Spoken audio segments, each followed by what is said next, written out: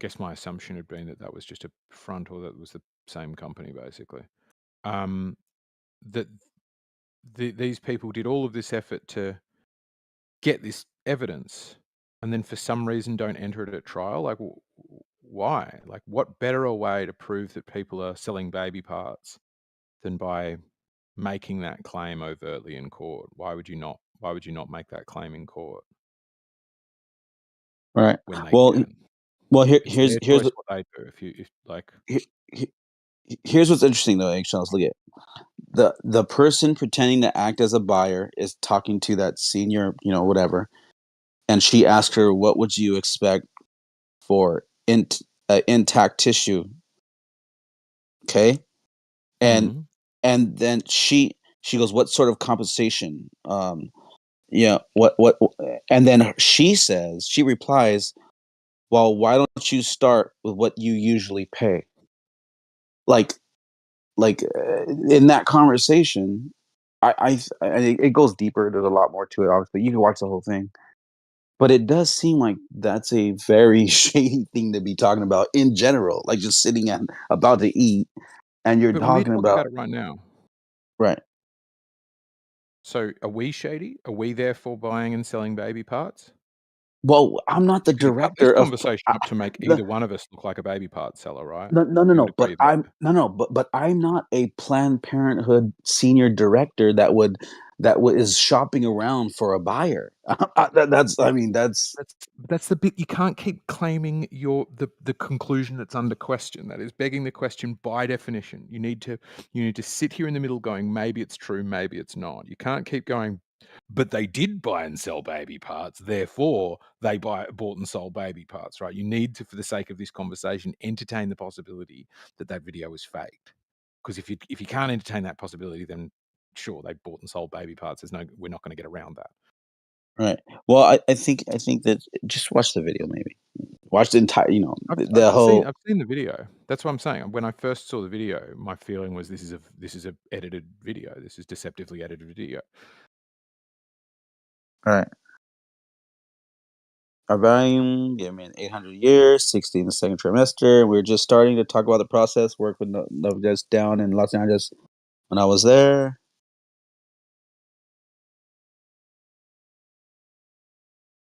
What the program's going to be like. We have to get consent, and they would look at the tissue, take what's required. So literally, it was very easy for us. We didn't have to do anything. There was compensation for this, and there was a discussion as I was leaving.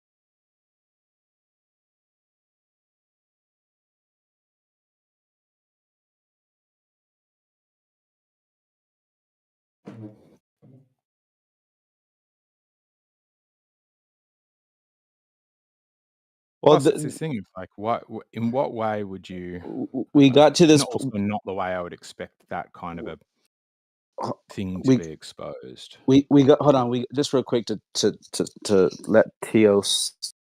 Um, we got here because it's along the lines of a long line of things the way we or to where we got. But you're right. It's not flat Earth related. No worries. We don't have to talk about it anymore. Uh, it's just a lot of we don't trust the government. And I don't know how exactly we got to this point, but it was a long road to get to this point. But no worries. Ultimately, we can't trust the government. At the end of the day, same thing. Why are they lie?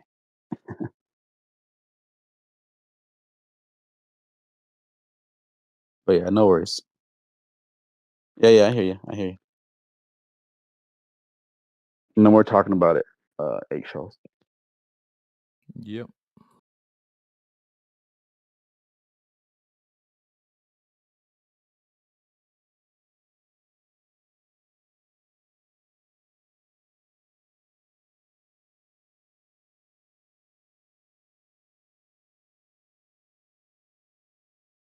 Change the subject, or else going to be dead silent again, which is fine. What I want to know, given it's speculation Sunday, is could the South be the center?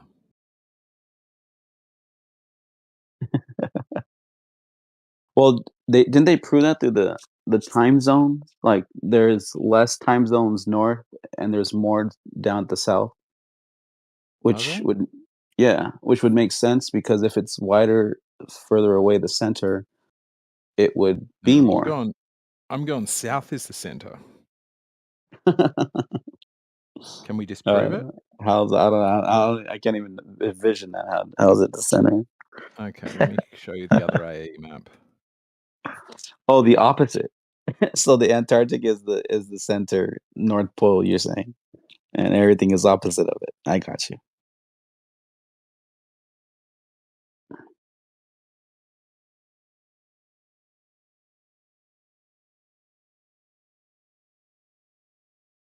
Right. It's funny. Can we disprove it? Look, look how far Asia is. Well, does it take? Oh, what? What is that you're telling me? You feel it's weird to see your country all squished in weird proportions, all stretched and strange looking? How weird that must be. But hold on though. Mhm. When they do that to Australia, Yeah, it Australia looks weird as shit. Australia is a large mass, a Right, large but it gets continent. all bent and weird shaped. Gets twice as wide or half as tall, depending on which way you wanna look at it. Well, I mean, Considering I have ridden my motorcycle off over extensive portions of it, I feel like I would have noticed. well, is it safe to say that you haven't seen with your own eyes Australia as a whole from high enough? I don't think anyone has. No, I Even mean, the I've not seen the ISS.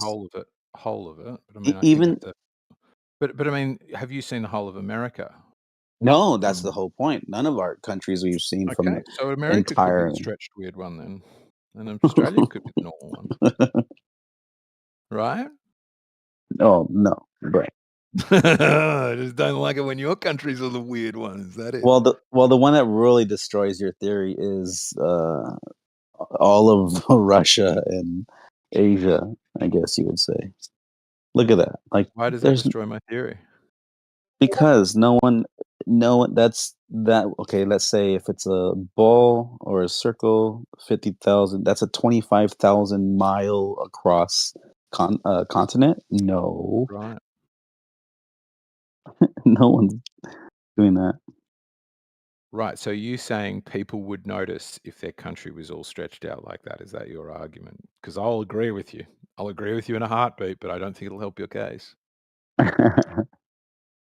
Well, you want to stretch a continent to be half the size of the circle, then go ahead. I don't think Australia is that much stretched out. Which By the exactly way, I mean, it's necessarily just as stretched out as the North is, right? Yeah. mm, I So don't know. if you're saying people would notice, the only argument we can have is like, oh, because there's slightly fewer people in Australia. Or maybe you're saying we're slightly dumber, slightly less perceptive. Well, here's my question to you, and I think it's a good one. It's a fair one. Uh, Okay. Satellites are X amount of miles away from Earth in the Mhm. paradigm. which they should be looking back at a ball at that distance. Just just in, in logically. Would you agree, yes or no? That satellites have to be a certain distance to look back at a ball? No, no, that they would be seeing a ball, be able to, should I say, at that Uh, distance. Certainly higher up ones, like ones way further out at geostationary orbit, I think, yeah. Right. So But if they're low, why no, I think they'd only be seeing don't you think um that they would have put a camera, on I mean, don't you think on so? what? On On what? any of them? Sure, yeah, on some of them, definitely. Okay, And so they have. if you have something that's 1,200 miles away from the Earth's surface, it should definitely be able to see any continent as a whole, right below Mm, it. 1,200 miles? I don't think you'd see everything from that height, no. No? I'm struggling to get my head around 1,200 miles is like what is that? No, that's not even like no, I think you've gotta be at least, like, just the further you get away to infinity, the more you're gonna get to see, like, half of the exactly half of it, right?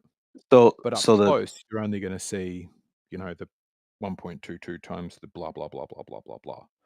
That's gonna be mhm. your view of the ball, and I'm not sure 1,200 miles is like whereas that's a third of the radius. No, I think you'll get a really squished out view, and any continent you're looking at would make up most of your vision.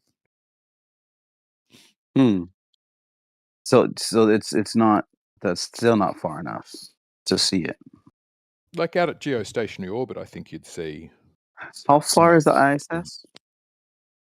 ISS is 400 kilometers. I think 450, something like that. So like 300 and something miles. Okay. So you don't think that being 3 times further than that is enough, or 5 times Depends what further you than mean that? to see what exactly. To see, like, an entire continent. No, I don't think so. No, I don't think you see all of Australia in one thing. Do you think you can see it from the moon? Yeah. Do you really believe that moon picture or Earth way in the distance from the moon? Well, there's one that's a known composite, like an admitted composite. Um, What about the ones that they don't claim are composite? Well, how about the ones that they say that they actually took yeah. well on, when they landed? What about those? Well, there's one from the lunar orbiting orbiter, which is the original moonrise, which is taken from a Hasselblad. That I think quite probably is real. Don't you realize though how stupid that You're just that going to insult me now. I thought we were getting along. well, I know. Well, hold on, though. Let me finish. Not you, but don't you realize how stupid their claim is? Because think about this. Just think of it this way, okay? When we are on the ground looking up at the moon, and the Mm, moon is, I mean, obviously Earth is X amount times bigger than the moon, in your paradigm, right? It's an X amount bigger, but anywhere that they have quote unquote landed on the moon, from their mm, perspective, the Earth would be above, right? Because if you're standing on the moon, your head is to us, our head is to your head, because we are standing in that dirt. Get what I'm saying? If you land on mm, the moon to where the light is hitting it and where we're looking at you, if you even look at all the places that they said they landed, every single one of those places was on the face of the moon of which we see. So technically, to see Earth, you would look up because it would be up in the sky behind you, but behind you meaning above your head, because that's just the direction of even in your paradigm. Now, just walk with me logically here. mm. You Let me just try and ask you so I'm on the same page as you. What you're saying is if they're landing on the side that's facing us, then the Earth should be kind of dead overhead. correct because Um, because because look at because think of it this way. because the way it's positioned, its face is always to us, right? Always, right? So Well, there's never, put it this but way. its face, you've got to remember, if you're believing the model for a moment to test it, Right, right, right. is half of a sphere.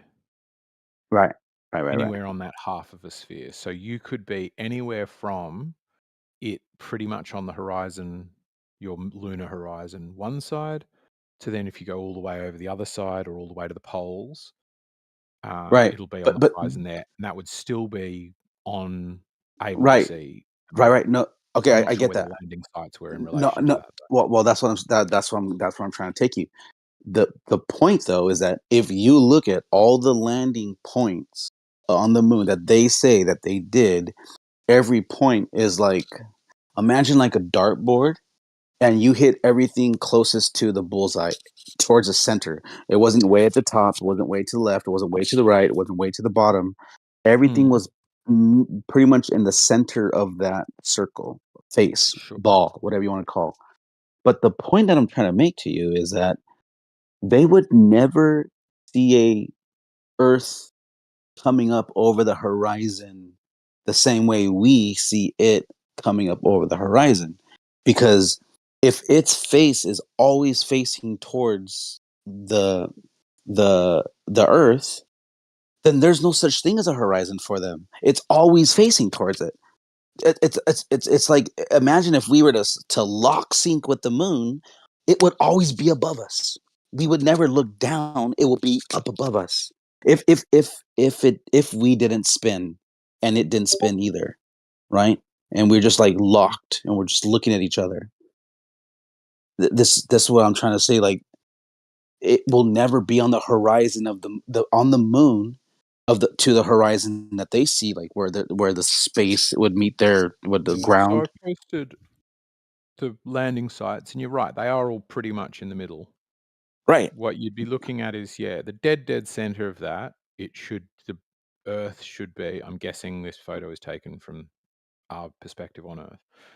Dead center of that, Earth should be dead overhead, and then in proportion out towards the edge of that, by the edge, it should be at 90 degrees. So that, like, if you look at landing site 17, which looks about the furthest from that dead center, at least to my guess, with Yeah, 16 but being that's about the but the, closest, but then for remember, 17, it should be about not quite halfway, like one bit over a third maybe, but from dead above. So okay, yeah, okay, I'd so agree in okay, principle. but so here's the thing though, and let me kind of sum it up with this, eggshells. The moon, the way we see it from our ground, okay, it's pretty fucking huge, right? In our sky. Like Mhm. on those, have you ever seen it like on a super moon day where it's really, really big? Like, now Yeah, the imagine. biggest it gets is still under a degree, isn't it? What's No, the no, biggest the moon gets? well, see, don't get into degrees and angles and all that stuff. Just think about it as just logically, it's big in the sky. Okay, it's pretty. If you look up in the sky, it's a pretty big glowing light in the sky.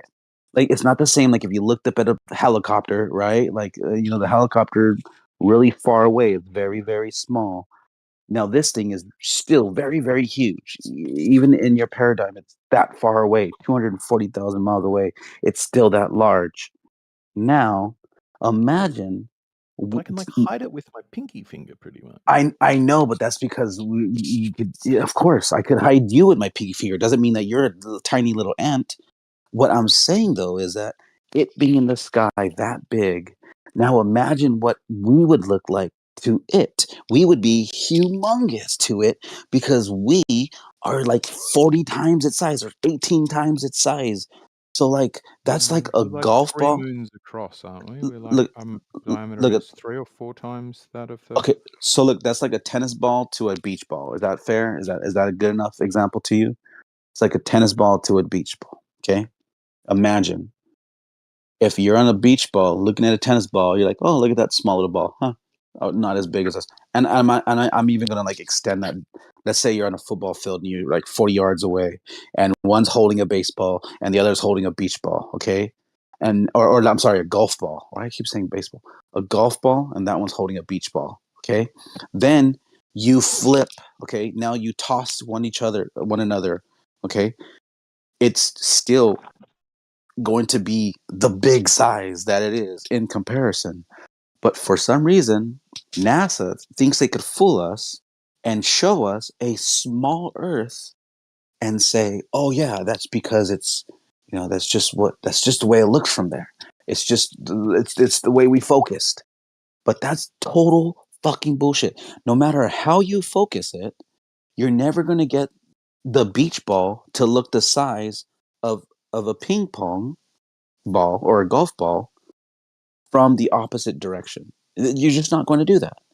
And I Um, think if you say you can, then please show me it. I guarantee you, I mean, what you you're can't show me asking it. is a maths question, is what I was going to get at. So, like, you can work this out, I think, right? And just go, what's the diameter? What's the distance? What should the angular size be for us of the moon? And then you've got the same distance, but change the diameter or radius, whatever you want, and that'll give you the radians, the way it should appear to somebody standing on a lunar surface. Like, yeah, I agree. It should look a lot bigger. It should look like basically should look 4 times bigger is my inkling. Okay.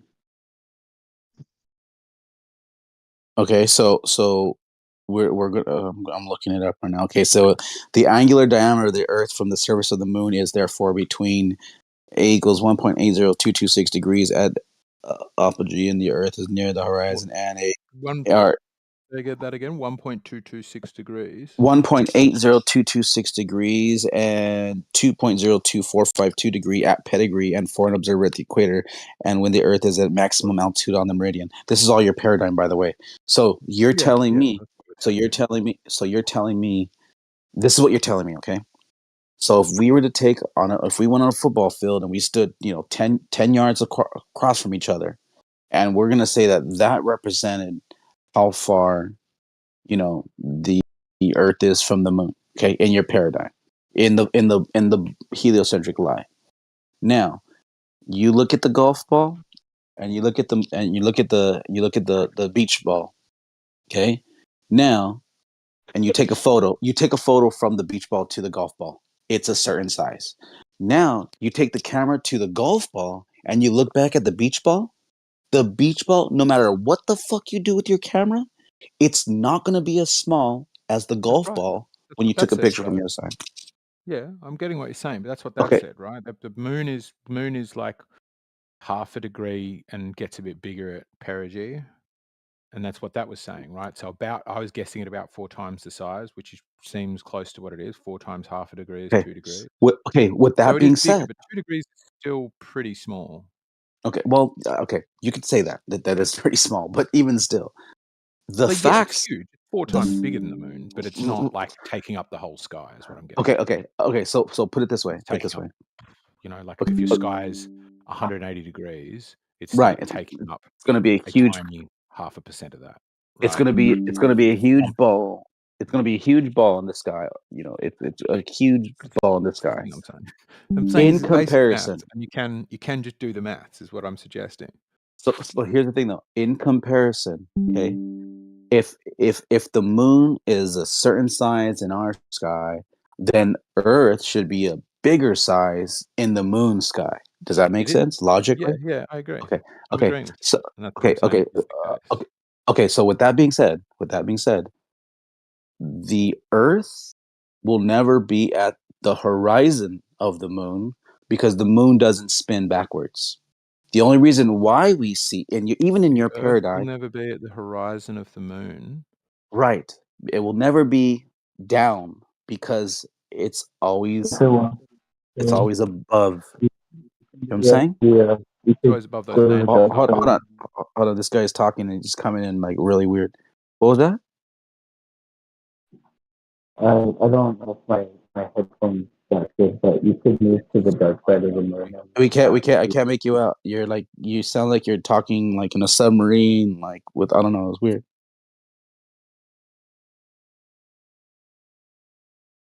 I'm sorry. So eggshells, I don't know what he was saying, but look at. So what I'm saying is that the Earth I'm talking all in regards to your paradigm. Okay. Yeah, Okay. that's what we're talking about. Okay. If the face of the moon is Mm. locked to the Earth, okay, it Mm. will never be on the horizon. There's no change in that. It will always be in just in a fixed position in the sky because because Yeah, in your roughly. par because your paradigm. Like Say this. there is what's called libration. There's what they call Okay. lunar libration, which Okay. is or libation. I always get it wrong. But Okay, so where they landed, so we're talking about where they landed, okay? right. Where they landed, they would never have taken a picture that it was at the like low to the horizon. It would have been Yeah, a they yeah, yeah, sort of low to the horizon. It shouldn't be in any of their pics. Yeah. yeah, but they have that. And they Yeah. pass that at, Show me. and they say that is legit Apollo 11 proof like or whatever mission it Which was. because the only one I know of that's the actual moon or that's the actual Earthrise is from the lunar orbiter, and the lunar orbiter is orbiting the moon, so it'll get a moonrise every 20 minutes or something every time it goes around. No, no. I was specifically talking about the photos that they took from that they said, quote unquote, that I think it was Armstrong. They said, "Oh, I turned back and I took a photo, a snapshot of the beautiful Earth," and then that's when they show that famous picture, which then they said that they ran through like Photoshop or whatever, Adobe program, and then they found out that there's like a You're square mixing around some it. things Remember up. that whole controversy? Remember that? Yeah, no, no, no. I think you're mixing things up. That one was an admitted composite from the Oh, okay. beginning, and that Okay, was okay, never okay. meant to have Okay, been maybe taken as maybe I a did photo. maybe I did mix that up. Maybe I did mix that up. But there is one that they said that they legit took from the moon, and it showed the Earth like a weird, not even a half ball. It was like really weird. Like it kind of it does not even look like a half a circle, but it's in the horizon, and they said that that was a legit photo. And there's people that come in here and say like, "Oh, we know for a fact that these aren't fake photos, blah blah blah." But even the position of the Earth into to where he's standing on the moon is a fucking lie because the Earth would never be in that position if even in your paradigm. I'll say it again: if you land on something that doesn't spin, you'll never have a horizon of a I ball agree with that that. that I you're agree with locked that. with. I agree with that. You're repeating yourself a bit, mate.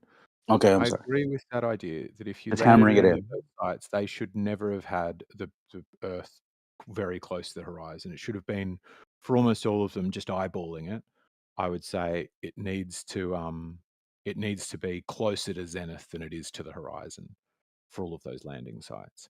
But the two pictures we're talking about, one is called Earthrise, and it's a known composite, right? That I don't know if you can show me that it was ever claimed that it was a real photo and was tried to be passed off as a real photo by like somebody legit, like NASA. I don't mean just some dickhead. Then that says something. That's indication that they're lying. Then there is the other Earthrise pic that is of that it was taken by somebody claiming to be in the orbiter, which should have been Yeah, getting an Earthrise and an Earthset like clockwork. Like he should have seen about 40 of them while he was there. yeah. It's the scene in the video are so dramatic that you may find yourself reaching out to pick up a rock and becoming restless to walk around among the lunar pack. Wow, they really go deep, do they? This is okay. So for instance, Sliding down a hill in this game, I've been this entire time we've been having this conversation since before the other topic that shall not talk about. I've been sitting in my game waiting for this silly thing on a lunar surface. It's doing actually the same thing. There's the Earth set. There's the dual set for you, and I can't do anything until this craft comes just to a stop, and it's just sliding slowly down this hill, and it's been doing it for like an hour, and it's driving me nuts. And now I need to share it with you. But what I do have in my vision is exactly the thing you were talking about. Oh, now I've taken off again. Why did I do that? yeah.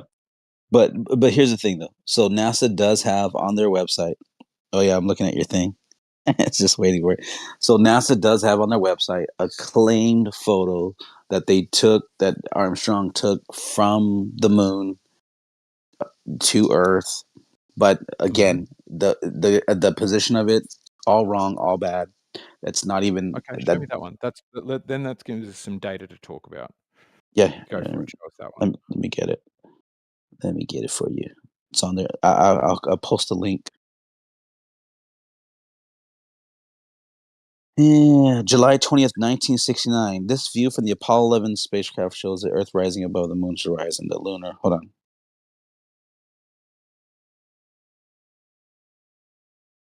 I can't save. I can't That's the wrong one. mine. That's the wrong one. Can't Let me find the right any. one.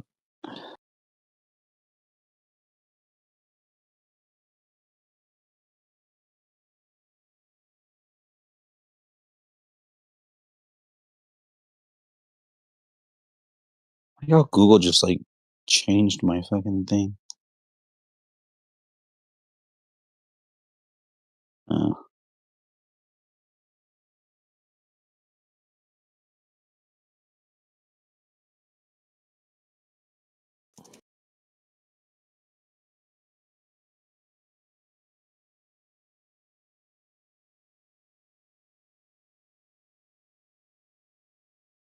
Hold on, I'm having to go through all the fake CGI ones first.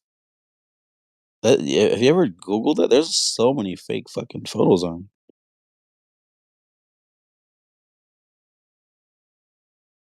You can tell they're real because they look so fake. Yeah, You that's tell true. the fake ones because they look so real. That's true. Someone has they have they have a chair and a little fucking like a What? like a They had a top. chair. They have like a chair on the moon with a little like a little table for for their water. Earth. There we go. Oh, Amish aeronauts given it. Yeah, so that's so yeah, if it's the one, just check the chat. That's the one that if it's the one that an Amish aeronaut posted, that looks about right to me. If you're looking up at a like it's very difficult to tell angles and all these kinds of things, but like I've stood in front of a mock-up of that lunar lander and you could look dead straight up at it. And I would expect, yeah, as I was guessing that too. I said about one third to two thirds, and it's saying it should be about 66.5 degrees or 66.6 degrees. Oh, now Clay's showing us some of his gameplay footage. When will I stop sliding down this hill? I just want to know why Google like took that out, or why do they bury the photos? Why do they do that all the time? Well, Like, I'm never quite sure. I seem to be okay at finding my picks. I end up with a bit of bit of an uncharitable suspicion as to why that happens whenever we have these discussions, and it's because the pictures don't exist. wow. Just look. Have you looked at the one at 10 past the hour that Amish astronauts posted? Yeah, but that's not the actual Aeronauts. photo though. He That's just not put like the angle. no, but there's a photo right above it that's No, it's Earth I know, Earth I in the I sky know, above the I know, but that's not the one I'm talking about. I'm talking about the right. one that they're not the lunar lander is not even like in the photo. That's not the right one, Yeah. or not like that. It's not shooting over it like that. But oddly enough, now I'm not seeing it. I'm having to go through all these other Can't funny. find that in Tio's one.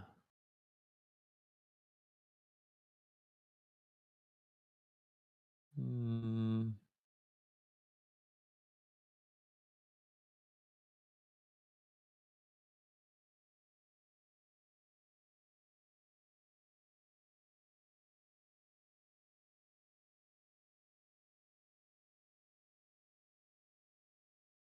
This sucks. This one?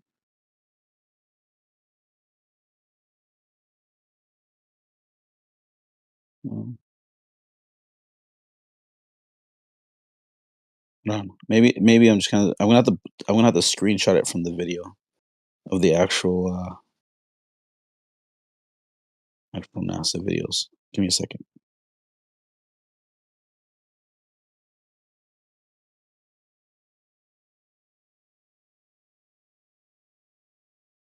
Can't get that website to work, fake image detector.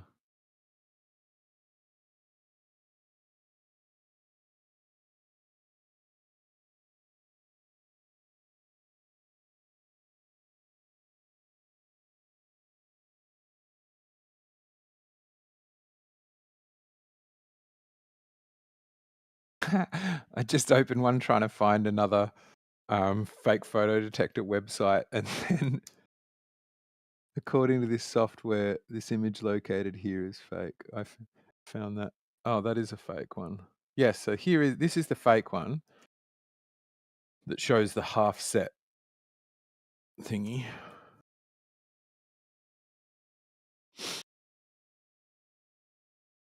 That's the one I think is fake.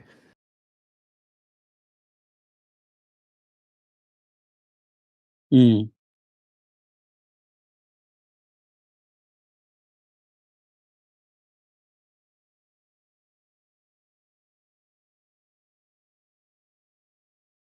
Fake. That's the one I believe is fake, and there's a bunch of Globers in there arguing for its validity.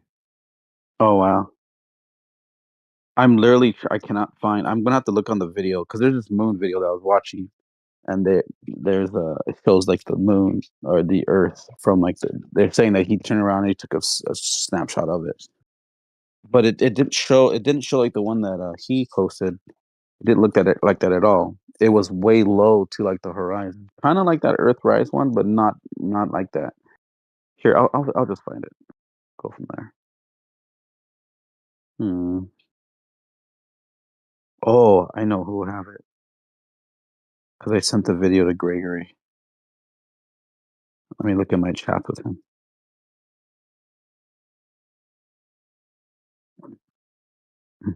Mhm. Oh, screenshot.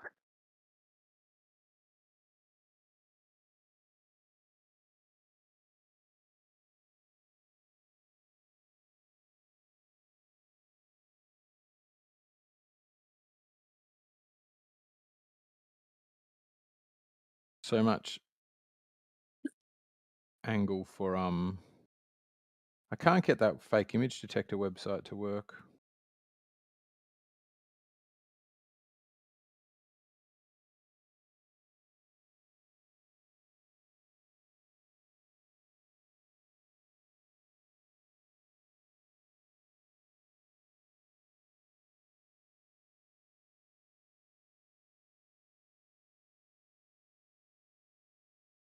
Okay, here we go. I found a thing called photo forensics.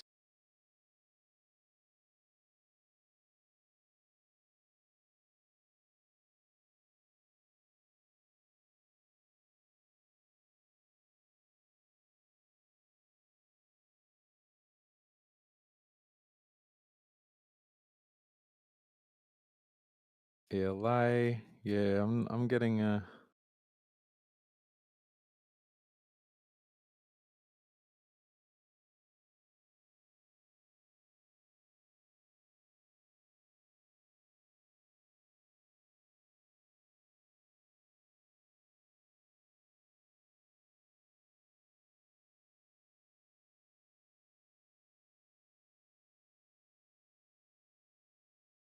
yeah, I'm not getting anything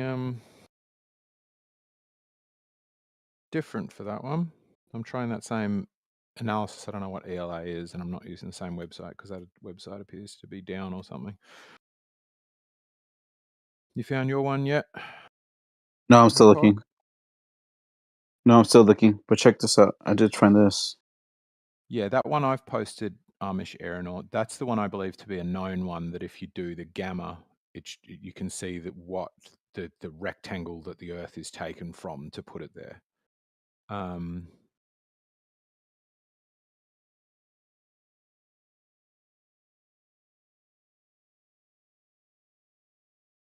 Oh, you're saying it's a racist website that doesn't like Australians because we steal things. See, Makes more sense.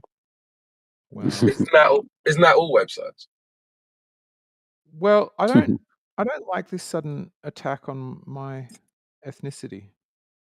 Listen, man.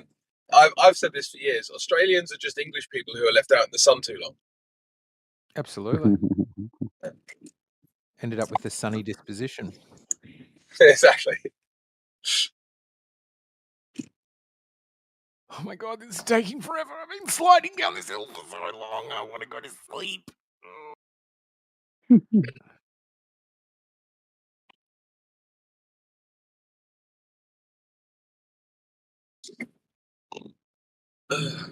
So is Earth still flat? Yeah, just checking.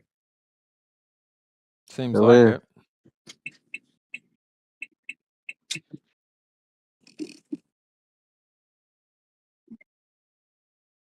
Just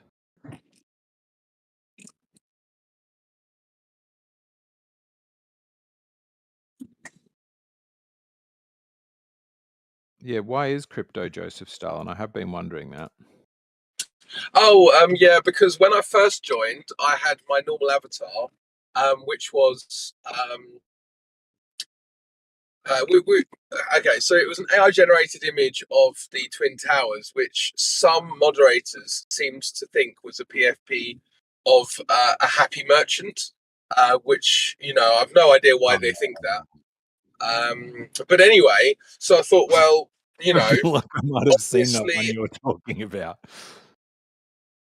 so obviously I thought, well, my PFP isn't left wing enough for the server. So I thought, well, who's the most left wing person I can think of? And it was Joseph Stalin. And so Stalin's cool, right? So Stalin, who murdered by official records tens of millions of people, totally cool. But you can't have two planes that might look like a rubbing happy merchant. That's not allowed. Just so you know, murderers are fine, but fictional characters not fine. Yeah, seems like that. Actually, mass Awkward murderers. territory. One of the most proficient genociders of all time, totally fine, but fictional characters not fine.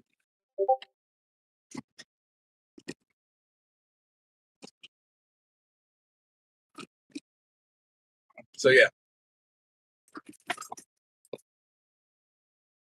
Any further questions? No, I'm happy to skate right away from this topic. You don't think there's a double standard there, though? Like I any kind of... I don't care to engage. Right, okay. Oh, now my fucking thing's blown up, hasn't it? Well, I think I've made my point.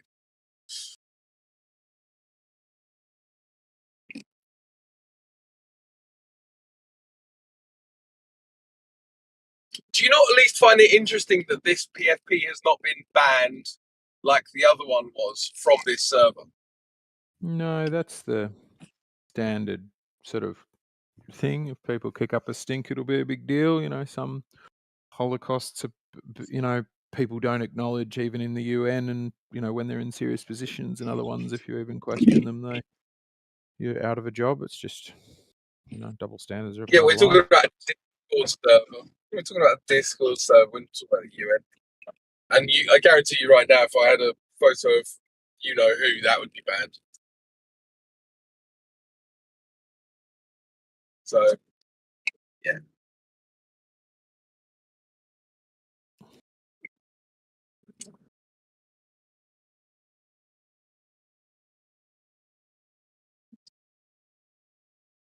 Gosh darn it.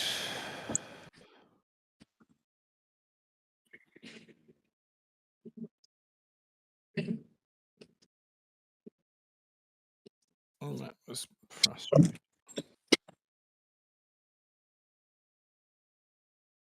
Anyway, you can call me Crypto Joe if you want. Crypto Joe, got it.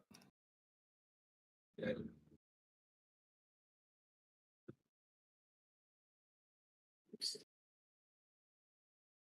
So, Eggshells, I've got a question for you.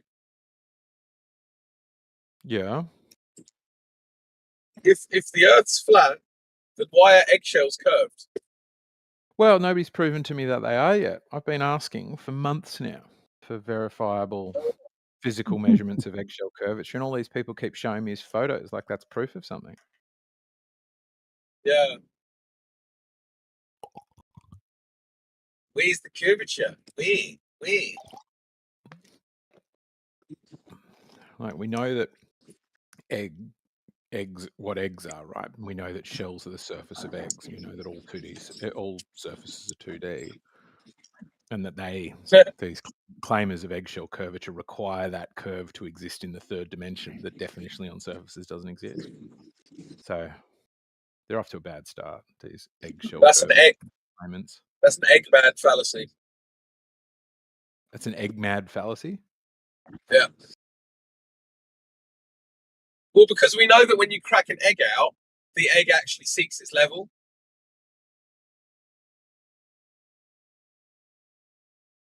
Why is your It name does. Eggshells Are Flat? They are, exactly. Thank you. No, they're not. Finally, some. Yeah, no, I thought I had somebody else speaking sense, and now I've just got another no. claimer of That's Did not I me do speaking sense. That's me questioning your name. Yeah. And you're conflating that with me making sense, which makes absolutely no sense. Yeah, no, I'm confused. So why is your name Eggshells Are Flat? Well, because nobody's proven that they're curved. Of Are course. you? Who is this guy? I mean, it's just a regular Glober that we've had here for years. I was just having Oh, a quick of laugh. course he's a Glober. I can tell that by his name. Yeah. I'm just wondering why his name is the way it is. I don't know. Because it seems But, like a comedy. I mean, so is having the dead guy from Wagner seem like a comedy as well, right? We're You gonna know, Wagner Group is still a thing. Yeah. His son took over the company. Yeah, I'm sure they are. I mean, I imagine it would just immediately, they would just basically go, hey, do you want to end up like your dad or do you want to play ball?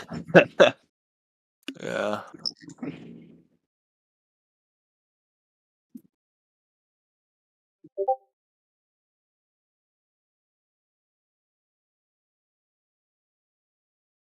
All right. Well, since you're so adamant on eggshells being flat, how do you know that eggshells are flat? I want to hear your explanation for that. Well, mainly because nobody's proven their curvature. So you've never well, seen an I eggshell can't. before. Well, Yeah, I I've can't prove seen that plenty of eggshells have eggshells. got curvature because I normally just crack them straight into the pan and then get them gone into the bin. I don't measure them. Exactly, right? And this is the thing most people do. Most people haven't ever questioned this assumption that we live with, that eggshells are curved. Well, if you think about it, like the egg inside the eggshell is like it's gonna fill up just half of it, right? It'll just be sitting in there like a leaf on a body of water. The actual yolk of it, right, sits on the white part of it, right? Yeah. And then that, like, if you put a light up to it, like, won't it look like flat? Not the shell, but the inside. Yeah. Yeah. Once you crack it out, the whole thing goes flat, right? Pop it in the pan, pretty much flat.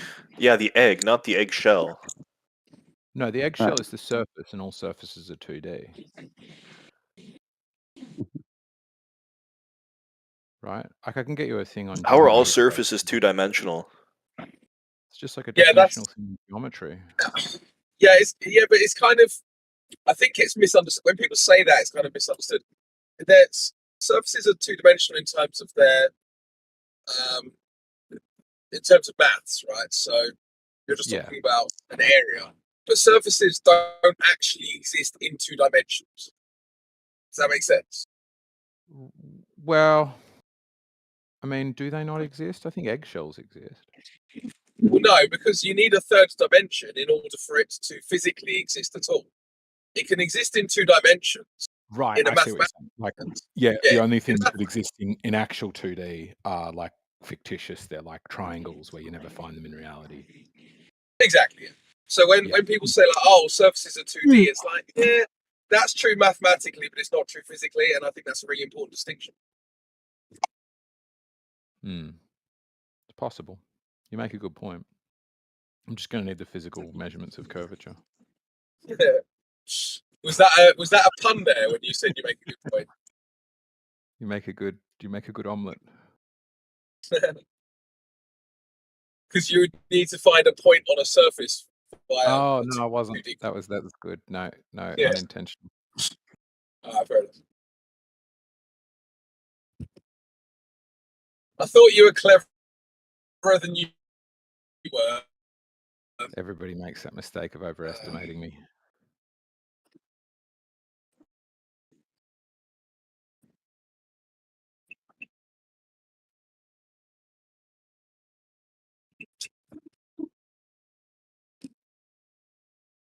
go there either. Right, fair enough. Okay, here it is. You found this Armstrong photo? No, I found the link to it. I'm trying to find it inside the link. Teos, you've got a photo there. I am touched by how many people have sent me photos of eggs that they've taken themselves. They Wow. do. Absolutely, eggshells exist. They just need a physical measurement of curvature. Then we can get on to the big, more important stuff like the Earth. It doesn't shock you that they only have like 3 photos of the Earth from the moon? Only 3 out of all the times that they've gone, and they only have 3. Like, you would think that that's the biggest accomplishment ever in the history of mankind. If Neil Armstrong was the first man on the moon, how did that camera get there before the first man on the moon? I don't think there was any footage of them landing, if that's what you mean. Yeah, but they say Neil Armstrong was the first man on the moon, but for some reason the camera just happened to be there before he jumped off of the lander. How does that work? I'm pretty sure that's not the case. Well, then how is it recording him as he got off the lander, saying he just jumped off the moon for the first time? I don't think that's the case. That's what I'm saying. I don't think there is footage of him getting out of the lunar lander. No, there is though. But just to answer him, they say that it was a camera that was set up on the lunar lander, like on the leg of it, which is total bullshit because it would have to be like way far away from like the angle that they took it. And how is the flag blowing with no atmosphere there too? How does that work? Yeah, twice it does that. The Globers will tell you, well, they shook it. They shook it. Maybe it was all that intense gravity from the moon pulling the Earth's atmosphere out. Are you talking about this photo for the first thing before we get like stuck in a solid gish gallop? Is that the one you're talking about, APOC? I posted the one. If you're talking about this one, that's not Neil, that's Buzz. Yes. Yeah. It's the first. Sorry, the one I'm posting in the chat now. Well, hold on, because I guess the story is that they left the camera there, so there was a camera to capture it or something like that. I forgot the retarded claim, but they're saying that it was left from before. How the fuck they do that, eggshells? What do you mean? They left the camera so the next crew that came, they could take photos of them from the camera. No, I don't. I think you've made that up. I don't think that exists. Is what I'm getting at. No, I've heard a Glover claim that before. That's just one of those funny moments where they're just talking out their side of their neck. Well, let's have discussions with people who are here, I reckon. I can't imagine how many times they redone this shot in the studio, so it looks impressive enough. Okay, so I found that one you posted. We've had at the moon came from. Yeah, that's Teos. That's an official NASA photo, by the way. So they're the ones lying. But even still, if that's photos taken from the surface of the moon, the Earth should not be that low to the horizon. Even from the landing sites on that thing, that's very surprising if it's that close to the horizon. Yeah, I didn't try and understand the scale of the whole thing though. And why is it bumpy like that? I didn't think there was anything like. I'm very surprised that nobody pointed that out way back, like in the 70s or 80s, or maybe people did. They just got ignored like we do now. Hey, the guy's posting NASA links. Yeah, I'm just showing them the original link for the one that. Yeah, the one that I posted. If I run that through an exfil file viewer and it shows that it's been tampered with Photoshop, would you find that weird? Sure, a bit. If I'm still trying to find where they're. Here's the point. You don't even have to go to that point. What I'm trying to tell eggshells is that if that was taken by an Apollo astronaut, that the Earth being that low to the horizon is total bullshit because all their landing points on the moon, the Earth would be directly above your head, like in because of the position of you being on, even in their paradigm. And I think A-Shells is finally like realizing that what Yeah. I'm saying is true, and he's Oh, I'm now still going to trying be a to figure flat it out. earther. Got it. Also, Welcome. in there, with no atmosphere on the moon for the light to interact with, how can you not see the stars? Because there's no dissipation of light. You should be able to see them very clearly there. Oh, we're gonna do one at a time, or is this just gonna be a gish gallop? Okay, my bad. I'll be quiet.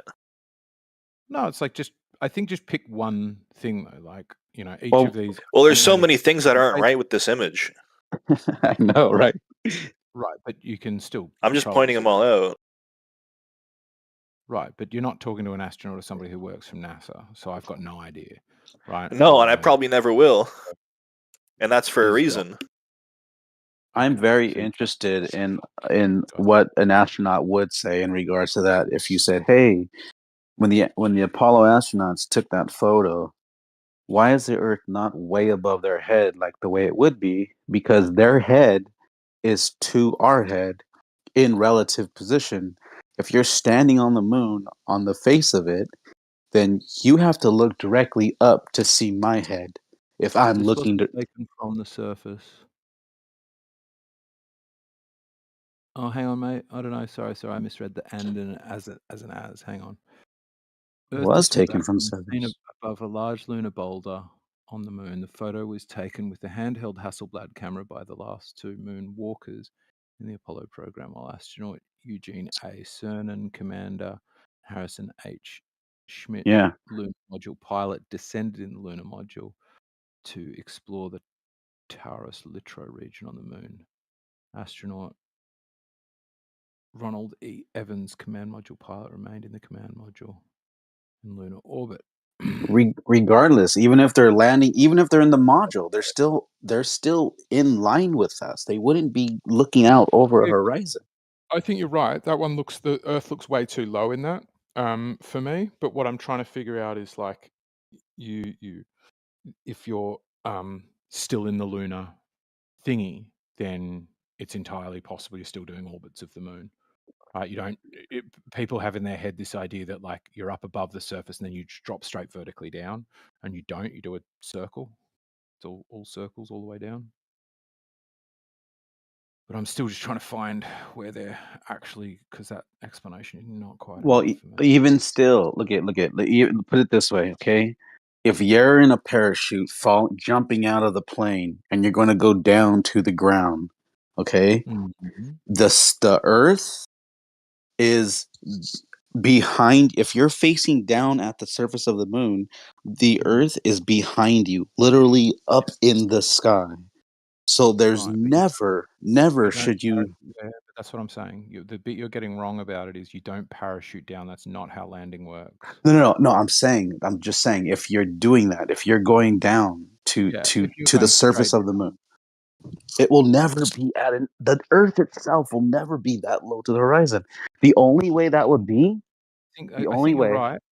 The only but that could be that way if that's taken.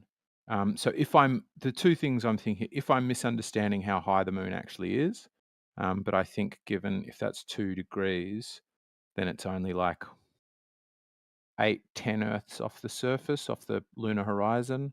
So 10 is only 20 degrees, and for most of those, it look like it should be about 60 degrees. But I'm not sure about. I'm still trying to figure out where they took it from, because if they're in a lunar lander, that will do an orbit. It'll be doing orbits, and you slowly slow that orbit until you land.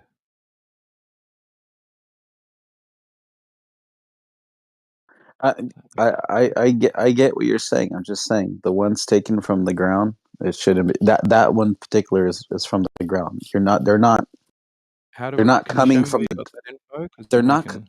because look how low they are. They're not coming from the dark side of the. I mean, think about how it's 53 miles across, okay? And clearly in your paradigm, right? This is all based upon what you believe it to be, or 57 miles across, right? So Mm. if you're doing like this orbit and coming all the way around, but look at how it's black space behind your so-called horizon in your paradigm, that that means you would, if you're saying they're like orbiting around to land, but they would be way on the other side to have it at that horizon like that. They would be coming from the dark side of the moon, if you will, to have it that low to the horizon. But if that was the case, then they should see way more of a horizon, or more land, if you will, because you're that far away from where you're going to land.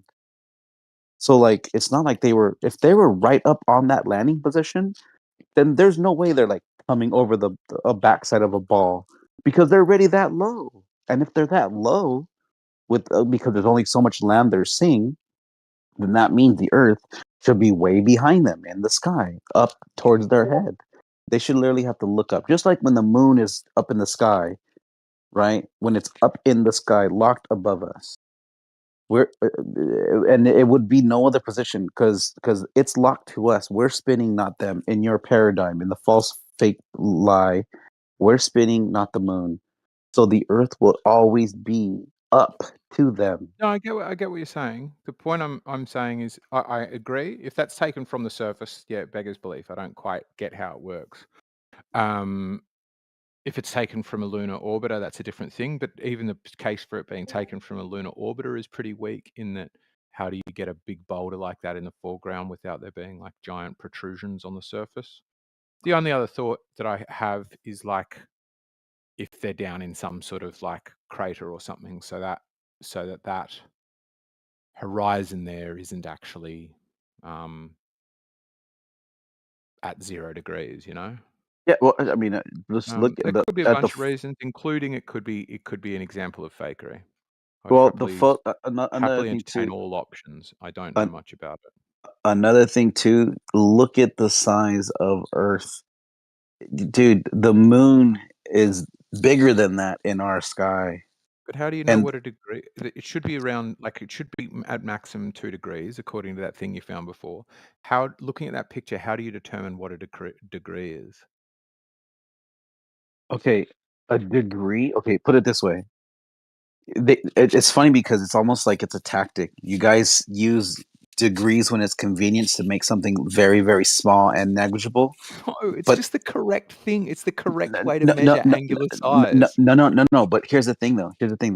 The moon compared to the Earth is like a golf ball next to a beach ball. Is that accurate, or at least good enough an analogy?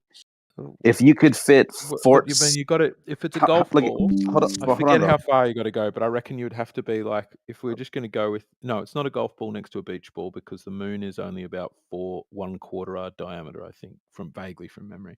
Wait, So hold what on it'd be though. like How many is miles like a across? tennis ball compared to a bowling ball, and then you have to take them like not quite a football pitch apart, but a long way How apart. can you say that? How much volume is the Earth compared to the moon? We don't care about the volume; we care about the diameter. Okay. I'm sorry. How How big is relatable. it? How big is the diameter? 57 miles compared to 25,000 miles, right? Is that fair? Is that About fair? 4 times. I was right, 4 times. Bang Well, on, hold on. about 4 Wait. times. Hold on. Think about it. How far across is the diameter of the moon? 57 miles, right? No. Oh, I'm sorry. That's its shadow. It's 2,000 miles across, right? Yeah, 2,100 miles. Okay. So now, how far across is the Earth? 25,000 miles, right? Nope, 7,900 miles Oh, in diameter. I'm sorry. You're right. 39.59 times You're 2. right. Sorry. You're right. Sorry. Diameter. So it's 4 times, close to 4 4 times, times. between 3 to Yes. 4 times. Okay. So it should So appear when we see 4 the times moon, higher. in the sky, okay, and it's however big on a certain day, sometimes it's bigger than others if the conditions are right. But that moon, that photo that's posted, that looks like the moon from Earth. So using that same logic, that little circle that we're looking at should be 4 times bigger. It should be, Well, like 4 times bigger logically than speaking. what? 4 times bigger than what? How do you know what a degree is? 4 If times. I Okay. zoom in or if I zoom Okay. out, the Okay. size of the picture it takes up is going to change, right? Okay. Look. Okay, look. You've got to get this. You get what I'm saying, right, man? No, I get what you're saying, but hear me out. Does that not look like the moon in our sky? Like, just reverse it real quick. If you could, Sure. if I Yeah, took it a does. picture. Yeah, it looks roughly like the moon in our Okay, sky. okay. So with that being said, with Mhm. that logically, then since it's being taken from the reverse, then that should be 4 Mhm. times bigger. Then technically, 4 times bigger than what? Okay, let me ask you a different question. This is going to get us there quicker. 4 times larger. How big is that rock that's in the foreground of the picture that we're talking about? How big is that rock? I don't know. Right. So could that rock be fit in your hand potentially? Yeah, depends how close it is. Yeah, Could you're that right. rock Or it potentially could be a be the mountain. It size could of be a like a mountain. yeah. So if we don't know the size of the mountain, how do we Right. know the size of the Earth? Because we're going in reference to how it is in the sky, which is, I get it. But It's hard you to don't say know how because the big you sky don't is because you huge. don't know if that boulder fits in your hand or it's the size of a mountain. So Okay, if it's the okay. size of a Matter mountain, of okay, then the moon okay. is too small. Then the Earth is Oh, too small. If wait, it wait, fits in your hand, maybe the Earth is too big. wait, hold We on. don't know. Hold on. Let's take away that mountain. Let's just take it away. Fuck that mountain. Let's just look at this ball in the distance in the sky. It still looks like the moon, like the way we could look out right now and see it. Okay, it's the size Mhm. of the moon. With that logic, but this is taken from the moon to Earth, and the Earth is 4 times bigger in size. Then technically, it should take up 4 moons in size, right? So, like, But you don't know how big anything else is meant to be in the photo. You just admitted you don't know how big the boulder is. wait, So if you don't know how big no, the boulder well, is, no, then no, you don't no, know how no, big no, the no, Earth is. no, You no. don't know how zoomed in the photo Egg, is. eggshells. If the moon is 2,000 miles across, okay, and when we look at it in the sky, there it is. We're gonna assume that it's 2,000 miles across. Now, the Earth is now 4 times larger, 7,000 miles across. 7.5, right? Or no, wait. Yeah, okay. So it's so 3.9. Yeah, so 8. We'll just say 8 because it's close to 8. It's 4 times bigger. Wouldn't you say that it would be 4 moons across big? Yes or no? How big does the moon look from here? How big should the moon look? No, no, I'm using the moon from here as a Yeah, it reference. should look 4 times bigger than the moon. Yes, it should look Okay, from us seeing the moon to them seeing the Earth. It should be roughly 4 times bigger. right. But in this photo, if you take away this mountain, does that look 4 times bigger than the moon, or does it look I the don't same know. size as I the don't moon? know. Well, For the okay, same well, reason I keep saying to you, man. The okay. same Well, reason I keep saying to you, I don't know what I don't know what size that is. I'm currently now trying to find out. There are those crosses in the thing are called reticles or fiducials. I don't know what how that's pronounced.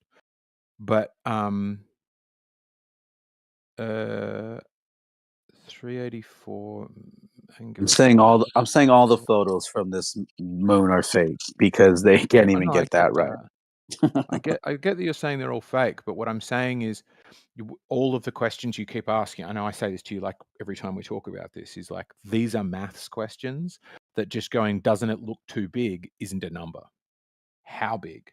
What's the angular size? Like we need to put numbers on it. And if the end result is we don't know how big it actually is, what I'm trying to find now is what is the angular size of those reticles or fiducials? Well, you could surely use the process of deduction to say if it's fake, you don't know what the actual size is.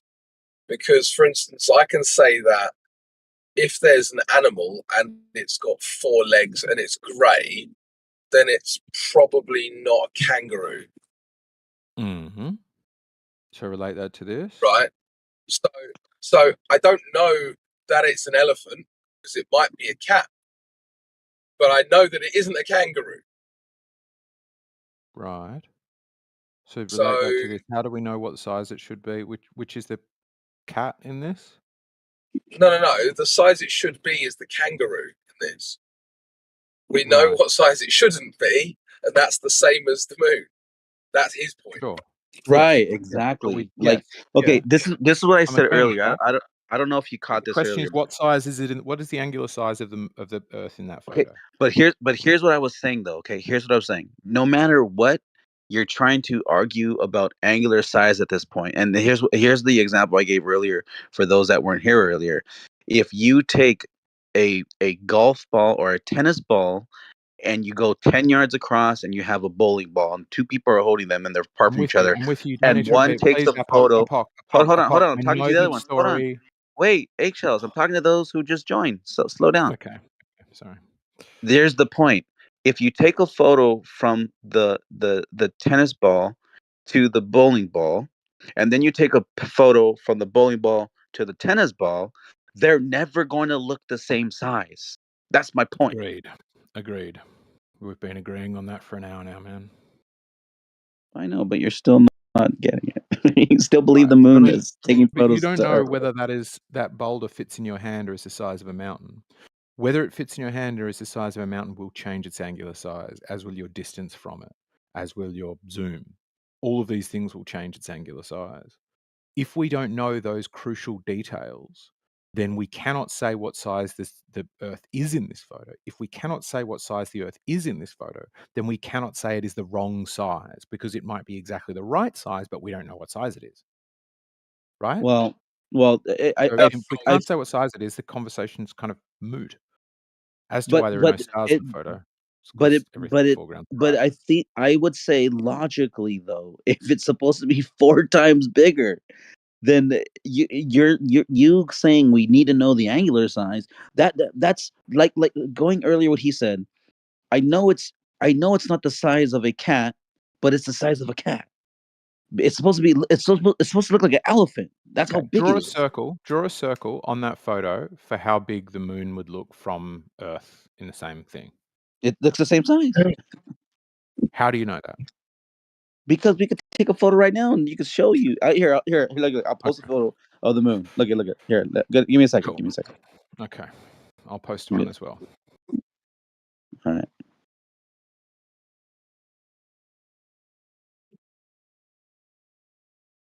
I know I have one somewhere. I'm looking on my photos. This is what's known as exfugation.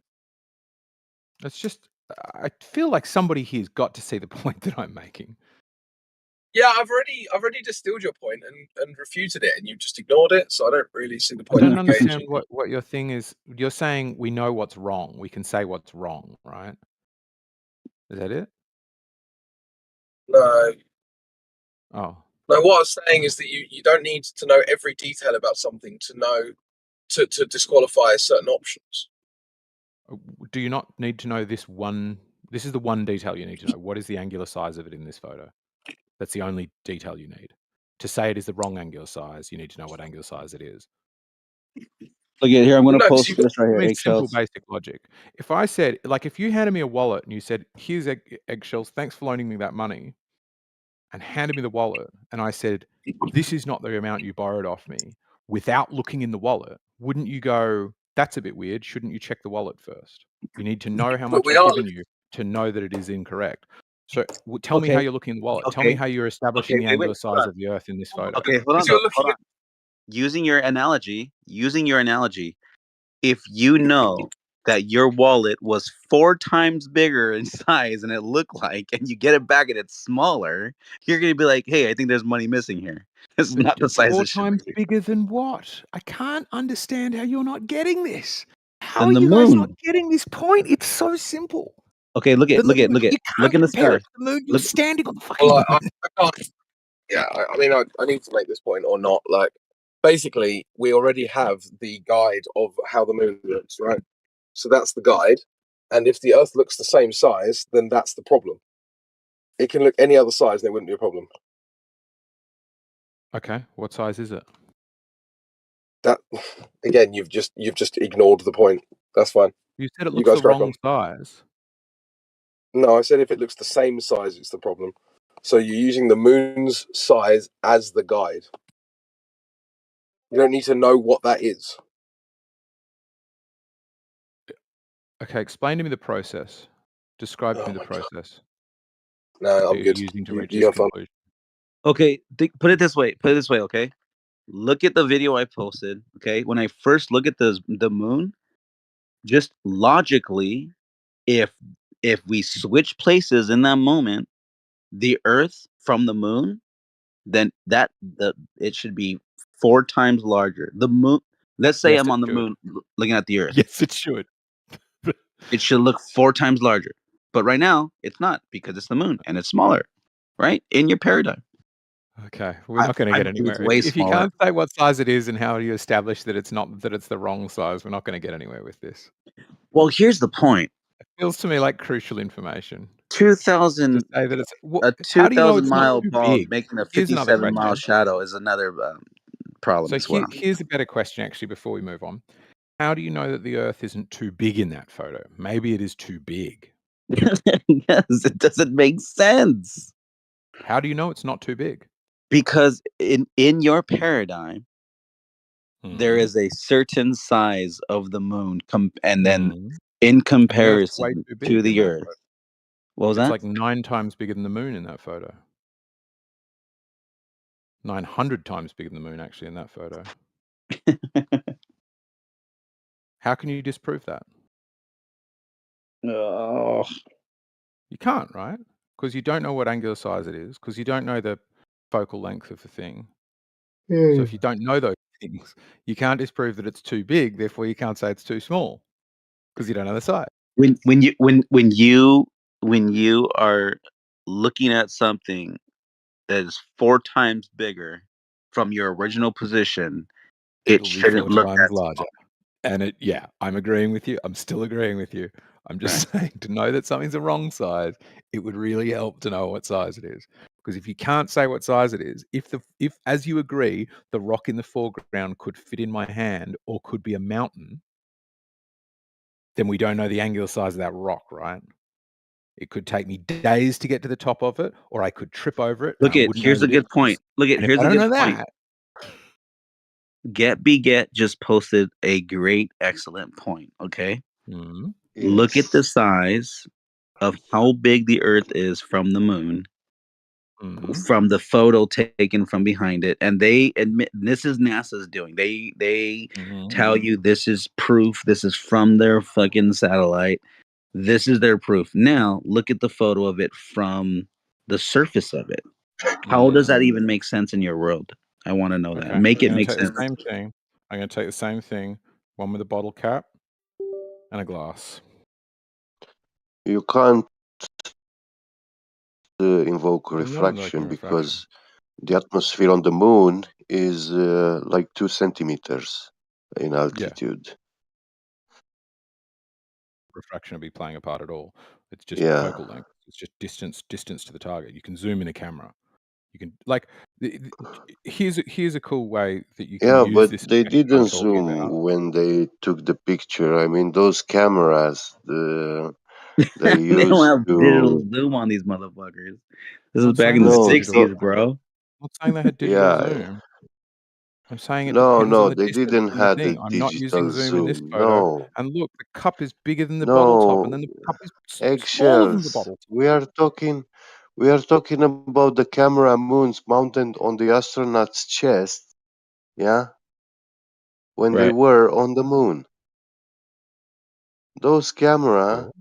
they did not had a zoom. They were manual. Do you know the angular size of the Earth in that photo? Just that it's wrong. Eggshells, you zoomed in on that. That's 2 different things. No, I didn't zoom in at all. I didn't touch the zoom. Well done for proving my point. Oh, wait. Oh, I'm sorry. You just put your camera up to it, huh? That's what you Well did. done. Yeah, That's what you focal did. length. Yeah, that's what you did. So walking closer to an object or cropping something more tightly or zooming if you need to Okay. will Okay, all so now cause think of the it same this thing, way. which is why what Get Begets photo shows so perfectly. It's like, yep, perspective. As you Hey, change, things will change, and they'll No. hey, change at different here's rates, a good point. Here's a good point. dependent on Here's a the good point. distance only. Here's a good point. Now Go for it. imagine that glass was smaller than that size that it's showing. When you know that glass is bigger, you know it's bigger.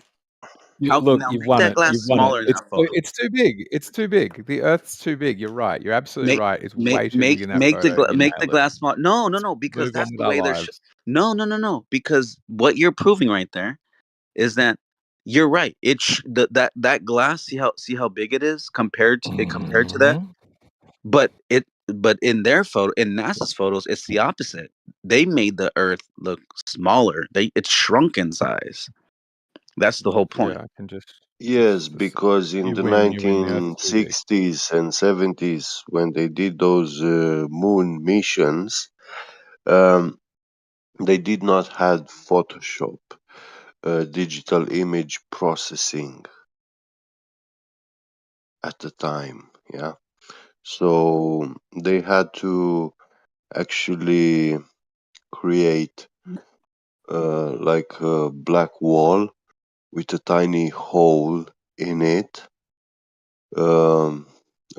In this dark room, they had the camera installed, and they had to shoot a picture through that tiny hole, behind which there was the image of a globe Earth illuminated. This guy can't be serious, right?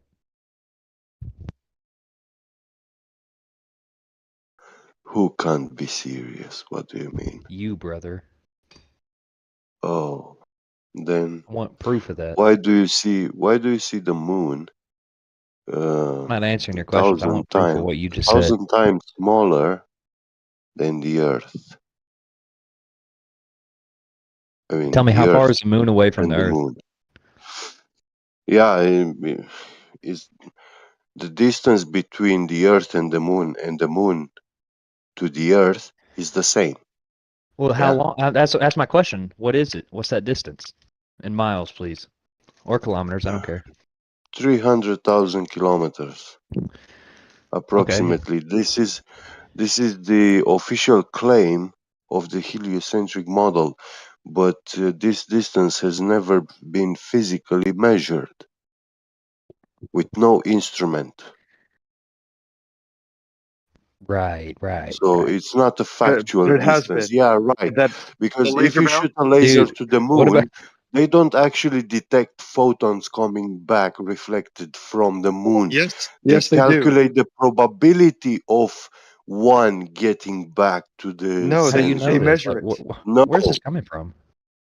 You're actually measuring it. That's how you do it. I mean, you couldn't know that like they no, can pulse the that's laser and the know you're hitting. principle, the concept, how you use a range finder. Yeah, that's the principal concept on how a rangefinder works, functions. But to actually a rangefinder to tell you the distance to an object, there has to be laser photons reflecting back from that object and reaching the laser diode. So we're Otherwise, comparing you like don't get golf any fucking. rangefinders to Otherwise, you don't get high-powered any shit. distance. Okay. Sorry. Yeah. So, uh, in the case of the moon distance, they are calculating the probability of one photon returning to the laser diode. No, they're not. Duh. Show me I don't a understand. laser rangefinder. Yeah, show me now one laser rangefinder that can show you the distance to the moon. Show me. You know they use them for like golf and stuff, dude. What are you talking about? So give me a second. I will find the experiment They for you, use and you can go lasers repeat it. It's for golf. Are you kidding me? Also in Yes, houses when you brother. go That's to what they're inspect a used house. for. They're used for like or like sketching houses, like finding dimensions of a house. Not to the Yeah, they moon. just What? bump it against a wall and then shoot Yeah, it I at the used to other do wall. that for my old Yeah, that's job. right. Yeah, I forget. Yeah, you're right.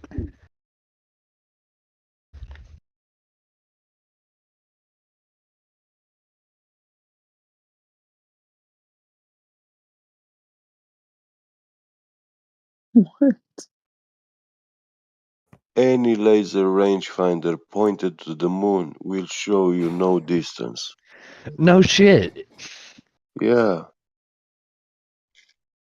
Again, how far is I it post- away? I posted it in chat. The actual laser bouncing off the moon. That's the one that they did. There you go. Oh, that's the That's one the they article use that to says find how far your golf ball's away, dude. Come on. that. So there's the article that shows bouncing a laser off the moon to measure the distance. This is why you guys believe it. Huh? This is why you guys stay as Globers. Because you see stuff like that. You're like, yep, convinced. What else would they use it for? Just like, ooh, lights. They definitely use it to fool you guys. That's for sure. That's exactly what they use it for. You're right. Bouncing Get lasers real, off. bro. They could pinpoint the point where the reflector on the moon, right? They left them so that way we could measure it, right? The astronauts left them when they went to the moon and landed on it, and then came back in the 60s or 70s. They left reflectors, right? So that way we could bounce it right off of there. Seems like you Interesting. already know. Interesting.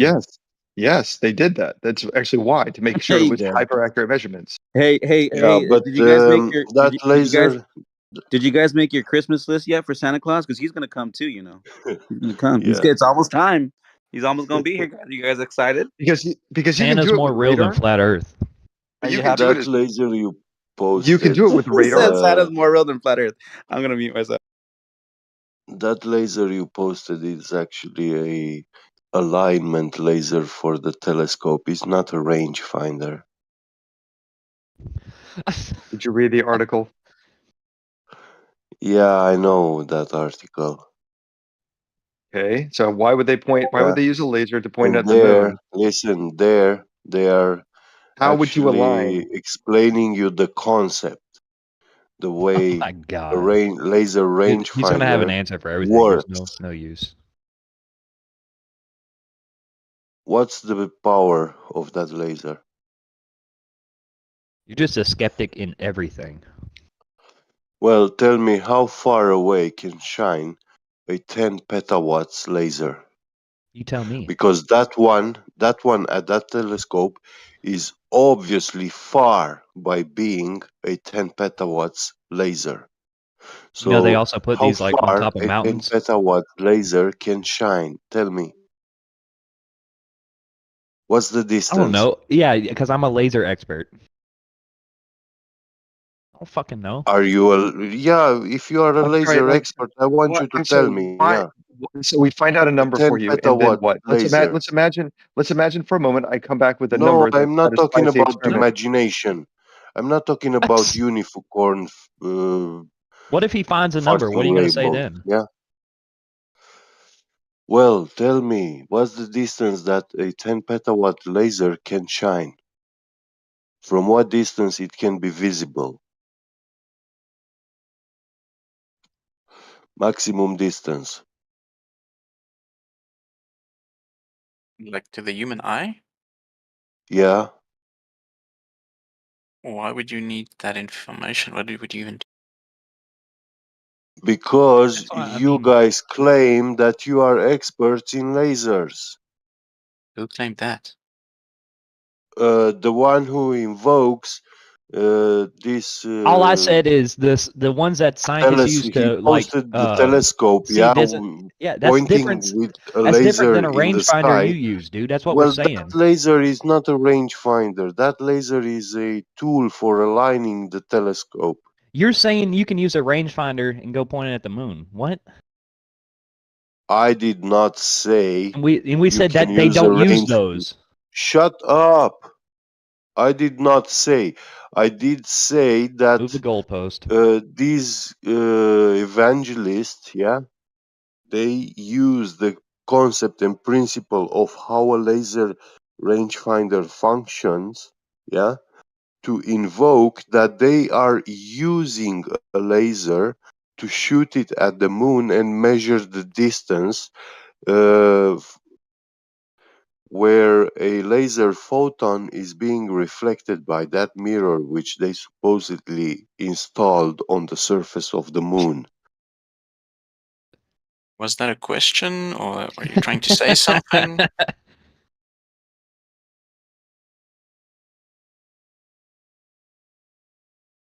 What the Yeah, hell are you go, bro. What the hell? Why did you had to interject? What for? What's the didn't point You of interject, you you're your were fucking dancing. question? talking a bunch of Yeah. mumbo jumbo. You're rambling. Well, tell me the distance. I want to know how was measured that distance.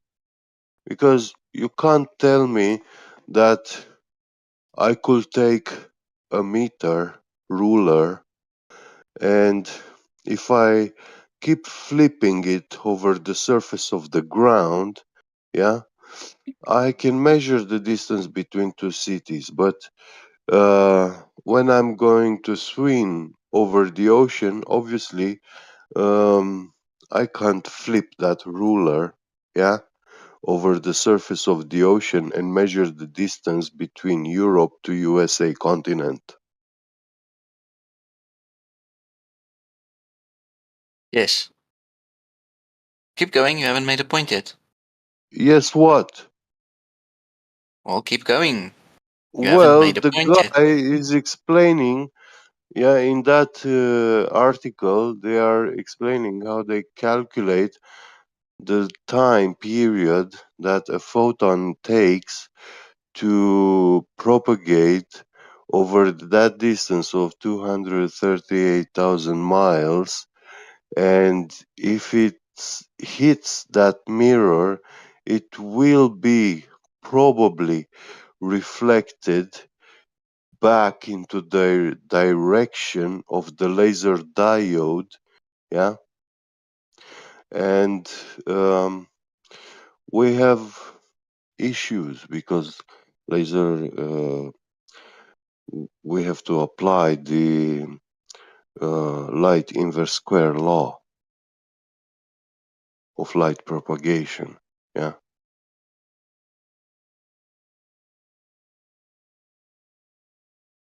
So They might not. definitely Yeah, get because that, they might not know that what that means. Inverse square I law. know, They yeah, I might know what explain it that to you. means. Wait. I'm even just If not you sure what even the if point it's is.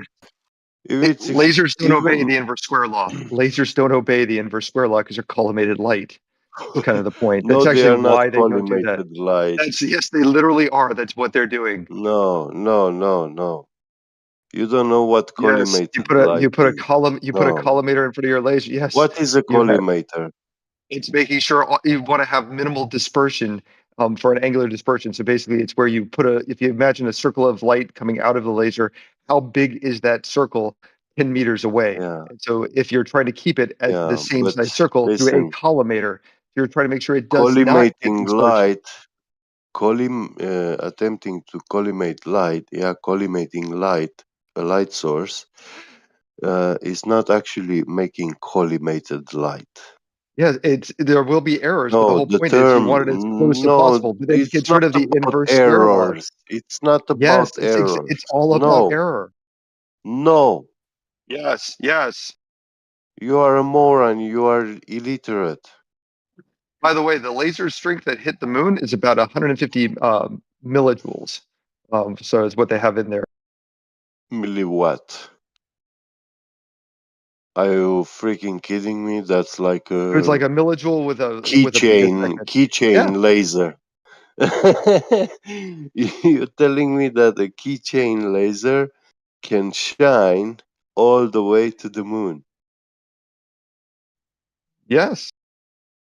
Oh, so if I light up my cigarettes, yeah, which obviously it's a lot more energy than that, than 100 milliwatts, yeah.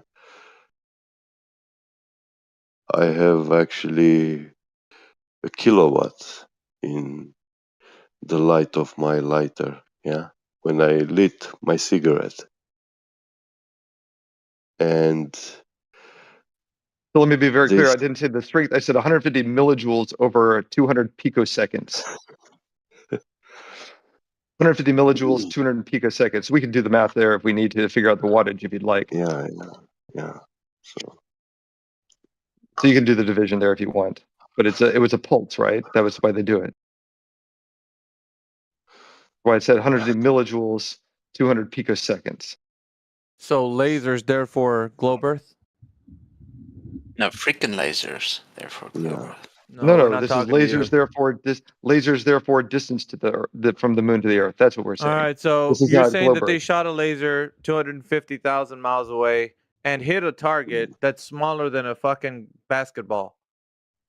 That's Yes. retarded. That's stupid. Why? Why? Because it's dumb, dude.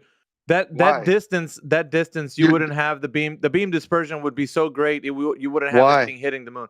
Yeah. But Why is it besides No that, photon. Why is but it so? Why besides you're that, just making a claim? It has to be. no. But Why? besides that, because you can notice that a beam dispersion happens, so it doesn't matter if you're saying that it can't follow the same criteria that he's outlining. You're still going to have the beam dispersion taking a place or occurring.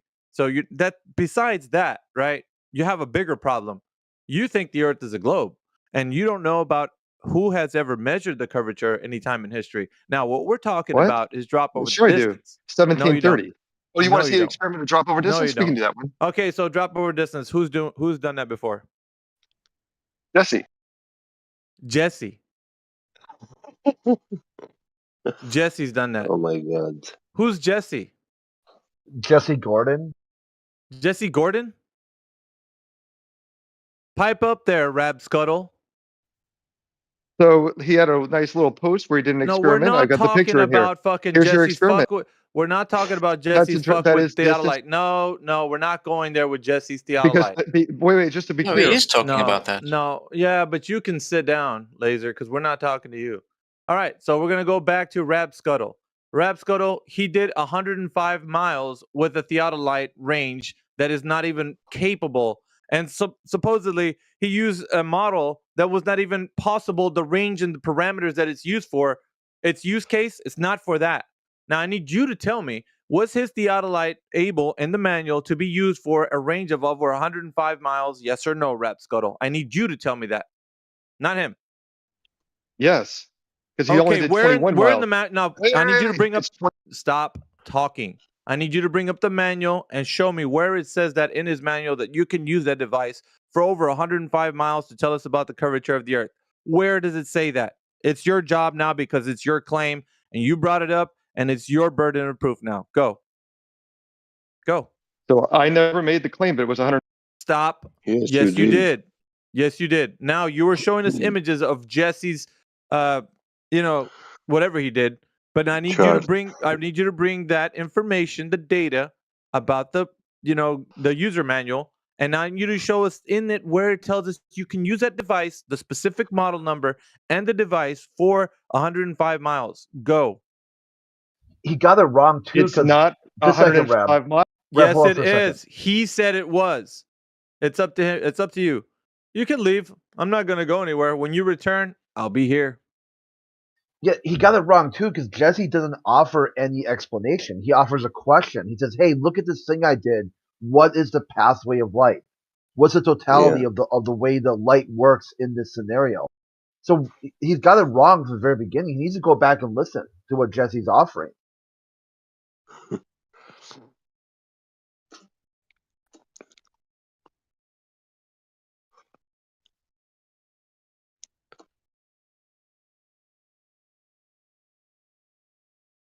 Let's see where I lost that article where they were calculating the probability of a returning photon from the mirrors on the moon. Ah,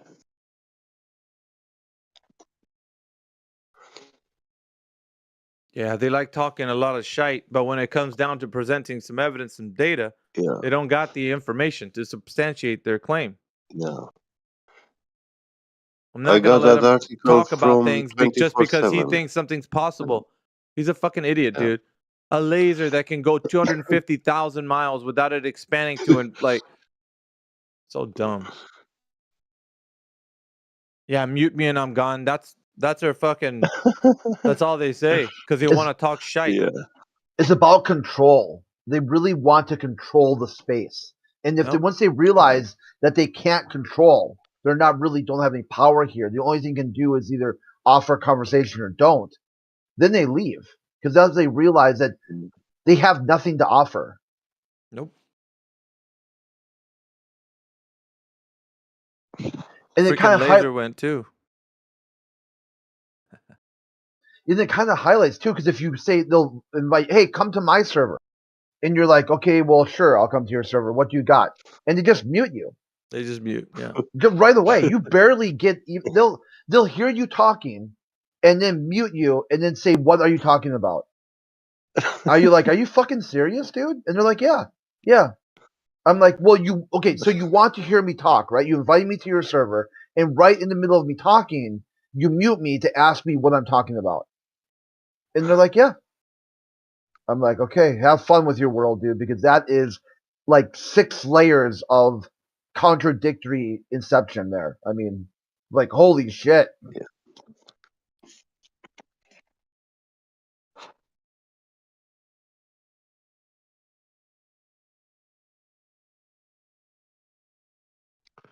There is no end with them. J Rock, this isn't an echo chamber, dumbass. If it was an echo chamber, you wouldn't hear anybody speaking up against what we're saying. It would just be us. He's Fucking not even idiot. in voice. He was. Oh, okay. Just a tech squawker. No, he was in voice. He just left right now. He was muted, actually.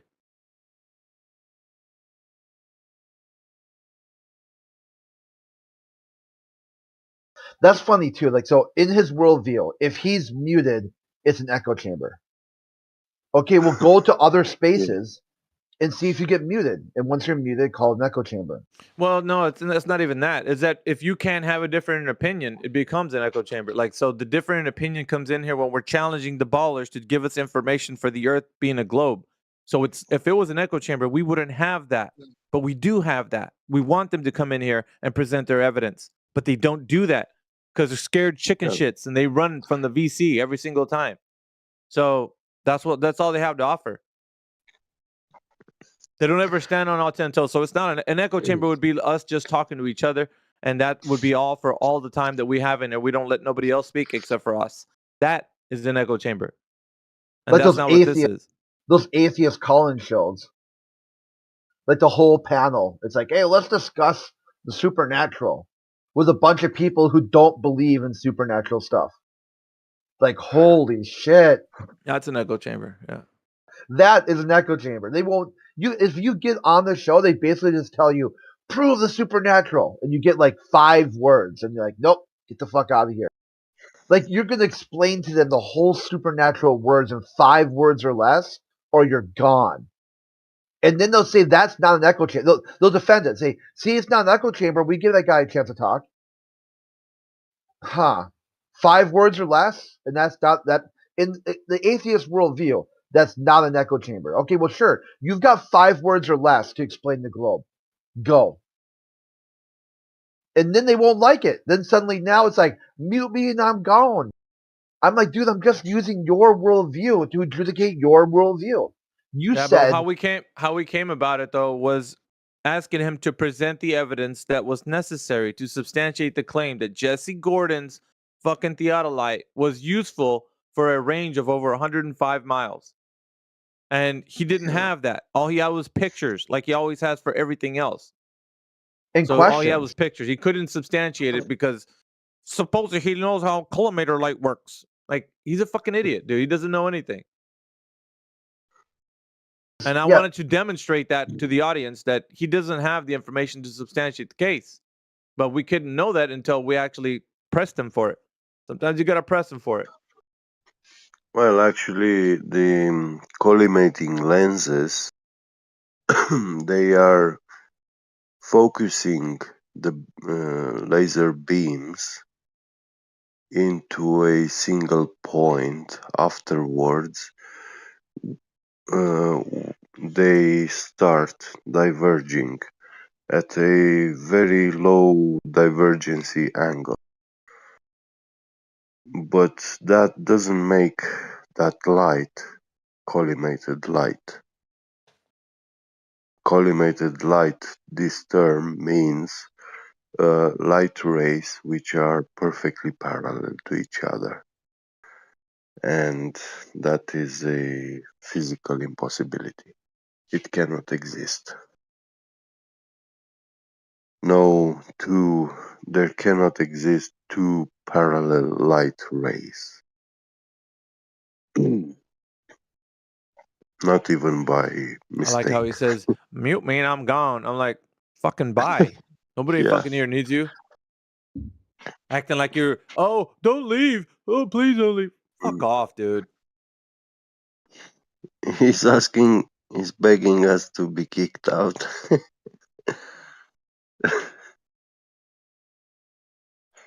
Like, what's the point of visiting you if when I get to your house, I'm asking you, hey, Miggy, kick me out?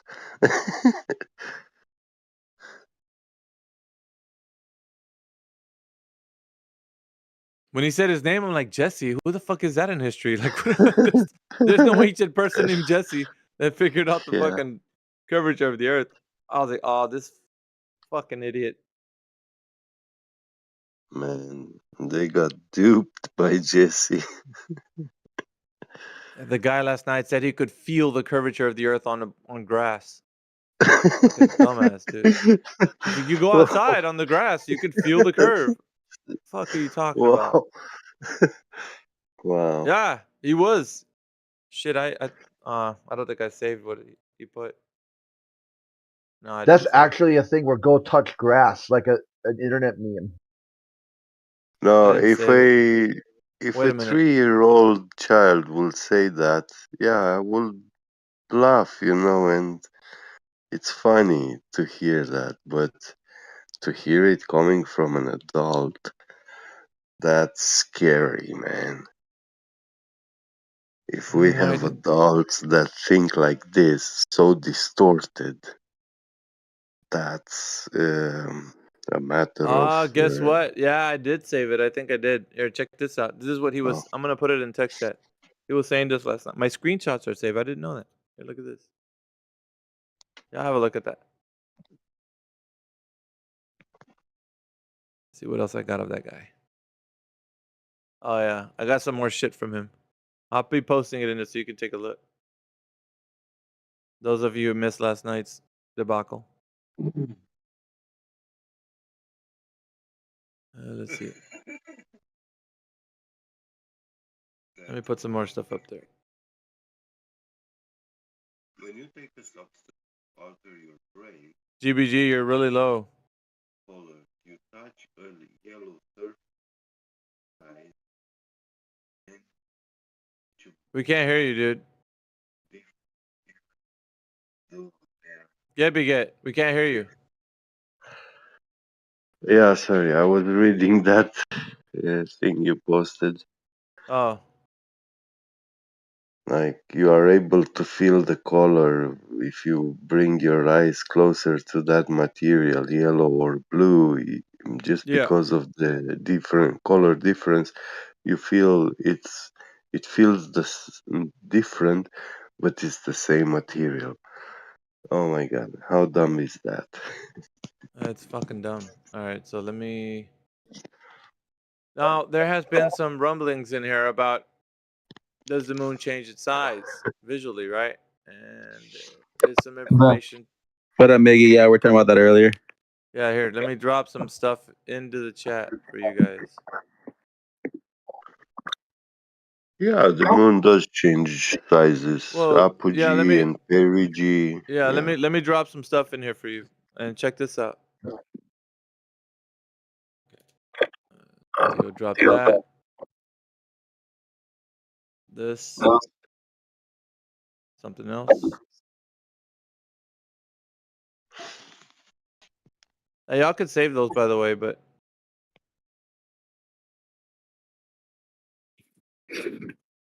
Now imagine 4 times bigger.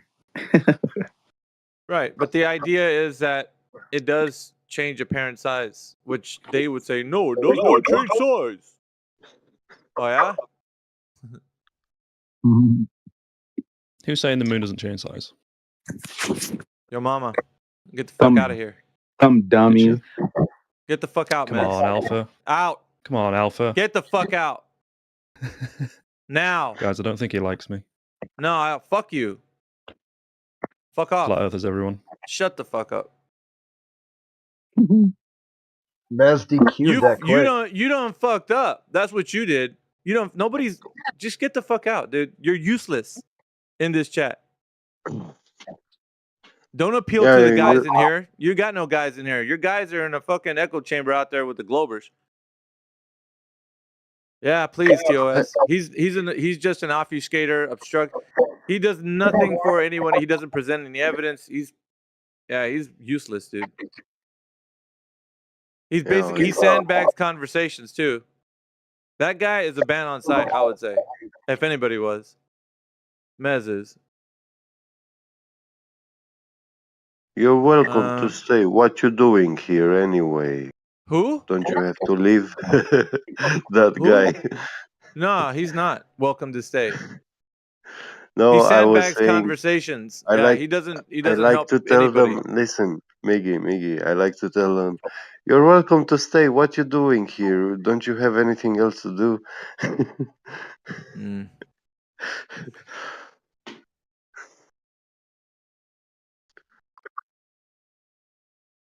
Yeah, appreciate it, TOS. Yeah, he's useless, dude. That guy. And then he appeals to the crowd. Well, he don't want me here, guys. Yeah, nobody fucking wants your obfuscation tactics or sandbagging content where we're trying to have a conversation with somebody and you start chirping in the background. Fuck that.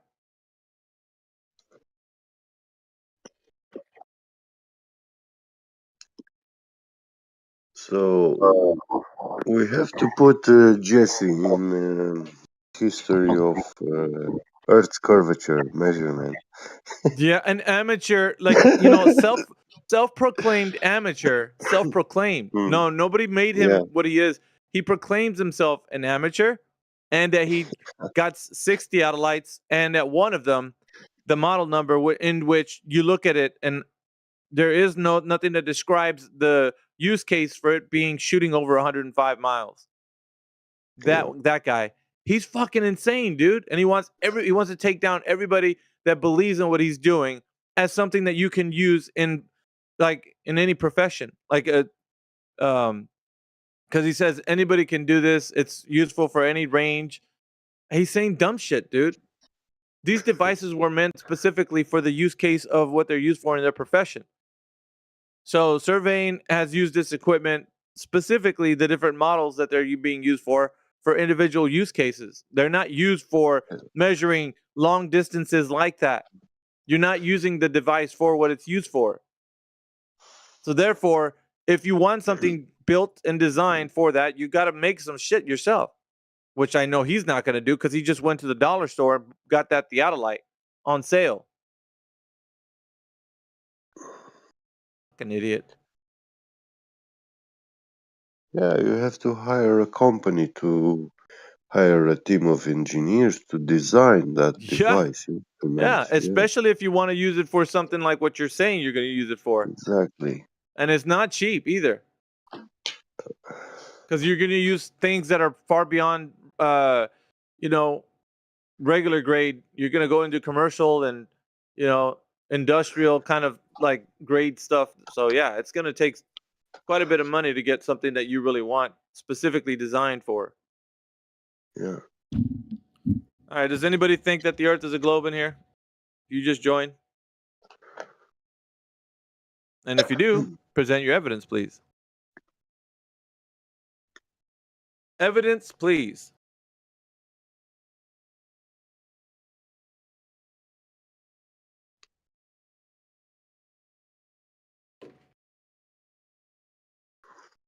By the way, stories are not evidence. No shit.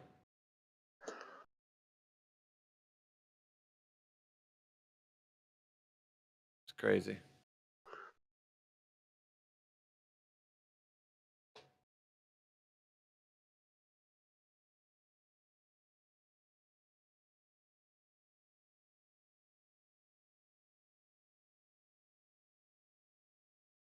Knowledge was statistical probability. Oh, who was that guy? I did remember jumping in a conversation, but was that Jesse that was saying that? Huh.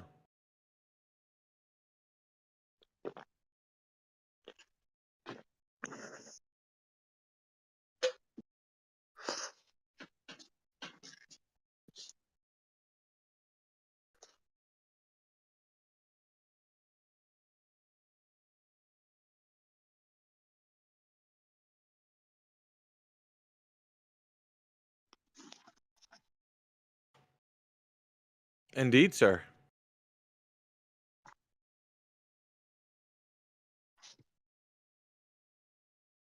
Well, I mean, it is Sunday, so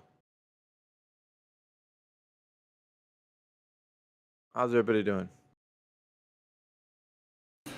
I'm about to touch the ground again after 13 hours of flight from Malaysia to Amsterdam. Are you in the air right now?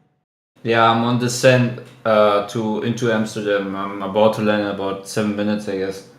What are you? Why does it sound like you're inside of a room? Like, what kind of plane are you in? Microsoft Flight Simulator. Oh, Simulator. shit. I was gonna say, dude, it doesn't sound like you're on a plane, but fuck, I mean, what? Maybe you got first class or something to give you a little space there. No, I flew the plane. It was a simulation. Okay. Yeah. It's a one-to-one simulation of the software of the aircraft. All right. Almost 100%. I think 13 hours is my longest flight yet. A few more, and you get your pilot's wings, just like Jesse gets his professional theodolite experience. Oh shit. No, Clay really wants to learn it, get a license. Yeah, Brett, you got enough money for that, by the way. You could if you really wanted to. Rub elbows with some people up there in the ivory towers that you hang around with, and talk to a friend of a friend, and then next thing you know, you got permits and the ability to do that. Shit. And it's all about who you know, not or yes, who you know, not what you know. Yes. Oh, in this world anyway. But the funny thing about this world and people's society is that any man in this world is no further away than 7 people from Ivory you. tower, Like, dude. They're yeah. I mean, that's almost fucking. That's where they live, don't they? In order to get up there, you have to know who's who, the who's who. You got to be a name dropper. You got to, Well, I've talked to Ambassador Shilokam, and we had a meeting the other day, and they talked to Governor such and such, and on and on. You gotta, I mean, if you're up there with those guys, man, you gotta use your every now and again. Just say, well, we were thinking about actually investing some of our stocks into NASA, but in order to do so, there's this test that I've been inquiring about. Just kind of lean into the conversation. When you're having hors d'oeuvres with a, you know, just saying, man, just throwing that out there. Obviously, that's not my cup of tea, but since you deal with those folks.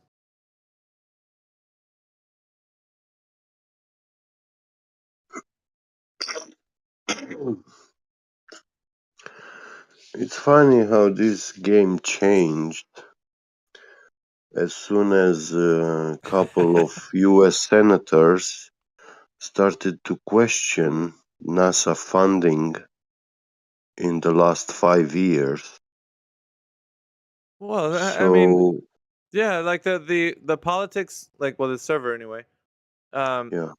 You can say things like, now would be a good time to actually start having conversations with these politicians because they were saying yes to everything because it's almost election time.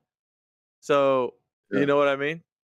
It's kind of like they want to put their best foot forward, so they want to show their constituents that they're about the people. So, yeah, you you can probably go and ask them for some shit. Hey, by the way, and just go into it. I saw these videos where senators or, politicians, they in the government, they were questioning. They have those people on the top. They are like the judges, or the commission, or I don't know. Oh And yeah. yeah, these senators came and asking them, what's the government doing with the money and so on, I discussing think matters. I think even nuclear powered drones, like Yeah, you remember that movie Interstellar with Matthew yeah, McConaughey? That yeah. drone that they took down at the very beginning of the movie, I think it was Hmm. nuclear powered. So you could use something that has substantial amount of power to do something up in the sky. I mean, other than getting something solar powered would be the cheaper way to go, but um, you know, you could Yeah, have solar some type of technology that. solar powered drones, they cannot fly in nighttime, and the problem is that a solar powered drone cannot reach supersonic speeds. Uh, for a drone, you need to reach supersonic speeds, otherwise, nighttime will catch you. You know. Well, there's some technology that can operate on the winds above us. That you have different Yeah, but wind currents. they don't reach supersonic speed, so that's why No, no, I'm not. um, Yeah, so you just got to rely on they already something that can they propel the all craft forward yeah without it they being. It could be efficient. these nuclear powered drones, they do exist. The U.S. military, they have them. Um, That would be the closest to something being up there for many years. Like that doesn't need to yeah, be yeah. the energy that's Um, Nuclear powered drones, they can fly continuously 100 years. interesting. Yeah, easily. I mean, after 100 years, they would land them to change some parts which will degrade, or, rubber seals, things like this. Change oils, whatever, grease, because these things are consumable, but it takes quite a long time until they consume. So yeah.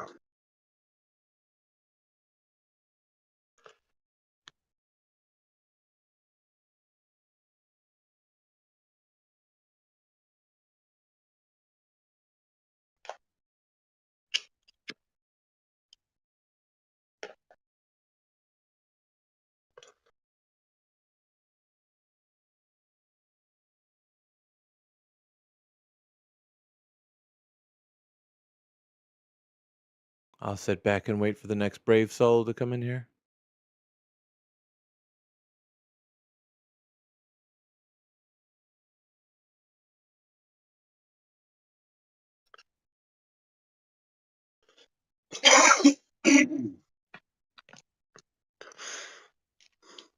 They don't even need to have like heavy uranium, enriched uranium, or plutonium. They can use thorium, make thorium battery sources. Even those would last decades. It can make a drone fly for decades continuously. So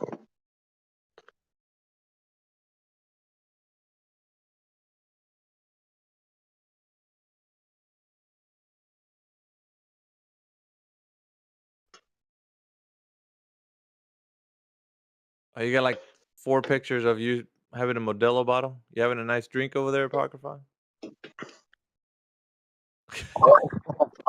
I set up the camera on my phone, like on upside down, so that way it could take it to the close to the ground. And I put a Modelo. First picture is Modelo next to a 2x4.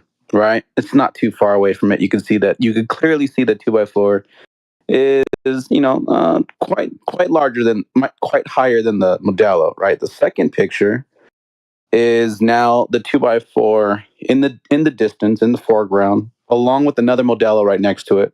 But look how much lower it looks. Obviously, looks like it's going down, right, guys? It's a curved ball Earth in my backyard. I don't know about you guys. And then the third picture, all the way behind, it's now shorter than the Modelo bottle. Obviously, even the second one. But then the last picture, I put a Modelo bottle right next to it and the distance. And look how small that looks in comparison to the one up front. I don't know why Glovers can't grasp how things in the distance go down. They shrink down. Doesn't mean they're going down over a curve, because this tile back here, by the way, is so perfectly flat and horizontal that when it rains, it floods back there because there's no a slope for drainage. They didn't make it that way. Yeah, but you got to use crayons for those guys. Yeah, I forgot the fucking crayon.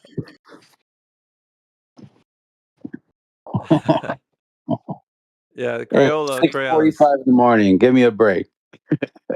Otherwise, you can't communicate with them. They're still gonna be scratching their heads. They don't understand. Nah, this don't work. I don't understand. What the fuck? Right.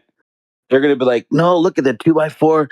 You can tell it's curving behind the curvature of the Earth because look at it smaller. It's actually your floor is curved, bro. What the fuck? It's curving. Right. It's The going floor is behind the curve. I live on a ball, guys. I literally live on a ball. You just proved the Earth being a globe. Let's get real. Right. I mean, if this isn't enough fucking evidence for them, or if the light doesn't turn on, if nothing clicks, if they can't fucking get it, then there's no hope, dude. There's just not.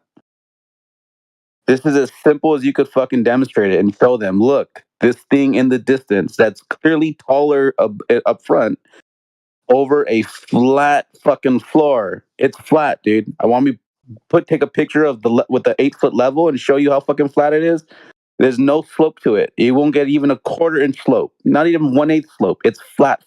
Like I said, it floods when it rains because there's no drainage. And there you go. The fucking thing looks like it's going down behind the curve, but it's just fucking getting smaller. These guys don't get it, dude. They don't get it. Yeah, I got a better one for you. Check this out.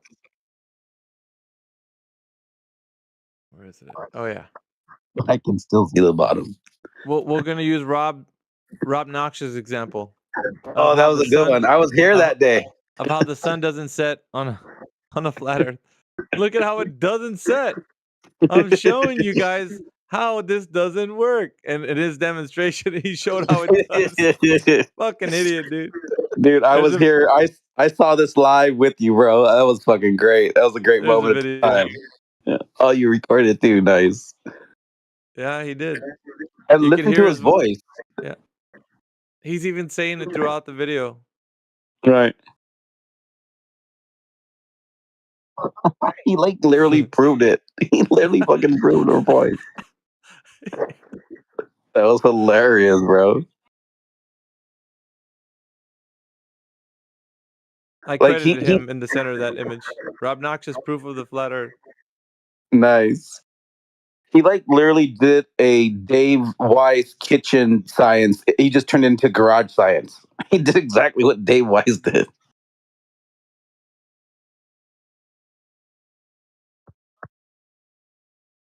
That was hilarious. That was a good day.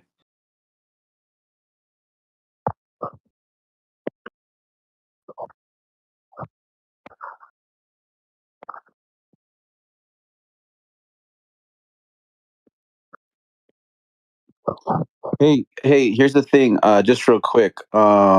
Eggshells, you can still see the bottom, right? That's because there's no refraction going on, bro. It's my backyard and I'm only fucking 15 yards away or 10 yards away. Imagine a mile away, bro. And all the fucking shit that goes on from your eyes a mile away with heat or cold, whatever. There's going to be this distortion. I told you somebody would be disagreeing with this. I told you needed to use crayons, Apocryphon. Otherwise, Eggshells couldn't realize what you're doing. So next time, use crayons, bro. That's the only way that fucking eggshells and everybody that disagrees with you, they'll see it better. Eggshells, there's always been refraction. It's just not the way you guys use it. You guys butcher reality to fit your, lie. That's all you're doing. Not you specifically, but that's what Globers do. Well, I guess it's you. I think refraction was a flat Earth claim back in 2015. Correct me if I'm wrong. No, they use it. They use it to distort reality in the sense of it saying that something could be appearing behind the thing that you're seeing obstructed, and that's just not refraction. That's not how it works. Refraction doesn't do that. They're saying that something behind the obstruction is being visible because of refraction. That's what they're saying refraction is, and that's not it. So they're misusing the word and the optical phenomena of what refraction is. Yeah, and they will parrot, and they will continuously parrot that this is how refraction is. We see over an object because of refraction, and then and then when there's less refraction, then the object will be behind the obstruction, when it's literally the fucking opposite of that. Like, it is literally the opposite of that. But they just, man, it's crazy. Super crazy. Refraction will cause you to see less further, but they believe that refraction causes you to see further simply by raising up the object behind the obstruction into your view, which ironically creates a flat checkerboard surface. That's fucking wild.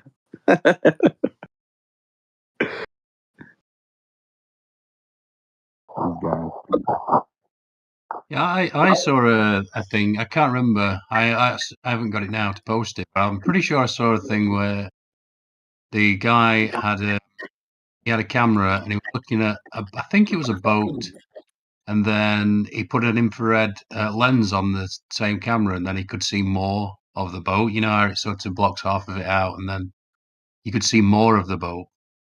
So that's kind of opposite, isn't it? If it's cutting out refraction. Yeah. Yeah, I think the infrared thing's pretty. That's a pretty good observation. More people should do that. Or have the varying views of, like, using different cameras and then bring up the infrared after that. Yeah. I think that would be a good example.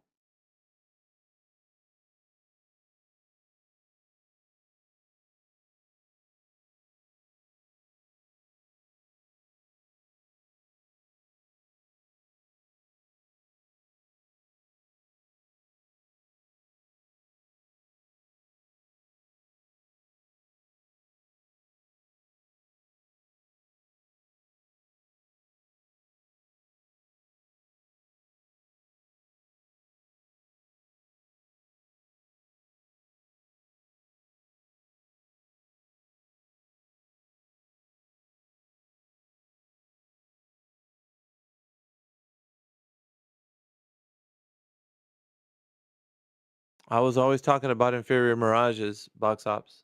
I was. Yeah, it's easy to demonstrate on a flat surface why you can't see the bottoms.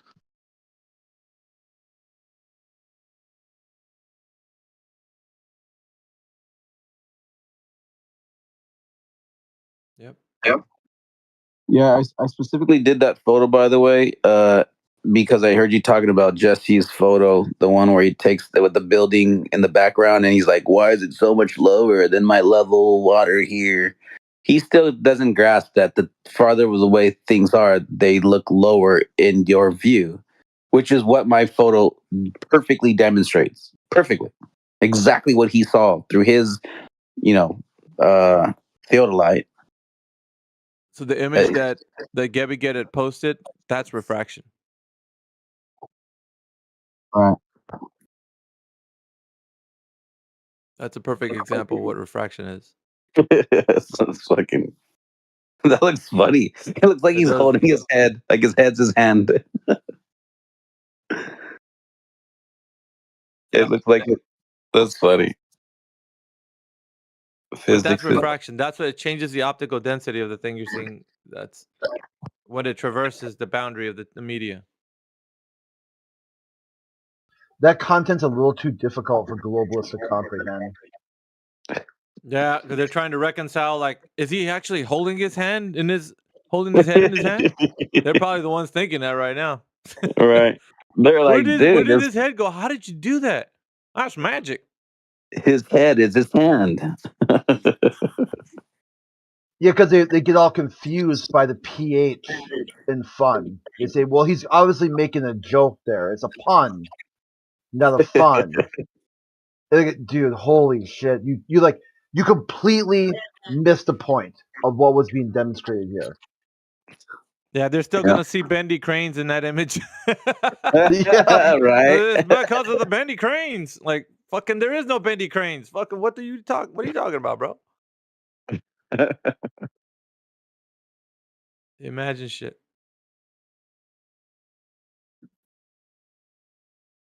Silly globers. Yeah, poor guy, Rob Scuttle today. If you do this, then I do. If you do X, then I do Y. Fully surrendering all personal agency. It's all gone. It's like, I'm just an NPC. You can change, vary, manipulate me any way you want. All right, let's test it. And he left. Yep, just as predicted. Hey, Box Ops, where'd you get that info from? Anyways, never mind. I clicked the link.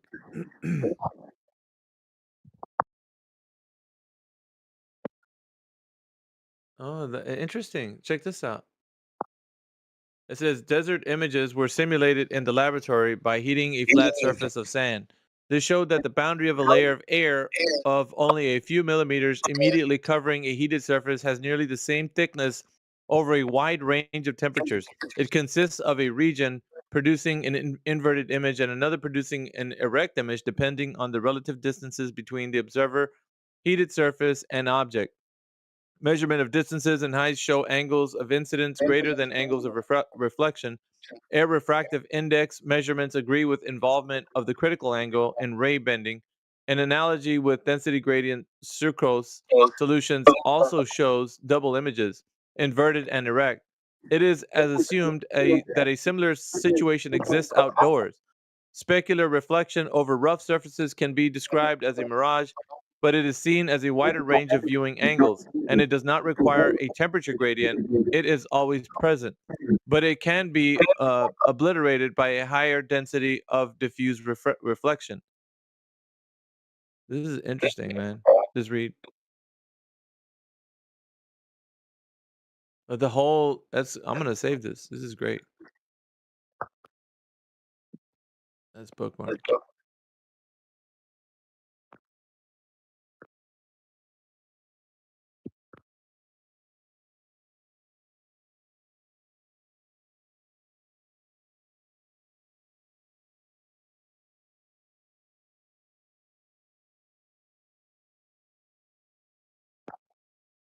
Here, let me. It's called the height above the vanishing line. Oh, that's so cool.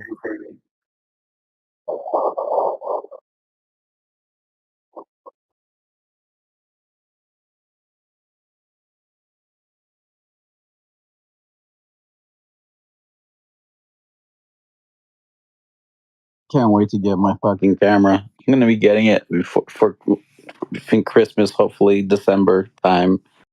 I want to go take some fucking nice photos and stuff.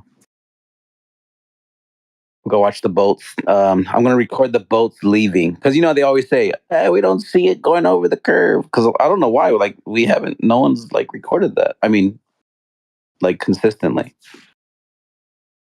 Oh, dude, you can even download the PDF. I just did. Nice. This is, I think, one of the more handier arguments here because this is what's actually happening versus what people are speculating on?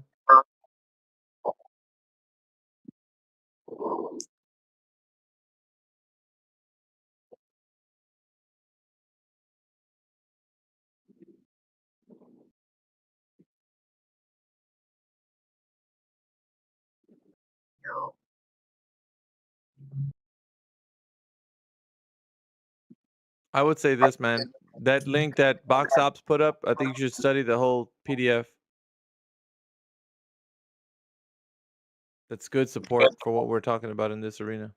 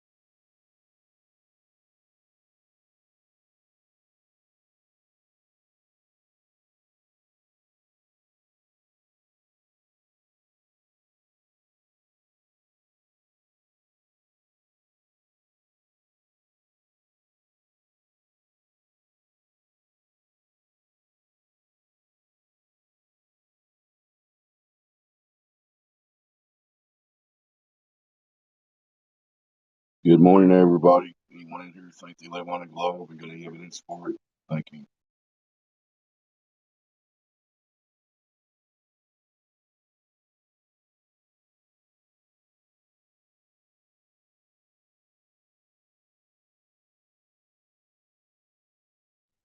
I'll take that silence as a no.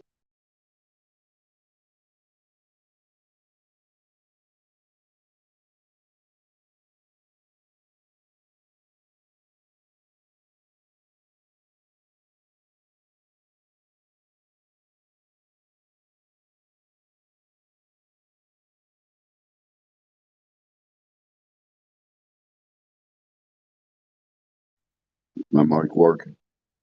No. No, I got you. Thanks, Crit. Anyone maintaining the belief in the globe has not properly investigated the facts of the matter. We all know this. I'll shut up.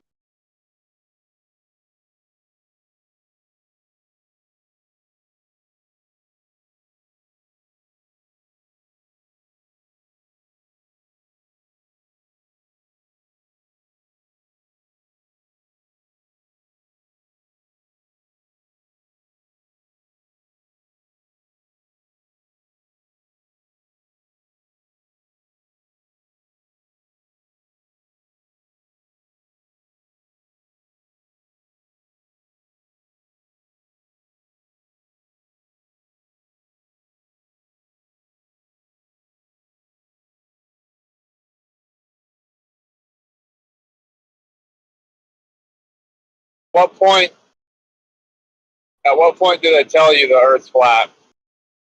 When you're in like government, do you think like the governors know?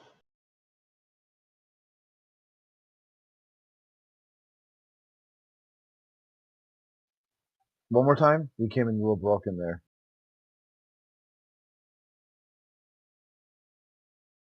You think knows that it's flat?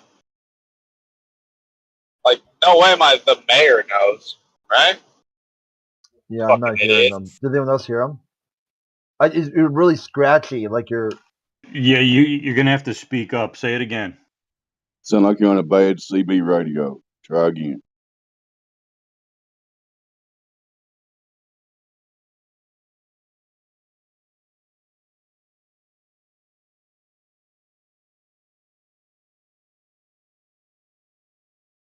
It sounded like you had a thought that no one ever thought before about like who knows the big lie or something.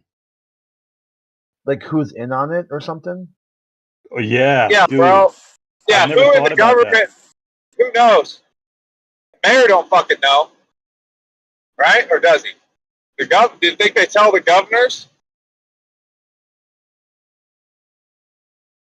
That's good. I never thought about that one.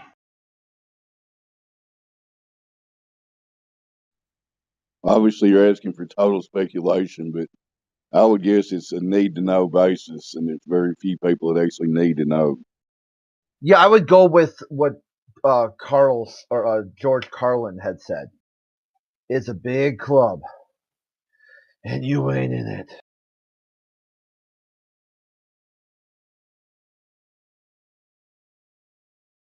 Freemasons know, right? And most of the government's Freemasons. Maybe they all do know, or most of them.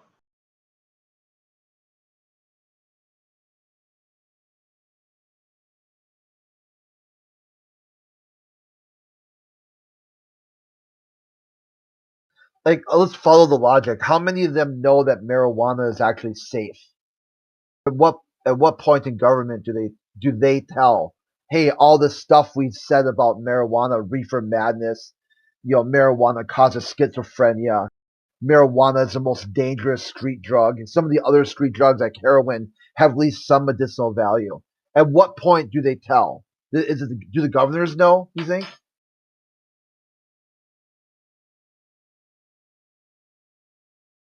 Let's just go through some of the other blatant stuff that government is up, doesn't really tell people, and see which ones and what level they finally tell.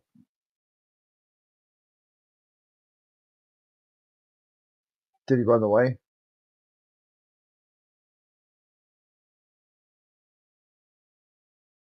No, he muted. High five. Yeah, I can't make out a single thing he's saying. I'm trying. It just sounds like scratchy microphone noises.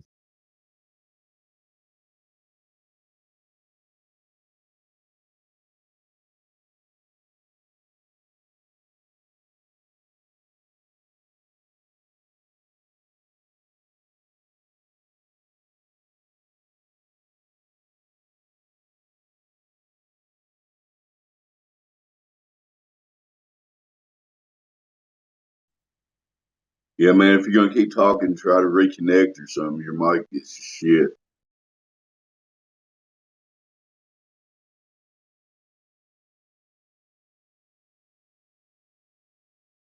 Can you hear me?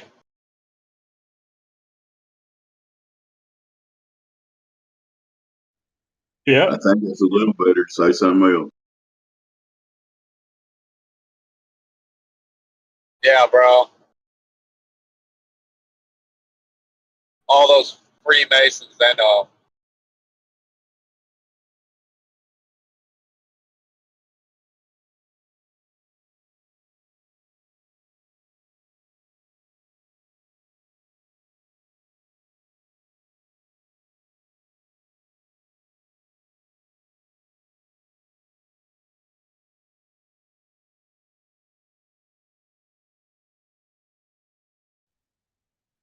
Does it really matter at this point? Who knows? And what really matters is people that know are actually going to speak up and do something about it or say something about it.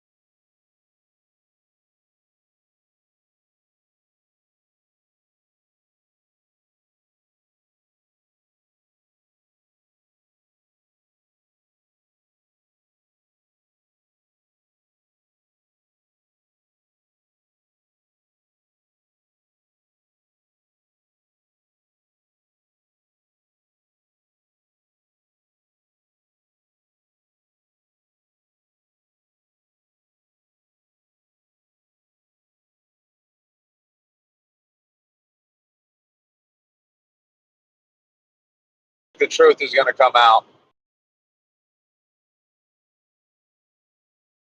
Neil deGrasse Tyson said space is 60 miles up.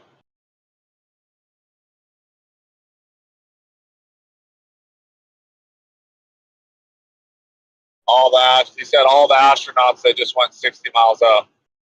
Didn't even go into space.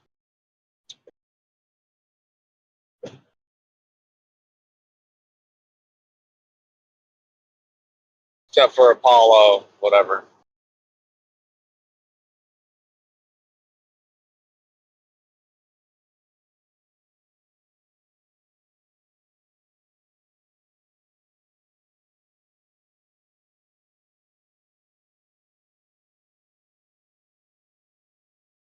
Yeah, so we played golf on the moon 50 some years ago, but we can't go more than 60 miles up now. Okay. That checks out.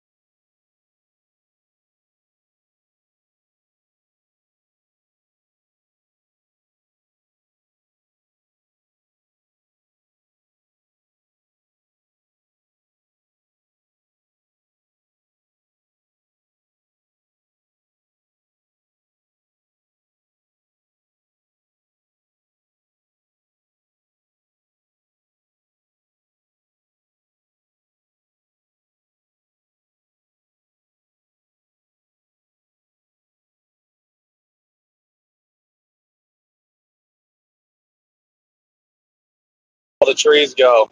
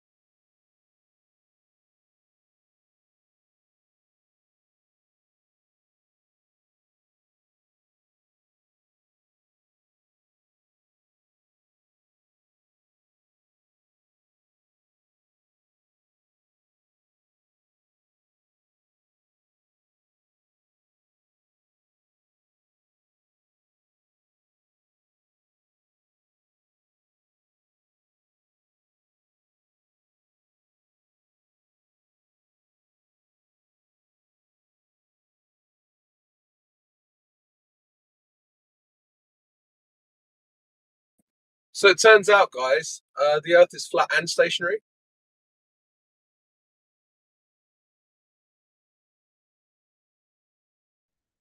Really, sir? Tell me more.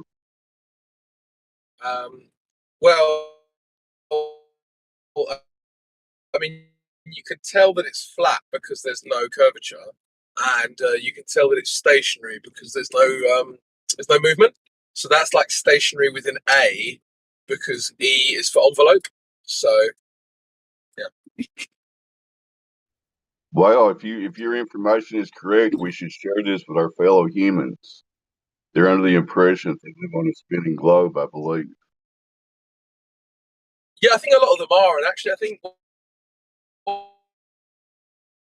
what's weird is that some of them will defend it really vigorously. They'll say they know that it's a globe, but then when we ask them to prove it, they'll say, actually, we don't know anything. So that's kind of weird, because I don't know how you can know it's a globe if you can't know anything. Yes, sir, that is rather peculiar. Yeah.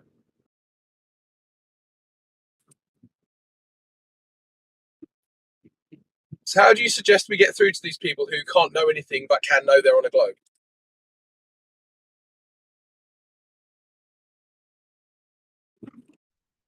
That's the big question, isn't it? How do we reach these people? The main thing I think we fight is apathy, but that's a generalized statement. You know what I mean? Empathy, yeah. Apathy. They just don't give a fuck. It doesn't matter. It doesn't matter if it's a globe or flat. I still got to go to work, but I have to die. Yeah, true. True. That's a bit of a big one, isn't it? Apathy. But then you think, well, if they don't care anyway, then why do we care? It's like, bro, if you don't care, I don't care. It's not that I don't care, it's that I don't care to reach them, you know?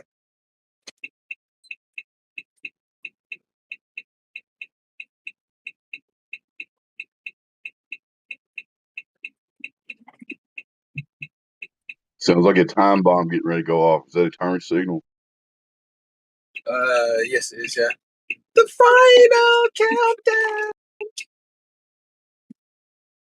Car are you driving, bro? Where am I driving?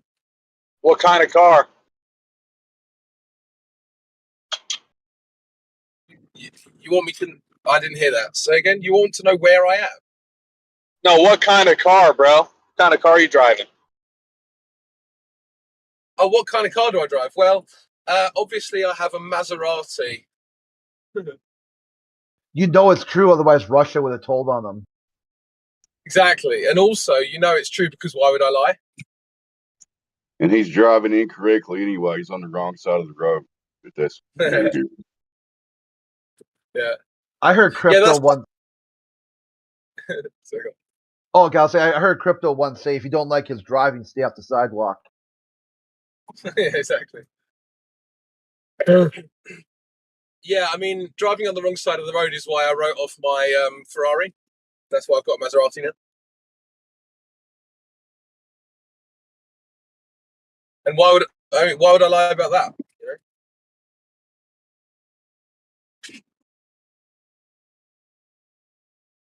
So, Max, is you be able to figure out like how many people need to be in on it or not? Well, I mean, you guys would have to be in on it, wouldn't you? Because obviously I've told you now, and you know, if you perpetuate the that information, then obviously you must be fully aware as well, right? That's how it works, isn't it? Does he not hear anymore? You there, Maximus? Yeah. How many people do you think have to be in on it?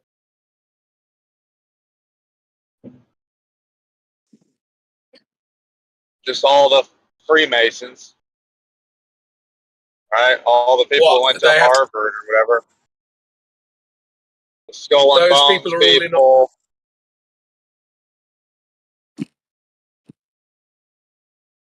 So the Masons are all in on my Maserati conspiracy, are they? Yeah, and how flat it is. Oh, Flat Maserati. how flat my Maserati is. Yeah. I'm so confused.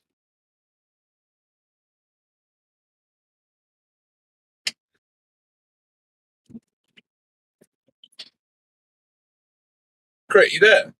Yeah, I'm here. Do you know if this guy has any idea what we were just talking about? You know, I've been trying to listen to him. I haven't been able to make really much out. What from my end, it's just a scratchy, really distorted microphone. I can barely make out what he says. I kind of vaguely heard one time he was talking about state governors or something, and that's pretty much it. Right. So it's like the people who were in on it must be suppressing his ability to talk. They don't want him to get the word out. Well, I mean, the president of Maserati is in on my conspiracy, and all of the workers must be, right? So, I mean, why would the showroom staff lie about me having a Maserati? They've got no incentive to lie, right? So, I mean, how many staff does Maserati have?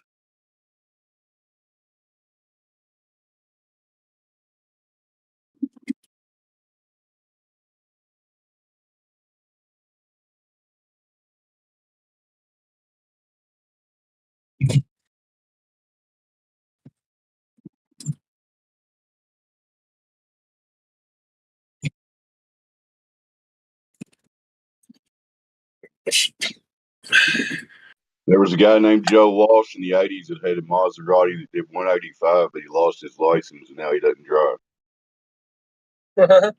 If anybody cared.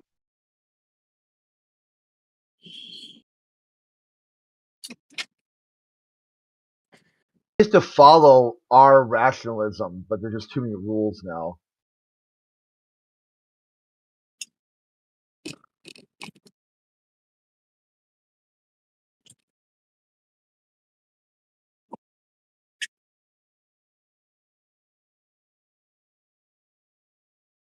Maximus, is it rational to like say you don't believe in something you don't understand?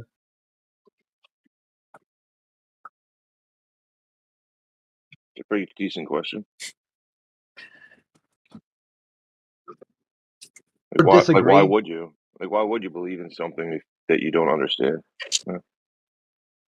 Or to disagree? See, I disagree with something I don't understand. Is that rational?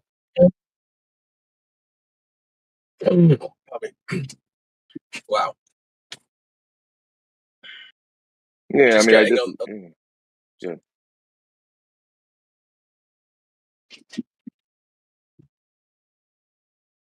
Go ahead. You're driving your Maserati. I don't want to cut you off. No, I was just saying I'm getting onto the last day of a cold, and it's just like you know that last day when your lungs are just kind of clearing out and it's grim. So I've been trying to mute myself and I'm coughing. I was just wanting to apologise for coughing down the mic. It's like the last day where you feel like, hey, I don't know if I should stay home or not, and then you're like, but I gotta get out there again. I don't really believe in germ theory though, so why would I? Like, it's like people are, oh, don't spread your germs. I'm like, bro, I don't believe in that shit. Like, well, not that like spreading germs, but just that you're going to rest, and like heal up. Oh, yeah, no, I feel fine. I sleep plenty. So. Here's something I was thinking about the other day. Pretty basic and dumb. I haven't even looked into it, right? So you heard like if you're freezing to death, right? You get naked and you hold each other. Like hopefully it's a woman, right? But and you get warm, right? You've all heard this, right? So that's the way to survive. Like you got to get naked and cuddle, right? So is that in essence like all right? Your body temperature is negative. Your body temperature is negative. So is that in essence a negative plus negative equals a positive? How's that happening? How's how's that happening? I've Or heard two as well. negatives equal positive. Yeah. I've heard that the more attractive the woman, the warmer she is. Because obviously she's going to have like a bigger booty and some bigger boobies, and that's more body mass, right? So that means there's more warmth. Yeah, but I'm just saying she's freezing to death, right? And I'm freezing to death, so we're both freezing. So how did two freezing things equal heat? I mean, what's going on there? Do you actually want me to explain that? Kinda. I don't know. The reason you're cold is because you're losing warmth, right? But if you're losing warmth to her and she's losing warmth to you, then you don't lose any warmth. Yeah, it's just trippy. I think it's great. There's nothing there's proof. better. There's proof. There's nothing better than a cold winter morning and a beautiful woman in your bed. There's it's like that nothing song. better. Yeah, it's cold outside. Yeah, exactly. Why would you leave? And it's even better because then she's just like, oh, I don't want to get out. And I'm like, well, I don't want you to get out anyway, so it's fine. After like 14 years, you're gonna get out. My back hurts.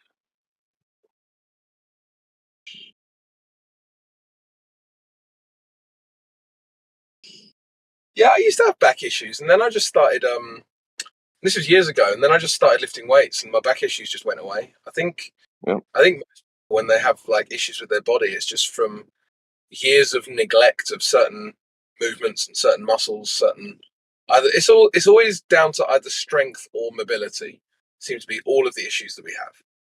And when I fixed my strength issues, I started having mobility issues, which is really annoying. But then I just fixed those as well. I mean, it's like as long as you know what to do, it's just not an issue. Yeah, I mean, you are right, definitely for sure. It's just like if you sit around for too long, like all day, sit around. I gotta like do push-ups or my back will hurt. Yeah, I got to start like working out or I'll start hurting. But mobility issues are actually more serious because they take longer to get bad and then they take longer to fix. Like a strength issue, you can generally get your muscles acceptably strong in days or weeks if they're too weak. Like I had very weak glute muscles compared to my quads and my thighs. And it was causing me problems with my lower back. So I just added glute exercises into my gym routine, and within about 3 weeks, I had no issues. But when it comes to like, I also had hip mobility issues, and those took 4 to 5 months to fully clear. So I think strength is important, and it's as men we like strong. We like the idea of being strong, right? And it is important. But if you're immobile, then how strong you are just doesn't matter, because I had very, very strong legs and very strong arms, but my hips were causing my knees to blow up like watermelons, and I couldn't walk. And this happened. This was for a few weeks before I got my hips back to normal, and then everything was fine again. Yeah, but no, you do have the right. It's like we want our, if your back hurts or something hurts, right? It's like you want your cake and eat. I want to be lazy and not do anything, but I also don't want to hurt. But you can't. It's just not possible. You have to work out. You have to like exercise. Do you know what the hell of it is though? Is that people hate exercise. I get it because I used to hate exercise, but then when you start to really get into exercise, you actually enjoy exercise. You actually start to miss the gym. And I'm talking about weightlifting and stretching. I'm not talking about cardio. Cardio is dull as fuck. Like, I hate running. And I don't run. I refuse to do it. I'll do it in like a team sport if I'm playing football or something. Not a problem. And when I say football, I'm talking about the ball when it's round and you kick it with the foot. You know, football. Well, that upside down football, I got you. No, you're talking about Aussie rules football, which is more similar to American football. But anyway, the point is that, like, I mean, cardio is important, right? But I think mobility is the most important thing you can train in your body. If I'm being honest, mobility and then probably strength, and then cardio in that order. Yeah, but like mobility, I don't really exactly understand that. Wouldn't that happen from like what that is exactly? But wouldn't that be solved by like running mobility? No, not at all. Because let's just say that you've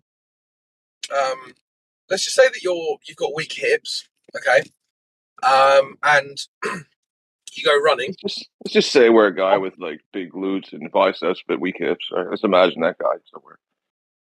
Okay, so you got a guy with a big juicy ass, no homo, and he's got weak hips, right? What's going to happen there is that all of those muscles are going to be pulled round the back because the glutes are tight and they're strong, and they're going to pull all of the other muscles around. And what that's going to do to the knee specifically is it's going to pull it around as well, very, very subtly, gradually over time. But what that means is that if you go running and then you make a sudden jerk movement in the wrong direction, you can tear like a meniscus, or you can injure yourself in some kind of twisting way, and now you've got an injured knee. Whereas if you are training your hips and also your tibialis and your calf as well, they take a lot of impact from running.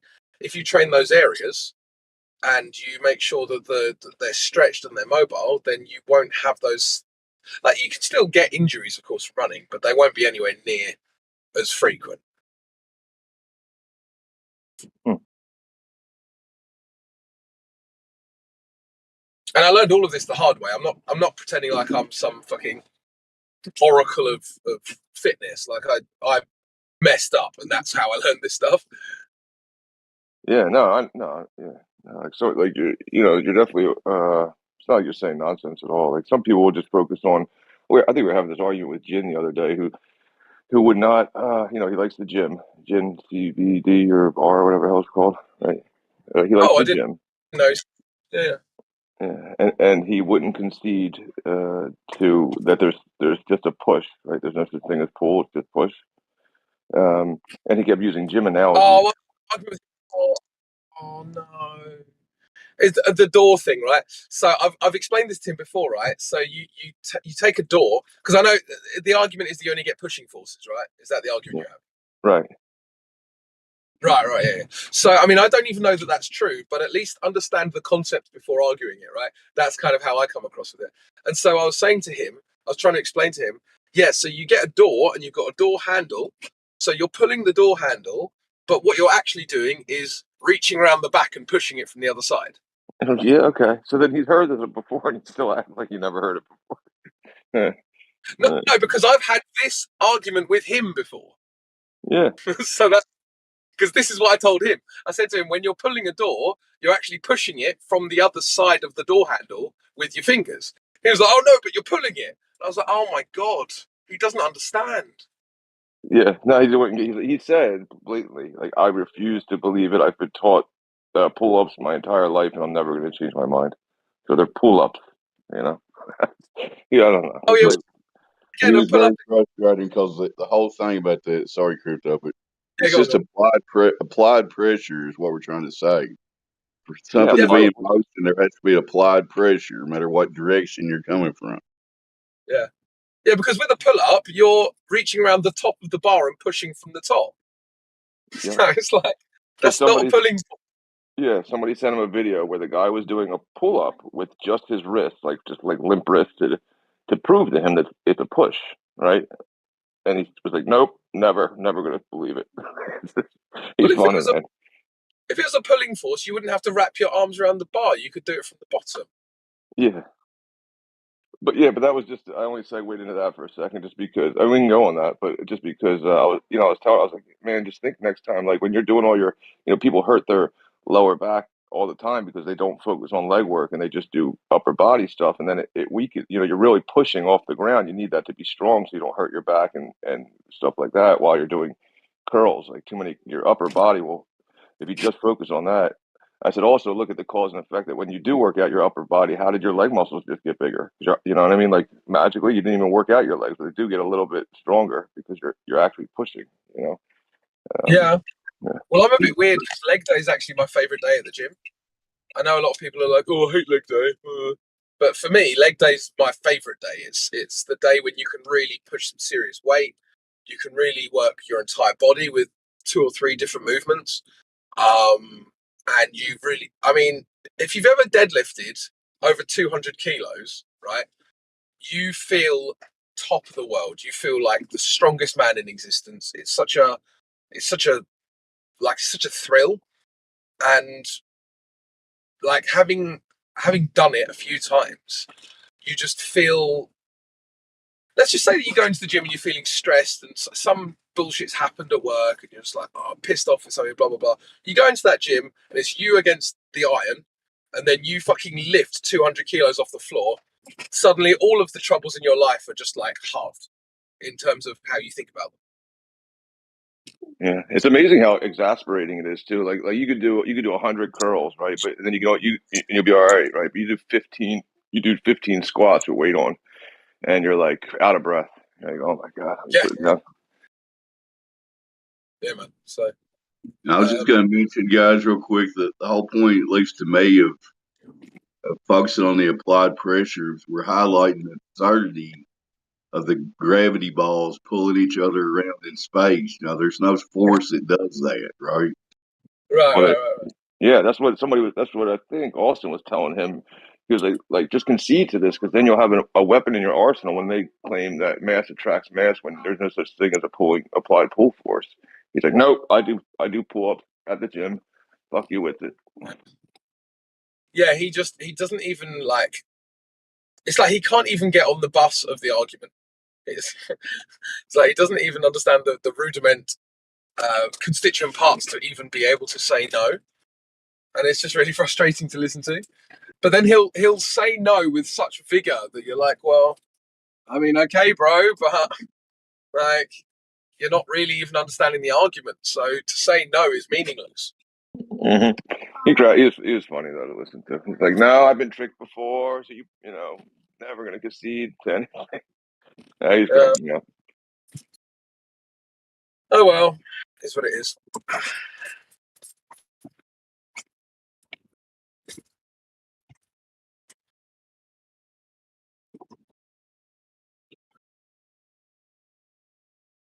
Yep, we don't have space balls flying around in a vacuum pulling on each other. That's ridiculous. Oh, So what are you're they saying? pushing? What are they pushing off of? You're saying that these guys like to tug on each other's balls?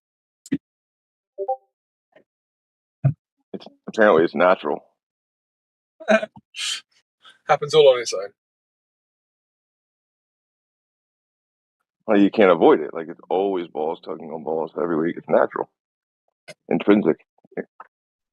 Isn't it weird how all that ball tugging just resets it perfectly every year in the sky? But that's besides the point, I guess. Well, it's not just every year; it's every day, every month, every year, every 18 years. It's like, yeah, man. This ball tugging is cyclical.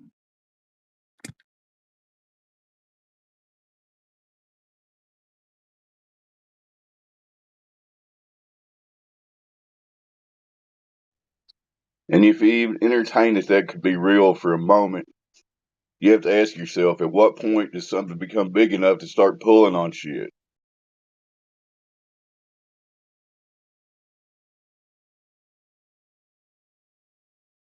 Now, where's that line when it turns into a pulling force?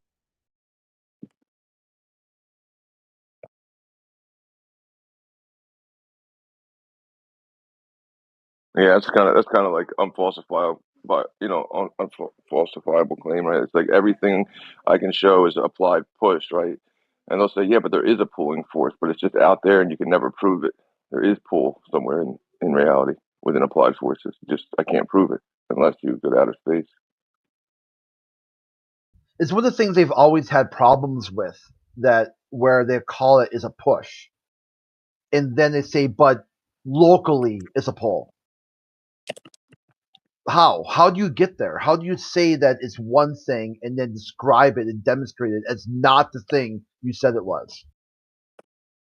Yeah, it's always been like it's kind of been like, all right, they'll show like, okay, Brad, they'll show a figure skater, right? Like spinning in a circle, right? And they'll say, look, it's pull, right? Like it's fit, but that's like your arms are being pulled in tight, but they're not, but and you'll get faster as you pull in tighter, which is not actually what's happening, right? But then they'll say, well, like gravity does the same thing, but there's no, it's not physically attached like the arm or the hand, and then it's it's just a pseudo force, but what's pushing is like yeah, like what are you even imagining is happening there? Like what is a magical string that's holding the moon to the ball Earth, and like a figure skater that's spinning? Like if I cut that figure skater's arm off, it'll fly away. It won't pull in. Like what's holding on to the moon?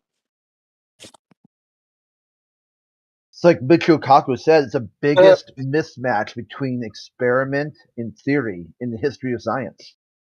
Yo, guys, can I just cut in? So Tony is in the voice chat text telling us that the balls don't reset, and it's not weird. Hi. So I'm just wondering if Tony can actually explain what that means.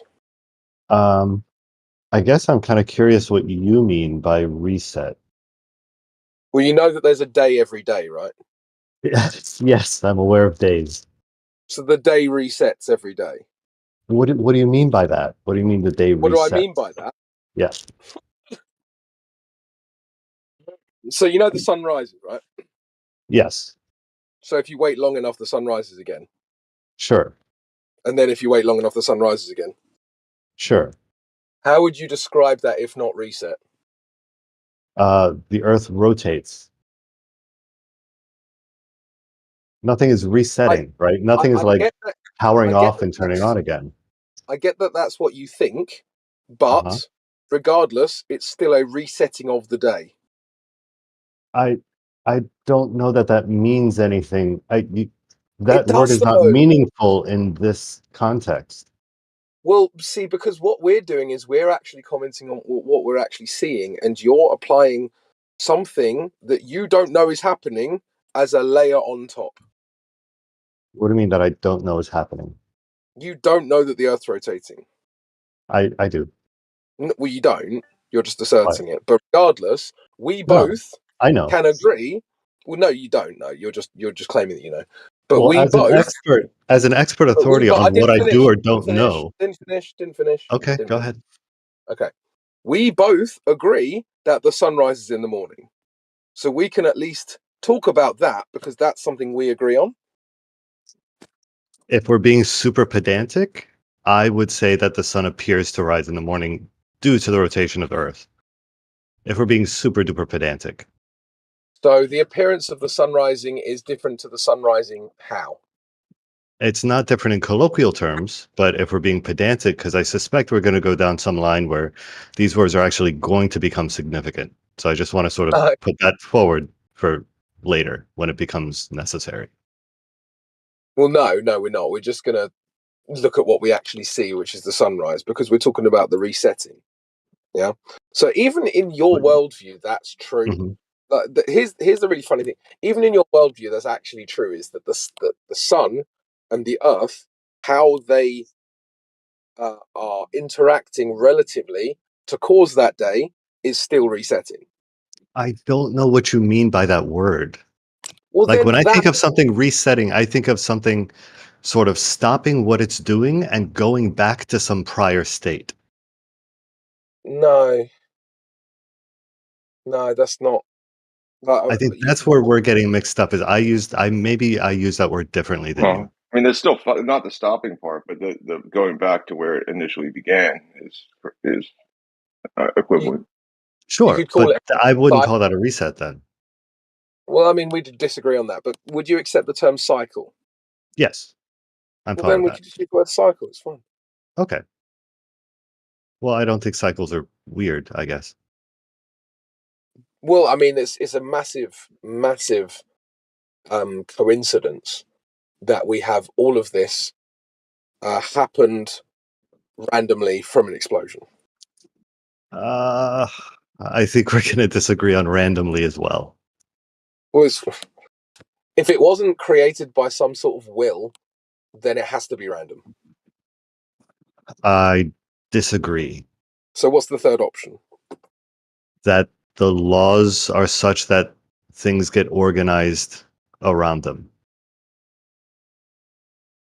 Okay, and Something like what caused those laws to be organized? What caused? Say that again. Sorry. Yeah, what caused those laws? It was one of the two options I gave you. Oh, the laws came out of the universe itself. Yeah. So the universe randomly formed, exploded via Big Bang, or it was created by some sort of god or will or whatever, right? So Sure. Yeah. the But I ontological think primitive. So I gave you the ontological primitive, and you said no, our third option. And then when we went into the third option, it turns out that you actually were going for the first option. That's yeah, fine. I think I misunderstood what you were applying randomness to. So those laws may well be random, but the organization of the universe around those laws, I wouldn't call that random. Like it The could laws be aren't that a random. universe. No. It could have been that the universe were created with a different set of fundamental laws, right? Like any physicist will tell you that's a possibility. Why these should be our laws and not another set, I don't think anyone can answer, nor if that's even possible. But in like physically possible, but in theory, that's absolutely possible.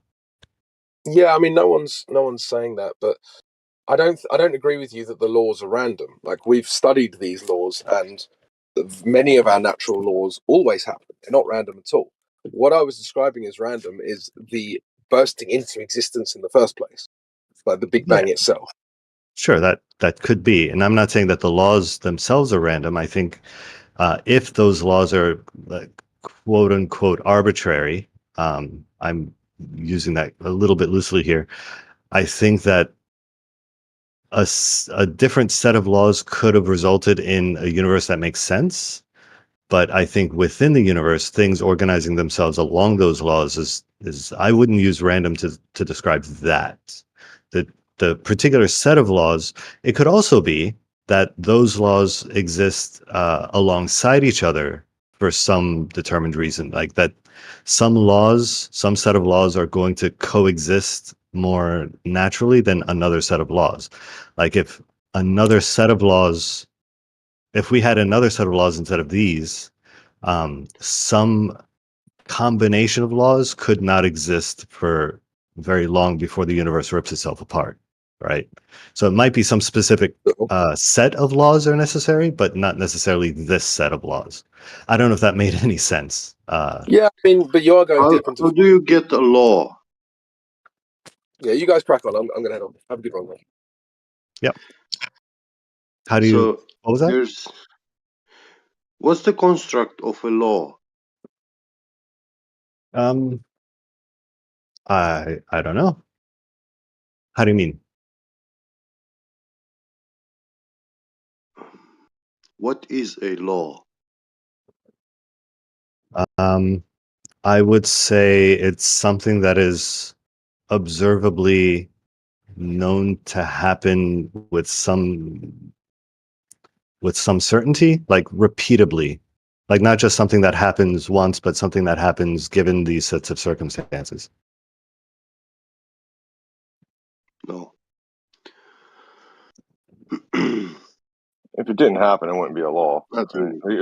Well, if Can't it didn't break a happen law. every time, I would say something that would have to happen always.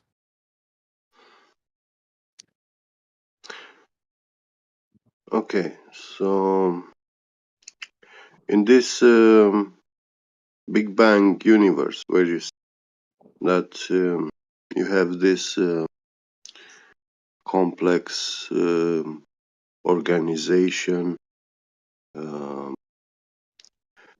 makeup of systems, yeah, laws. There is a thing when scientists speak about these things. There is a word, and it's the complexity, which is 3 types of complexity out there: random sequence complexity, ordered sequence complexity, and functional sequence specified complexity. Do you know Okay. the difference between these 3? No. Yeah, well, random sequence complexity is like the chaos after a tornado, the aftermath, yeah, of a tornado. Now, ordered sequence. Sorry, what was that? Complex. What was the first one? The first one was the random complexity, the random, yeah, Tornadoes. Yeah. yeah. This is the aftermath of a tornado. Now, the ordered sequence complexity in nature is like crystals, snowflakes, dunes, fractals, you know, these ordered organizations, metric and stuff. And functional sequence specified complexity, it's being distinguishable from all of these because it's like when you watch at a sandcastle built by a child on the beach. And so that sandcastle requires an intelligence. The sandcastle can never occur in nature, or the assembling parts, all the parts, components that make up a 747 aeroplane, yeah, it can never be caused by nature. I'm gonna ask. Well, so first of all, because I'm trying to So write these you down. need intelligent design. Without intelligence, there is no damn. They don't exist. Right. So the first one Yeah. was random order complexity. What was the second one? The second one, ordered sequence. Oh, okay. Yeah. And functional sequence complexity. What do you mean Yeah. by nature when you say created by nature? Well, crystals, yeah, Mm-hmm. they are natural Sure. stones, yeah. And you see, there is a symmetry, similarity, yeah, how those molecules form a lattice, yeah, a crystalline structure, and they make up a crystal. So that's ordered sequence complexity in nature.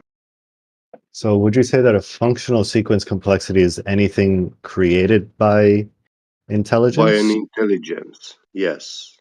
So does it have to necessarily be ordered, or DNA, could it be language, code, these are created by an intelligence. right? So if an intelligence creates something less ordered, would that still be a functional sequence complexity to you, or no? What do you mean less ordered? The immediate example that jumps to mind is something like a termite hill or the tunnels of an ant hill they're not like the crystalline structure, but they're in some sense, they are ordered, right? Although they look very chaotic to us. Listen, the termite hill, yeah, that's made by living entities. Mm-hmm. Now, these living entities, they all have a genetic code, DNA, yeah? Mm-hmm. Yeah. Now, the DNA has, for example, two types of digital information. We are talking about information and types of information. And in the DNA, you will see this exact thing, the third point that I told you, functional sequence or specified complexity. Yeah. Mm-hmm. So if you're claiming an intelligent designer, then couldn't we point to the crystals and snowflakes and say that those are also intelligently made? The same No, as no, no? no, Why is that? because those lack um actually specified complexity. It's just ordered information, yeah, but it doesn't have a meaning. Well, how do we know that? Because it doesn't. Tell me the meaning of a crystal. Well, how would an ant tell you the meaning of our language? Like if we're talking about meaning, that's going to be contextual, right? And perhaps we are not at the level to understand that context.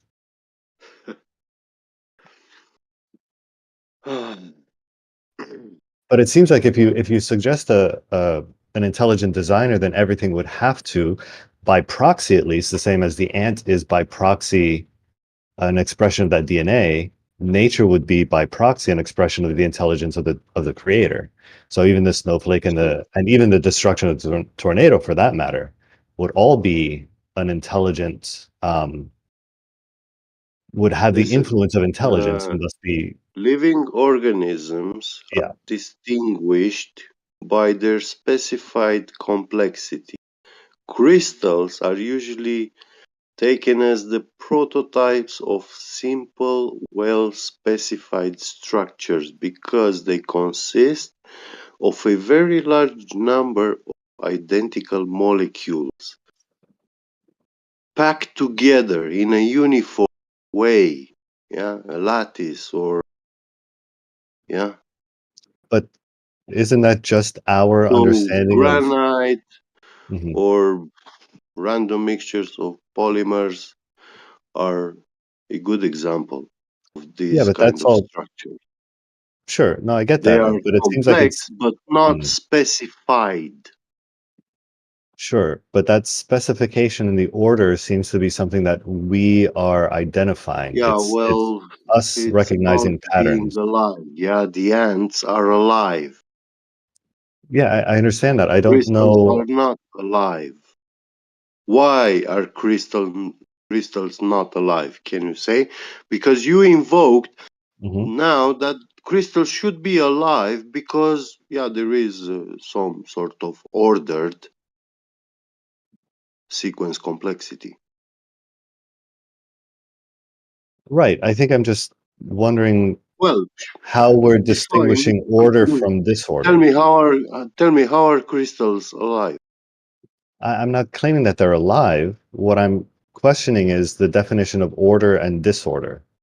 Like it seems like we point to something and say that's ordered because symmetry, for example. But When did I use the word disorder in our conversation?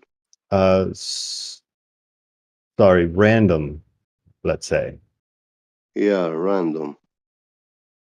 That's not disorder. Oh, okay.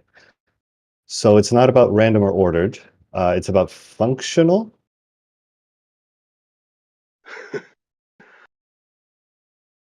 So I'll tell you my reasoning here. You sort of distinguish the third one, the functional sequence complexity, as distinct from the first two because of Yeah, intelligence.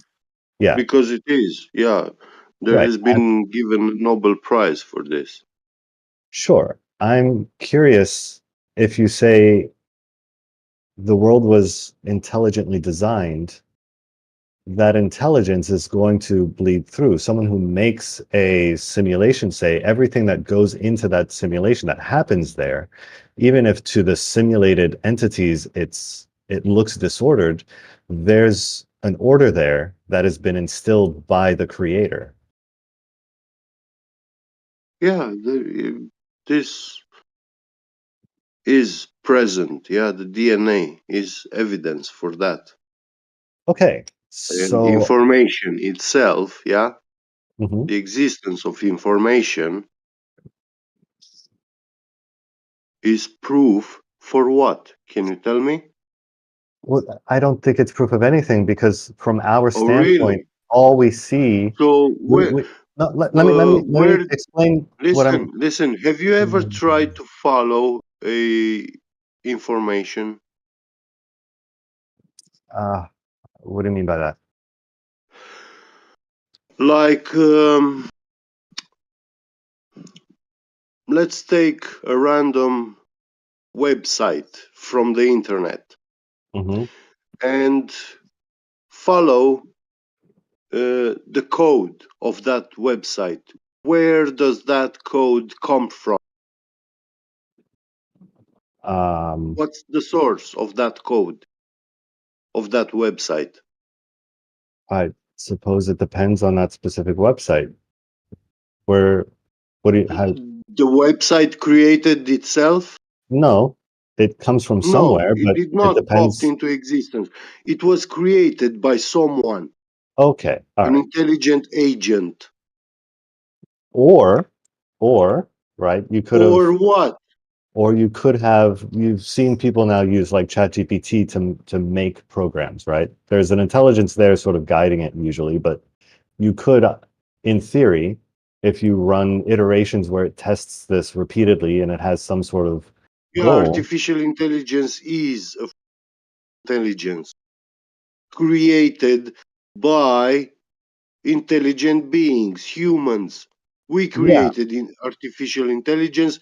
Artificial intelligence, it didn't pop out into existence out of nothing. right. Okay, so that's my It point. had to be So, created to exist. right. Yes, that's my point, Right, and it will by an continue to have intelligence, the not by a fingerprint. random bloody tornado running through a scrapyard of electronic devices. Okay, but get my point is that process, that artificial intelligence will have the fingerprint of intelligence on it. So Yeah, from it our does have. standpoint, yes. So from our standpoint, if all things have the stain of intelligent design, we can make no meaningful distinction between order and random from inside that intelligently designed system. So to point at something like DNA or to point at something like a tornado and say these things are different, I don't think you can get where you want to go from there. Yeah, neither can you. How do you mean? Well, you just said you can't make any determination from within.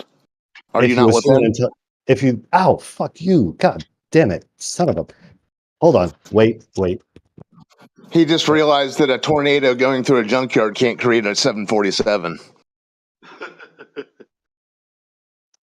Yeah. I apologize. My cat is an asshole. Okay, no Sorry. problem. It happens. Um, Lovely animals. Cherry Blossom. So what were we saying? Well, your attempt to relate the idea order with biological organization or specificity, yeah, Mm-hmm. must be regarded as a play. on words that cannot stand careful scrutiny. I suppose I'll be honest, I'm not entirely sure how we got here, but I don't think I was making any claims as to what caused quote unquote creation, quote unquote what caused what quote unquote caused Intelligence. quote unquote I told creation. you. I don't know if that can even be demonstrated. Like I Well, don't know. the mere presence of information in the world is evidence for the intelligent agent. Information is not physical, is not matter, nor energy. Yeah? Information is just information. That's it. I suppose. I just don't know that And we can say the anything very about it existence from of here. information, yeah, it cannot exist without the knower, the intelligent source, agent. I don't know about that either. Yeah. I know you don't. But you are contradicting hardcore MIT professor Claude Shannon. Okay. Not sure who that He is. was given a Nobel Prize for this. For proving the existence of a creator? For making the scientific theory of information. Yeah. Giving us the theory of information. Claude Shannon, did you say? Yeah. All right. I mean, I'll look into him, but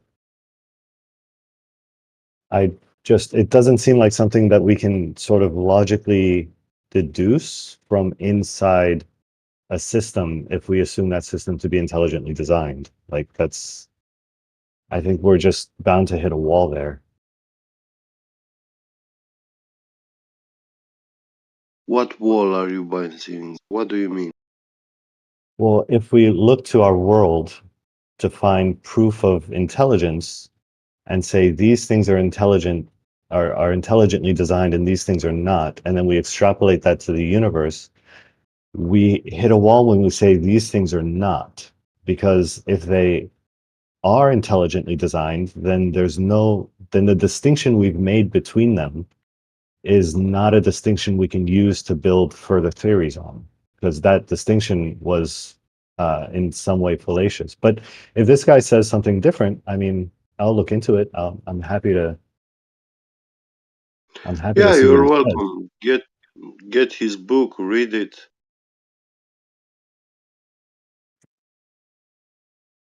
But yeah. It will definitely get you naked from this view. Oh, that sounds sexy. Yeah, you will find it very hard to read it, yeah, because it shows how dumb and stupid it is to be an atheist. Well, I'm up for the challenge. Good. Someone seemed like they had a question earlier. Well, it was just sort of I can't even remember how I was going to relate it, but you brought up anthills and like termite tunnels. Well, yeah. And you called them what? You said that they look kind of chaotic. Well, what's funny is then you have a bee who makes something that's looks like an MC Escher. Mm-hmm. I don't know. I can't remember how I was relating it, but I just those two things where you have the chaos and the hexagon honeycomb. Yeah. Both bugs. I think my point is that they're both ordered. Like the termite isn't just randomly building tunnels. But you see the difference between the two of them, right? Because you brought up one of them as being Well, one of them has patterns that we as people recognize. But how are you? But how are you determining that? You just told us we can't. We're unable to determine that. If we assume an intelligently designed system, we can't make any clear distinction between chaos and order. But my main point is that we determine what is ordered. Like we define symmetry, right? And those Well, kinds of patterns. why didn't you bring up the example instead of bringing up a chaotic termite tunnel system? Why not bring up the honeycomb from the get-go then? Because the honeycomb appears ordered and is ordered. I would argue that the termite hill is ordered but doesn't appear ordered. It's a but you're fault in not. our perceptual Listen, this system. is not a matter of order. Yeah. No, it's a a matter of complexity. Yeah. Sure, but it's that functional complexity that you distinguished from the ordered complexity. Yes. Right. And I was saying that we make that distinction and What further does distinguish from functional the mean? destructive complexity. Or specified? Well, sorry? What is the difference between order sequence complexity and functional sequence specified complexity? The difference, I think the difference you stated was simply intelligence. Exactly. Right. But if you say that the whole Well, world is the intelligently built, the functional specified complexity, the cause of it is intelligence. right. Only intelligence can create it. Okay, Can so be what the is cause of it. an example Order of a random sequence order complexity complexity? is natural. I understand. What is the Yeah, difference? the What is an formation example? of Oh my God. snowflakes, that is natural order I sequence complexity. understand. Now, my Sand question to castle, you, sand castles do not occur naturally in nature. Therefore, also those termite hills, they do not occur where termites are not there. so my question to you is, what is an example of an ordered sequence complexity that is not intelligently made? Sand dunes. But the world is intelligently created, correct?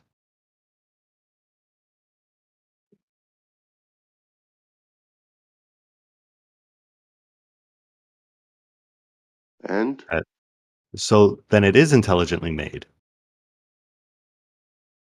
That's what I'm saying is that distinction seems to be a nominal or semantic one at best. It's not nominal or semantical. Well, if the entire world, universe creation is infused with intelligence, then there is no non-intelligently made either of those complexities, the random order or the ordered sequence complexity.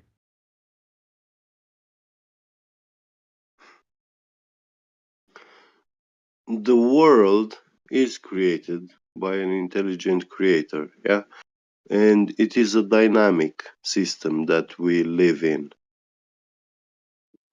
Well, if that's the case, I don't understand these distinctions then. Not everything that is in the world is alive. Okay. Because the way you put it, this is what it means. You're trying to say that if a intelligent creator actually world, and we have this third point, the functional sequence complexity, then everything must be alive. No, it's not, because No, not there are alive. three types of complexity. And I just told you, two of them are natural cause, they happen naturally. They're not caused by living intelligent entities, it's actually the laws that governs nature.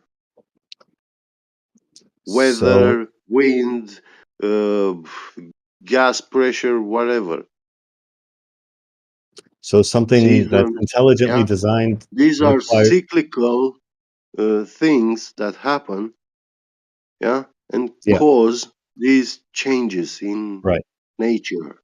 So something that is When a intelligently wind is designed. blowing into the desert, it makes those sand waves, yeah, Can I ask you a question? and they are a order um,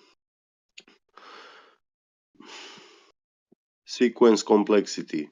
They Right. are an example of it, yeah. So is Yeah. life an important distinguisher here as well as Sorry? intelligence? Is No, life those were not caused by an intelligence, those sand dunes.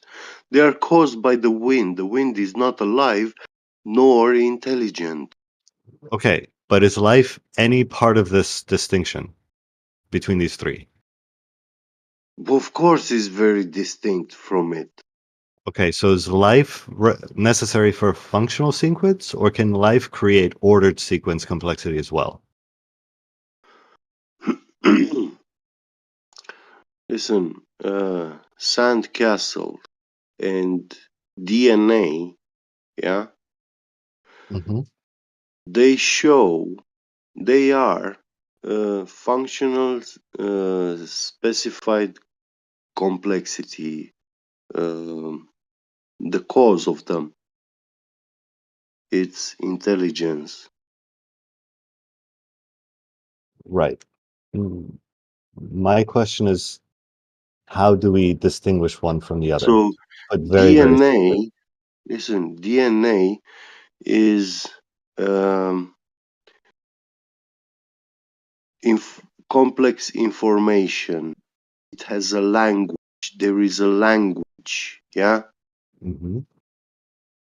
A code of communication, a special code of communication, which include instructions, specific instructions.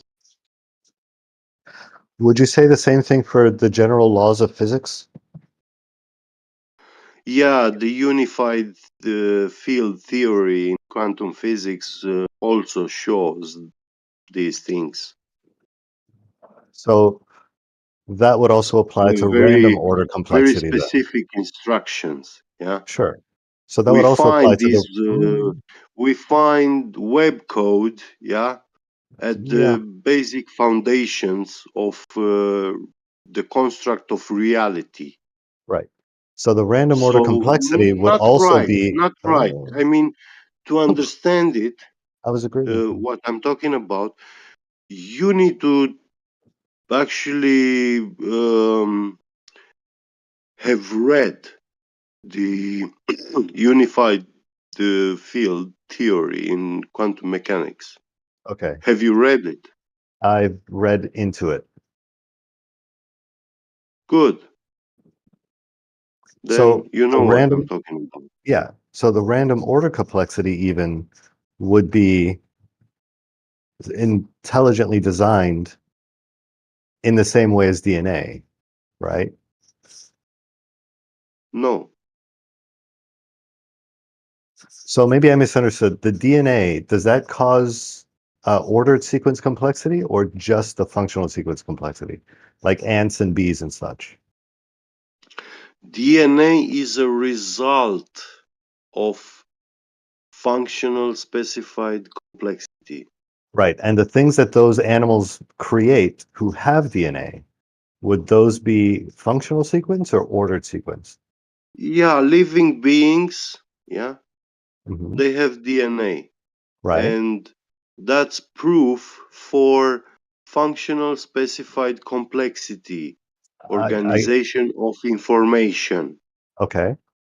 And And the source of this kind of information is only the intelligent agent. It cannot, FSC, yeah, functional specified complexity, cannot exist, come into existence without the intelligent agent. I understand. A I thinker. understand that. What I'm asking you is not the source. I'm asking you the product of these things. The things that are made by ants and bees, are those ordered sequence complexity or functional sequence complexity?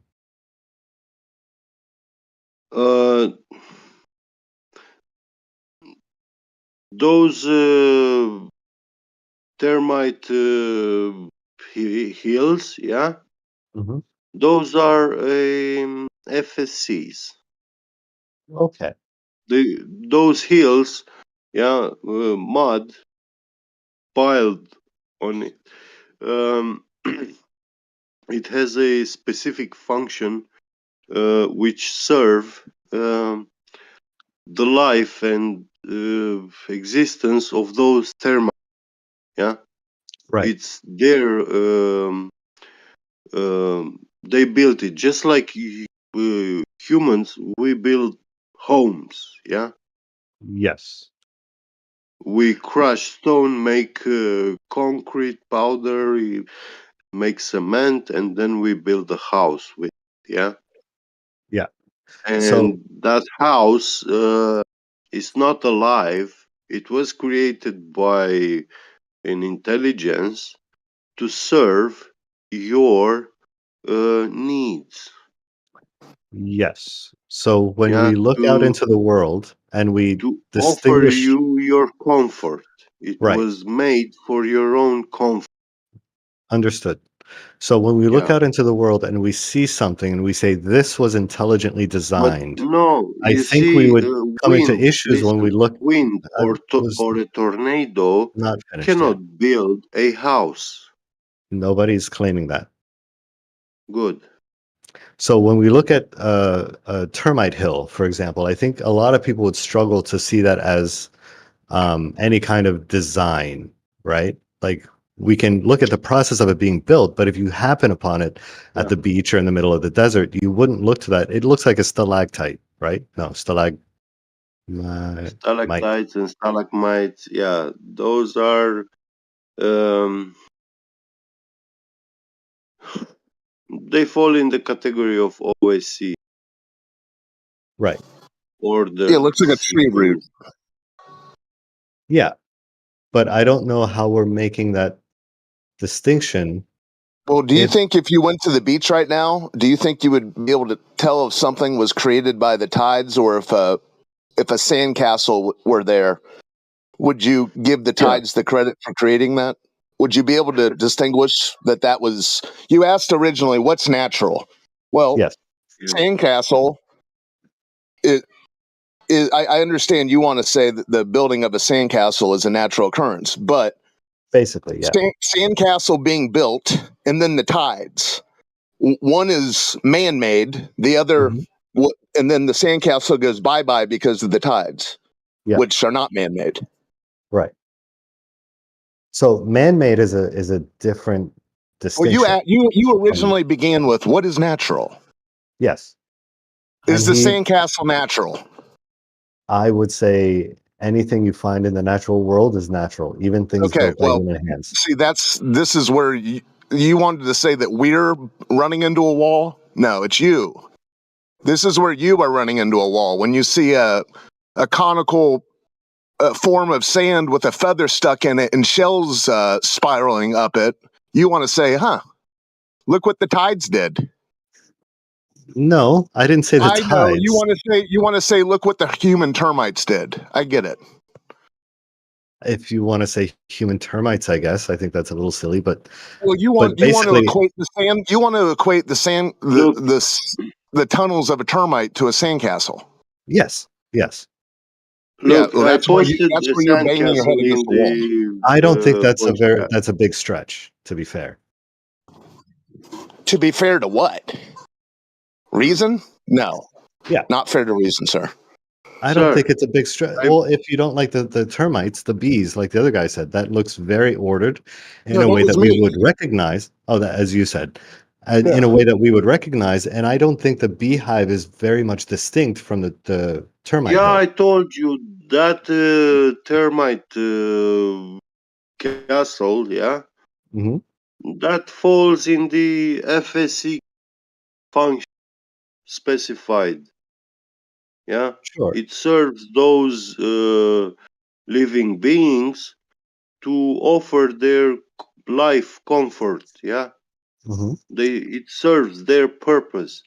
And I just posted 2 images in the chat. Yeah, and you Yeah. can see sand dunes, waves in the sand caused by wind. That is OSC. Yeah, it is. You see those patterns in the sand? Yeah. Yeah, yeah. So that's order sequence complexity. But the left image, yeah, where there is a sandcastle, that's made by an intelligent agent. So it's FSC. It requires an intelligent living entity or a living entity to create it.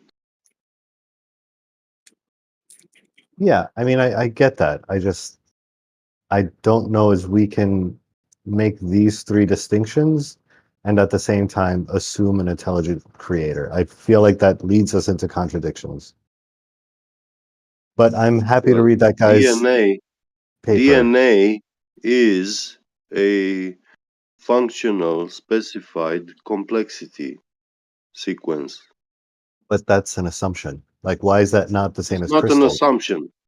It's not an assumption. This is nailed in the wall, and I don't have now the name, the exact scientist who brought this discovery, but he was given a Nobel Prize for this. But I can dig up and find out more and provide you. Sure. the Yeah. I mean, books. I'd love to see it. I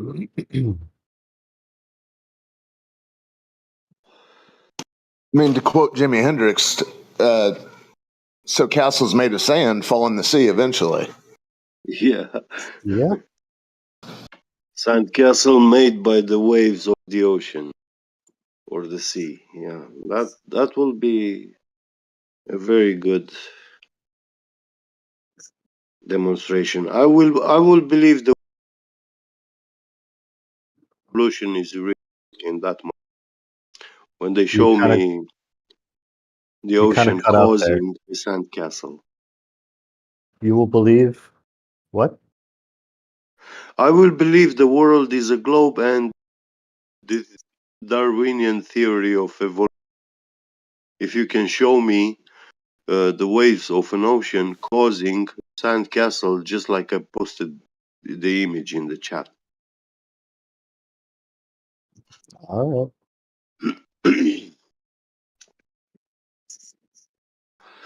A sandcastle with towers, with windows, with doors, with walls, with, a roof and all that. Yeah. Floors, rooms.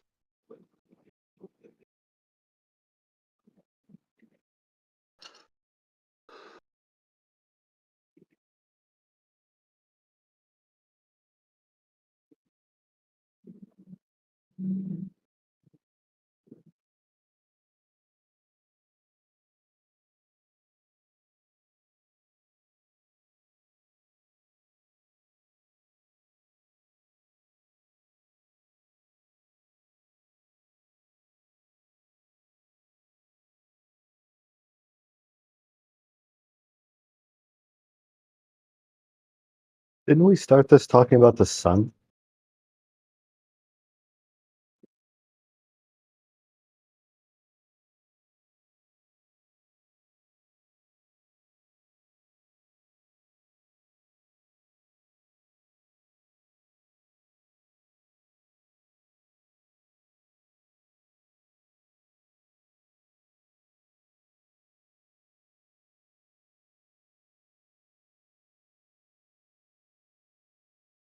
Anyway, I'm gonna make a quick coffee.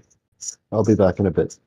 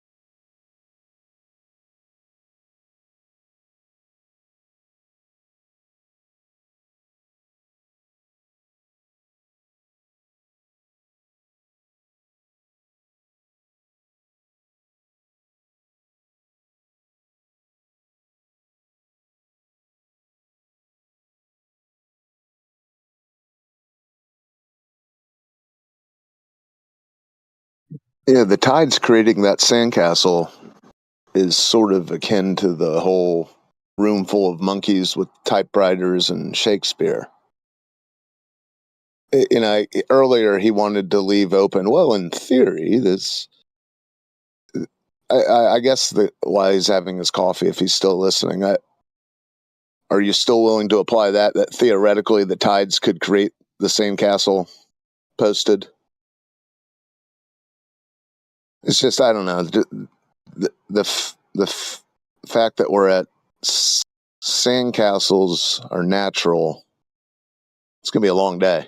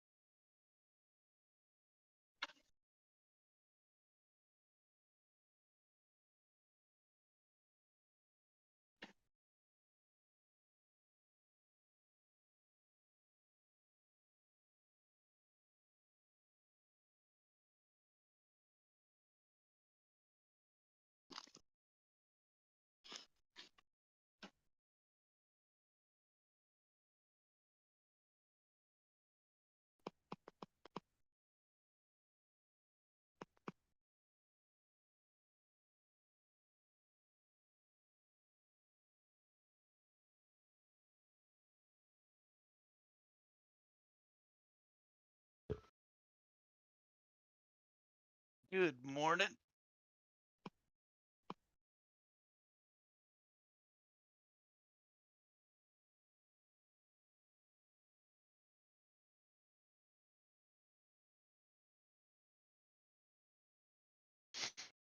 What's up, Get Beget?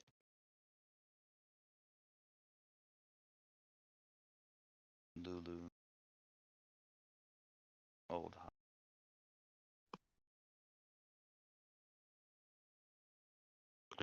Oh, it's low. Good morning.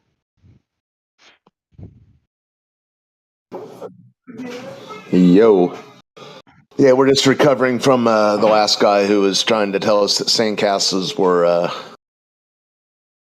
natural. So that maybe that's the silence. We're all just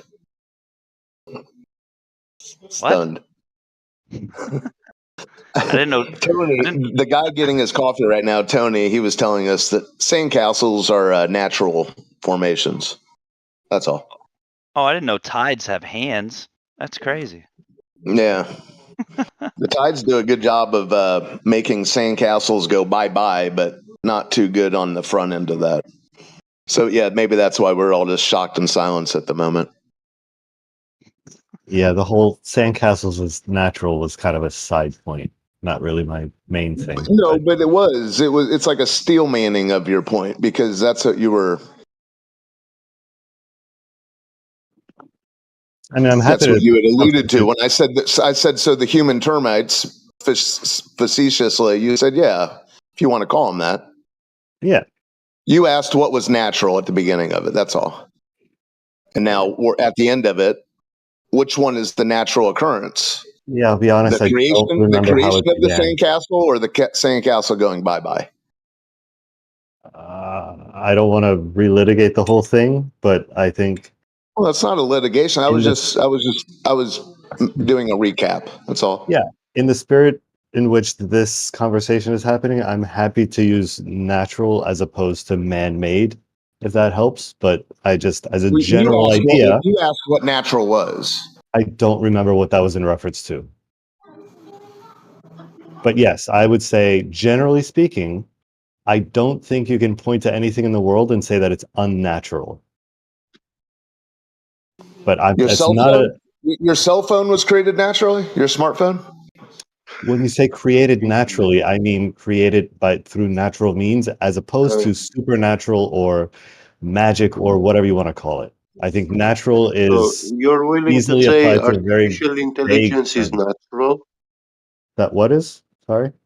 Artificial intelligence is because you just said you don't think that there is anything in the which is unnatural. Yes, I would say that. Therefore, artificial intelligence is a not natural thing. Is a natural Can you thing? define the word artificial? Ooh, well done. I'm glad you see it. Well done, old I would chap. say something along the lines of man-made, yeah. Therefore, not natural. Well, no. I would say that man-made things are natural, but it depends on the conversation what we're comparing to, like as opposed to what. So when I said what Well, is you don't natural, I remember the would need to context. remember what that was in context Yeah. to. Because it As could be I might as- agree with you for the sake of this conversation on what we describe as natural or not. But as a You are general proposition, listen, I'm talking about the word natural and the word artificial. What is artificial and what is natural? in that context, I could adapt the definition of natural that is as opposed to man-made, yes. But I would adapt that meaning insofar as that conversation is happening.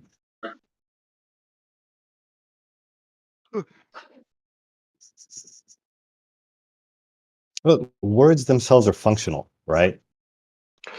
So tell me, what is the things that are natural?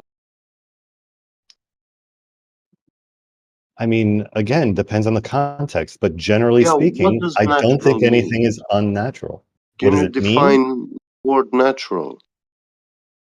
I'd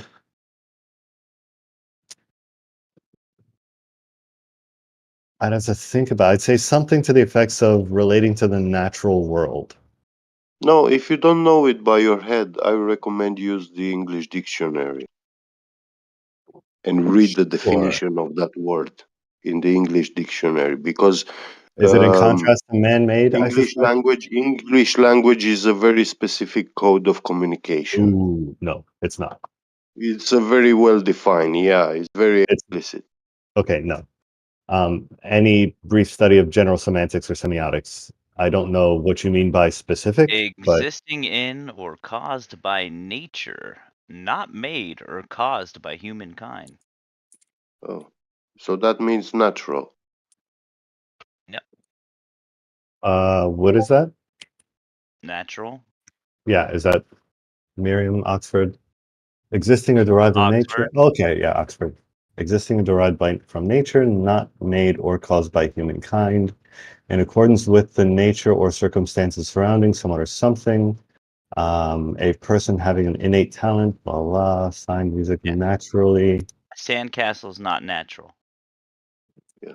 In accordance But with sand nature. dunes, they are natural. Right. Wow, felt insipid. An iPhone, not natural. Yeah. Pretty simple. Websites, not natural. Nope. Discord, not natural. Yep.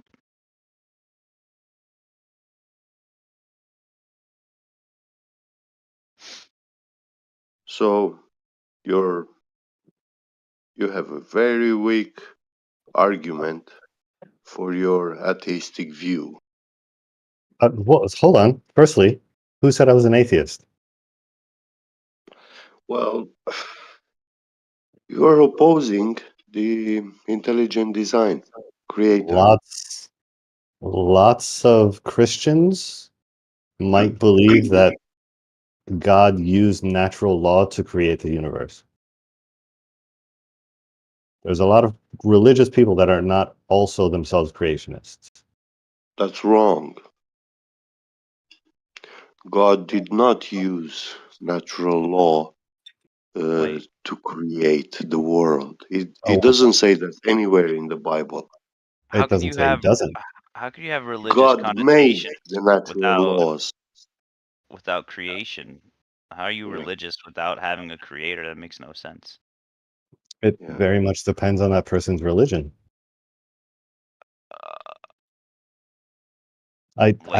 They're out there. I know these people. Trust me, they exist. You can disagree with them. I mean, I have no dog in this race, but to say that you have to be a creationist or you're atheist, I think is a little bit reductive. While y'all are talking about things that are natural, is the globe natural? Yep. No. Really? I think by any definition that would still fit. No, that's a Can you man-made show? concept. Explain the globe being natural. Start with the curvature measurement, please. Thank you. Yeah, is that a serious question? Yes, it is very Can you serious on parse this that for server me? Like, here. I'm dead serious, man. Nobody's ever measured the Earth's curvature. Prove me wrong. it sounds like you're asking me to demonstrate the curve, not demonstrate how it's natural. Am I wrong on that? It's not. Natural or curving? I Either feel like way there you was want to two take it, I questions mushed into one. Maybe I misunderstood. show me a curvy ocean. There we go. Yeah.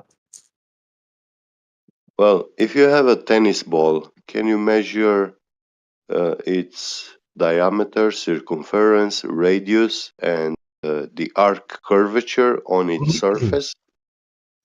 A tennis ball?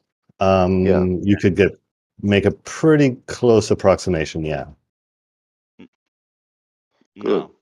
Billiard ball, you could do it easier. I think the tennis ball is a little fuzzy. We can measure it very precisely. Now, how about we Wait, hold on. with Hold that on. pretty I'm going to good push back on that. precision that listen, you said pretty good precision, yeah? Yeah. Would you say it's easier to measure a tennis Now ball or a billiard I ball? want you to measure this to show us a pretty Yeah, good measurement I'm not going to linger of on this. the Just really world quick. as Would a you say, sphere. yeah, I'm not going to linger on this. Just really quick. Would you say it's easier to measure a billiard ball or a tennis ball? Both of them are the same. Okay, I disagree, but continue. They are easily the same. I mean, it's easy to measure both of them equally. Okay. So what's your position? Like, what do you believe in? Who are you talking to? You, On what specifically? your worldview. Oh, yeah, I guess you'd call me a glober. But like, do you believe in creation or the Big Oh, Bang, oh, evolution? um, so depending on who I'm talking to, I'll sometimes answer this differently, but I would say that I'm an atheist agnostic proto-deist. I often leave out the proto-deist, but I can. Bless you. Yeah. Thank you. I can entertain the possibility of some sort of prime mover kind of God, but nothing like a personal prayer answering, cares who we sleep with and how kind of God. Nothing like the Abrahamic God. As far as the Big Bang evolution, yeah, I take all of those as pretty well established.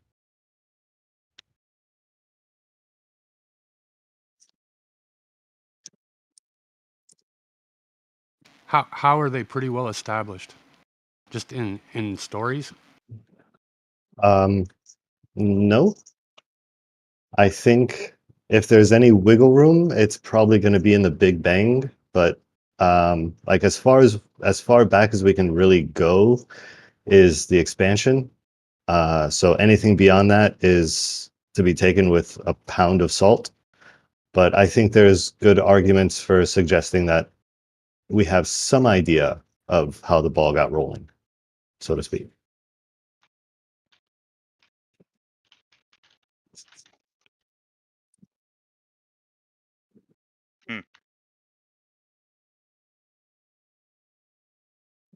Where is the bendy surface? So that's going to be a lot easier to measure on a billiard ball or a tennis ball or a basketball. I think you would agree that we can't just take a ruler to the edge of the earth, right? To the side of the earth and measure the curve, right? Right. I use So I use a pier. You know, a pier is like the best thing to measure the curvature. a You can also pier, make a pier. You can also make a pier juice out of it. a pier like on like a dock, a pier, No, a pier. Pier shape. The pier.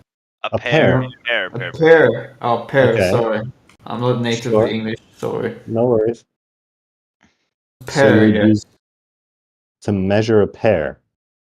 Yeah, and then I have the curvature rate. Yeah, you could do that easier on a pair as well. I don't know that there's so the closest thing I've seen to what the flat earthers seem to demand from this side is the whole force the line experiment, right? You've heard of that? No. Yeah, Brian Um, Mullins. Brian Mullins. That yeah, I wouldn't be don't. an experiment. He called it a permanent geodetic structure. It was a proposal. Sure. So the issue with that, so what it is, briefly, and correct me, old house if I'm wrong, is basically you construct a structure over some designated quote unquote flat part of the world that is No, long enough. you can't put it anywhere. Golly. Well, Well, you'd have to adjust for like topographical obstructions, like hills. Yeah, and you'd have to get permits out the wazoo. That's why it just sort of. That's why, unfortunately or fortunately, it exists in mind. It's just mind. Thought experiment. What do you want to call it? Yeah, thought experiment at this point. Sure. It's logistically impossible. Well, sure. And even the lengths that they would have to build it to show any of this, these two beams diverging from one another, it's negligible. It's a thought experiment. But go ahead. I like, Brian Mullins is. I'm pro Brian Mullins. Sure. Go ahead. So my issue with that is not the practical construction, like the permits and such. My issue is, how do we determine that that structure is in fact straight? Because the ways that we have of measuring straightness now across those large distances are prone to exactly the same pitfalls as us trying to measure curvature from the What about 20 surface of Earth. miles? Is 20 miles long enough to measure curvature? Well, it depends how you're measuring it. That's my point. Well, by the force of the line structure. Right. If you were, now if you were if Brian Mullins got 20 miles of this built, then at that point we would know whether those beams are still parallel or whether the top beam is going off into the void. Wait, but how would we know that the structure itself is straight? Well, at that point, because that's what the structure is. It begins with parallel beams on top of each other. So if you have that distance, that vast of a distance, 20 miles, you wouldn't be able to be splitting hairs at that point. Well, why not? Look at Ashledag, 20-mile long Holland Dam. Is this the one I talked about with Jedi? I think so. I learned it from Jedi. Yeah. You don't need. So do you know how this was built? One section at a time. It's a dam. Kind of. Yeah, so they just piled dirt and mud into the water until it breached the surface. So if that surface is curving, the dam is curving. I mean, this is exactly my point, is that there's no reliable way to measure straightness of What the... are you talking about? So has the Earth ever been measured? Like, how do we launch rockets and stuff, bro? Like, we have a predetermined measurement for the Earth. How did we get it? Yeah. Are you asking me? Yeah. There's a couple of ways. I'm sure you're familiar with Eratosthenes. Boo, hiss, moan. That came pretty close. I don't know how they verified that precisely, but I know that in the 1730s or so, the French did something with more modern tools. Took them 10 years to do it, and they basically reached the same conclusion. You don't know what they did, but they did something with more modern tools. No, well, there's a whole paper. Hold on. Let's see if I have still. So a guy 2,000 years ago measured this Earth, and now we can launch rockets perfectly into space and all that stuff.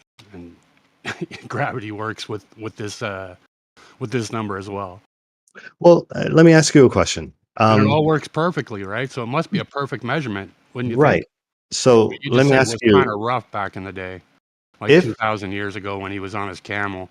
Yeah. So if we came to that measurement through just luck, let's say, yeah, trial and error, right? Let's say we had like billions of dollars to spend on unmanned rockets, and we just shot. Each day we would just shoot up a new rocket until we hit the right measurement. We started with like a curvature of say 100 miles diameter, and we just kept going up in increments of whatever. What ifs? Yes. Now we're in what if. This is a hypothetical. So if we got one of those rockets finally to orbit, would that demonstrate that we got the right number finally, that we landed on the correct measurement? I guess. If that's what it is. So one of the reasons that I have to believe that it is a globe, and I use the term believe advisedly, is the fact that we do have orbiting satellites. That to me is demonstration, in fact, that we did get to the right number. Yeah, Whether but we it be don't know trial which and ones are error or orbiting, though, right? calculation or whatever, that is evidence. another Yeah, hold on. story, You, right? you have Arthur C. Clarke to thank for the invention of these orbiting satellites. How do you mean? That's who Well, invented the term. The sci-fi writer. So Yeah. the fact that you say, oh, the fact that there are satellites. Well, hold on. Kind of putting the cart before the horse. You're going to have the curvature of the. You want to skip that part where you want to say, yeah, we just keep shooting rockets up until we hit orbit and escape velocity. We did it. Ed Harris, good job.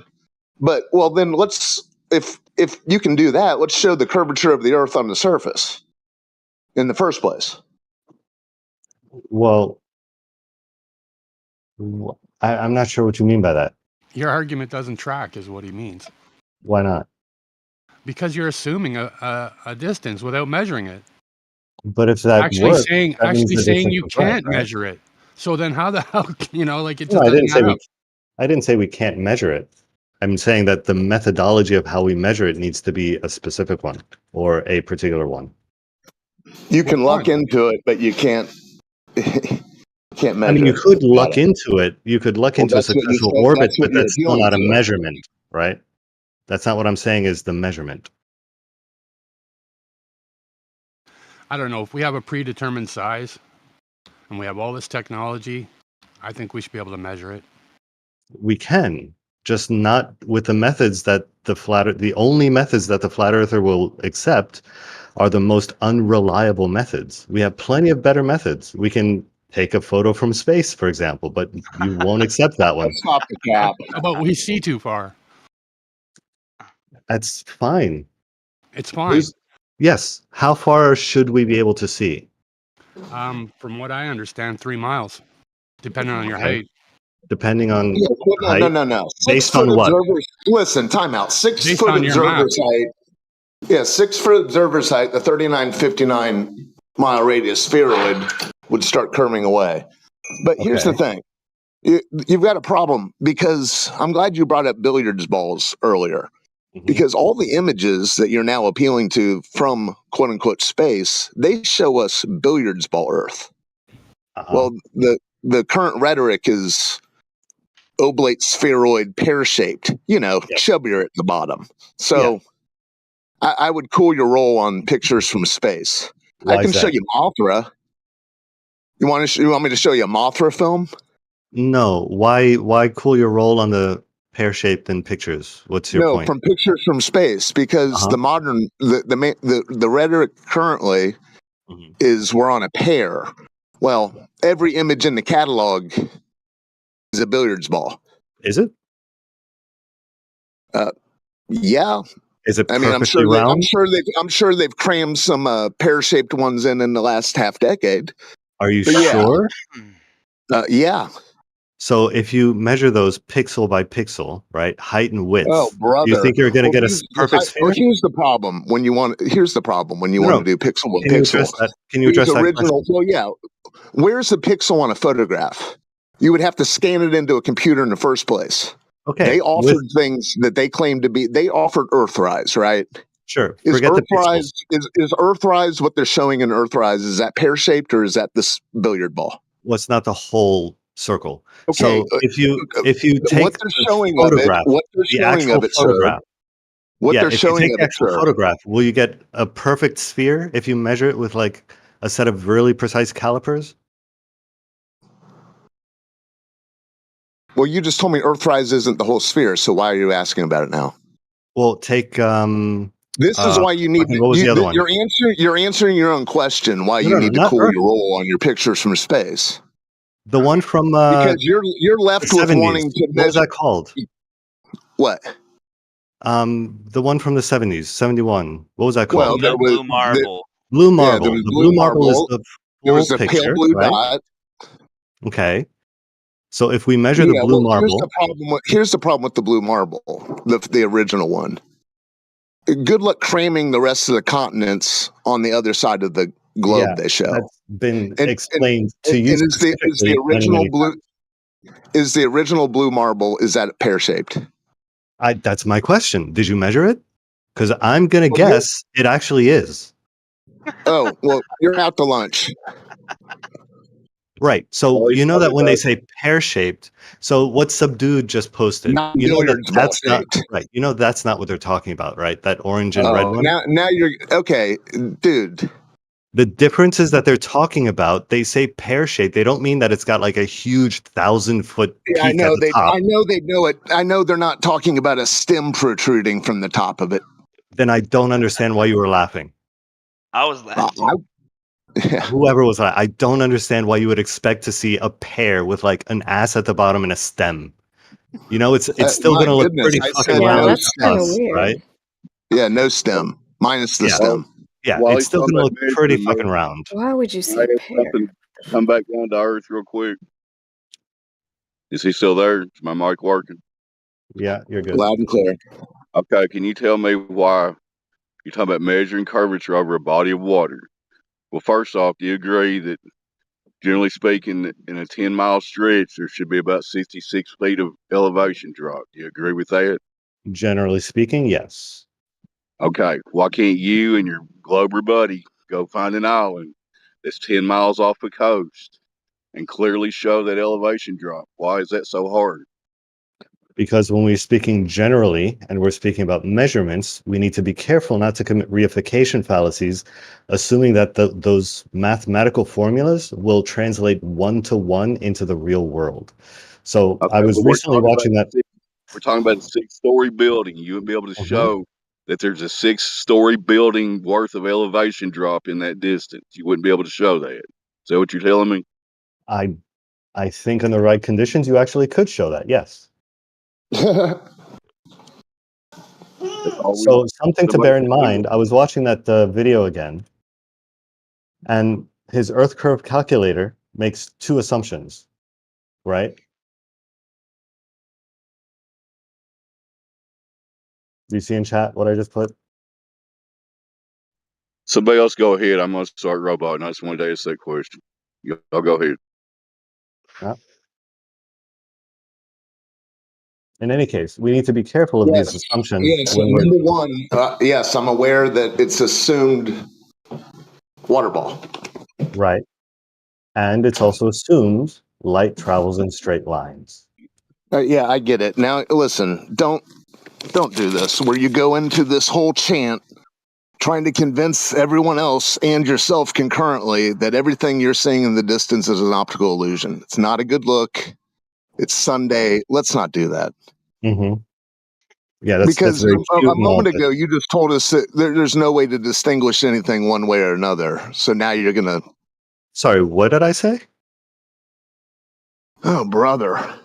He never said that. I was listening. Okay, well, he's been here for hours. That we can't distinguish one thing from another? I don't remember saying that. Yeah, well, you brought up force the line. Yeah. Right? Oh, yeah, I just said that there's... And then you threw it under the bus. No, I'm asking how could we determine that the structure we've built is straight? Because we're using all the same methods that we're using with like the Black Swan. Yeah, I get it. Well, you begin with two parallel. You begin with two parallel beams. Do you think you can figure that? Do you think you could sort that out? I don't know. I think you don't know. Well, then you need to exit yourself from the conversation. Wait, if you no, can't, no. If you can't Okay. put two sticks parallel to one another. All right, old Haas, listen. If I don't finish my sentence, you don't know if I had a qualifier at the end. All right. And to answer Beastocles very quick, fuck, I forgot what he said. Never mind. Scratch that. Oh yeah, no, water is the thing that we're measuring. So water's not a good thing to rely on. Really? Why? Because that's the thing we're measuring. We want to see if water curves, right? That's the question. So if we just put one edge of it over the water, I mean, what does that do? That just shows us that it's parallel to the water. But my other point is, if we're using a line of sight, for example, what we could do is build a big tube, say, right? And if we had enough money, we can make this thing long enough and strong enough that we could like suck all the air out of it. And now we don't have to worry about refraction, right? At least not due to atmospheric No, conditions. time out. Did you not hear my pleadings that you didn't go into this empty refraction chant? Because the refraction chant you're wanting to give, it is the. If I were to ask you, I don't know how long you've been around this whole flat Earth conundrum. Too long. You find yourself in now, but prior to that, yeah. If I were to tell you that everything you see in the distance, say you're standing, you're about 6 foot, so everything in the distance beyond 3 miles is an optical illusion, what would you have told yourself? I would ask what exactly you meant by that, because the way I define optical illusion might be a little, I don't know if that Okay, really well, the qualifies. thing you're seeing in the distance, is it there, or is it just an illusion? Is it an image of something that's been projected up over the curve? It's an image of something that's actually there, that's been projected Okay, up there you above go. where it Welcome to actually flat is. Earth. Welcome to flat Again, Earth. you You have don't to let need me to do finish a sentence refraction before you chant then. respond to half a thought. It's not how Your language works. refraction It's an chant image. is what I Old was Hoss, referring Old Hoss, to in the beginning. Old Hoss. Listen to what I'm You, saying. And listen I've heard exactly to you. what I'm not. You I've didn't heard because you. you were talking. You didn't hear me because you were talking. I heard What you I the first said time. was, it's an image of something that is there that has been refracted above its actual position. Okay, so yes. So there you go. There's the emptiness of your refraction chant. You've How is somehow that empty? convinced yourself. You somehow convinced yourself that everything you see in the distance is an optical illusion. That's not what optical illusion Snap means. out of it. It's in the category, sir. Is it there or not? If we're playing Is what really you're fast and saying, loose with the is words, what you you're can cram saying it in there or there, not? but that's not how I use those words. Bro, can it Okay, just yeah. be? There are more optical illusions than just MC Escher Sure. in mall posters of ships. Okay. So is what you're seeing there or not? Like, it's still there, man. It's Yeah, visible. exactly. It's still there, but it's not where we perceive it to be. Okay, so you're chanting that everything you see in the distance is an optical illusion. If you would have told yourself that prior to the flat Earth conundrum, you would have laughed. I mean, however you're calling It's these things, desperate. I already It's believe desperate, these things sir. long before I met any flat earthers. It's Because I desperate. Okay, understand how so light works. please don't No, waste sorry, our sorry. Sundays with your optical illusion chantings. It's I not an beg you. optical illusion, but it is Is it refracted. there? That's how light works. Is I it there? studied art, okay? Yeah, Perspective, join the it club. exists. We understand how light Okay. works. We understand Okay, how so light wait. bends. These are not controversial ideas by any stretch. I've got a question for you. Like Yeah. If something is behind obstruction, is it Mhm. obstructed?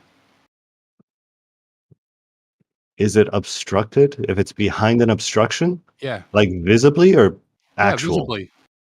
Even If it's actual or visible.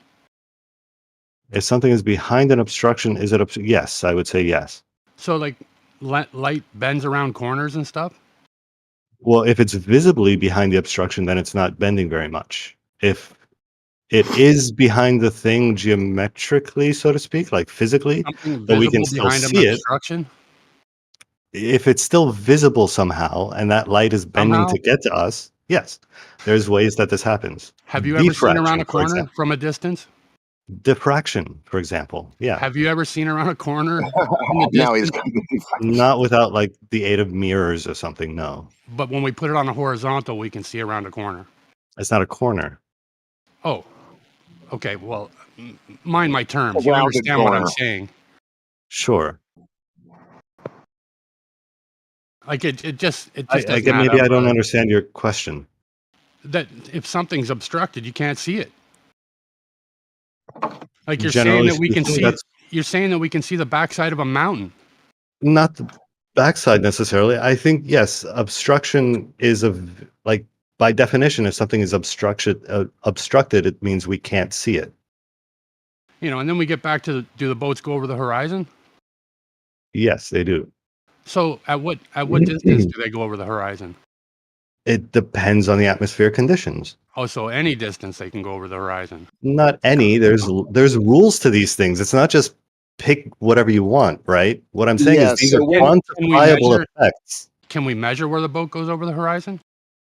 We can measure. Are you asking if we can measure refraction or if we can measure the distance to that Like you keep obstructed calling it boat? refraction, but like I said, I don't see things that are obstructed. I don't know how you do. You say light bends to allow you to see something that's not there, but whatever. Sometimes, and sometimes it obstructs even more.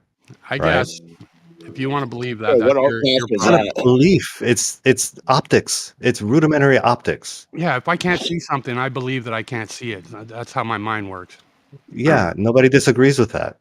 Except when light here's the bends and problem. allows you to see it, right? Still don't disagree with that. Here's the problem when you want to say, well, the boat goes over the curve wherever it goes over the curve, depending on the conditions of the day. Well, when you have landmarks in the distance, then it becomes a problem. Then you realize that no refraction or not, whatever you want to say, that that is the geometric horizon, but it just appears further. Well, when you have landmarks, you can't do this refraction chance. You can. And not well, you can do it until you're blue in the face, but it's hollow. If you like. I mean, I think it just No, it I doesn't don't like disagree it. with That's what why we I know asked you about. not to do it. No, it just doesn't disagree with everything we know about optics. I mean, it's nobody's reaching into like magic tricks here. This is all very well understood you light are. mechanics. You're the one telling us. Listen, you're the one telling us you're able to see around a curve. Yeah, sometimes, sure. That's You a are magic reaching trick. for magic, man. It's not. We know this. This It's is your how lie, light tell it. works. It's we don't your know lie, this. tell it. I mean, if that's sure. I mean, if your argument is simply nah, that's fine. But this is all very well established light mechanics. So are you From talking your about Snell's law? resources. Are you talking about Snell's law or atmospheric refraction? Snell's law is one way to do it, but the math gets really wonky. You're probably better with Fermat's principle. But we understand how light bends over gradients, and that's probably the kind of math you're going to want to employ. So we have a calculator to figure out the refraction? I think some people have developed a couple of models, yeah. Do you know what the refraction would be over 10 miles? On a given day with a given temperature? Like let's say it was a nominal Not temperature. offhand, no. Let's just say it doesn't add up, brother. It's Yeah, whatever that's they how need ad it hoc to be. excuses. That's how ad hoc excuses work. You have to wait until after. Okay, fine. So what would that number be then? I don't know. I'd have to get the calculator out, but we've done Yeah, it you're in the here one a few claiming times. it. You're the Okay, one claiming so- it's known. Sure. So here's what I know about the claim. The claim is that we see way, way too far, right? And that Welcome to light Flat couldn't possibly bend that much to justify the observations we make. But in looking back at the video, if that is 10 miles away, that very thin sliver that we're zooming in on over 10 miles, that's going to be like on the order of arc minutes, right? That's You'll be not fine. a lot. You'll I'm be fine, absolutely sir. fine. I'm It's on telling the you order that of it's 66 feet, bro. okay. How much is that in arc minutes from It's 10 miles 66 feet, away dude. and 1 foot off the ground, 10 miles away? How many arc You can do minutes is mental that? gymnastics all you It's want, not bro. mental It's gymnastics. It's 66 simple feet. math. It's math. Simple math, exactly. It's Yeah. 66 feet drop over 10 miles. Okay. How much is that in arc minutes? I don't know. You figure it out for me. It's minuscule. It's probably not even a whole arc minute. And your point? My point is it's not that much. You don't 66 need feet. you don't need major refraction for this. For 66 feet? Yeah, you need a Yes, little bit. 66 feet at 1 mile off the ground for 10 miles away. Let's go 20 That's like miles half then. an arc minute. So, hold on. So refraction can basically affect your optics to where what you're seeing is 1,000% off of where it's supposed to be. 1,000% off compared to what? Because I'm talking Okay, about arc 1.22 minutes. You're miles. talking about feet. 1.22 Depending on how miles. you frame this, you can make it sound ridiculous as you want, right? But It is- ultimately, that it is effect is ridiculous. minuscule. It's really not. Yes, It 66 feet over 10 miles for a 1 foot observer. Not that much, I guess. You can make it No. sound how you want to, though, right? Dude, 1.22 miles is where the horizon was supposed to be. For a 1 foot And observer. For a 1 foot observer height, correct. Mhm. That horizon is safely behind the second oil rig. Okay, that's roughly 10 miles. That's 1,000% off of where it's supposed to be. You want us to basically believe refraction can obscure or like change the image 1,000% off? That means If you wanna anything that say- we do with long distance observations would not work. Because It it's like, depends oh on the yeah. long distance observation. So It depends what you're what claiming, exactly we're trying to conclude from those but observations, bro, right? you're claiming that the horizon is physical and optical with that statement. In some sense, yes. That's it. Okay, that's ridiculous. It's not. It's either one or the other, bro. I think I've explained exactly what I mean by that. No, it's one or the other, bro. It's either physical or it's an optical thing. If we see too far just Every once, every just optical once, thing bro. is based on something physical, though, right? If we see too far just once, it's That's all over, retarded. man. No, absolutely not.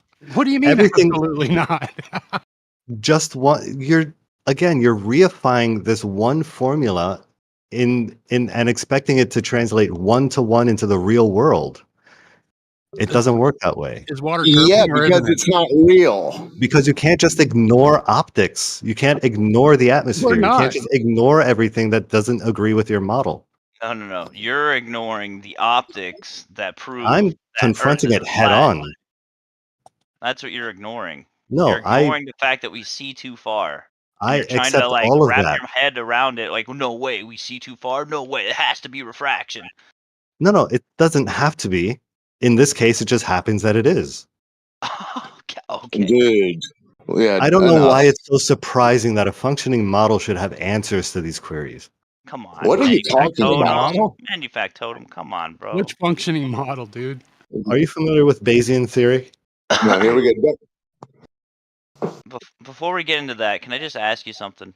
Sure. Could you at least concede that maybe the size of the Earth that was assumed and calculated could be wrong because of that? Could you just at least admit that it might be way fucking bigger than it's supposed to be? That's possible, but I Okay, don't know how all right. likely that would be, considering everything else. I think someone would have noticed that from like travel. But from if we take what we've discussed so far, yeah, that would be a possibility.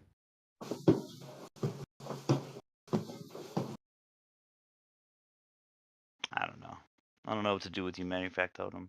You could believe your ball. You could believe it. That's fine, man. Space is cool. I get it. I mean, I Beastles. I don't know that we'll ever really get beyond an impasse, to be frank, but I sent you something, Beasticles. It was to do with Get Begets thing. I saw that, by the way. Yeah, that's one of the articles I found. Oh. But that's not the Yeah, it doesn't give you the meat and potatoes, eh? Yeah, that's not the one. oh, by the way, I posted that French thing way back when. I don't know where the fuck it is at this point, but it's somewhere up there in the comments.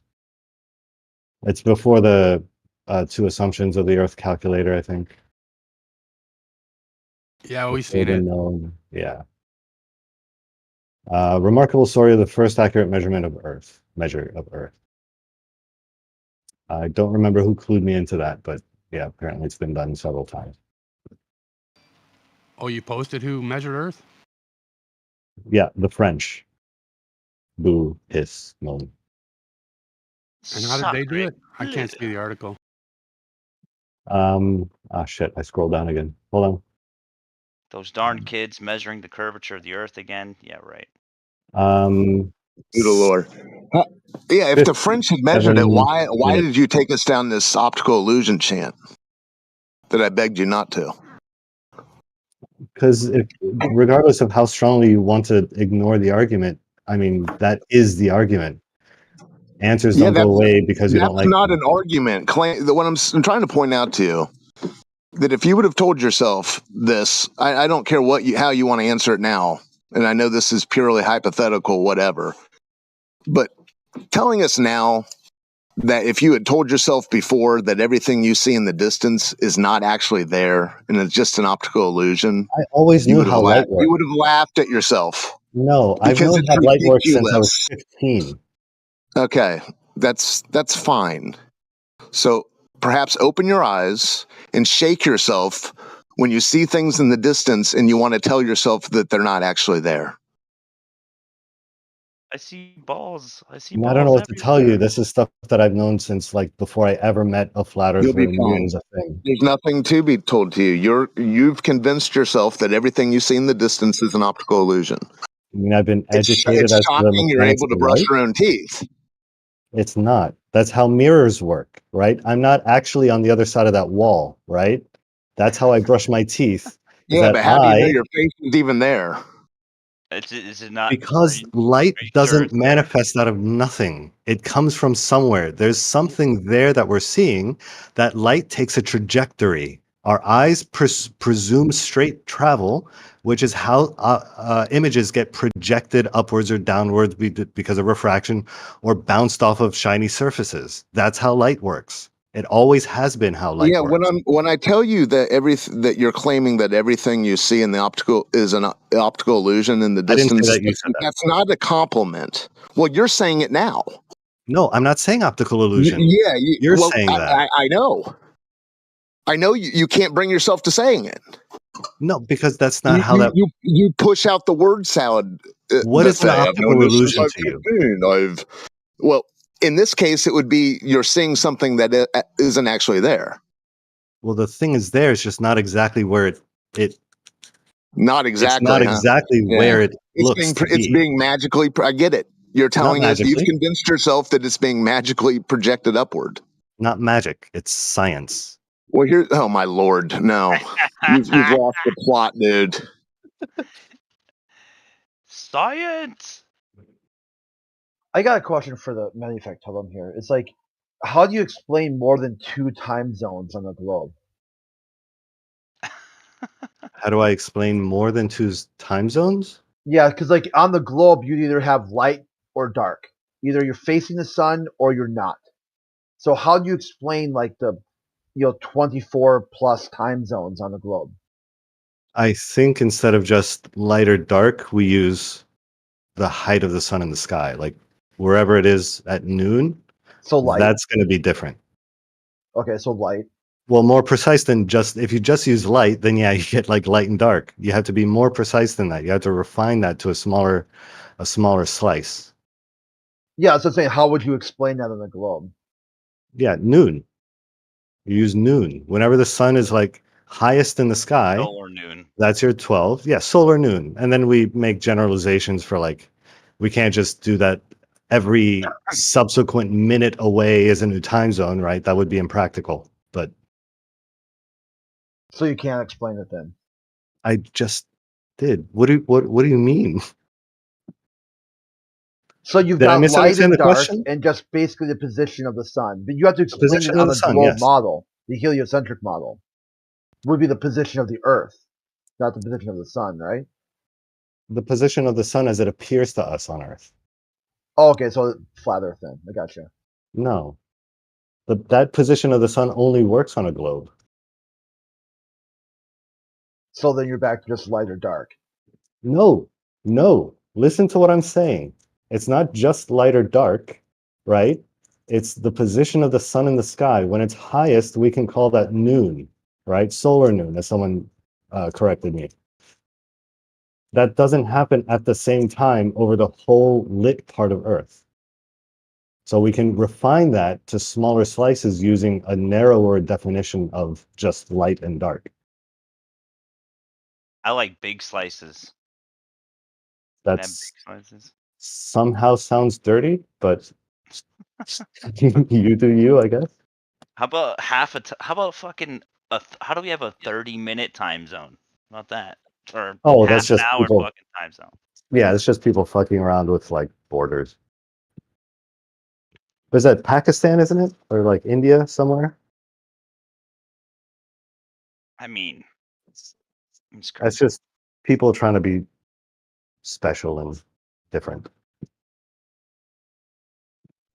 If I can throw in real quick, he kind of let it slide that the French measured the curvature. No, they didn't. They had pre-assumptions, and somebody that knows more about it can point that out to you, but I'm sure you'll argue with it. They didn't measure any curvature.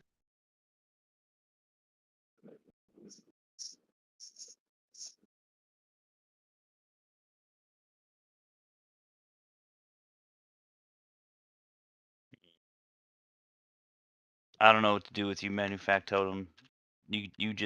You believe whatever you want to believe, brother. I mean, I was trying to point out to him that if it was really a globe, it would be so simple for any two idiots to go out to a 10-mile stretch of water and show it to him. But nobody's ever done that. I don't know that it would be as simple as you expect it to be. You wouldn't be able to see 66 elevation drop, 66 feet of elevation drop. You would be able to point that out with some kind of laser or camera or something. Well, no, lasers are also light, right? So See, that you whole always force put the line built-in thing. excuses. There's no convincing people that are dug in like you. So No. enjoy your spinning ball, okay? No, it just takes a little bit of you have to think further than that, right?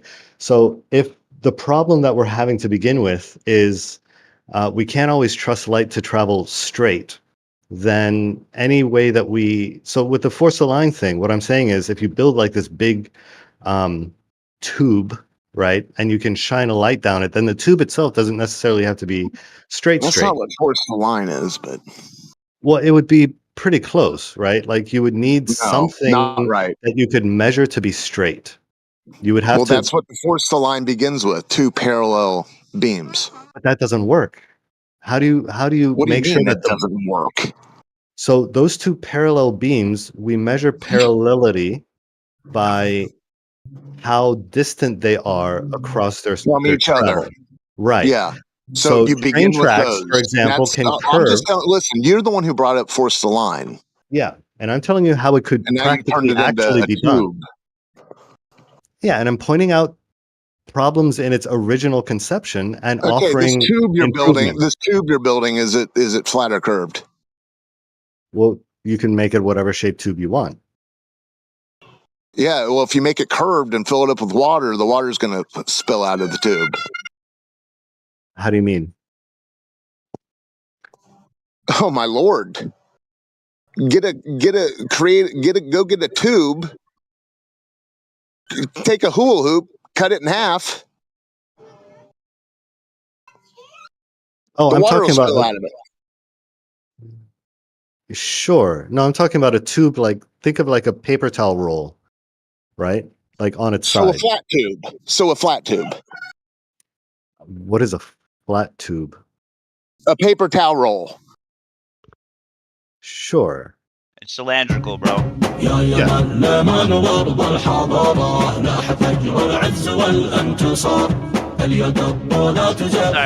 warrior. All right.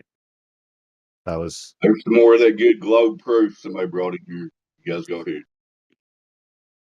Yeah. So you take this paper towel roll kind of shape, the cylinder, right? And you extend it as far out as you can.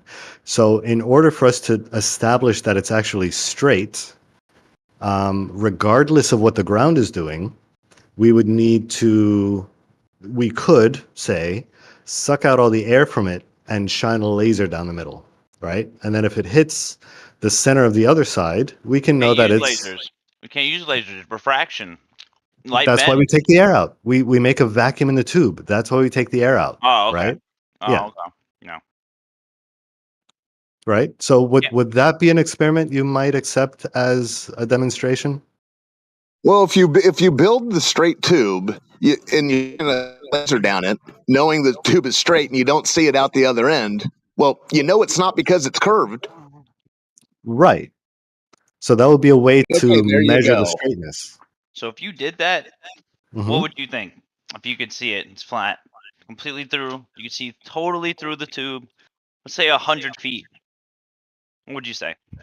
The Earth is round. The Earth is round. The Earth is round. The Earth is round. You guys are delusional. The Earth is round. Earth is round. The cope is real. You'll be okay. They're not educated. Not educated. Yeah. Wow. Literal Anyway. chanting. Yeah. A mantra. It's like I walk through the valley of shadow of death. So my point is, if we build this tube, if that we is could the voice determine that. of the if that is the Yeah. voice of intellectual superiority, No, God ignore help her. us all. Who cares? No, Okay. it's too late.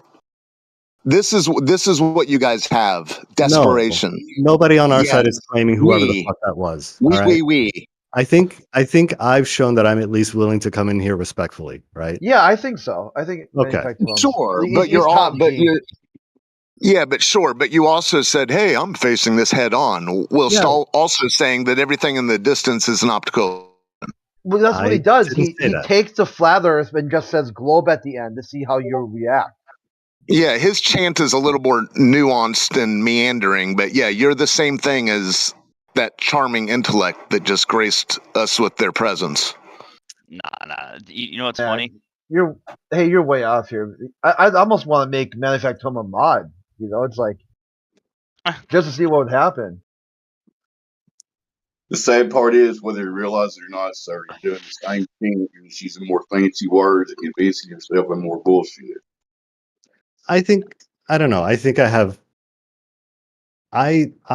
I'll be honest. I resent a little bit when I'm told that I believe something just because I was told. I think I actually have thought about a lot of this. And to be fair, here's my olive branch. I actually learned about a lot of my position by being in these spaces. So it is thanks to you guys that I learned a lot more about my side. But Yes, don't you think can. I'm as It's quite obvious that it's pure defensive. So we're confirming your delusion. No, I think. Anyway, I don't know that we'll ever see eye to eye on why I You believe built what I your believe. tube. Time out. You built your tube. Yeah. Your tube is a giant paper towel roll. Mm-hmm. So you know what that is. You shine your laser through it. Whether you see it out the other end or not, you know it's not because it's curved, because it's a paper towel roll. Yes. This is your okay. There you go. So and then mull we that could take over. that. Yeah, so we could take that and then compare. You're the one who thinks we're at some sort of impasse. You're not the one connecting your own dots. No, we're missing one step though, right? So we now have a straight tube that we can determine is straight. Now we compare that to the Earth itself, right? Oh, brother. Hold on. How do you determine the tube is straight if everything's curving? Well, that's why we take the air out and we shine a laser down it No, the physical tube. How do you know it's straight? by comparing it to the laser that we shot down the center. That's the only way to know it's straight. That's one way. There might be other ways. I'm all ears if you got some. But I think it's better than like parallel tubes down distance, right?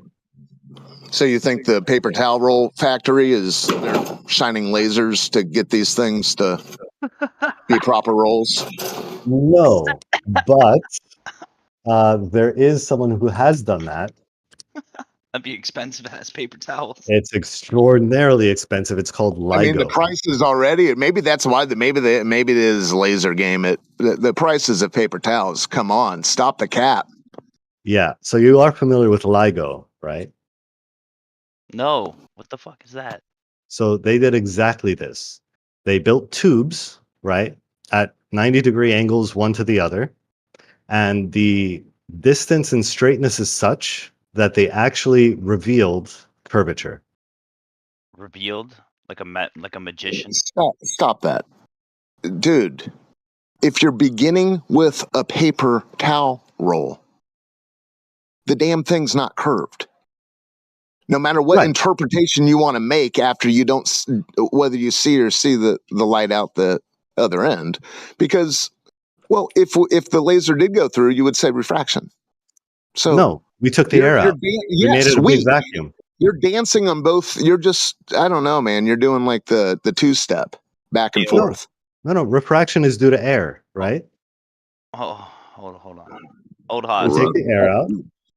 Yeah. And here's the paper to go with it. And this was for the construction, and the way that they surveyed this for the construction shows curve. What? Laser interferometer gravitational wave observatory. Yeah. What?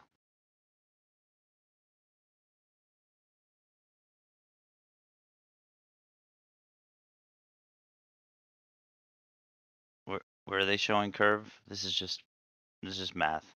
Well, yeah. So at the very bottom, there's some visuals. This is the visual representation of the data that they surveyed. But there's also, where the fuck was it? This is literally where are they Oh, demonstrating fuck, the did I curve? save it? Please save it. Did I save it? I'm gonna fucking kick my. Oh, cool. Yes. Okay. Manufactotum, you remind me of Patrick in SpongeBob when Man Ray was trying to give him his wallet, and he's like, "Is this your wallet?" Yep. And your name's Patrick Star. Yep. And I found this ID in your wallet. That sounds about right. So this must be your wallet. It's not my wallet. That's you with the globe. Every time. Yeah. Like, that's, Sure. it's hard. It's hard, man. It's hard to But talk. it's not my globe. But it's Look, still I- not my the- globe. Yeah, I think the problem is I can agree with a lot of like the premises, but when we come to some detail that will throw us off, I'm gonna plant my heels on that detail if I think you're misinterpreting it. And that can come at the end of a long, a long string of yeses, but that's just how I Still do, I guess. globe. So this is that data put together more visually. I'm sorry it's such a weird. Okay, that zooms in. Particularly striking is if you sort of scroll side to side, you can see how it bends. You'll notice that the tube itself is curving up, and that's how they measure off a baseline. So Okay. the tube curving up, What are we talking about? the arms of LIGO. The arms of LIGO. Do you work with LIGO? No, So how do you know? they publish their data. So it doesn't matter. Are you there to configure the contraption, the device? Oh, hey, Alpha. Hi. I'm asking a question. I'd like Yeah. an answer, please. No, I wasn't there. Okay, so how do you know how to calibrate such a device if you're only reading just on the paper what it says, what they're doing? Well, How they are know you how to now an calibrate the expert? device. What value or what contribution have you given to this specific profession? Zero, which is Okay, why then. So you're just an amateur who had a good night's rest at a Holiday Inn, and you assume to be some sort of expert on the topic. You have no knowledge of. You've never worked with this device. You've only read a paper, and then now you are saying this is what it's doing because I am Tony and I'm telling you that, right? Is that no, what's I've going on? never claimed to be an expert. Well, then why are you talking about such things? If we were to quiz you on anything about it, you wouldn't know what device they're using, how to calibrate it, what is the specific function for that device, anything. All you know is something you read on a paper, and now you're presuming to come in here and tell us what's what about it. That is very, very disingenuous of you, sir. Is it? Yes, it is. I think it'd It's be like you saying, disingenuous if I did actually yeah, claim well, to you be an don't work expert. with LIGO. You don't know anything about them. The only thing you know is you read a paper and you're coming in here to tell us what's what. Now, if we were to quiz you on it, you would say, well, I'm not an expert. I don't work with LIGO. So Right. it's an easy out. So we It's don't like not. that. That's a weasel way to come in with an argument. You either know because you have full function of the device and we're able to quiz you on it and how you calibrated it and so forth, or you step away from that paper because you have no knowledge anything further than what you just read. Right. So I've Pretty been simple. meaning to ask you personally because I heard you No, we're not going to yesterday. go to other questions. We're hyper focused on why you brought this in. If you're not an expert on it, or you're not, this isn't your profession. Right. Right. So, yeah. Yeah. So I can accept experimental findings, for example. You don't know what they're if they about. You've are never I controlled for wasn't them. You finished. don't work with the device. So Yeah. it's not up to you to say that. The paper was published just to let you know what the people have done. However, whatever they've done is still what their whether it's proprietary tech, it doesn't matter. You don't know what they've done, do you? Okay. Can I speak? So If it's in regards I to can. this, not anything else. Yes. of why I believe what the paper says. So I can accept things that, for example, experimental findings, if the All right, somebody experiment else. is Sorry, something. Tony. Somebody else is gonna have to take it up. I gotta head out. Aw. Fuck me. All right. Did AI leave too? I wanted to ask when we're gonna do this watch I've party. been waiting 2 days to ask Alpha Veritas a question. Well, he's He'll still be here. back in a little I'll bit. be back. Crit, when are we gonna do that watch party, dude? About don't the know. similarities between scientism and religion, or whatever he was talking about. Yeah, he has it saved, so I'll get sooner or later we'll get around to it. God, I'm waiting for so long. Actually, can I ask the room a question? Because Alpha said something yesterday. I'm wondering how widespread the idea is, like who agrees or disagrees with him. I don't remember the exact question. Something to the effects of, do you need to have done the experiment yourself to believe in the results? They didn't use that wording. I'm paraphrasing. To which Alpha responded, he doesn't need to do it himself so long as the experiment is repeatable. I took that to mean that it's repeatable in principle. I'm wondering if anyone here agrees, or how much they agree or not to that sentiment.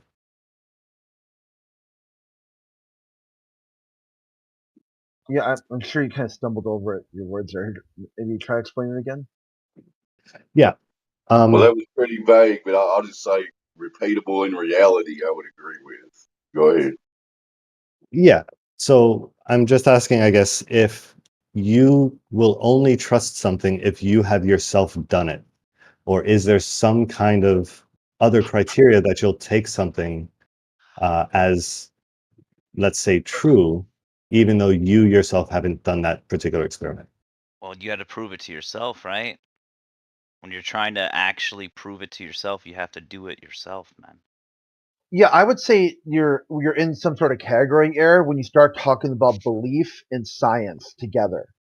Science is built on a lack of belief. Belief is not required at all. If you're sprinkling in a system of belief, you're like using science in a very unscientific way. It's like a method to like basically bullshit somebody. And Sure.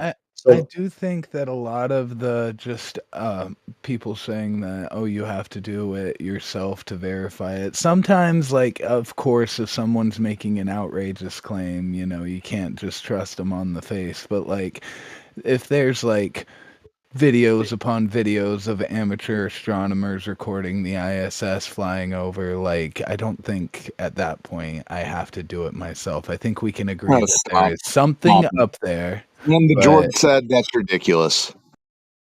Yeah, people, there's a specific temperature that water boils at certain elevation, blah, blah, blah, blah. Well, everyone, if you've made pasta, you've boiled water. Right. Wait, hold on though. But has anyone in this room put a boiling thermometer water in and the water? Space lab story is two different things. Sure, but has anyone put a thermometer in the water Yeah, I when have it once. boils? Not every time, but yeah, I have before, depending on what I'm making. And also, I did just want to clarify that I didn't make any claims about what it was. I just said that we can all agree that something is up there because. Yeah, you called it a space lab. You called it a space lab. I didn't. I was very what do you want to careful call with it my then? words. What are you calling it? I said from like my whole point was that we can agree that something is up there. We can there are lights in disagree. the You sky. you can So say if it's it like has- a if- projection. listen, You can say it's a lot of You're things, but we can fine. agree that something if is up these there. lights in the sky, if these lights in the sky just remain mysterious, there's no reason bringing them into the discussion. It was just a like it was I get just it. It's okay. It's an over. extrapolation of his point of like that's something that I don't think we By the all have way, to yeah, go that's point fine. a That's fine. yeah. So let me extrapolate the point. So if shown moon golf films, okay, Okay. what's that got to do with the price of rice? Do I need to go? Do I just accept those films, or do I need to go play golf up there? I mean, like, do I'm you just, I'm need just, to I'm just accept telling you that that's it's that's what you guys are left with. right? You guys Right. are Well, left with that the narrative, would be to and then you you. guys make excuses, and you guys rationalize everything. Well, if you're on a train, No, it's no, the no. I same think thing that's as a good. that.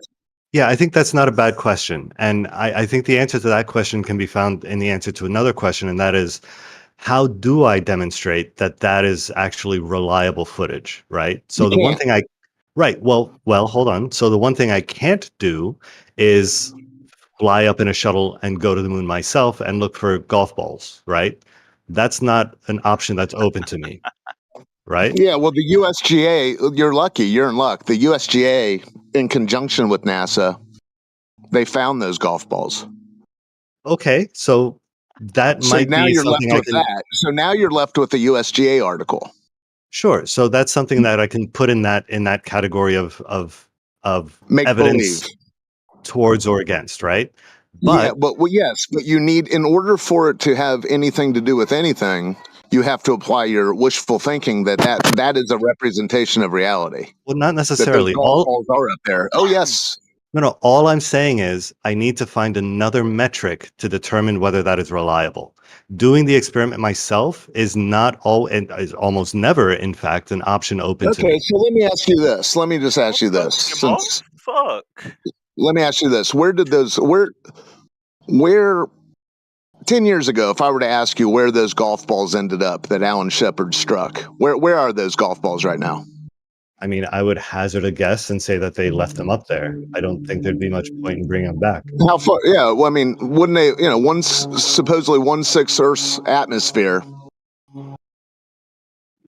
Oh, did they? Once upon a time, they told us those Titleists are just drifting through space. So where do you think they ended up? Yeah, if you told me that, I think I'd be prone to believe that. Yes. Now you're highlighting the gullibility of the outer space.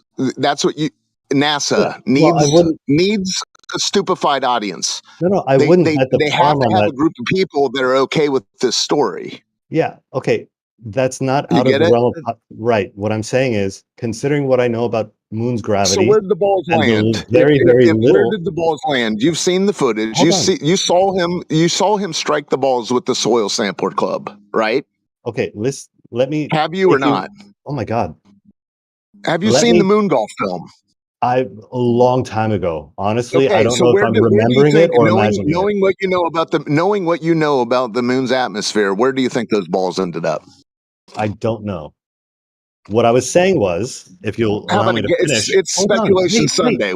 Yes, Guess. we're speculating. Okay, let me tell you how my mind works. Someone comes to me and says the Earth's moon is 1/6 that of the gravity is 1/6 that of Earth's, and you can launch a golf ball with a club if you're strong enough with X amount of force. That thing is just spiraling through space. That's not outside the realm of possibility to me. That makes a lot of sense.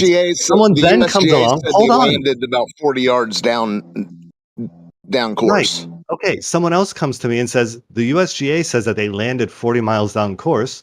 I'm gonna 40 yards. Yards down course, whatever.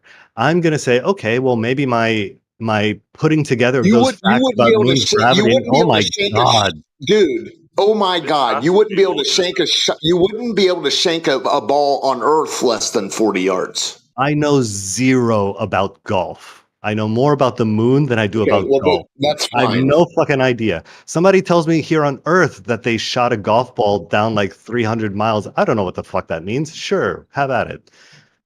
So my putting together these facts, I'm well aware of how little I know about this, that I might be wrong about that presumption.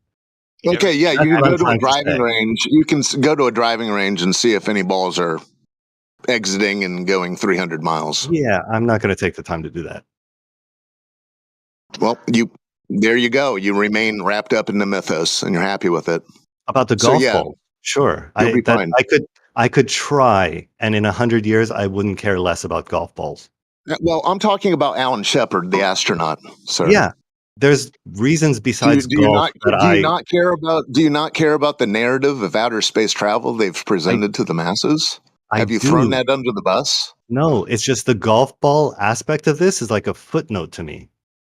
That's not what's gonna make or break this understanding of what we've done through history. It's not about the golf balls. It's about the actual science of it. Thank you for your vagity. He just wants to omit that piece. Well, I don't know about golf. I don't know how far a golf ball is How about supposed to dune go. I don't know buggies? You how know far it anything about should those? go Well, if if you there's launch no it off the gravity, moon. right? The There's golf ball's 1/6. just gonna fly off, right? If there's no gravity, yeah. But there's Or very 1/6. little, let's say, right? It depends. Depends how hard you can hit a golf ball. Depends on I don't know what it depends on. I don't know I don't know. golf. The astronauts got to put weights on their shoes to keep them on the surface when they jump up, right? But a golf ball, it'll But land. is that true? I don't think that's true. Isn't that what happened? I don't know. No, the physics wouldn't require them to put on weighted shoes. It's weird. The escape velocity of the moon's still way too high for that. Continue. Yeah, it sounds like something I maybe would have heard of by now. Yeah, those guys barely jump off the ground in the films.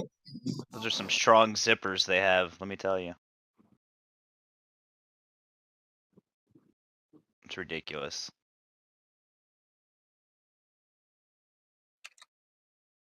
Anyway, I've been procrastinating long enough. I need to kind of get some work done. Sunday, homie. What the fuck are you talking about? Yeah, maybe nature will just do, were you the person that was confused about sandcastles? Maybe nature will just do the work for you. Yeah, that was me. Think about that time zone thing for a while and see if you come up with a good answer. Yeah, I mean, I think I explained it decently enough. Yeah, I mean, you explained it as if the Earth was flat. You're kind of like the goal would be to explain it as if the Earth was a globe. Well, time zones in and of themselves, I don't think are indicative of one or the other. If the sun is circling overhead, you could still draft time zones, but Yeah, that's the way you explained it. You want to explain it with the Earth moving and the sun stationary, and then break it into more than just two time zones, either light or dark. yeah, well, you would do that where the sun is highest. You would use noon for each Yeah, whatever that's what the sections you sun moves. designate. Yeah.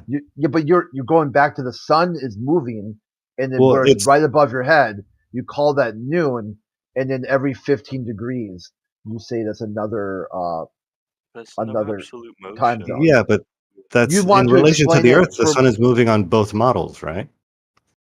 no, with the heliocentric model, the Earth is moving, and the sun is stationary. Yes, but the sun is moving with relation to an observer on Earth.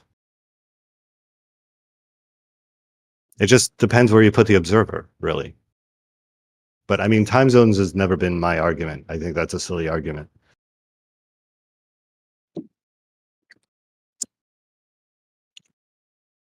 Anyway, I will catch you guys later. I mean, All I'll right, take care. See you next time. Indeed. Later. Ta-ta. I'll see the same. Ta-ta. Toodles. Goes without saying, that was a great example of somebody that's totally bought into the story and believes every excuse they make about why it's a globe. But anyway. Yeah, anyway, Crit, do you understand why the sun would be moving in a heliocentric model in relation to the Earth? What? Do you understand why even in the heliocentric model, the sun is still moving in relation to the Earth? Because, Okay, like, your I'm point missing about it. the sun moving in the model was really dumb.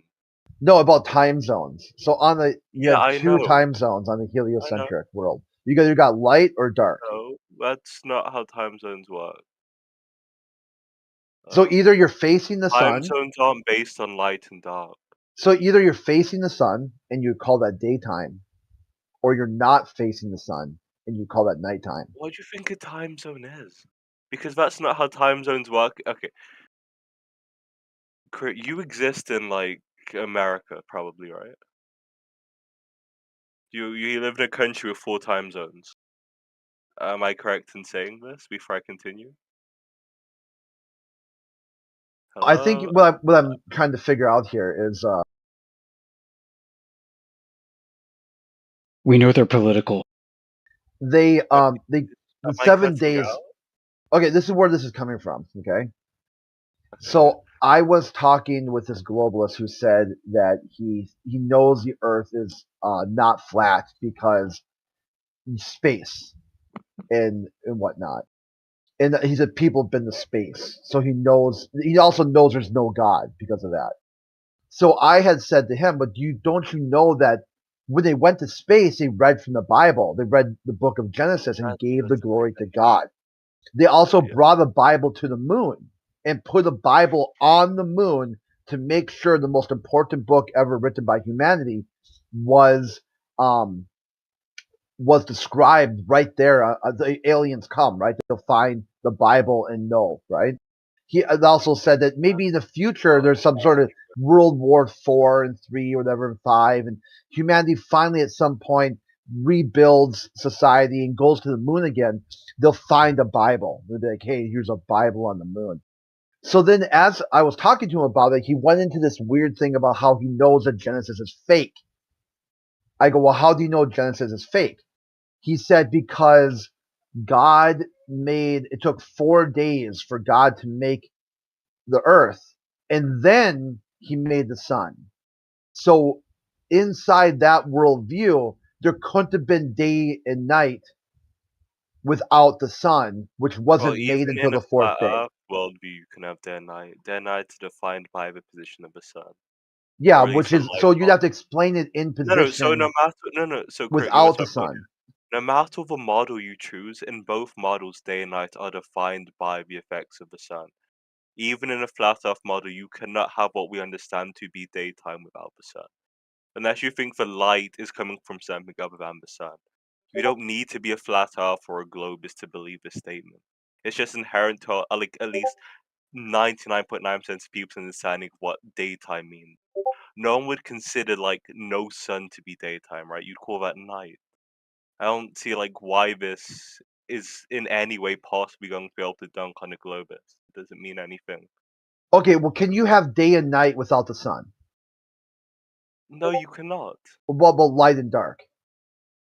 No, you cannot unless you think the light is coming from something other than the sun. If you Okay, well, think the that's what I'm light comes saying. from So something in other day than the sun, one of creation, if you believe the biblical story, the Bible story of the people who've been to space, they told you a day one, light and dark were formed. That's day independent one. of the sun. Yeah, the sun wasn't created for 3 days later. Which is problematic with any, even in my experience, most flat earthers accept that the light that affects day and nighttime comes from the sun. There are I think I could count the amount of people that live on Earth currently that believe that the day that's described in the Bible's light didn't come from the sun on my hands. Like, that is a group of 0. Like, the idea of a biblical day or the biblical light coming from the sun doesn't make sense. What is Like, there time? Would there be time without the sun? Yes, you can have time without the sun. You could kill everyone on Earth and time would still exist. Okay, so that's what I'm saying. In the global worldview, you'd have to explain time zones with no sun. That's fine. Time zones aren't okay. Time zones are not real. Like in a globus model, time zones are not real physical things. I think that's like very important to understand. There's no like defined boundary. Like it's possible to have a world without time zones. With the They just Terminator line. This is one of the things that flat smacked me was someone that said, "Hey, look at the Terminator line."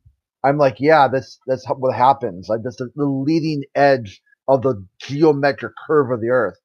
But you look at the Terminator line, and it's like a jagged. It's like a weird. It's not a straight line. It's like a weird sort of. Check it out if you'll believe me. Like the what? Wait, the what do you want me to Terminator line. No, what do you want me to terminate a line? Yeah, Okay, Google that real quick. Okay. Yeah, and I meant to see something jagged. Yeah, it should be kind of like a straight line, right? Coming off of the Earth, that's kind of bright. Like, what are you asking for? Yeah, that would be I'm like lucky. on if one side of the Terminator line would be nighttime, The other side of the terminator line would be daytime. Okay, I'm failing to see how this affects the Earth being a globe. Okay, one more time. It came in kind of quiet for me there. You said you're fat. You're trying to. I fancy. don't understand how this would affect the Earth being a globe. Well, yeah, I'm just they're seeing trying to a globe explain with light. time zones on the globe. Like, how would you explain that? No, time zones aren't real. There's nothing to explain because time zones are socially constructed. Oh, okay, I There's gotcha. no real physical thing that time zones are derived from. They exist to represent, because of the relative position of the sun, they just represent where that would be in relation to like, different parts of the world. So 12 p.m. will roughly be when the sun is at its highest point in the sky. But there's no like fucking wall you could point at to say this is time zone X or Y. Like the actual positions are completely arbitrary. It's also, if you look at the map of time zones, you can tell they're arbitrary too because China, I think, has no time zones. Well, if you look in Europe, Europe is smaller width-wise and has multiple. Like Oh, they have the one. Yeah, it could be the middle of the night at noon. It could be completely dark at noon in China. Yep. But the only reason why China does that is because China is so powerful that they can affect the day and night cycle. You know no, this they because they don't. built. No, they don't. They don't affect their night cycle. If you go to China right now, it's I think you like cost $100 if you want to like show this for yourself. You can go to parts of China where it will be nighttime, and if you look at your clock, you'll think it's daytime. It's not that they affect the position of the sun in the sky; they just don't care. No, what they Because there's do though, actually but no benefit to having multiple time zones. they have a dam there called like the Three Georges Dam, where they're able to slow the curve of the Earth depending on how much water they back up in their dam. The slow the curve of the Earth? Oh, What? I'm sorry, the rotation, not the curve, the rotation. That doesn't. Okay, you're a flat earther that believes the Earth rotates, correct? No, I'm talking about. So if you're gonna say, like, if someone's claim, right? Like, I'm kind of steel manning the position.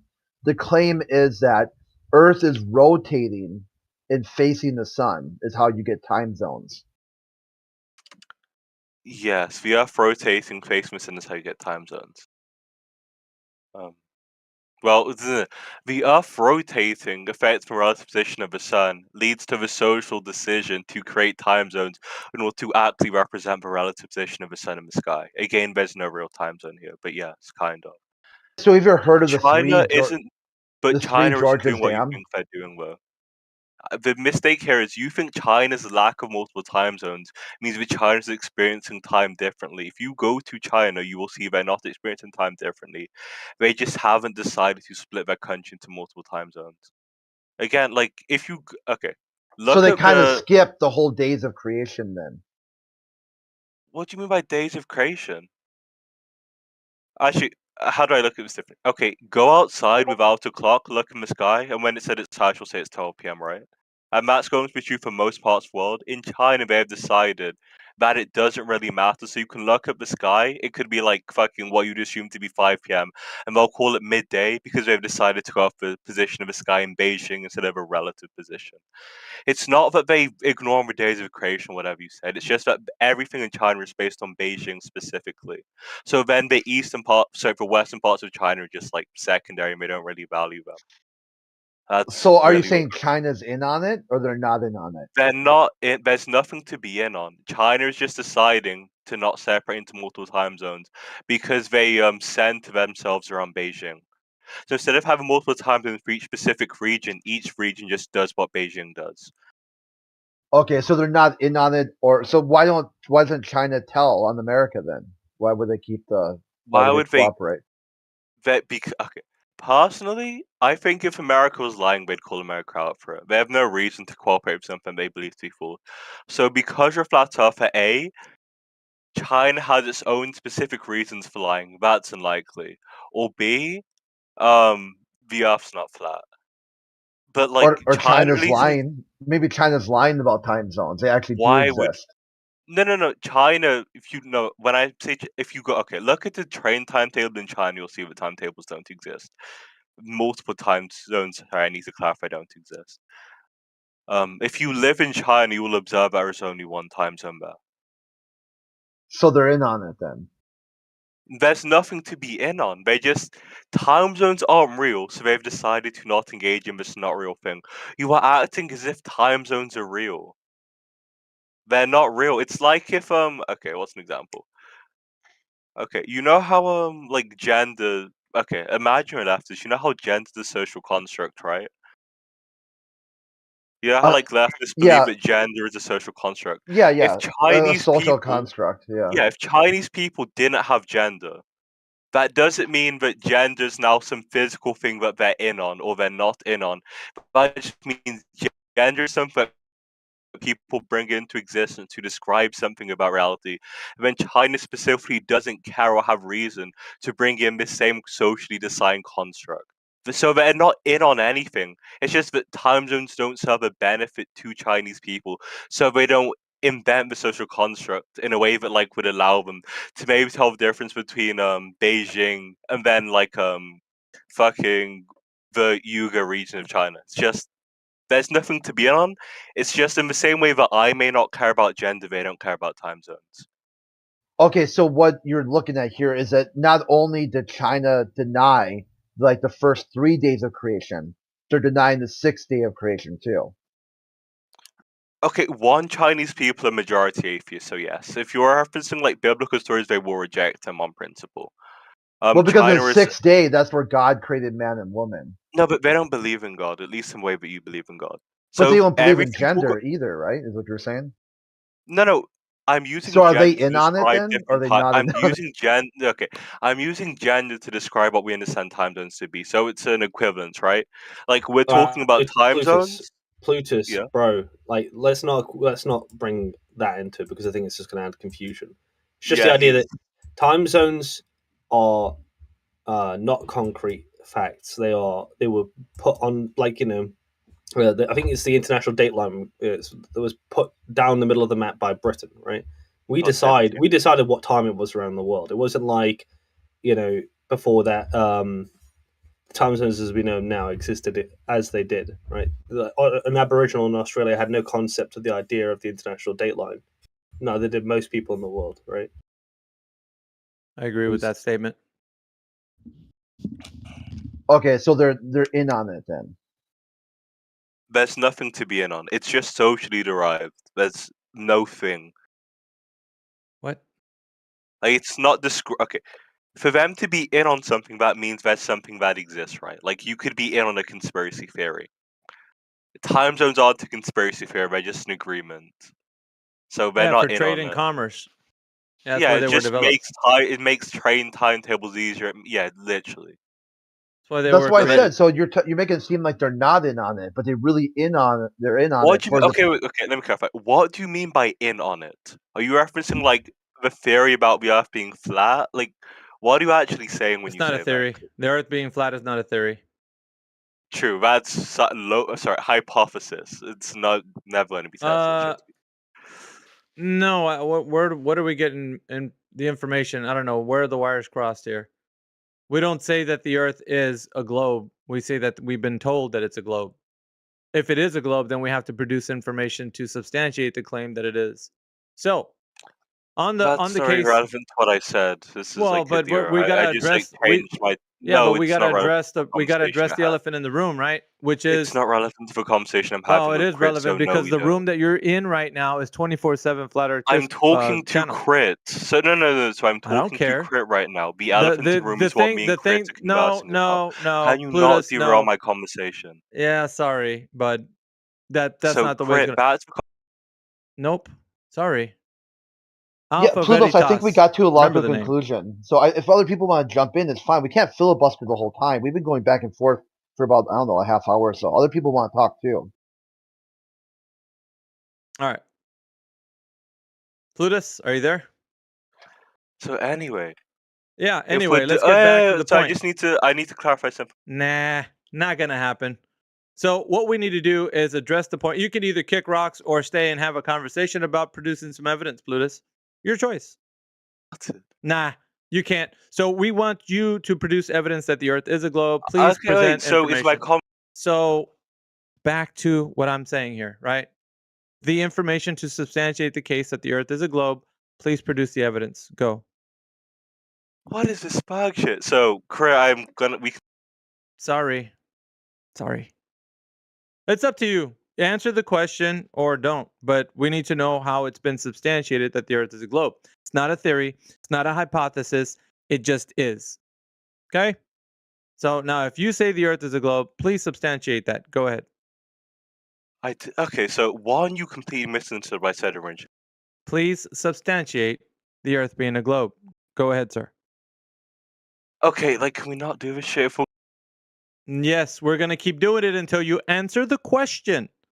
Substantiate the Earth as a globe, please. Go ahead. That's not a question, it's a statement. Please substantiate the Earth being a globe, please. So, personally, I would like to make it clear I didn't say the Earth was a globe. That's not the point in either way. I need you to substantiate the Earth as a globe. That's about the 6th time I'm telling you. We're going to go for number 7 if you don't answer this next. So, if I didn't make the claim. Okay, so number 7. Please substantiate the Earth as a globe. Go for 8. Make the claim. Why would I have to substantiate? Because the burden of proof is those who are advocating or making the claim. If you advocate for the claim that the Earth is a globe, you must substantiate it. We've all been told this in academia. So it is a burden that you carry, not me. I do not say the Earth is a globe. However, you think it is. So please substantiate it. Go ahead. When did I say that to you? All right. So let me ask you a clarifying question. Do you think that the Earth is a globe? I don't think that's relevant. Answer the question, please. Go. I believe that the Earth isn't a triangle. Answer the question, please. Disingenuous trolls are not going to last long here. Is the Earth a globe, please? The Earth may be a globe. It may not be a globe, and I'm access to infinite information. I cannot give you a certain answer on that. Okay, so you don't know if the Earth is a globe. Is Hey, that that's not true? what Answer the question, please. Do you know if the Earth is a globe for certain or not? I was answering a question when you muted. Okay, so all you got to do is answer the question. You'll keep getting muted until you answer the question I'm asking. No, I'm Is fine the with Earth a getting globe? muted. Because you need to answer the question. Stop. Is the Earth a globe? Yes or no? Just answer. If I'm fine with that. Just answer the question. We're going to keep going around until you kick rocks or answer the question. One of the two. Is the Earth a globe? Bro, you have not got. Is the Earth a globe? So the Earth may be a globe. Obviously, if we're going, so the Earth may be a globe. If we're gonna go with scientific consensus, it's a globe. We're gonna go with well, not scientific observation. consensus. Hey, I'm want... answering a question. Yeah, but we're not. Answer the question to substantiate it. Don't just tell me other people think it is. I need evidence. Okay, I need evidence. Wait, pause. But why is that not valid? Okay, 1. Loaded statement inbound. Okay. We need evidence that it is a globe. Please present your evidence, not other people's opinions. I don't care what the other consensus said.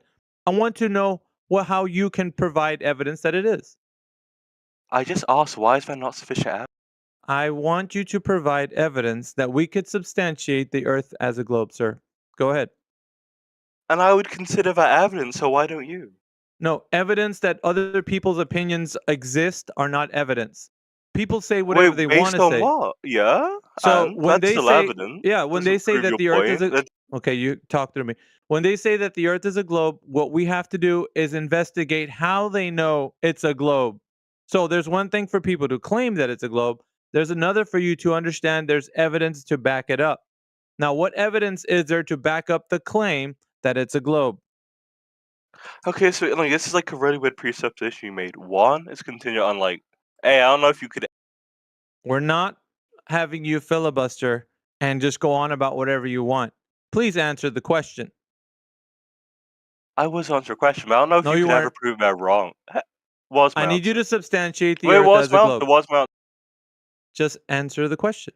Pretty simple. How'd you know I didn't answer a question? What was my response? Do you have evidence to substantiate No, the claim what was my response?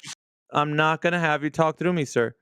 Please substantiate the evidence that the Earth is a globe. I need you to do that for me. Can you do that for me? Yes or no? I need a yes or no here, right here. Could you prove I did answer? Can you say yes or no? That's the one thing I'm asking for, a yes or a no. Yes or no? Can you substantiate? And I'll ask you to answer my question. Nah, we're not going to do that. So, your choice. Your choice. Answer my. No, we're not going to do that. Absolutely not going to do that. We want you to substantiate. And for everybody else that's listening too, evidence and the burden of proof is really squarely on your shoulders right now. And you don't want to substantiate it. That's fine. I mean, really, it's fine with me. If you just believe that it's a globe, it's okay. It's a belief. It's a blind belief. You don't have any evidence. But I need you to say that you don't have any evidence. And then we'll all be okay. Is it just a belief that you have, or do you know? So again, like I'm asking you to. No, you're not asking anything. I'm asking you. Is it a belief, or do you know? I'm in fact asking. Is it a belief, or do you know? I think it's justified by evidence. Okay. Now, please substantiate it with the evidence. Go ahead. I already gave my evidence, What and you is it, sir? arbitrarily try. No, what is it? What is it? You keep cutting me off. Can I like explain this without getting I muted? want to know the evidence. Just tell me the And I'm evidence. You trying said to there give is. it to you whenever I'm All more right, go half a ahead. sentence and you mute Go me. ahead. So Give can me the you? evidence. Cool. Obviously, one, I believe like scientific consensus, unless you believe there's some grand conspiracy. I don't care about what other people say. I want to know how they know how it can be substantiated that the Earth, with evidence, is a globe. I don't care what they say as a whole. I don't care what they say. Do you understand the words that are coming out of my mouth? I don't care what consensus says. I want to know what is the method by which they can know the Earth is a globe. Go. Well, it's so arbitrary. I haven't justified why that's insufficient evidence. We're still not talking about how you've discovered that they know. No, What but again, method? like, wait, okay, so you asked me to explain how they know. Okay, that's different. I just gave what I know. Okay, now. No, you didn't give what you know. You just said you repeated a claim that they're telling you. They're telling you a claim that the Earth is a globe, and you're believing the claim. Now, we want to know how the claim that the Earth is a globe has been substantiated with evidence. It's taken about 20 tries already, and you still don't understand. Try again. Oh, no, I know what you're saying. Okay, then give me the answer then. Okay, so again, like, this comes back to you Answer, arbitrarily please. defining. Answer, please. I can't unless we've clarified what we're talking about. So We've need to already actually have you. understand what You. Sorry, but you said you've understood what I said. You told me right now. I understand what you're saying. Okay, if you understand what I'm saying, where's the evidence, please? I understand what you're saying. I don't understand Okay. the metrics you're using. Those are two different The things. metrics, You as can in, say you understand. I need the demonstration of how the information of the consensus is validated. How do they know that the Earth is a globe? I know how you know because you just believe the claim. You believe that the claim that they say the Earth's a globe is real, right? So the fairy tale exists in your mind because a group of people said so. Now, I want to know how the group of people made it real. What did they do to test the claim that it's a real globe? Go, sir. 1 second. Go ahead. Go ahead. Anyway, so now if we're talking about how they know, they could do it through like experimentation, or the way I find the most convincing is just. Can you Go not? ahead. No, you can tell when I cut you off when I finish my sentence. Cool. No, I wanted But them. I wanted you to tell me how they know. Okay, Go ahead. wait. Cool. And I'm guessing till you keep cutting me off. Like this is now a conversation as well. Just allow me to finish the sentence. I'll stop and then you can respond. Cool. But the way I find most convincing is like the issues with any possible flat Earth model when it comes to like accurate describe. We're not talking about flat Earth model, sir. I want you to substantiate the Earth as a globe. Do you know what that means? That means if you think that you believe a consensus that it's a globe, I want you to tell me how the consensus arrived at that understanding. So you need to tell me how they discovered it's a globe, not how it's a flat Earth. We're not talking about flat Earth. We're talking about your belief in the people who say the Earth is a globe. Now, how did they substantiate it? Go ahead. Okay. If we're like, so if we have a dichotomy, the denouncement of one position entails. No, Incorrect. I need you to provide the evidence. Go. This I'm explaining why it is evidence. So if the No, you're not going to explain something that I'm not asking for. I want evidence of the Earth as a globe by proxy of the people who told you. So, the people who told you, right? The consensus, those guys, how do they know? Tell me. And I'm trying to respond, you keep No, cutting me you're off. And my not. point is, No, if we you're have not. dichotomy here, denouncing. No, we're not going to denounce. We're going to provide evidence, sir. That's what we're doing. We're not denouncing shit. We're providing evidence, sir. Try again. Okay, I'm confused. You know what modus No, well, ponens don't be. is? Let's unconfuse No, no, you. no, no, no. I'm.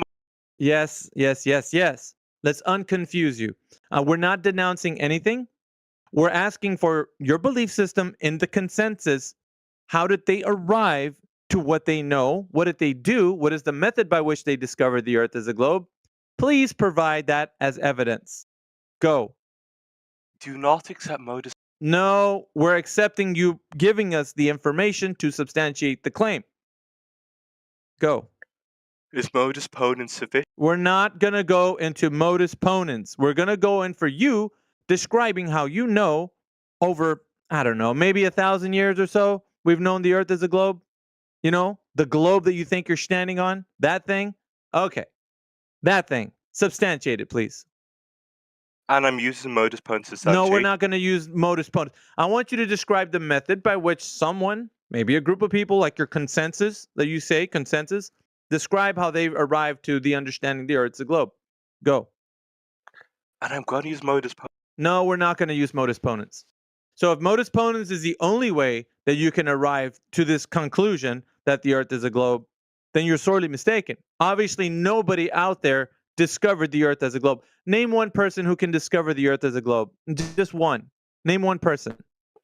Me? No. Next. In history, No, sir. no, is that? No, you don't qualify as somebody in history propagating it throughout hundreds of years of knowledge of the Earth as a globe. Do you? Were you around 500 years ago? I highly doubt it. So I need you to tell me where this myth originated from and why people think it's so. You didn't start it. Okay? So once again, you're not consensus. Yeah, you just disqualified yourself as someone who knows because you said, I just believe the consensus. So you don't know jack shit. You believe what the consensus said. Let me untangle that for you in your brain. So now let's get to the consensus part because you just disqualified yourself. So you're not the guy, right? So you don't have evidence. So you just believe. Okay, that's fine. But how did they figure it out? Go. Okay, one. I don't care about history. Well, you should because that's where the globe Earth came from. History. So, if you don't have information to substantiate the claim, I would say you do not know. Do you know? Yes or no? I know. I don't. No, I need the correct answer because if you know, I'm going to press you for the information. Do you know, sir? I'm asking you to come clean if you know or not. And if you do, I'm going to press you for it. So, do you know? Yes or no? Wait, you're British, bro? Do you know? Yes or no? I already said yeah. Okay. So I need primary source, I need a citation, and then I also need a method by which they've discovered it. Go, please. Okay, now what's your issue with modus ponens? We're not going to talk about modus fucking ponens. I need you to describe the information with primary source, citation of the source, and a demonstration, please. Go ahead. Again, I'm not going to arbitrarily agree to that. Fuck? Okay, so you arbitrarily shut the fuck up then. How about that? You can laugh and snicker all you want. If you don't have the information, sir, have a seat. I'm going to unmute you because I think it's not right for everybody to be muted, but I want you to put yourself on a white mic because you do not know. Here you go. I'm not going to. No, again. Yeah, you really are. You really are. So it's not this isn't the way that you think it's going to go, right? This isn't your playground. People come here to demonstrate evidence of the Earth as a globe. If not, let someone else do it. We got people lined up waiting to talk. So you don't have the information, do you? If you will stop muting me, I can provide the information. You haven't done But so, sir. You keep muting me. I haven't got Because two you're sentences not out giving me. unimpeded. Okay, so give So me the can I give primary my source. Stop. Give me primary source citation demonstration, please. And you'll be allowed to speak. All you got to do, the only thing you got to do is substantiate the claim. That's it. That's all you got to do. So I don't know why you keep doing that. I'm not gonna leave. Because you're not substantiating the claim, and that's what is required right now because you have the mic. But you're not doing that. You're doing other things. Go. Okay, fine. I just start with proof and explain how it links back to my point. So we can look at the. Sorry. Yeah, we're not doing what you want. Okay, good, let's do it. Why do You're just being a slow learner, brother. Every time you say modus ponens, you get muted, dude. So, I mean, how long is it going to take till you learn? No, I can you know. answer I AI's pointed that question? out in side chat earlier. I just don't care. So we can look at the movement of the sun around the Earth, or we can look at like the perceived. Okay, yeah, you said. Hey, China. Okay, you said so, but you said remember. Here's the most important fact about speaking. You said that you believe consensus. So your idea of how things work is based on other people's ideas. So now you don't know anything. You believe what they've told you, but I need you to substantiate how they've told you they know. So their knowledge, basically, how do they know? Because really, how you know is I'm just gonna throw it out. It's inadmissible. We can't take it in because you just believe. So how do they know? Go ahead. You keep muting me before I can finish. Yes, And I because originally do you understand the question I'm asking you? Not you specifically, because you just gave it up. You say I believe consensus. So we want to know how consensus arrived to this. Tell us how they know. my argument isn't just based on consensus. You kept muting me before I could finish it, which is the issue. You Okay. don't understand my position. So can I actually tell you what my evidence, my entire No, evidence you was don't have originally? evidence. You've given that to You the no, you consensus. So tell us about consensus. So what do they know? How did they arrive to it, sir? You've gave that up. There's no Before I ground you unmute can him, say. let me give you a my probable position. example. Yeah, Hold go on, ahead. dude. I'm going to give you a probable example model of the way you could present your evidence. So, for example, you might say, and this is all hypothetical, John Jones in 1772 measured a line across the surface of the Earth and demonstrated that it was curved by doing A, B, and C. Therefore, since that time, we know the Earth is curved. See, that's how presenting the evidence might go. All right. That was an example for you, Plutus. So can you try again? Yeah, he can't show Okay. me bands, so I'm not listening to him. But anyway, What? So no, my original. Did you hear what he said? I need you to repeat if you heard what AI said. Okay, we're not going to go off into your little gish gallop. So did you hear what AI said, please? Yeah, it wasn't a question. I don't need to respond to. It was a statement. Yeah, but did you understand what he said? I said yes as my first Okay, word. so Do you right. So listen? You what deaf? did he? Can you tell me the example that he gave so that we can understand you heard him, please? Okay, so sure. He said John Jones in 17 fuck knows what 76. measured Yeah. the. I don't care. Measured the Earth. Can you stop? You can ask me a question, but not let me. Just please answer. That's all we need. We don't need your filibustering. Go. I can't answer when I keep getting muted. But he measured the length of the Earth, and then using A, B, and C, he worked out that it was curved. That's what he said. Excellent. So do you have such a human that exists that you can appeal to? And again, my human I can appeal to is my. No, you disqualify yourself as a person who can know anything because you just believe. According to you, you've given that to the consensus. So the consensus is now what we're appealing to. So who in consensus, just like AI gave you the example and you understood because you repeated it back. So going from that logical point, who can tell us how the Earth is a globe, Plutus? You keep saying I disqualified myself, but You you did. didn't listen. No, you did disqualify yourself. You said, Can I I quote what I don't said? know. You're not going to talk to me. I don't know. I just believe. So you said, I just believe. The consensus knows. So we're going to the consensus, just like the example he gave you. Now, once again, can you give us somebody in history that told you that the Earth is a globe, or that you know that it's someone telling us that the Earth is a globe by a way of a demonstration? Go. So no, that's not what I said. You keep misquoting me, and it's getting kind of annoying. Well, you haven't presented any information, so I don't know how it's No, I annoying. mean you keep misquoting my original evidence. That's Well, we're the issue. looking for the person in history that demonstrated the Earth No, is but a I didn't globe. appeal to just. We're looking for the person in history, so please provide the person. Why do you keep? Actually, let me call myself. I said I don't give a. Give us the person, Plutus. That's all we need. Just who has measured the curvature of the Earth, Plutus? So obviously, Yes, I go ahead. have.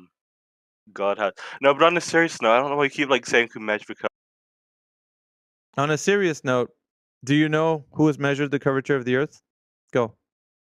I didn't say anyone had. I know people have, and I think his name's. Oh, I so can't remember. nobody Wait, has no, measured no, the someone. curvature. So nobody has measured the curvature of the Earth, Plutus? I need you to clarify this for us, please. No, people have. I just haven't mentioned them. Okay, I've been who? putting words in my Who? mouth. Okay, I want to know who. I don't want to put words in your mouth. I want you to tell us who measured it. Go. Stop. Okay, like again. Again, please give us the person who measured it. That's all we need. So we forget everything what was said before. Like what's happening? Yeah, we're looking for the person who Okay, measured the sure. curvature. 1 second. Give Go me ahead. a moment. Some great now. You remember his name. Fat fuck. So you asked for the circumference? No, I'm asking for who measured the curvature of the Earth.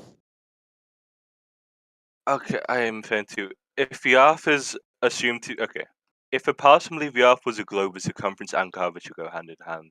I'm failing to see a relevant distinction here. Like what's the difference between these two?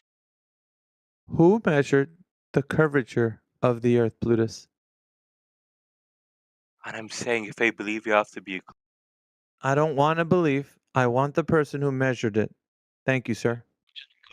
Actually, let me say it differently. The circumference gives you the curvature as like an SI entailment. They are the same thing.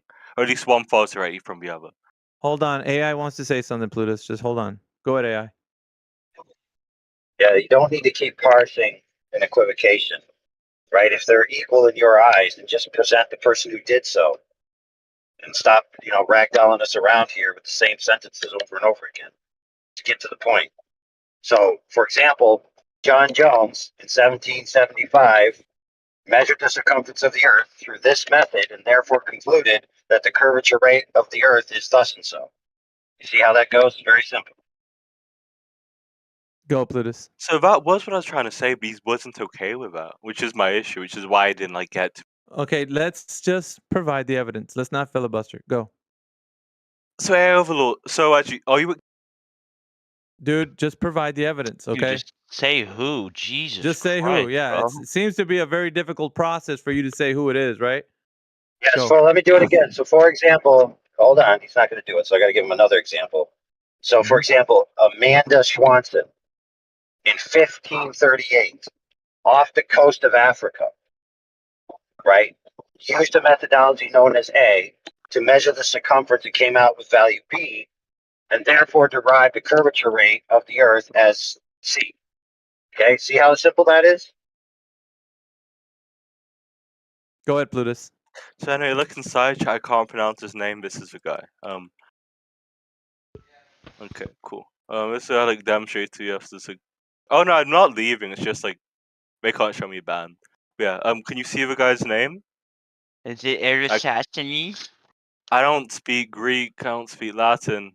So what was his method, Plutus? That's the primary source of the person. So I Okay. need the method by which he's demonstrated the Earth to Okay, be a globe. 1 moment.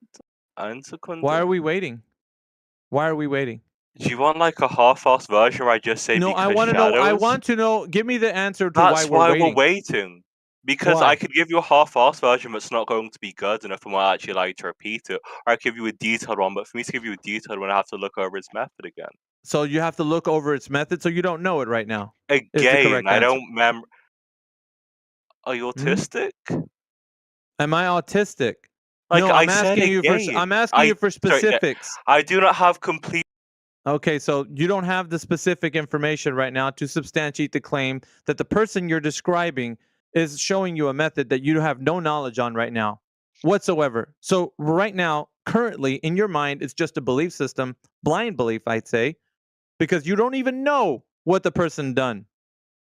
Do you, Plutus? So if we ignore what I said, where I said I could give you a half-ass. Nah, that doesn't qualify. So you don't give us the information because you don't know. Is that true, Plutus? That you don't know right now? That's not what I said. Do you know the information to substantiate the claim about Eratosthenes, Plutus, or not? Doesn't sound okay. That does not sound like his name. You skipped out way too many syllables. Okay, what's his name then? Say his name. Say it. I can't, but I know. Okay, then you can't. Then that means that you don't even know how to fucking pronounce it. So therefore, not only do you not know how to pronounce his name, you don't know the method by which he substantiated the claim that the Earth is a globe. Do you, Plutus? Be honest. Two separate claims. One. Well, you got them both wrong. So do you know how to substantiate the claim or not? Are you wasting everyone's time? So, okay. Answer the question. I need you to answer to that question. Are you wasting everyone's time or do you know? Your time isn't Well, valuable no, to get wasted. And secondary, I don't need to speak Greek. Yeah. Go ahead. Well, hold on, friend. You're actually not wasting time because you're actually doing a very good PSA on why phonetic pronunciation should still be taught in public schools. You're presupposing that the ancient Greek lexicon was similar to the contemporary. Shut the English. fuck up and just That get is the- obviously untrue. I don't know why you'd say that. Are you We gonna do work not speak Jedi's ancient patience Greek. then, man? You think my patience is Why short? do I care about Jedi's patience? Jedi suck Hey. my wood. But Bro, anyway, stop talking for a second. I'm Stop sorry. talking for a second. Go ahead. Stop Go ahead. talking for a second. Okay, check this out, homie. When you look up a name, unless it's written in Greek letters, it's going to be written in your native tongue letters. For example, in English Arabic characters, right? A, B, C, E, F, G, X. You know, all of those. So when you see that name, it's already been translated for you or transliterated for you into your language, and then you can read it with your phonetics. Okay, So how do just you for a pronounce newsflash, Julius Caesar? How do you pronounce Julius Dude, Caesar? We're not going off on that tangent. No, all we right? are. No. How do you pronounce Exactly. Julius? Go ahead, AI. Dude, the point of the story is that the name is irrelevant. What you could have done as an intelligent man is just substitute a name and just say, okay, we'll call him John for sake of argument. And what John did is he went out to the coast of Belize and he took a string and he put it from here to there, and then he plugged the string in the middle, and then he measured the angle differential, and then he derived a curvature rate, and yada, yada, yada. But you see, you're not getting to any of that salty goodness of the point. You're just drowning in how to pronounce the dude's name. So for the love of God and all that is holy, could you save us all the rest of the calories we have to spend listening to you and just get to the point already? How do you pronounce Julius Caesar? Oh, shut my the God. fuck up, dude. Fuck this Now guy. you're gonna get it muted. Give us the method by which Eratosthenes provided the evidence that the Earth is a globe. Go. See my question inside chat? We're not looking at your fucking shiny quarter on the ground. We want you to produce the evidence, or should I just keep you muted for the rest of the time? You make your choice, Plutus, because we want to get to the bottom of this. And you're demonstrating to all the people who think that the Earth is a globe that you're just a very bad advocate for the globe. You are. Just everyone's time. He's deathly afraid of saying, "I don't No, know." no. The issue is like I was gonna provide my evidence in my disparagement, but then he. We're not going to go off into that tangent. Do you have the evidence or no? So what? It's a yes or no, Plutus. Yes or no. Do you have the evidence? Yes or no. I'm going to unmute you. The only thing I need to hear is yes or no. See. No, Nope. that's not yes or no. No. Yes or no? That was a good one, though. We? Nope. Nope. Doesn't qualify. Yes or no. That's all I need to know. Yeah. Okay. How do you he's know? being a dick. No, because you can't. Nah, we're not going to listen to you. So we just want to hear the information, the goods, right? You got him? We're going to unmute him again. So when you're appealing to formal logic like modus ponens, okay, all the premises have to be true in order for the conclusion to carry. So any premise that you put in there is good because you clearly were talking about interpretations of the sky. They're all going to be just that, interpretation. So they're going to be conditional ifs. So the modus ponens that you're going to present doesn't even carry a necessary conclusion because you haven't proven the conditional ifs in the first instance. So it would be true if all those conditionals were true. That's the problem. That's why he wants the prima facie evidence right? Not these arguments, you see. So you need the brass tacks, right? Before you can pin that poster of a globe up on your wall. So that's what he's asking you. Where is the prima facie direct evidence that the Earth is a globe, which you claim, to which all of these then logic forms would then apply? Without that, you have nothing. Go ahead, Plutus. Okay, so to respond to what you just said, he wasn't okay with me doing that. Just give us the evidence of Eratosthenes proving the Earth as a globe. Go. Dave, look, this is the issue. Like, I was going to provide. No, that's still not it. Go. I'm just going to type what I'm saying. No, it's easier for you just to say it. It's Can I easier. do it Just for tell you, us. Pluto? Pluto, you can phone a friend. I'll do it for you if you want. Go ahead, He hasn't Plutus. got There's no phone a friend. It's just two separate conversations. Overlord, Yeah, I can hasn't talk got to inside chat when I talk to AV. So, hasn't got AV, repeat what you asked me for. The evidence that Eratosthenes had directly measured the curvature of the Earth.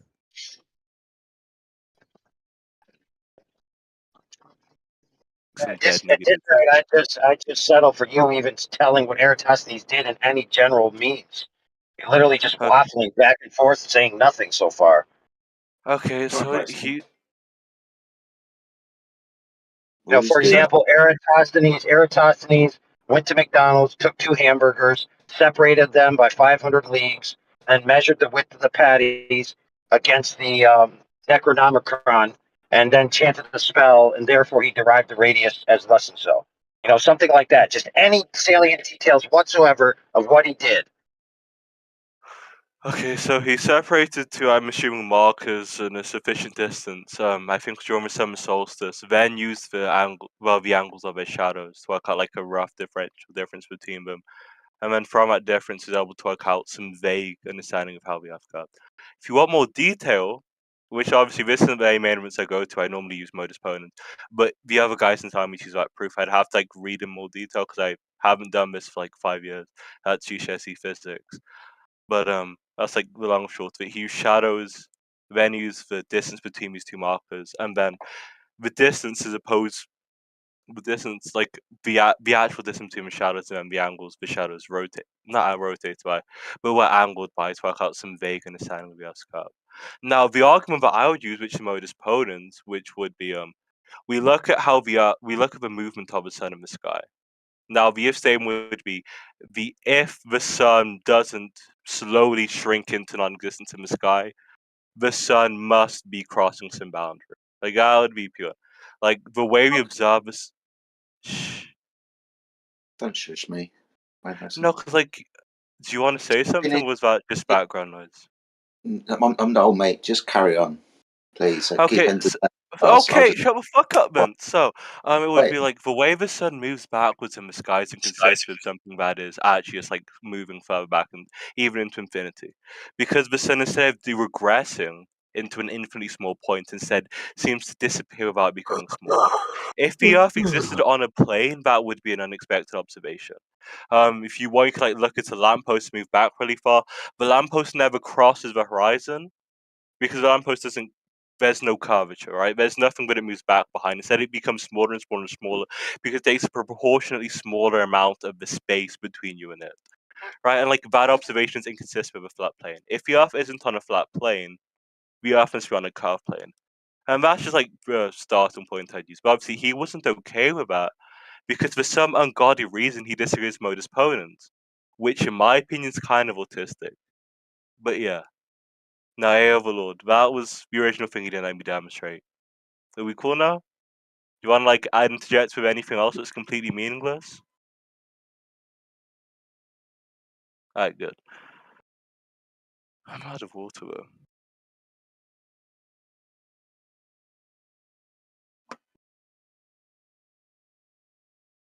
No, wait, so that's not my argument. My argument is no curvature leads to observation that is untrue, ergo curvature. Unless you think we exist in like the superposition of simultaneously having and not having curvature. Now, I will grant that curvature doesn't justify the Earth being a globe, but it's They'll like a be back. decent Those starting guys will point. be back in a second, but what you said was just a bunch of bullshit and it didn't substantiate Okay, anything. do you want to converse with me about it then? I'll tell you what, I will. What was that bollocks you said about the sun? Go ahead, Jedi. Okay, so sure. So the sun, if it was on a flat, sorry, if the Earth was on a flat plane and the sun was moving away, the sun would become smaller and smaller and smaller until it like Oh, did you see disappeared. the video that I posted? What? 4 seconds. Did you look at the video I posted? 4 seconds on. Okay. Yeah. Let's get a. The 4-second video he posted. I can see the fucking video. Okay. Oh, great. So shut the fuck up. But anyway, yeah. What are you getting with Jedi? Continue to be Don't like rude, send your my picture friend. of the sun If crossing you're, the. if you're I going to will continue to be continue. rude, don't be He was rude. being Don't rude call. first. Don't Was he dare. not being rude first? Stop calling I people sent sarcasm. what? Stop calling people autistic and It's not retarded. an insult. Don't have Those to be not rude. insults. Stop being rude.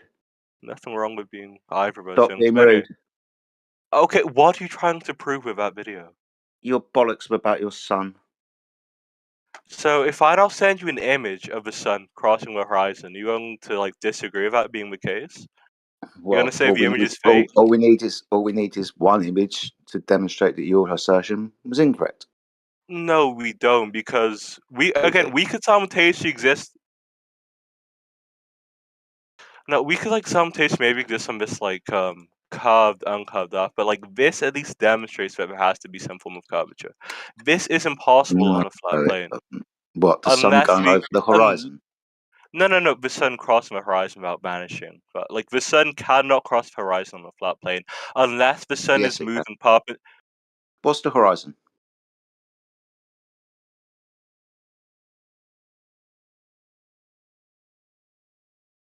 Let's go. Okay, why was I muted? What's the horizon? I was answering man, someone mute. Any, I don't care. What's the So horizon? I'm answering it. Start anyway. So the horizon, at least in this, is just like going to be like a line of stuff that's in front of you. It's the ground. So it's going to maybe be the ocean. Or it's just going to be land in front. That's not the There's a lot horizon. of abbreviation and word salad when you answer a question, isn't there? In Just the answer context the of it, question. What's the horizon? it is going to be the flat plane of stuff that is ground level with you. That No, that's expands. not the horizon. That's not the That's definition. what we observe. Just That is how do you qualify a horizon? What is it? the horizon in this conversation is what I just described it as. You disagree with that definition? If so, No, what's your definition? I want you to describe it. I just gave my description. You said it was wrong. What So the what word is salad? yours? The word salad you said. It That's not wasn't a it. word salad. That's Okay, not a I'll word make salad. it briefer, but it wasn't word Yeah, salad. make it brief. Okay, was so word the salad. horizon is going to be the stuff that exists, that is on like. That's not it. Try again. The horizon is like the stuff. Oh yeah, sorry, I shouldn't use like that, but So the horizon is going to be a flat plane of things that are in front of you that expand. No. Stop talking about your fucking word salad. That's not it. That's not the horizon. What's my word limit? Really, just speak clearly if you know. If you don't, then clam up and let Jedi tell you. How about that? I'm giving my definition, but Do you're you saying it's know? word Do you salad. know? How Do you many know what? Do words you am know I what the allowed to use? horizon? Do you know what the horizon is or not, Plutus? Yes, but you're not allowing me to. All right. So if you knew, then you would have already demonstrated that you knew by telling us. No, go ahead and tell us what the horizon is one last time. If not, Jedi's going to tell you. I've You got told you. one You last said it time. was wrong. You disagree with my definition. So are you going to keep doubling down and saying that there's the same definition that you gave us with that word salad? It is the same definition. Okay, so Jedi will tell you. The horizon, if you live on a sphere, is a physical geometric point for which things can disappear behind. For example, a boat, or in this case, your sunset. This geometric horizon for a ball with a radius of 3,959 miles must be at 1.2 times the square root of the observer's height in feet. Okay, I have some issues with that. One, horizons aren't going to be unique to spheres. It's like problematic. Your definition isn't true.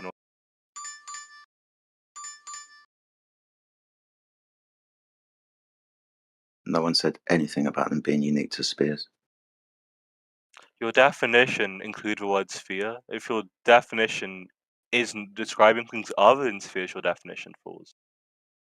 If we are talking about the Earth being a sphere, Okay, and you that's are not claiming, horizon then. listen, shush, That's if something you are else. claiming the So what's your horizon definition of is horizon? hiding, What just is your hold you. definition of horizon? If No, you you gave a are, definition of I horizon ain't of the talking to you, Earth. man. If you're just What's going to your keep definition talking of through me, horizon as a thing just that keep talking exists? You through me. haven't given me your definition. What's your definition of horizon as a general thing? Can you please provide one? You're going to keep interrupting me, mate. I ain't having a conversation with you. It's that simple. Okay, sure. Who else wants to talk to you? No one's going to talk to you. Oh, so The sophistry is strong with this one. sophistry or sophistry? Doesn't fucking matter. You understood what he does. said. No, because one of you, because one of you guys complained about me not like being able to pronounce Greek words. Fuck off. This guy is just wasting everybody's fucking time. He thinks himself as intellectual and he fucking isn't. His sophistry or sophistry, couldn't give a fucking shit, is on the level that I haven't seen for a few days. He's just talking shit because he's trying to buy himself time. Yeah. He's afraid to say, I don't know. I'm not. I gave multiple assertions, but if you want, actually, I don't want to commerce with you. Keep doing this background shit. I don't talk to background dancers. But Fuck off then. Jedi, excluding the Fuck off. definition of horizon, which really doesn't matter. I'll just accept your Fuck off. definition. No, I'm In trying what? to understand, dude. I'm trying to understand from your point of view what you are No, I'm defining. accept. No, again, your definition of horizon doesn't contradict. Well, the maths. But the maths is very massive, a point being made, because obviously, like with whole true on a smaller or larger sphere, like the argument I'm making isn't earth dependent. So That's that why could I be gave you ignored. the sphere's radiance. Right.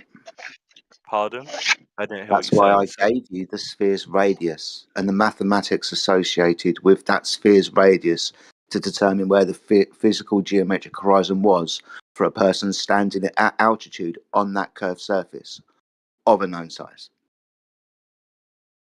Now, I'm trying to figure out what the fuck you mean when you say horizon. So when you make Being as you brought up the sun. okay, so now just one thing you said. The argument, the definition you gave included things that are going to be unique to her globe model of the planet Earth, because they're contingent on the radius of the Earth. That doesn't matter to my argument because my argument is based on the properties of a sphere. So the things that we disagree on don't matter to Based my on the argument. properties of a sphere for a person standing at altitude on that sphere of a known radius, and every physical geometric horizon will be at 1.2 times the square root of the observer's height in feet. That is, in fact, not true. Oh, shit. Have you ever looked at an Earth calculator before? Okay, so let's have some fun. No. Wait, actually, Repeat. wait. Sorry, let me clarify. Repeat the number you gave me. Or write it down in the side chat. I think it's more fun if I engage with that number. Can you repeat it? The radius, 3,959 No. miles. I know the rate. No. I want the other number you gave. I haven't finished. I want the other number. Or a sphere with that said radius, then every physical horizon will be at 1.225 miles times the square root of the observer's height in feet. Times feet? Fuck, we using. Okay, can you give us in a metric system? I don't use feet. No, you go and figure it out for yourself. Tell you what, Google, no. If you wait, make it pause. simple. Your conversion, just look it up. To make it simple, go and use an Earth curve calculator, and when you figure out that you can put in whichever metric you want, you can go from there. And when you figure out that that calculation is based on that Earth curve calculator, we can go from there, and then you can define the geometric horizon as you want. Metric. So, what do you want me to input? Height. How tall are you? Actually, I'll do my height. I don't care. And then arbitrary. Yeah, it's really gonna be fucking. Well, I'm still trying to figure out what you're determining or deeming the horizon to be, to make an assertion, to go back to Aristophanes, to start ripping your ass apart on that. That's not how you pronounce his name. Caesar pronounces K's, but I couldn't give a fucking shit. I could. Well, who cares?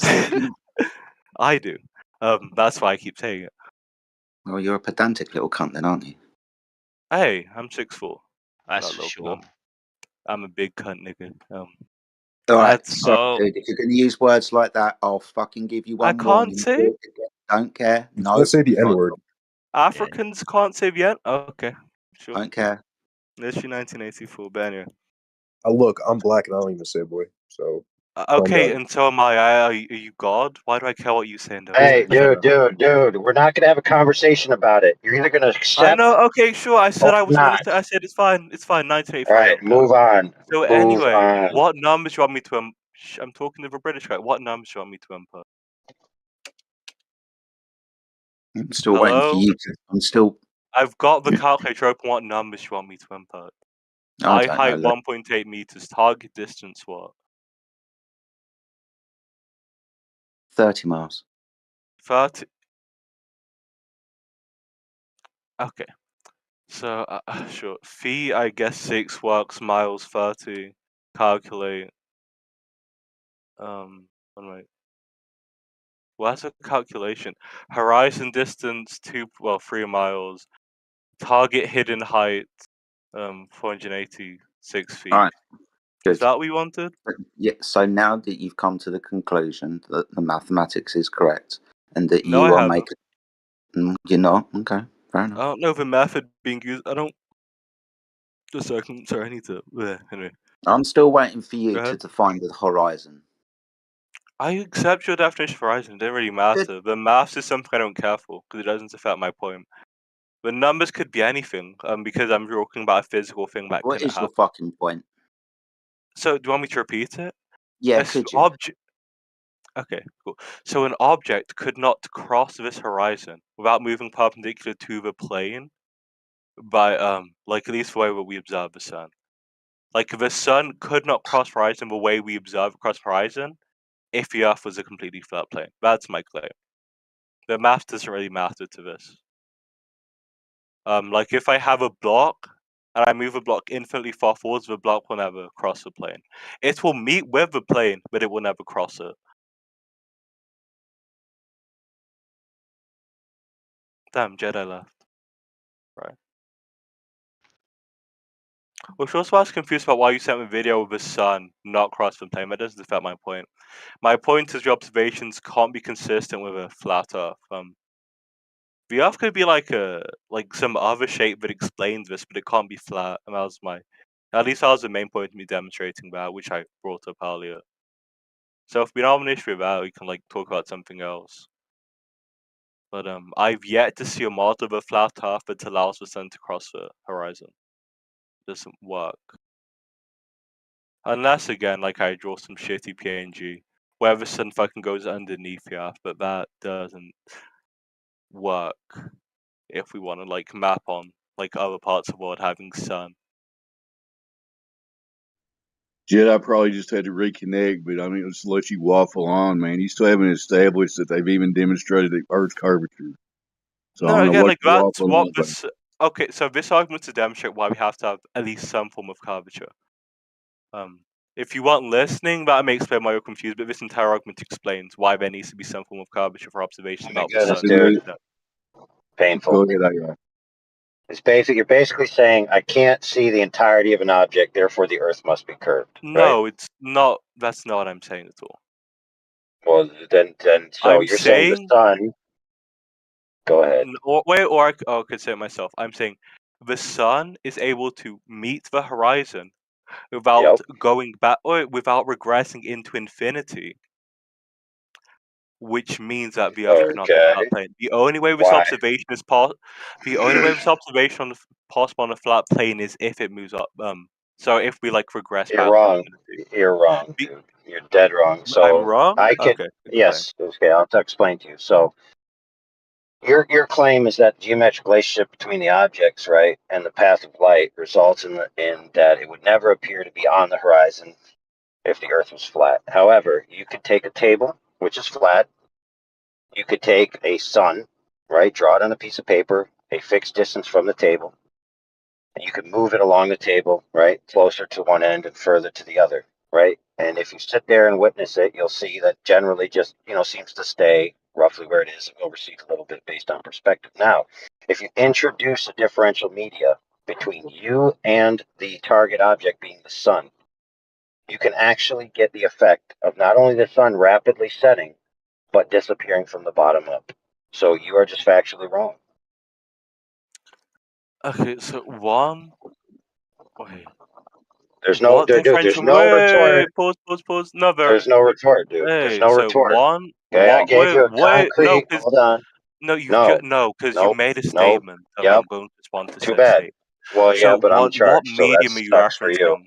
What medium are you Okay, there you referencing? go. There you go. Question. Perfect. So, in this example that I give, the medium that's introduced is known as a film, which has corrugated slots in it, which alters the path of light. Some people use it for magnification or blurring of things behind it, right? So what it is, Okay. it's a film. It's like a sheet, right? You know, about the size of a piece of paper that you can buy that has Doesn't reflect my light point. Are you distorting referencing its effect, right? ability to reflect light? Is that like what your argument's Well, contingent on? it does redirect light, yes. So check this Okay, so out. then the issue I have here is refractive index of air is almost equivalent to refractive index of, well, it's no refractive index, but the optical density of air is functionally the same as the optical density of a vacuum. They both round to 1. There's no functional difference. So like if you're going to say like this is a product of Oh, some form of really? refraction, Really? yeah, So really. wait a minute, dude. Hold on. Just hold still for 1 second, dude. Okay, go ahead. Okay, what you basically said is that air is functionally equivalent to refraction in a vacuum. If that's the case, then all of the excuses that use refraction ex post hoc to deny supersediary observations of globe geometry are now thrown in the garbage can. I don't know what you're referencing exactly, and I don't particularly care. Like it would be on a case by case Yeah, basis. I No, realize you don't know because, hold on, no, friend, if you because you knew referenced what the you vague said, idea, you haven't given any if examples. you I am knew not what you just Einstein. said, Not you'd even that. know I'm not how much Professor you X, and I can't destroyed read the your mind. flat earth. What we're currently conversing about right now is something that could only be true through diffraction. And if the air doesn't have a No, sufficient ability to no. diffract light, the argument you've given cannot hold true. And that's all we are talking about right now. I don't care about like possibilities of other arguments maybe or maybe not being false. We're on a specific point right now, and I'm asking you to explain your point. And currently, the evidence you have given is not sufficient to justify your point. Anything else is secondary, and we can speak about. I knew what I was Sure, Stu. tired of. So you claimed air and a vacuum are equivalent refractive indexes. I mean, that's just stupid. I mean, I don't get it. Okay, atmospheric refraction, Okay, differential do you want a sublocations, all of these demonstration? things. I can give you an experiment that you could do to like prove this if you Oh my goodness, dude. Do you want me to experiment Okay, you? No. dude, Oh my just goodness, dude. chill right there, dude, and answer this one So you question, don't want me to experiment? No, because no, my argument's contingent on a single dude. point. I can give you a way to justify that Dude, point. shut your No, mouth. we're on a point right now. We're not moving on. Okay. Okay. Yep. Okay. So I'm gonna ask a question before we even continue. What is refraction?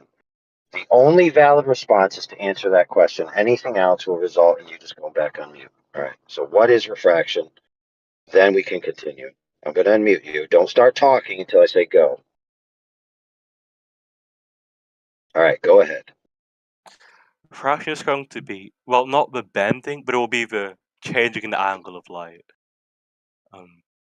No. Yeah, and now if you want it, bending kind No. of works, but the issue is it's like No. I don't want generals. I don't want general terms. No, it's not I general. want It's what it specific. is. I gave you specific. Okay. It's just. So what is the Do you want specific? me to What is repeat it? refraction then? Okay, so refraction of Yeah, light is going to dude. be the Okay. change in. Listen, dude. Pay I attention. just answered it. No. You Stop cut me off. You said talking. not Stop general. You then said, "Oh, talking. I'm sorry," Stop but then talking. it what? Stop.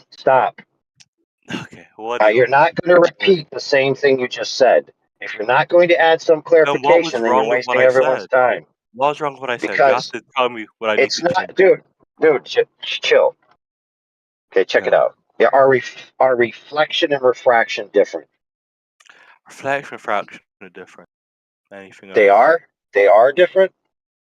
They are different. Well, Cool. Perfect. Well, So, okay. One so second. hold on. Reflection is also the redirection of light. So just saying the redirection of That's what light I was gonna isn't say. accurate to exclusively describe refraction. I was So I'll going to ask you say again. reflection is a form. Well, reflection could Okay. be classified as a type. What is meaning- refraction? What is No, again, I'm refraction? fine. I'm fine saying reflection is going to be like a subset of refraction. I don't What particularly is care. refraction, dude? What is refraction? No, again, my definition isn't changed. I'm fine with reflection being a subset of refraction. But What is physics refraction, dude? What is refraction? And I repeat, refraction is going to be the change in angle of light when entering a new medium. Oh my goodness. Or at least a Okay, so medium now of we're getting different somewhere. Okay, so That's the same refraction definition. is it requires passing through a medium, right? The boundary of the medium, and then what occurs at the boundary of the medium?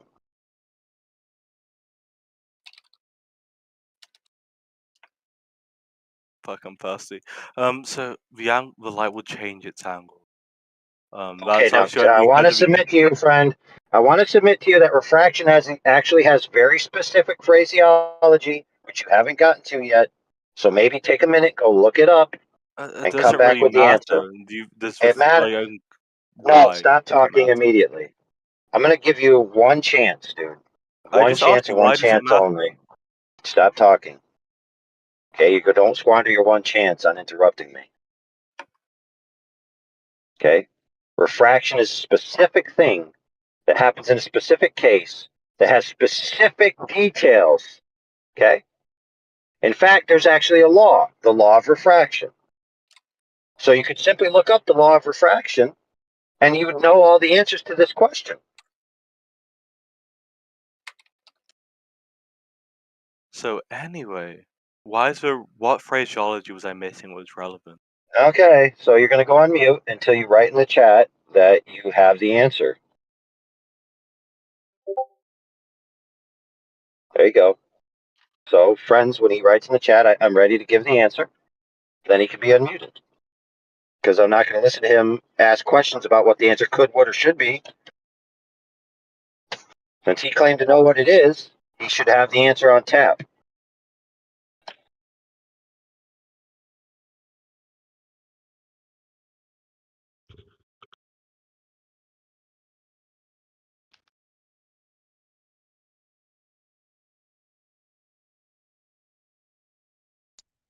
While it's silent, I just want to point out that we do have reputations for Aristosthenes. We just haven't got to that point yet. But it works on a level horizontal plane. We all know this. I'm just saying this for the listeners.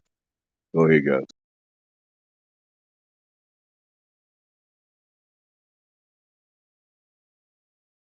I want to accept anyone else giving the right answer on his behalf.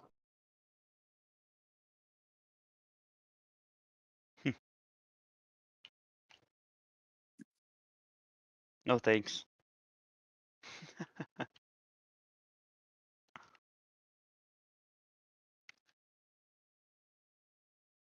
Has this conversation actually gone anywhere yet? Nope. Sorry, guys, I've disappeared for 10 minutes. I had to take a call. Oh, very good. Oh, we arrived at refraction is just the redirection of light into the general sense. Nothing specific.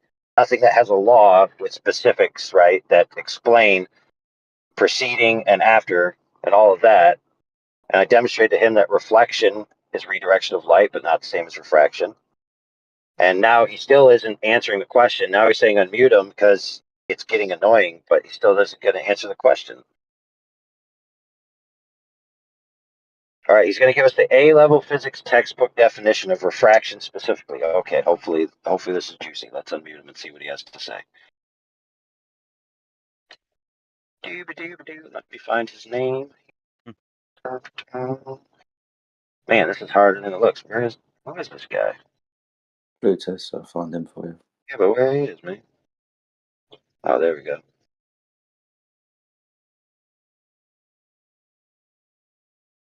Just make it clear. The shoot way to make it clear. The missing term you're referring to, like angle of incidence, like refractive index. Like, what terms do you want me to add in?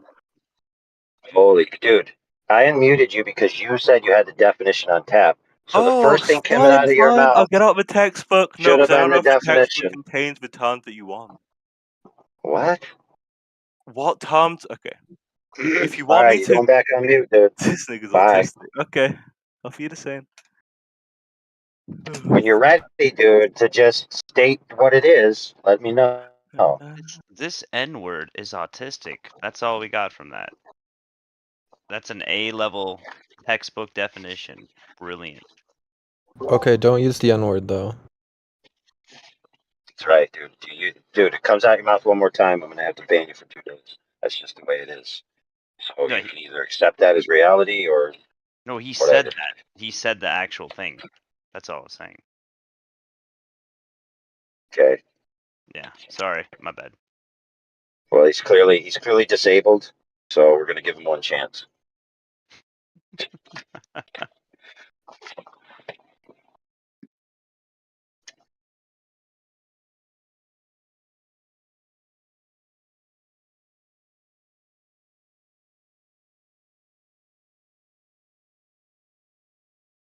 Yo, AI, I don't think I asked you yesterday, and I know it sounds No one cares repetitive. about the edge.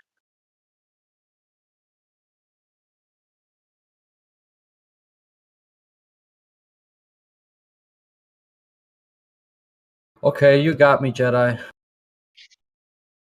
Yep, I saw you come in 5 minutes ago. Yeah, because I asked you, but I didn't ask AI. What are you doing? Some kind of survey or something? I asked No, 100 but flat earthers. I just want to know their like different perspectives because like since it's something that you guys are not so sure about, then it's interesting. I don't So know. AI, AI. I'll Do you want to ask. answer a question about the edge? The bass player from U2. I just want to know if AI thinks there is an edge. That's it. Edge of what? An edge of what? Okay, we have a flat Earth, right? So it's either infinite or there is somewhere that it ends. Correct? It has to be one of the two. No, it's not maybe. Why? It has to be one of the two. Why? Because it either ends or it's either infinite. There's no other option. You sure about that? Yes. If I could provide you with a third option, will you quit the internet? Yeah. Oh. Because I'm pretty sure your option it's either gonna be infinite or it's gonna end somewhere. Hey, were you over on our main server asking the same question about a month ago? Me? Yeah, this conversation No. sounds like Groundhog's Day. I haven't joined the politics server in like over a year. I think. Okay, so you're just asking if there's an edge, not the nature of the edge, right? I'm asking like, do you believe if there's an edge or if it's infinite? Okay, define edge.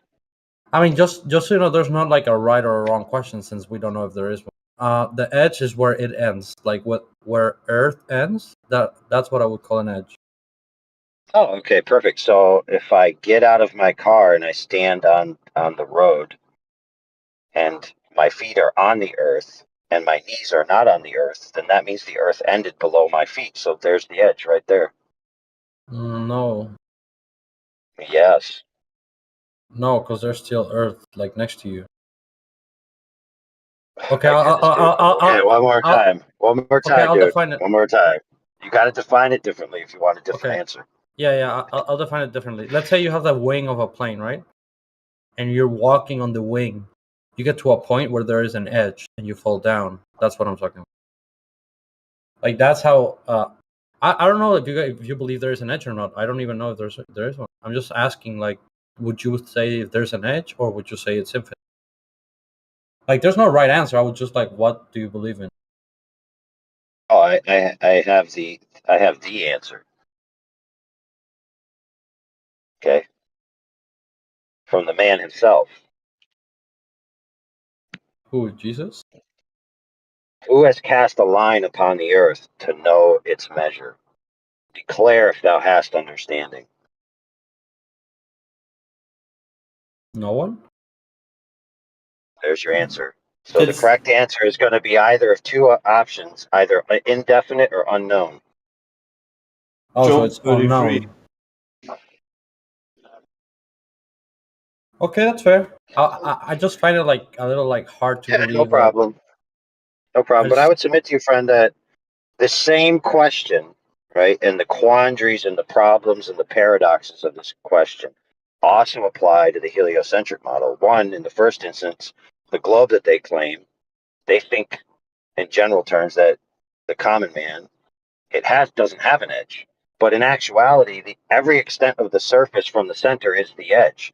So everywhere you stand on the earth is the edge.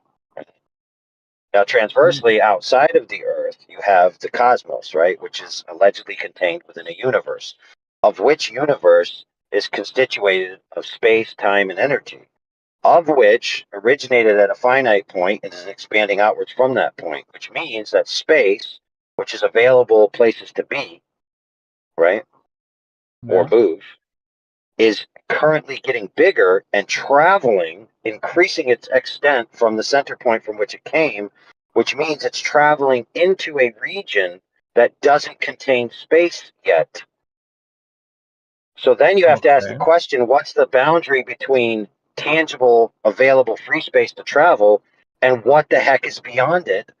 And that boundary could also be considered an edge. And so the same problem of, is the universe infinite or finite, right, has been dithered away by, well, it's just expanding, you see. But then the real question is, no matter how you look at it, what's beyond? And that question is the very interesting question. Yeah, I get your point. Like you're saying, like if you blow a balloon inside another balloon, like let's say the outside balloon is infinite, and you have an inside balloon blowing, and it keeps expanding. There's something on the like outside. You mean, right? Yeah. It's Yeah. This question is so interesting that scientists and philosophers have written articles about it, where the titles of the articles go like this: "The terrifying implications of the edge of the universe." What, or like this: "What's beyond the universe? The horrifying possibilities." Right? There's all kinds of metaphysical implications of the boundaries of reality. Right? So what you're telling me is like the Earth. Wait, do you believe the Earth is like the floor of space? I heard that in chat, but I don't know if you like believe that. Well, it's definitely oriented. It's definitely oriented in that fashion. Okay. Yeah, let's say it's the floor. So the theory that you guys have is like as the space is expanding, the floor, which is Earth, is expanding with it. I mean, somebody might posit that idea, sure, but that's not generally the idea. It could be static. So not infinite. I think most people don't really contemplate it that much, whether they're heliocentrists or flat earthers or really any other thing. You know, most people who think about the cosmos, right, they generally accept the proposition that it could be a bunch of different states that are unknown, and so they just put it like, oh, it's way over there, so it never will affect me, so I don't really need to make a concrete position about it. I just need to focus on what's available to me. Those are the things that matter, and so those are where I'm going to stake my claims. Okay, that's fair. Would you agree with the statement that like flat earthers get scared when they ask? I'm not talking about you. Like flat earthers in general get scared when they ask about the edge because of there's not that much information about it. Would you agree with that? No, I think the general reaction of flat earthers when asked about the edge is that they're appalled of okay, sorry, let me retract that. If the genuine questioner is asking out of curiosity, that's one thing. But the majority of people who ask about the edge ask in a manner that if you can't describe, define, locate, or understand the edge, then you can't prove that the interior within the edge or within the boundary, even if it does exist, you can't prove that it's flat. So therefore, unless you show me the edge, your worldview is false. Now, wait, most like, flat can I interject real earthers. quick? Go ahead. It's about that. Yeah. I agree 100% with what you said. But I found it like fascinating that it's like it's the same for the other side. Like if we don't show the curve, then it's not round. But it's like the same argument for both sides. You know, No, it's not. Let me tell you why. the curve and the edge are just like similar in argument wise. No, not really. I'll tell you why. A object known as a sphere must have continuous curvature. It's a necessary contingency for its existence, right? It's not the case that a flat surface must have an edge in a sense that you must know about it, define it, and know where it is, know where it's laid, and all of these things in order for the interior surface to be demonstrated to not be curving. So those things aren't really similar. Yeah, but That's okay, the point. That's not, no, don't continue. Let me continue my previous point first. All right. That's what I mean when flat earthers have an angst about this topic, is that they're frustrated that the person asking doesn't understand that knowledge of the edge isn't contingent upon whether the surface within the boundary is curving or not. But in the globe, it's absolutely exquisitely necessary that the surface be curved in the manner consistent with a radius that's claimed. That is why most flat earthers are very pissed off about this question. Okay, I see your side. Okay, but let's say, okay, hypothetically speaking, I'm not saying you believe this or flat earthers believe this, but let's just say the edge is on Antarctica, right? That's like where the most common place people reference to the edge being, right? Or if it was somewhere on Earth, it would probably be there, right? Sorry?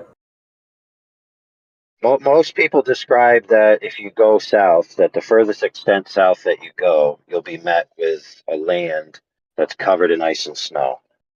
And then from there, whether there's inlets, whether they're covered, whether they're not accessible, whether the land of ice and snow continues for a long duration, or maybe it becomes something else after a while, all of those things beyond that are usually chalked up to the unknown. Okay, and I think we can probably discard the hypothesis or whatever it's called that the edge is expanding with the universe, right? Because like it's not like we don't live on an infinite Earth. Like people have traveled all the way around the Earth. Maybe not to that side of the planet, like the South Pole, where people have traveled there, but probably not explored the whole Yeah, thing. see, so that's the thing. So check it out. If you're focused on a territory that you have access to, right? And you chart that portion of the territory, but you don't have access to what's beyond that portion, then you can't make any definitive claims about it. Yeah, not definitive claims. I'm just saying that like most likely it's not like infinite, like it's not expanding. I think we Well, can check it probably out. agree If with that. the entire Earth was expanding equally, right, and all the things within it, there'd be no way for you to know what was happening, because everything, including your measuring devices, would expand at the same rate, and it'd be impossible to know what was happening, right? So, Not necessarily. no, 100% necessarily. If all energy and material states are expanding at the same rate, it would be impossible with any instrumentation whatsoever to know that it was occurring. No, because we have electronic devices that don't expand. Like the software doesn't not expand. Dude, software is information states, dude. Yeah, but software helps you like gather information. Like software can help you get measurements. Yes, but dude, if the physical dimensions of the thing which is holding the software, which is the silicon and the microchips and the transistors and all that baloney, dude, Yeah, how would you be able to tell? You wouldn't. I mean, I don't know why this is controversial. It would not alter the results of the software. Maybe the software is expanding, but not the results it's putting out.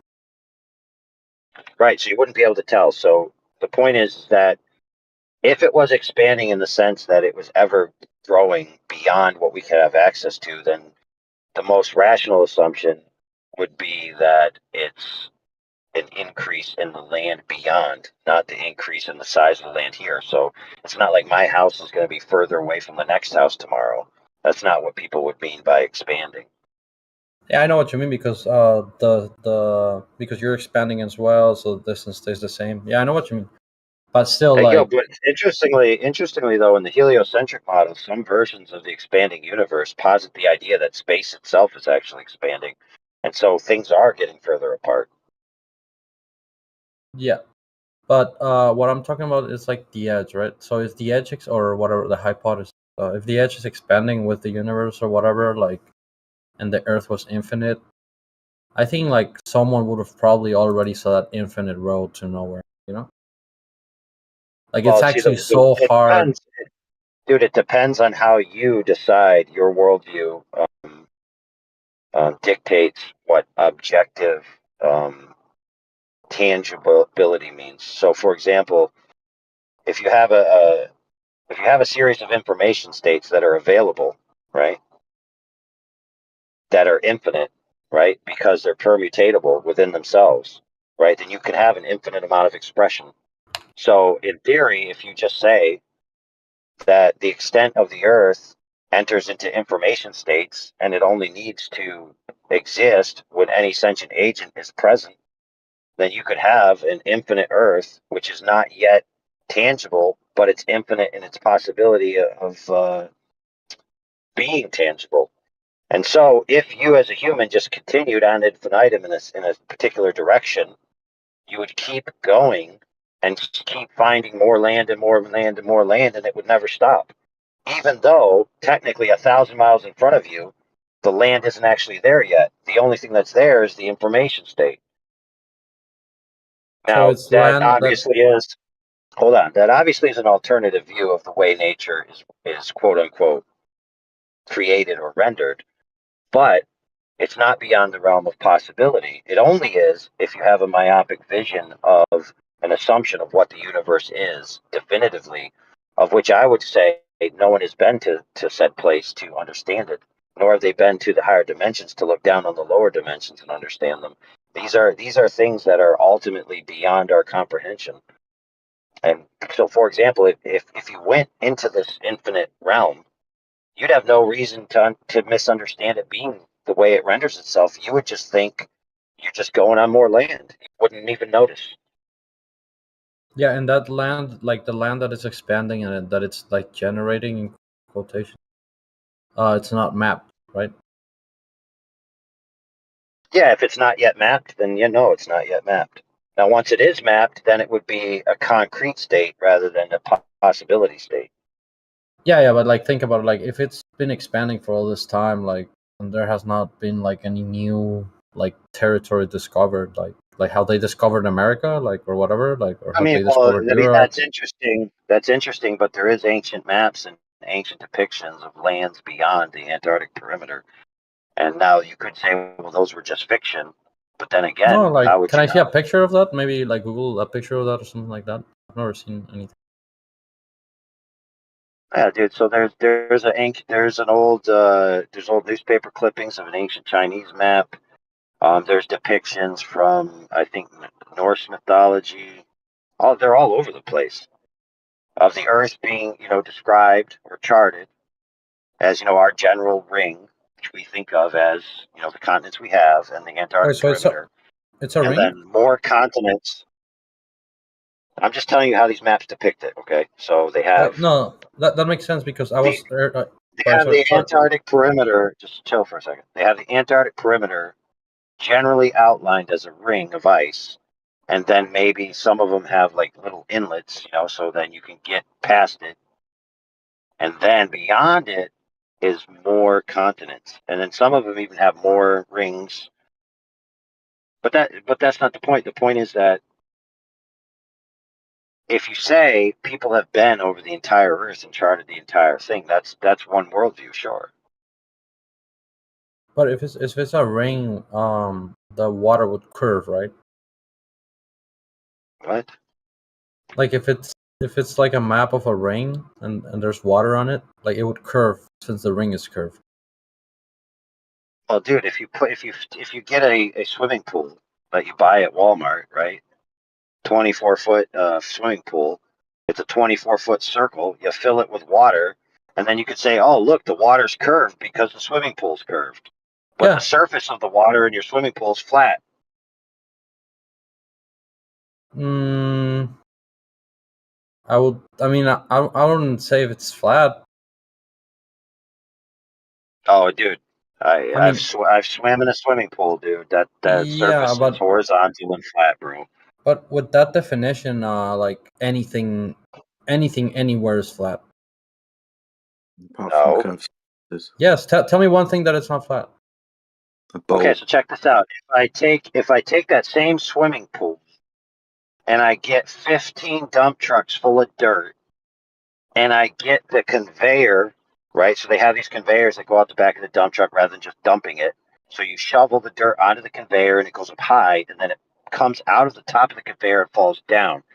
If you fill a swimming pool up in that manner, you will have the swimming pool full of dirt, and then you'll have essentially a pyramid style structure that's slightly, not quite perfectly straight, humped or angled or apexed on the top of that swimming pool. In other words, a big hill of dirt in the center of the swimming pool extending upwards.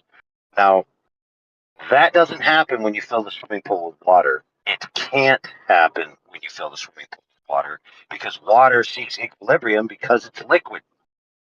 Yeah. The only thing is like the top of that hill would be flat, like to a microscopic level, like it will be flat. Like the Well, point of maybe, but a needle is let's say flat. you have let's say you have a grain of sand as the pinnacle of this mountain, right? That grain of sand may have a facet that's flat, but let's say the grain of sand is turned 35 degrees so that the two flat facets actually form a pinprick edge, right? That edge could only be expressed as a point, not as flat. Yes, but it's still like technically the point of that like needle or whatever is still flat. No, dude. Well, look, if you have a needle point, right, and you could put it under a microscope, and to you, with your eyeball, it looks like it tapers off into an infinitesimal point. But actually, under the microscope, it looks quite dull and jagged and ragged and almost like a stunted end. Then you're just changing your viewpoint.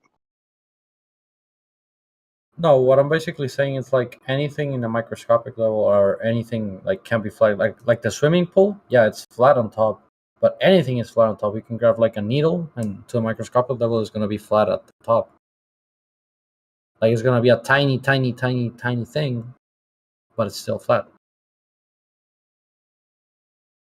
Well, yeah, but we're talking about ideals because if you call it an ideal point, then a point itself isn't enough sufficiency to be called flat, right? It would just be No. called a point.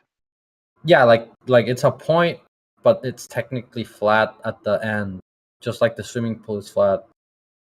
That's why I'm saying like it's kind of not a valid argument the swimming pool being flat because anything can be flat that way. We're not talking Yes, about but you're talking about isolating a point out of an entire object, dude, not the entirety of the object. So when someone describes a bowling ball, they don't describe it as flat. Now, if you say, well, if I isolate a single point, a molecular substance in that bowling ball out of the entire bowling ball, right? That's not really talking about the bowling ball anymore, is it? No, but that's the same thing with the pool. It's like we're talking about the whole pool, but you specifically were just talking It's about the not the top same of the thing, pool. dude. It's not the same thing, dude. It kind of is though. Like you're No, like it is, dude. separating. Nobody looks at a swimming pool and says, "Oh, geez, that swimming pool's a ball." No, but everybody can look does at that the mean the swimming globe's pool. flat? Anybody can look. Okay, let's say you fill a water balloon, right? You fill a water balloon with water, like all the way to the top. There's not a flat. Like you're not gonna see. Like technically, no flat point. Like everything's just curved. The outside of the balloon being the gravity, which holds the water in place round, like curving. I mean, that's an interesting claim. The problem is that when we go out in life, we aren't viewing life through a microscope and we aren't seeing single points. We're seeing an entirety of a thing of which we have sufficient sample size to determine the differential of the alleged curvature rate. So Yeah, that's claiming right. claiming microscopes mean anything in this argument is kind of pointless, dude, because if you take a bowling ball and you put a compass or a protractor or even a square or an angle, all of these types of tools that you can use to measure, you can clearly measure that the bowling ball is curved within the tolerances of the tools. Yeah, that's why I gave the example of the balloon. Like if you fill up a balloon, no microscopes, no nothing, just fill up a balloon, the water is curved. That's what I'm saying. Like, and Yeah, there's great. no like Yeah, that's flat Earth great. on top. So There's no flat water on top. that's great. The problem is that you can see the ball in its entirety and you can still measure it. So the question is, the Earth is alleged to be a particular radius with a particular curvature rate. And so all you need to understand is that curvature rate accessible to the tools we have available to us? And the answer is yes.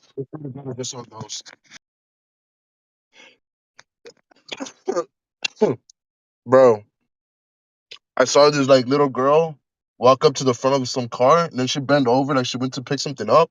Then she just fucking Oh my disappeared. goodness, dude. Wait, so she bends like the planet? I don't get it. Yeah, hold on, friend. Hold on. Who's speaking so I know who to address? It was Wild Man. I muted him. Yeah, so Wild Man, I saw something similar. This guy came into our room and then he disappeared.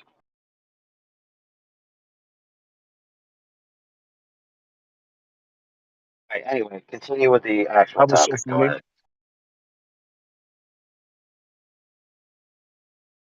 Me? Okay, but yeah, like the balloon thing, it's like, yeah, you can measure it or whatever, right?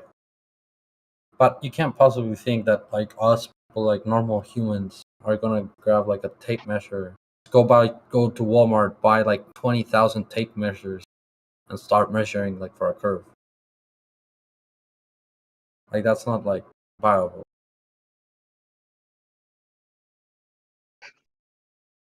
That's why I said like the edge is like similar to the curve argument. Because it's like to prove it, it's just like you need like a ton of funding to prove it.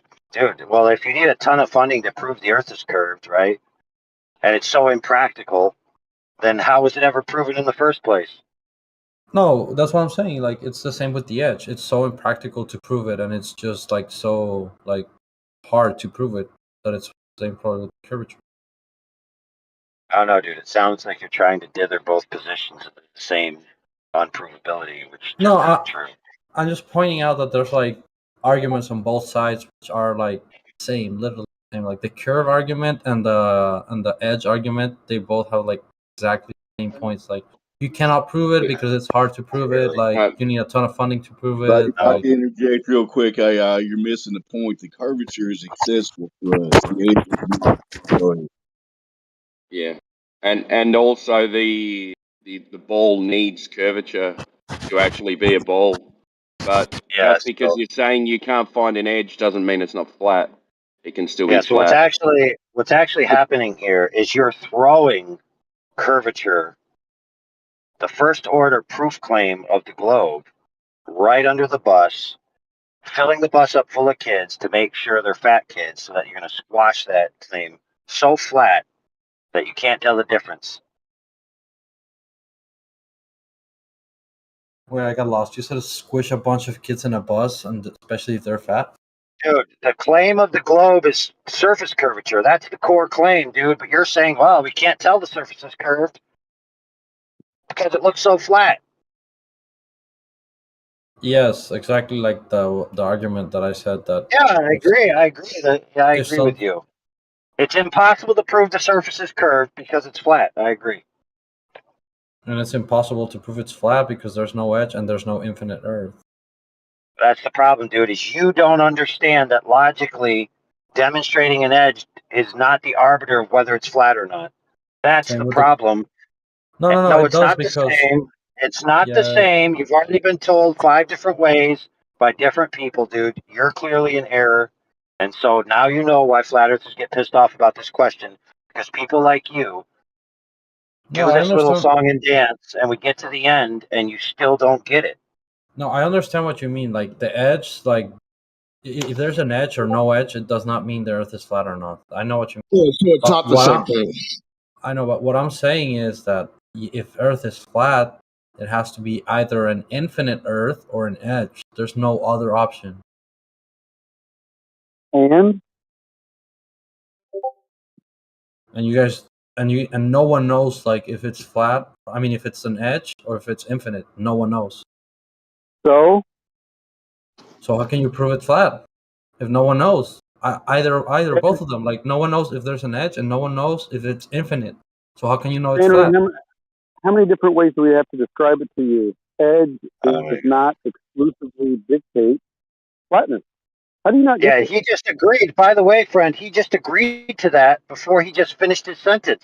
He started his sentence with, I understand that demonstrating the edge doesn't arbitrate whether the earth is flat or not. But then if you can't demonstrate knowledge about the edge, then you can't prove the earth is flat. It's like, good grief, dude. Yeah, can't follow his own reasoning. No, but it's true Dude, though. I said I Dude, just understand chill your for a point. second, dude. Dude, pay attention. The earth is alleged to be curved. The curvature rate is accessible with the tools we have. Therefore, you just have to measure the thing to see if it's curving in that manner. It's that simple. How can I measure? That's your problem. If you don't know how to measure the Earth, if you don't even know conceptually how this would be done, because earlier you mentioned tape measures, then there's no point in talking to you. Should I measure the Earth by feet? Like walking with my feet every step I take is 1 But feet? if you can't describe a way definitively to measure the earth as being a ball, then how was it ever proven to be a ball in the first place? That's the same argument I have for you guys. Like, if there's an edge, if there's no edge and it's not infinite, then what is it? Oh my goodness, dude. Painful. Listen, friend, Yeah, the transverse argument to put the burden back on us wouldn't be the edge. It would be, okay, you're saying I can't prove it's curved. Okay, you prove it's flat. That would be the proper retort. You're going off into illogic, which you already conceded isn't logically contingent upon the proposition. So right at this moment, dude, you're wasting everyone's time. So either evolve the conversation or there's no reason to keep talking about it. No, that's fine. You can think that. For me, you went from honest curiosity to intentionally trying to obfuscate the matter. If they say it's a ball, we're just trying to measure the ball. What's wrong with that? No, you're wrong. It's all curiosity.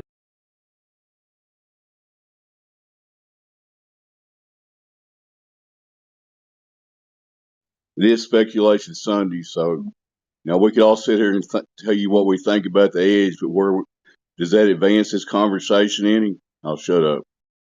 It actually does, because if someone has like a real theory about the edge, then that would be helpful.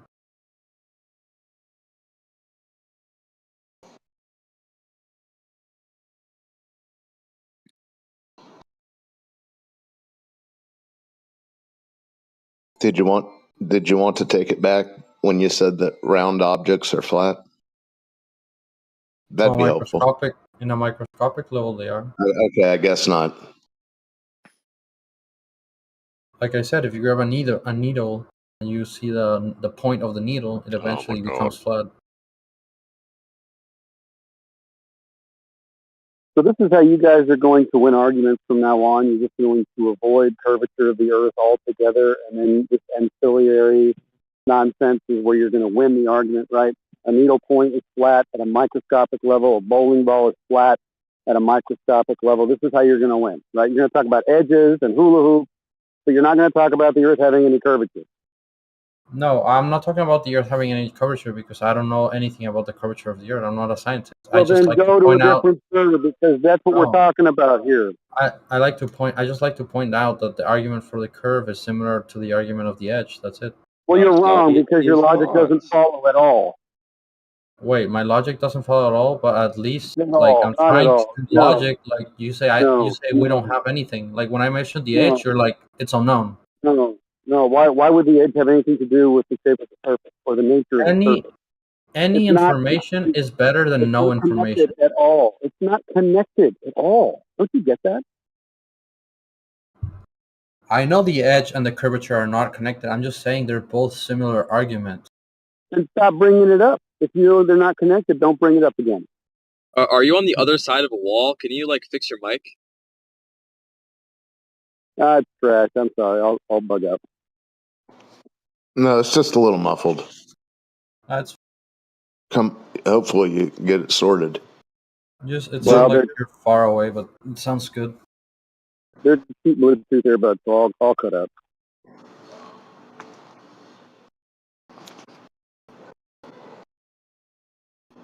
Look, at this stage, if he can't understand the analogy that AI was giving him about the round swimming pool, then I think he's just trolling at this stage. You can think whatever you Does, want. does he have? Do you have a I know. necessary antecedent consequent relationship argument for curvature? Because we Do I have have one what? for the limitation of our ability to travel horizontally. What was the question again? Sorry, you cut out at the beginning. Do you have a natural antecedent consequent relationship argument for curvature? Because we have one for being able to, our limitations traveling horizontally and vertically. Yeah, I have one, but you're probably not gonna like it, and you're gonna laugh, and you're gonna say I'm trolling. And so what is it? Go outside, feel the earth. We did this yesterday. He thinks he can. Yes, that's why I said you're probably gonna think I'm trolling. So let's just skip this part. Fuck it. Yeah, it's probably best for you that we do. No. It's best for you guys. Really? So I go outside. Who's the one that cannot feel the earth is flat? It's you guys. Well, we all feel the earth is flat. You just made the assertion. You go outside, you feel the wind in your hair, and the earth's a ball. Wait, so you guys now you can feel the earth is flat? So you guys stole my argument from yesterday, and you say the earth is flat because you can feel it? No, that's got fuck all to do with it. I don't think you can follow conversations well. It was painful listening to you and AI. AI was very succinct, and my goodness me, you're like a slippery little eel. Oh, but on the microscopic level, no one's talking about the microscopic level. No one's talking about the top of the pool this either. internal need to be right for some of you people where I don't know what it is. You just can't be honest. And then you bring up stuff like, oh, go outside, take your shoes off, go and stand in the field, and you can feel the earth being a ball.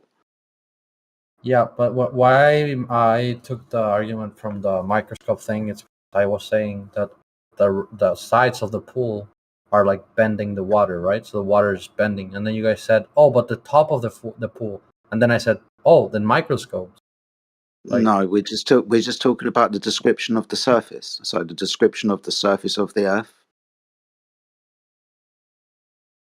Yeah, but I was talking about the water curving, not the Well, surface. that's interesting because that's not what we're talking about. So maybe you should talk about what we're talking about.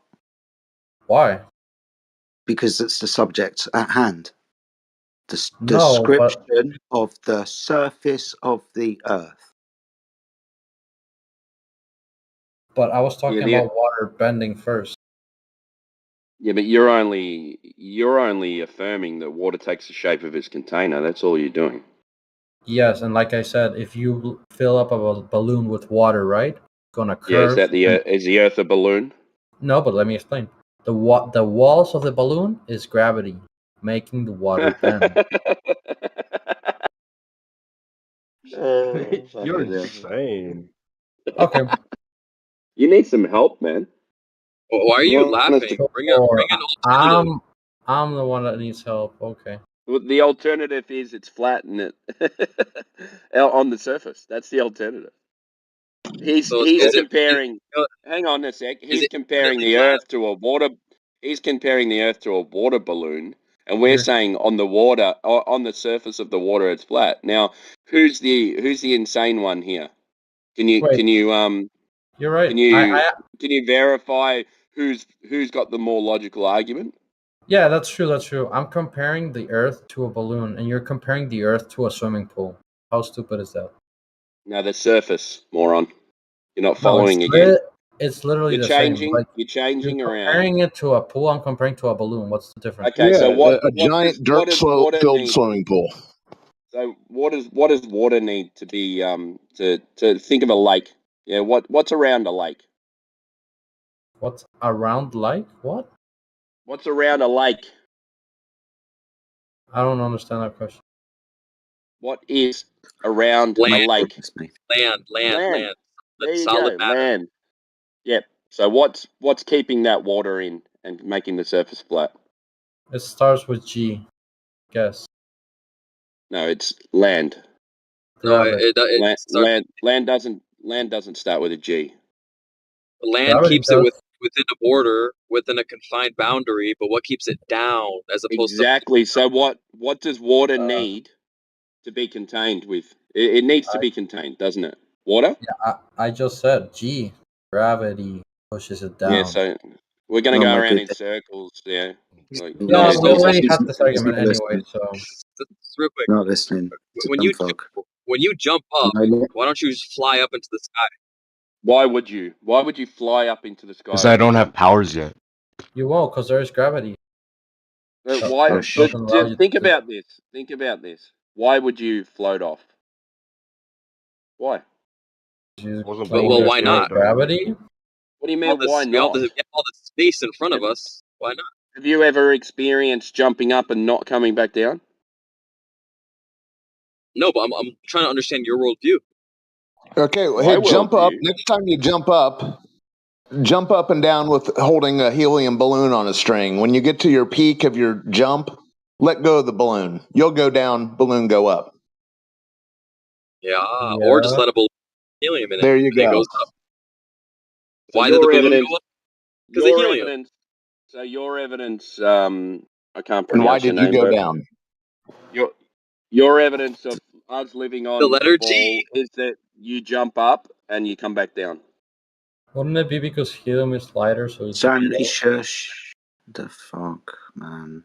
The Okay, server if you fill a balloon with helium No, and then it goes answer the question. So if your evidence of us living on a ball is you jumping up and coming back down. Oh no, that's not my evidence. I'm going on the point Well, that the why'd you other bring guy it was up? talking about gravity.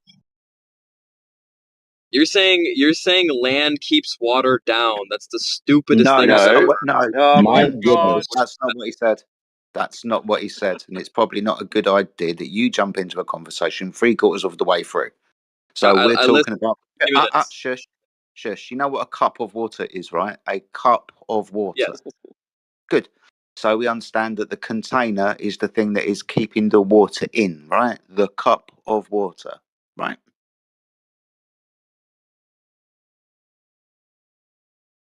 Yes, no, maybe so. Sure. Good. So that's what we're talking about with reference to a lake. The container of the lake is the land around the lake. When we have a swimming pool, the container of the waters in the swimming pool is the swimming pool around the water, right? Okay. Right. I don't think you're going to understand. It's too Right. abstract. Just say yes. That's correct. I do apologise for jumping into a conversation 3/4 of the way through and fucking everything up. Say sorry. Oh, all good. All good. Thank you. Confuse everybody again.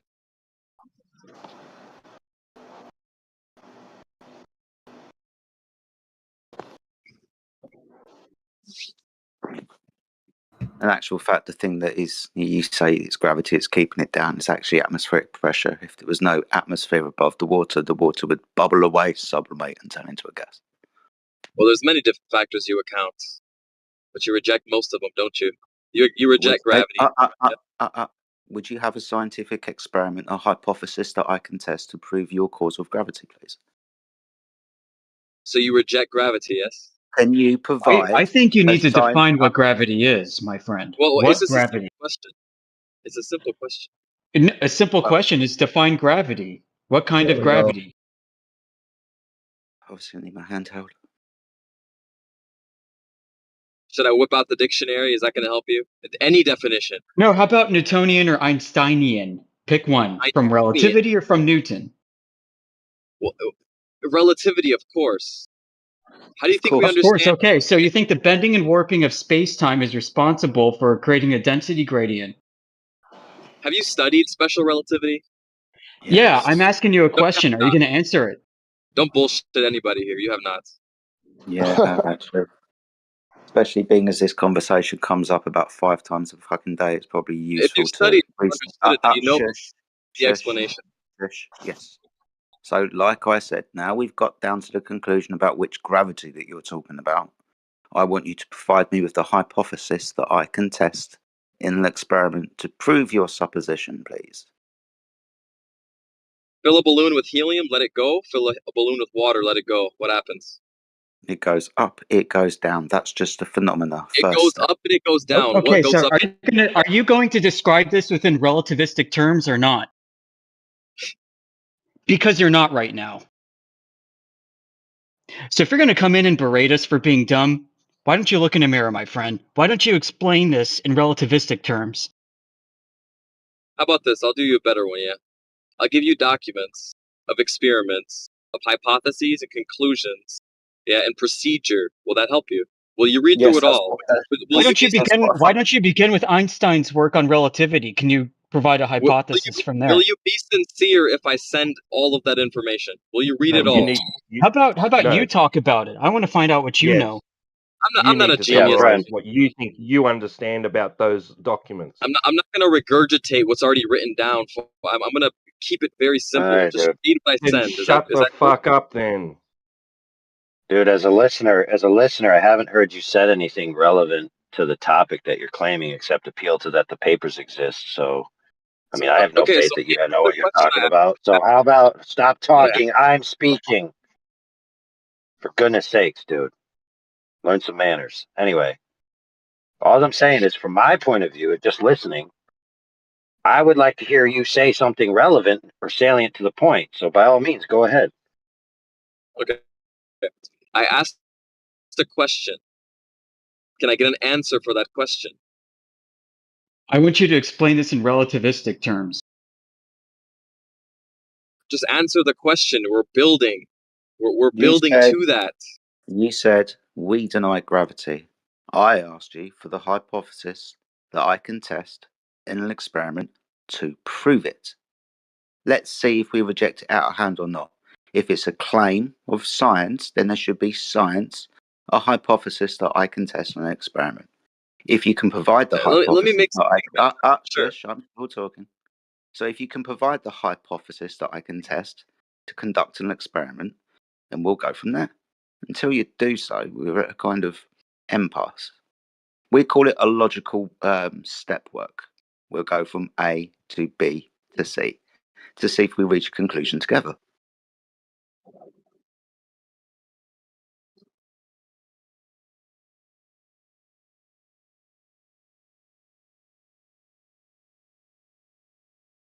I asked a question. I'm waiting for the answer so we can move forward in this conversation. If you're not willing to engage, just say it. People don't understand. This is really weird. You come in with, you flat earthers, you deny everything, even gravity. We ask you for the thing that would prove it, and you seem to be stuttering.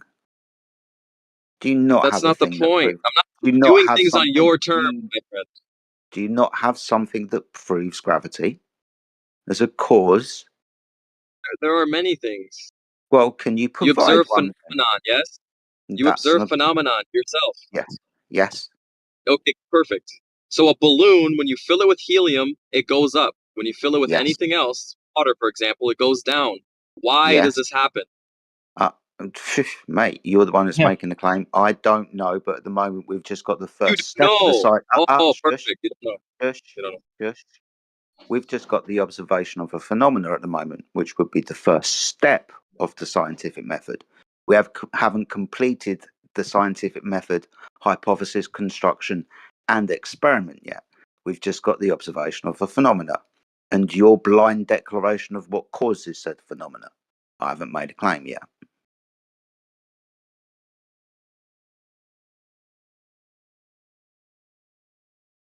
So can you provide the hypothesis for, I don't know, it goes down?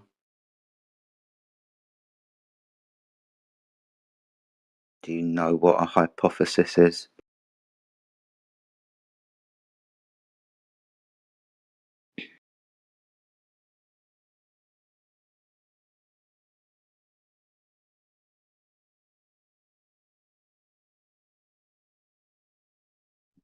For a balloon goes up would be great. Let's get that one first. Doesn't know.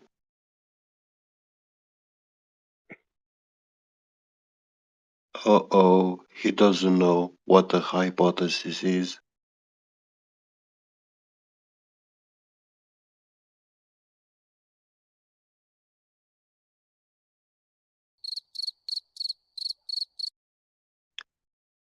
How many Maybe you can give us a hypothesis from one of your papers. are in the scientific method? Hey Jedi, can I ask you a question? Yeah, man. What is the what do people gain by faking that the Earth is like what do we gain? All right. So there's Control. lots of answers as to why they'd lie about the shape of the Earth. Ultimately, it's mainly speculation as to the answers that you get because, hey, look, we haven't gone and asked these people, whoever these people are, and asked them why they would lie. We obviously understand that there are lots of things that people do gain from lying about things. Control of resources, of psychological factors like how you perceive the world and that you're in. But one thing that they do give us when they give us a ball that spins in space and orbits around the sun is a new creation story. That new creation story primarily being the Big Bang. So they get to set up our paradigm and answer some of the bigger questions in life. Who we are, where we are, how we got here, what's our purpose, all of that type of shit. So they get to give us a creation story and control the narrative from that point onwards. Because let's be fair, everybody asks the questions, well, how the fuck did I get here then? How did the Earth get here?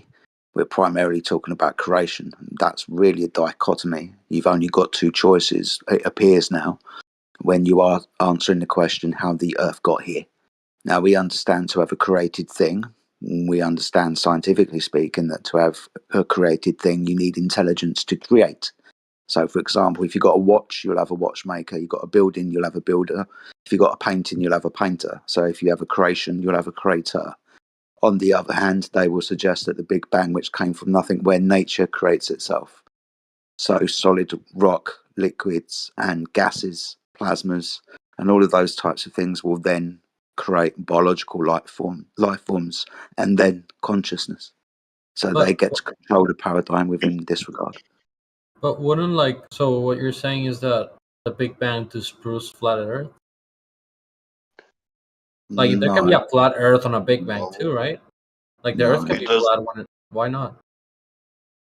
Because we have no evidence that Big Bang happened.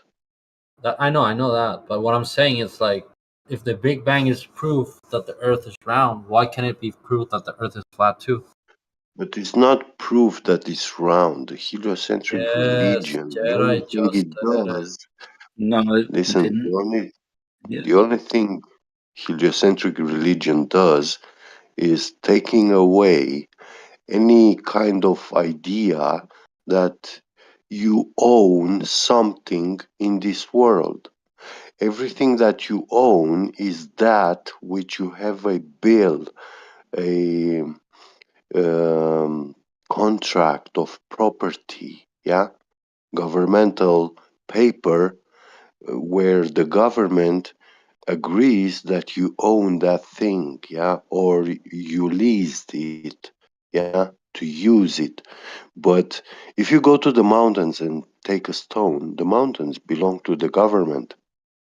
And if you claim that stone is yours, yeah, they can do tests and find the provenience of that stone, and they will find that you stole it from the mountains which belong to the government. But So why you would are they in make up it's flat? illegality. I mean, why would they make up You it's don't round? own your house, you lease it for 100 years, and you have to pay taxes to the government to exist. Yes. So are you building the roads yourself? My goodness me. I don't That's get how that has anything to do with flat Earth. I don't get it. If you pick a rock from the ground, that's stealing from the government.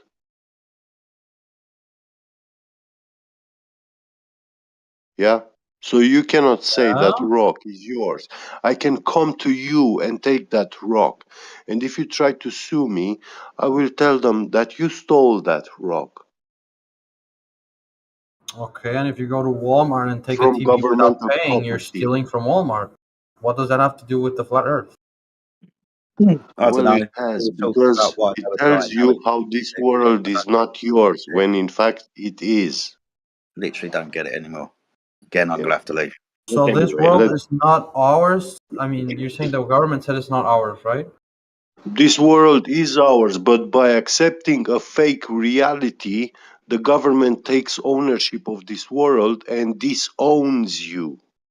Are the roads... You give your authority to somebody else. Wait, You let allow me somebody else to present a worldview that isn't yours to you. Okay, what I'm asking is like, so the roads are yours? Like they're yours to keep? Like No, these are all Sorry? consequences of what happened. like something Your you are not, delusion. like something you were never involved in, like something that got built, you were never involved in. Why would it be yours? Well, this is not what we're saying. What we're telling you is that somebody who's delivered an entire worldview to you, a worldview that you did not obtain on your own from your own direct experiences, your sensory experience in this world, allows them to dictate terms of reality to you, including their ownership and possession of things that could be up for contention. Yeah, I don't think you want to bring census into this. I actually do. Do you see curvature?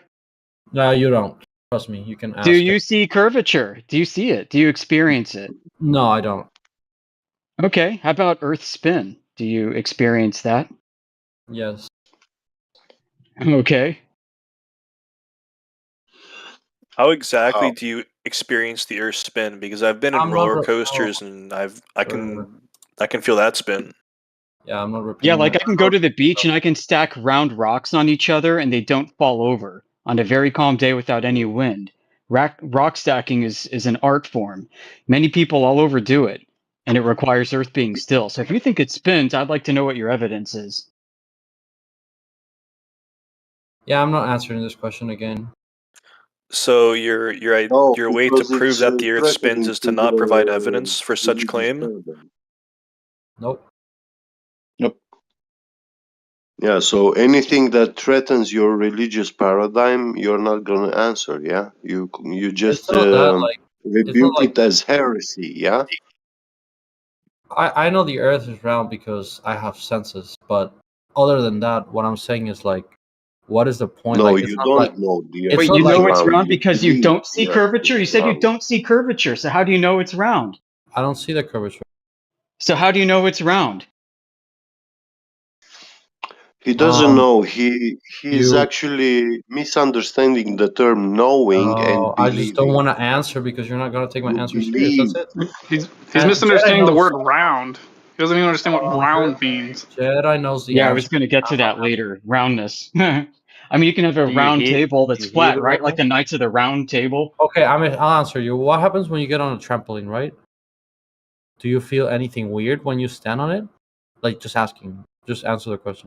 Is the trampoline spinning though? You feel it's elastic. You Yeah, when you always move, you you feel guys it always will answer with bounce you. other questions. You cannot give an answer like yes, I feel Because this. it's a Like, terrible analogous question and it makes no sense. no, you don't even know where I'm going with this. I asked you what happens when you stand on a trampoline and you're like, Dude, is the are you trampoline a spinning? trampoline earther? Is bouncy weird? Yeah, I've never heard exactly. of anyone who said the Earth bounces. I hear curvature an and idiot spin. in here trying to I've go never, gotcha. I've never heard anyone win an argument by answering with a question. See, I tell you It's a what I suspended feel. sheet of rubber held together by springs. Yeah, you don't have an argument. You were trying to argue for Earth rotation. Now you're talking about bouncy trampolines. Just The Earth is sound not a like suspended retard. sheet yeah, of you're just rubber bouncing all over the held place like a together by trampoline. I springs. literally asked, what do you feel when you get on a trampoline and you But you all know what got... the irony is? Bounce You know what the around. irony is? Socrates taught us Now, how to if- win an argument by asking a question. It's why not? But You let's realize get that to if the everybody... Wait, you to the realize that if issue. Let's. everybody did that, if everybody answered a question with another question, we would never get anywhere? You realize that, right? Who gives a But your shit? Who questions gives a are shit? Nobody cares. minuscule and not like they don't make any relative sense as to the shape of the Earth.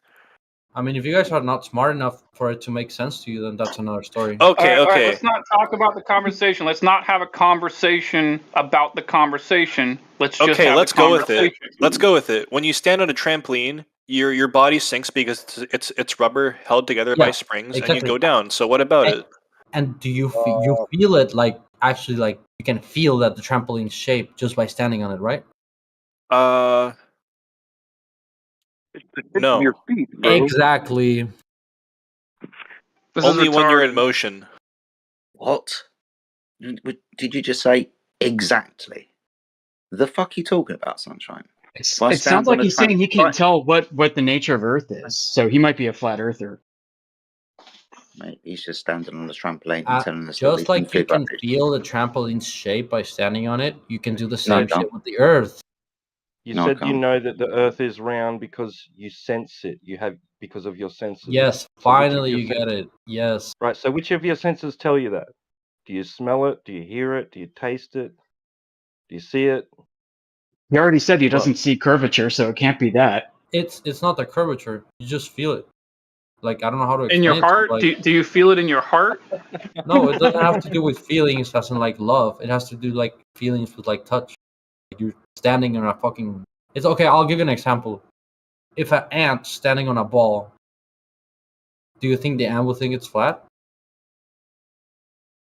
Does the ant feel it? Well, being as you gave the description earlier, was on a microscopic level, everything is flat. Then to the ant, the ball's massive, and microscopics are flat, according to the bullshit that you came up with half hour Yeah. ago. Okay, that's fair, but So I'm not flat saying then. the ant is microscopic. So your microscopic So are you is saying in that? comparison to the Earth. So from your bullshit that you said half an hour ago, flat then. This sounds like a diss, and it's not. Like go outside and like go on a field of grass and just stand on So it, flat and then. you'll see what I'm talking about. So flat then. Being as the description No. that you gave earlier of everything on a microscopic level is flat compared to the Earth, you're microscopic when you stand on the Earth, which is massive. So flat then. Yeah, so if you see every part of the Earth's surface with a microscope, it's gonna be flat, of course. So Like flat How then. about Being as water? How you're about on just 71% one of Earth's part. surface covered in water? It's flat. Okay, look, I think Jedi just got us to agree. Yes, the Earth is flat on a microscopic level. So when you're standing on the Earth, you will perceive it as flat then. No, because you're not living on a microscopic level. Oh, you're not? You're a giant Nope. now, are you? Not comparison Yes. to the ant on a beach ball. Yes, you're a giant compared to like a quantum particle. Okay, so now, being as you're bigger, you can feel curvature. Yes. Awesome. I can't deal with this kid anymore, guys. That's fine. You know what's funny? It's not even the interface between air and water is curving with gravity. So what reason do I have, if any, what reason do I have to doubt that the Earth is flat, if any? There's no reason to make it like for people to think it's flat. You know, like I mean, Well, do you sense it is curved? I mean, you don't get anything by lying that it's curved. That's what I meant. Do you Wait, sense that hold it's on, curved? buddy. I don't think you heard my question, or maybe it didn't register in your brain the question. I'll ask it again. What reason do I have, if any, to doubt that the Earth is flat? What reason do you have to believe that the Earth is flat? No. What reason do I have to doubt that the Earth is flat? I don't know. I don't know your reasons. Well, you're saying it's not flat, right? Yes. Okay, so my question to you is, what reason do I have to doubt that the Earth is flat if you're saying it's not flat? You can't have. Maybe you have no reason to believe that. I don't know. Well, hold on. I didn't say reason to believe. I said reason to doubt. Well, maybe you don't have a reason to doubt it. I don't know. Okay, I can accept that. I can provide a reason. Go ahead. If a family wants to go on a vacation south, they might end up north in Antarctica or something, or in the North Pole. How do you account for this? That didn't make any sense at all. Yeah, show me when it's been done. How about the millions of people that have fell off the Earth because they flew off the surface because it's flat? What about them? Are you really that dumb? No, he's not. He's just a troll. He's just a troll who wasn't disciplined as a child, and now you can see the product of that now. No, the he's effect of talking that about now. the edge. He's Give about me an the argument about the navigation edge. system under the flat Earth model. What is the navigation system like, please? Model. Flat Earth model you talking Oh about? wait, Yeah, there is no flat Earth model. You're talking about something that doesn't exist. how do we navigate around Earth? Various different With ways. navigation tools, yeah. I like celestial navigation. Do you? Okay. If two people stand back to back and they walk forward for an infinite amount of time, an infinite distance, will they ever meet up? You need to demonstrate infinity first before that question makes sense. Will they ever meet up? Do you understand by what I mean by demonstrate infinity? You know what that means? So is the Earth, the flat Earth, infinitely sized, or is it No. finite? None of us are making that claim. Okay, it's No. finite, yeah? Is it finite? Well, I think I we would should actually just say focus- this. No one has ever demonstrated infinity. So since no one has ever demonstrated infinity, there's no reason to assume that anything... Is your cosmology infinite, my friend? Dude, Is it? no. Is it infinite? You're fucked, Ting Tong. Do you have an attention span that's more than 30 seconds? So, as I was saying, since no one has ever demonstrated infinity, then there's no reason to believe that anything can be infinite. Now, what I just said right there, listen, buddy, listen. What I just said right there is not a claim. Now, in your limited mind, you might have heard it as a claim. There's no claim in what I just said. All right, that's fine. So What do you you said. believe Earth is finite size? It's a simple question. No, I just said I'm not making a claim. You're asking me to make a claim, and I just said I'm not making a claim. Put that in your thick head. Believe This is in the something, idiot. Captain Sum. So the North Pole is everywhere. The South Pole is everywhere. North, East, South, and West is everywhere, according to you. The idiocy that you guys. We should kick this guy out. He's just a troll. Yeah, he's trolling. Your questions are awful, bro. Like, I mean, they're just stupid. You know what we do know is there's a limit to the gas pressure that exists. Wait, I just want to retake what Captain Sum said. Sum, you said that since it's not proven and it has never been proven, like infinity or whatever, then it's most likely not. And I know you said it's not a claim, but that's what you believe, right?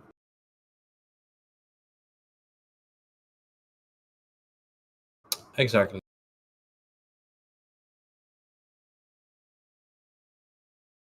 Big win for you, Sanry. Soak it up, buddy. All right, Mr. Sanry, is the world a globe? Yes. How do you know that? Here we go again. Tell me how you know that. Don't do this. You What go evidence do you have for outside. that? Go outside, and what am I going to see that tells me the world's a globe? You're not going to see anything. I'm not going to see anything that tells me the world's a globe. Correct. So then why do I think it's a globe? You're going to feel the Earth being a globe, but if you're close-minded and you want to, like, poison your... I'm going to feel the Earth being a globe. How does that work? Yeah, maybe it's clairvoyance, heretic. Explain. Okay, maybe you were not here for the trampoline example. Yeah, what's the sensation of the Earth being a globe? Explain. Okay, like I said, maybe you were not here for the trampoline example, but I'll say it again. What happens when you stand on a trampoline? We just went through this. The trampoline doesn't prove a globe. Yeah, and I think you agreed to that You can too. see the curvature. Like, I would agree with that. why do you Yeah, want to I go would through agree the with same example that doesn't prove a globe? It makes no sense. Guys, NPC reset. I never Okay, said so it what does proved. that have to do? What does that have to do with experiencing the Earth as a globe or feeling that it's a globe? Heretic, when you stand on a trampoline, you can feel the shape of the trampoline, right? Sure. So, It's well, the same I don't know thing. about that. You can feel the wind, you can feel everything, but you cannot feel the Earth is round. Come on, man. No, I can't feel that the Earth is, quote, round, and you're arguing for globular, not round per se. You cannot feel it's round, but you can feel it's flat, right? No. You cannot feel it's flat? No, I can't feel any of that. It's not based in feeling. I'm obviously going to be measuring, observing, looking for curvature, not feeling it. What the fuck are you talking about? So if you stand on a bowling ball, you're not going to feel that it's round? I'll fall right off of it. Exactly. Yeah, you will. But you will So feel what? it's round. And so how does that relate to the Earth then? If Maybe you he thinks he's stand- going to fall off the globe. If you stand on your kitchen you can feel it's flat, right? It's flat. Yeah. Exactly. So I'm going to go outside and feel that the ground is curving. So you can feel it's flat. So you can feel the Earth So is flat. what are you but saying? not I'm going to it's go round? outside and feel that the ground is curving. Not Yeah, am I going to fall necessarily. off your globe if I go to the edge of your globe? Will I fall off of it? The Earth having a curve is just a little factor that helps you identify it's round. Really, and so that was demonstrated by people standing on it and feeling that it was curved. It's a Hello, lot of Globers. This is your best right now. So people stood on the Earth and they felt with their feet that it's curved. Right, because I they don't know almost what fell, people do. heretic. That's what I do. I don't know what other people do. And what is this? Like, can we measure the curve with this method too? I'm going to get an 8 inches per mile squared drop rate by Here feeling we the Earth go. with my feet. Is that what you're saying? Can we measure the curve? It's Well, like that's what I'm asking you. I'm asking you how you know it's there. You say you go outside, stand on the Earth, and you feel it's curved. I say I feel it's round. I don't feel Well, it curved. okay, round. All right, now you're back to that. A thing can be round and flat, so why do you keep saying that? You know why? It curves at 8 feelings per mile squared. Yeah. You guys talk like always. Yeah, that was a good one, dude. That was a good one. You guys always coming back to the curve. It's like if right now I said, Yeah, shut up. So I'm trying to figure out how you figured out that the Earth is a globe by standing on it and feeling its curvature. I still don't get it. Can you explain? I have That's just stupid. Okay, you have senses, right? That doesn't tell me anything more than what you already said, and I'm actually not even sure that that's true. You sound so stupid. I'm not sure that it's true. I think the guy is just drunk constantly or something. you can think whatever Drunk you on want. paint chips. If I would be drunk, you can hear it in my voice. Okay, all right. You're derailing Your again. voice? So you said that you stand on the Earth, you feel it curving. That's how you know it's a globe. Where do we go from there? Yeah, I go outside. This is really important. My senses. Hold on a second. Here's the thing. This is really important. I am outside right now. I'm outside right now. You told me to go outside. I'm outside. I live in the Ozarks, right? So it's really hilly. Right now I'm standing in a spot in the grass, and there's kind of a swale. So I feel the swale of the ground. Does that mean that the Earth is convex? Let me ask you a question. Is it flat? Like, do you feel it's flat? No, I can feel it. There's a convexity to it. There's a convexity to it. So the Earth is a bowl. Is that what you're telling me? Hey, I pulled an Amish override. He's muted, guys. I muted him. Sorry. Let's move on to someone else. This is dumb. That's retarded. Yeah, this is really dumb. Yep. Yeah. By the way, I think you mean to say concavity. Convexity is, the other direction. Yeah. Okay. All right. Yeah. I mean, I've made if that you waste your mistake time, too, it's okay. If you waste your time refuting a maniac like that, I mean, you're just as bad as them. That's true. Ow. He's almost pulling the PD argument. Oh, I you know did what it, I mean? so don't take that one personally. I did it too, says who.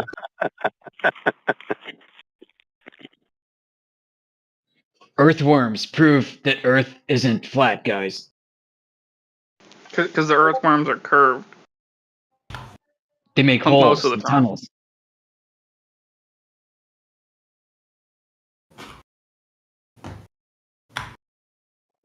Yeah, I mean, the silence kind of sucks, but I'd rather have it than, some moron.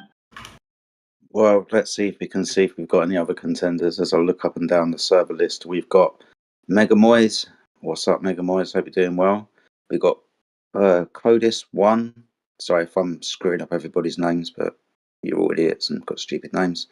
We have... Who else have we got? We've got Captain Something Wrong, who kept jumping in just a second ago, and Bold Unit 323. So if any of you ladies or gentlemen or whatever you would like to define yourself as have got any questions to Flat Earthers, then please open your mic and ask your questions. David Weiss is offering Bitcoin for globe proof.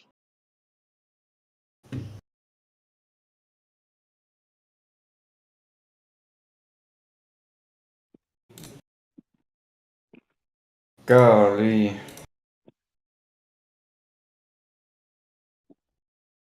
Maybe someone identifies that it's globe Earth proof, so we can finally be done. Yeah, life would be a lot simpler if I could, plug back into the Matrix. Just identify as globe Earth proof. There you go.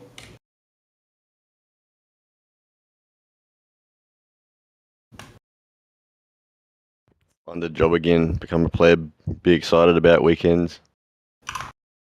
go watching football, eating wouldn't go that McDonald's, far. eating McDonald's, getting all the good medical advices injected, and so forth.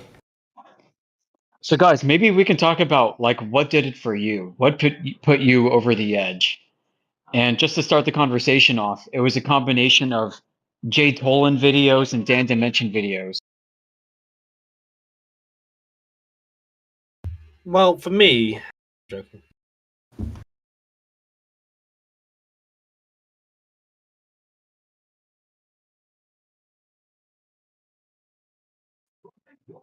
Being able to see the Earth over 1,000 miles from high altitude infrared was awesome.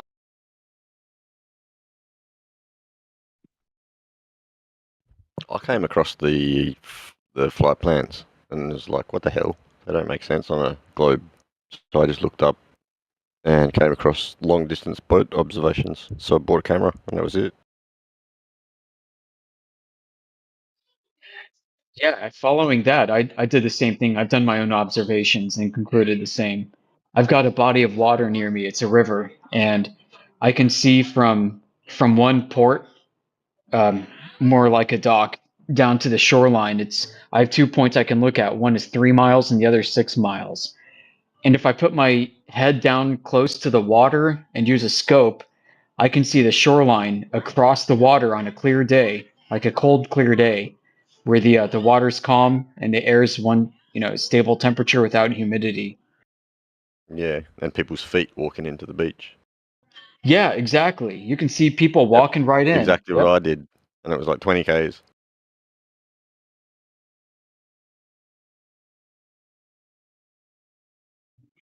So, you can do this locally, but then you also compare this to all the hundreds of observations from around the world that people in our community have done. That's what basically verified all the observations that I'd already seen.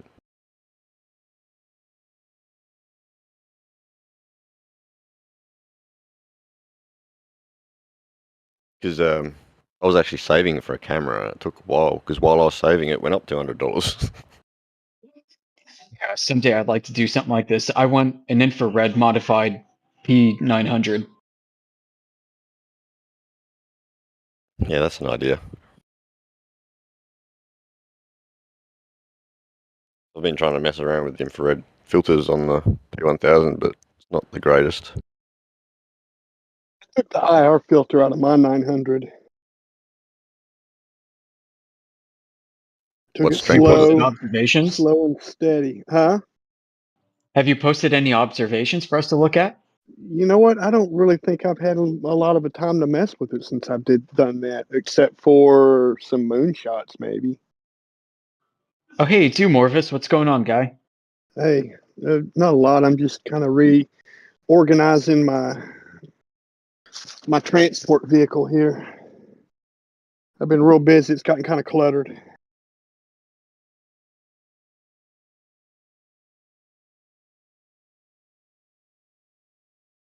Man, there are many people in here. 39 people. And I hope someone got globe evidence. So, Clay, you've been posting some cool pictures from your flight. Can you tell us more about that and what you did? What do you mean? You flew from like somewhere in Germany to Iraq and beyond or something? Oh, yeah. I did a flight with the 787-9 Dreamliner from Malaysia to Amsterdam. It was a 13-hour and 13 minutes flight. No, at least to the program that recorded it. So, by the way, the 33 is something that is following my whole life. I'm born on March 3rd, 2000, so 0303.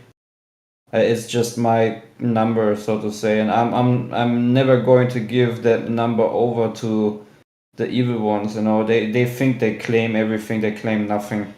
For me, it's a positive number. Not that I'm, not that I'm that I think that I get anything from that number, but I think it's just a way of communication. You know, what'd be cool to do is if you could grab like an actual mechanical gyroscope or something like that. Maybe a plug-in one, something you can hold in your hand and take it with you on that flight. Well, I know that the I can show you a screenshot from the program I use that is recording my flight, and I know that the simulator, that the way it's creating the world is being rendered on a flat map. I already showed that. I don't know who I showed that to, but I think it was a other Flat Earth server. But it's definitely all on a flat map, and it's nice to know that, because you know, they can't even simulate an artificial globe because it's just way too complicated. Yeah, you know, this brings to mind something I've been thinking about.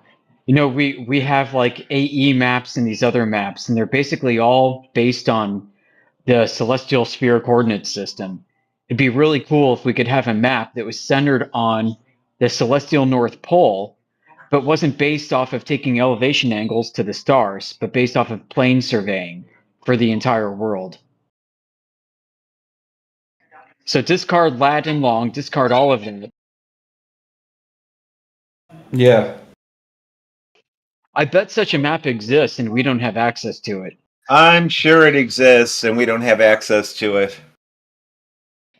What's up, Radwin? How you doing, man? Good. What's going on?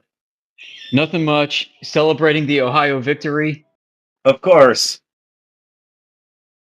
What is the I might Ohio want to drive victory? over there, my friend. So I'm glad I didn't. This weekend wasn't my Michigan weekend.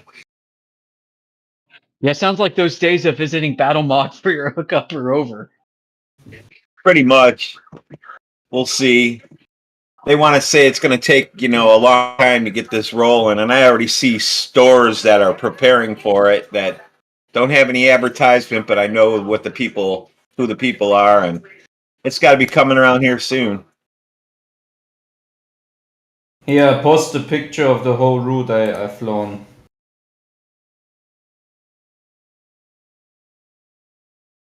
And the program that is tracking the whole flight is depicting it. You're as talking 11. about an in-game fucking flight. Yeah. Are you kidding me, guys? You wanna see that you wanna see that the map is also rendered flat in Microsoft Flight Simulator? I can show you that. You wanna see Can you fly it? drones in that game? There is actually one drone, like a military drone, that has been released. Okay, I just meant like DJI drones. I mean, there's a drone camera, so you can just fly around as if Yeah, you're that's the pretending to be a second drone. time I was tricked into thinking that Clay Undersea was actually flying places. I will do that, but privately. Probably next year, I will start my private license. That's something I've already. Yeah, you said was it you who said put into earlier play. to Alpha that you were just landing in Amsterdam? Yeah. And then Alpha was like, "Oh, you're on an airplane right now?" No. And he says, "Why do you in a sound like you're simulator. in your bedroom?" You know? Yeah, in a simulator. Obviously, it's my hobby. Flying It's planes in a simulator. It's almost the same thing as real life. You just don't have the feedback, of forces. That's all. Everything else, like there is literally the A320, for example, made by Phoenix Simulations, has like 320 programmable failures. Almost every circuit breaker works. The whole software of the aircraft is simulated. Yeah, I understand. Yeah, I understand. So yeah, I fly like the pilots do. Yes, you play video games. Hey guys, gotta go. Take care. Bye bye. See, that's you think you play video games. That's how you look at it, as someone who doesn't know what you actually need to do. I mean, I can set you into the cockpit. I want to see you actually getting the engine started. On a video game, I think I could manage. Mm-hmm.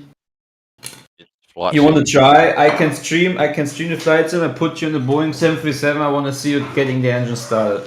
Not a game where you press W and you go. You have to flick switches like a plane. Yeah, it's not simplified or anything like that, or GTA where you just press one button and you go, or something like that. No, I no. play RuneScape. I'm way ahead of you. I'm way more advanced than you. Okay. Anyways, it's not that important. It's just a cool hobby. Cool is a word for it, I guess. It is, man. It's wonderful, especially with the scenery, man. Like, I mean, I think the beautiful, like when I woke up today and I looked at Iraq from above, it looked beautiful. Maybe you haven't seen the screenshots yet. Like Iraq has so many beautiful hills. I was really astonished by the view. Wait, where's the picture of Iraq? Oh yeah, these are. Do you want to try saying Iraq again for me? Iraq, whatever. I don't Iraq. care. In German, it's Iraq. There you go. So why don't you say it the German way? It sounds better. It sounds more So close to the actual way you say it. So the screenshot I posted is when I passed over Iraq.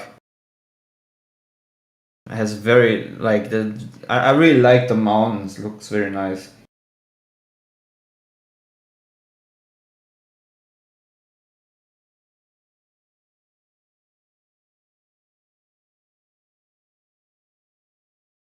So if you go nosediving into those things, are they still going to look that realistic?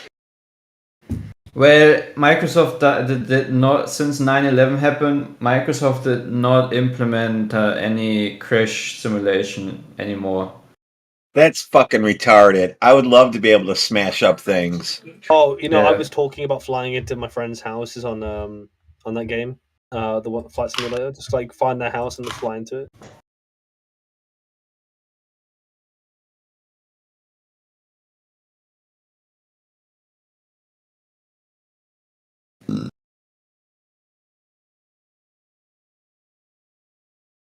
Yeah, the new version of the simulator that's coming out next year is gonna be even like double amount of details. All right, well, let's like. talk about the flat Earth now, right? Let's enough talking about flight simulator.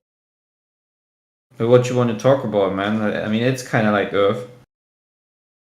Yeah, but look, I see coverage now which you posted, so it's not looking good for you. The flight What? simulator uses a flat Earth, Yeah, so they have to be in on it. exactly. All flight simulators are in on it. It's just rendered as a flat map. I mean, I can show it if people are interested, but I highly doubt that people are Well, interested. I believe in a procedurally generated world anyway. I think that nothing actually exists until I'm personally standing there. That sounds very stupid. I'm joking, idiot. It's like I'm Minecraft. German. Don't forget that. I'm German. I don't always get the jokes. That's right. Germans don't have humor, or they're not born with that. Exactly. I don't have humor.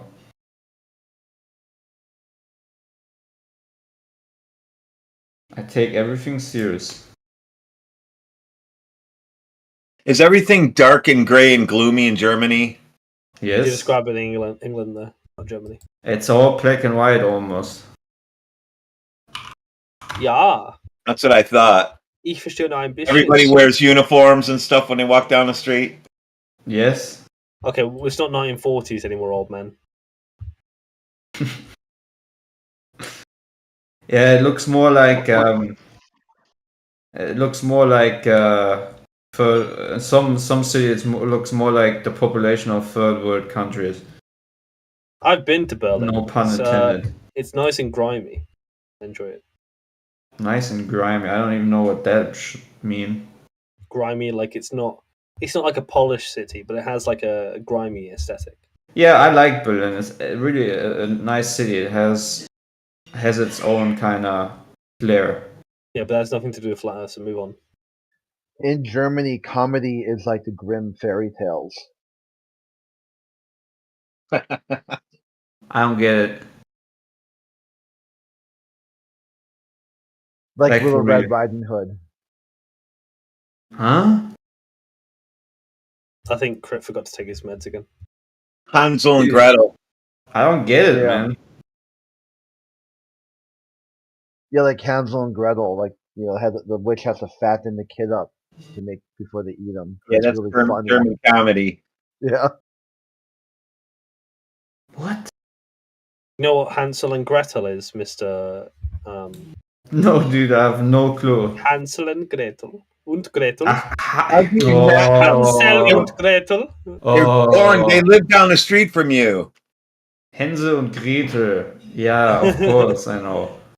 I just, because of the accent, I couldn't understand what you guys talked about. Hänsel und Gretel trafen sich im Wald. Yeah, it's virtually just all the Disney stories are just watered down versions of Grimm fairy tales, which is German comedy. Do you watch a lot of Disney movies, Crit? I feel like you're the type, right? That's not flat Earth. Well, there is globe Earths on Disney. If you remember that that show where the rabbit's chasing the what was it, a rabbit? I don't know. You know, I can't even remember. I'm too old. Dude, now I remember all these sick stories, dude. Hansel and Gretel is about the witch that wants to bake the children bread. Dude, now I remember again. Now I know, dude. I had a full book of this. It's like sickening children's stories. That's always about killing and there's also the story of this child where the fingers are getting chopped off. Oh, dude, it's hilarious, man. I heard that story too. I don't know what it's called. You got to find your book. Dude, I literally never thought about this. You guys just literally made something explode in my head because I know all these stories, but as a kid you don't really reflect someone being baked in the oven or someone getting fingers cut off. That's because these days in Germany, you know, talking about killing people is a sore subject. Dude. So Forever Shaka, the French one, is about plucking the feathers out of birds, and that's a children's song to sing. And if you kill it,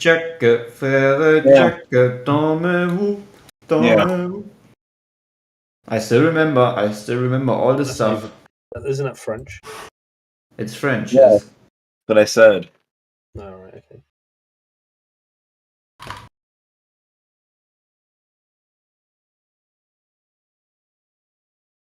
It's actually the French version of Bruder Jakob. Maybe you have the German version of what the French version is. You don't know which way around it is. Old man. Also.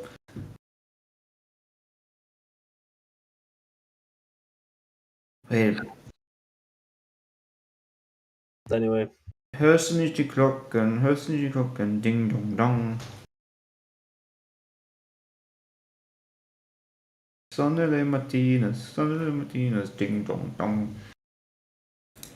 Dude. Max and Moritz. Also terrifying stories. I think there's like this one story where one of them ends up also being baked to bread. Flat Earth now, Rambler. Listen. Oh, der Struppelpeter. Exactly. Yeah. The Struppelpeter. Yeah, that's nothing to do with Flat Earth. Here, you need to read the story of the Touselhead. Touselhead. Ja, aber es ist nicht Flacherde.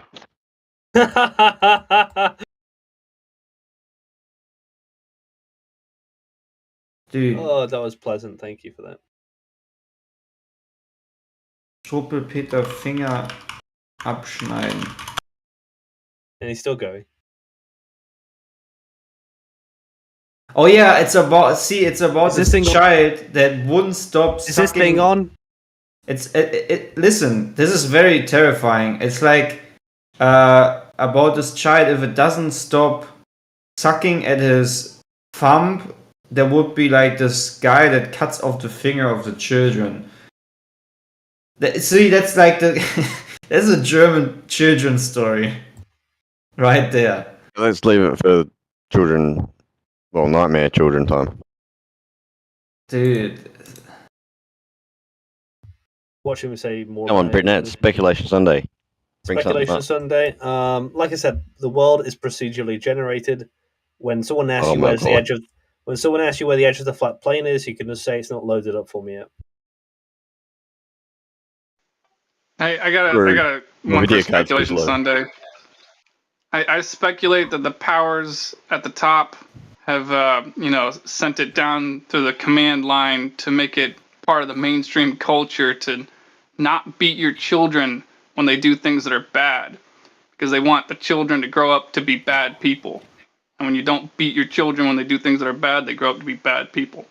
That's my speculation Sunday. I prefer mine, to be honest. Is this still a Grimm fairy tale? Well, yeah, I mean, these stories were told to kind Are of... you still going? Can you stop annoying, man? You're not even a flat earther. So shush. Being a flat earther doesn't mean you can talk about whatever the bloody hell you want in here. Maybe Clay, maybe it'd be better if you just read one of the stories. I know the stories, man. I know that it's Yeah, but actually... we don't, Clay. You're talking about stuff we don't know about. Why don't you read us one of the stories? Oh, okay. Of course. Can you read it in German? No, because do it then in you don't German. It'd be understand way it. more exciting.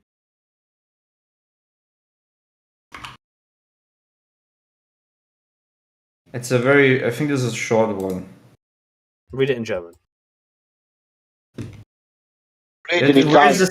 Where is the sense of reading it in German, man? You won't understand it. Doesn't matter. It sounds nice.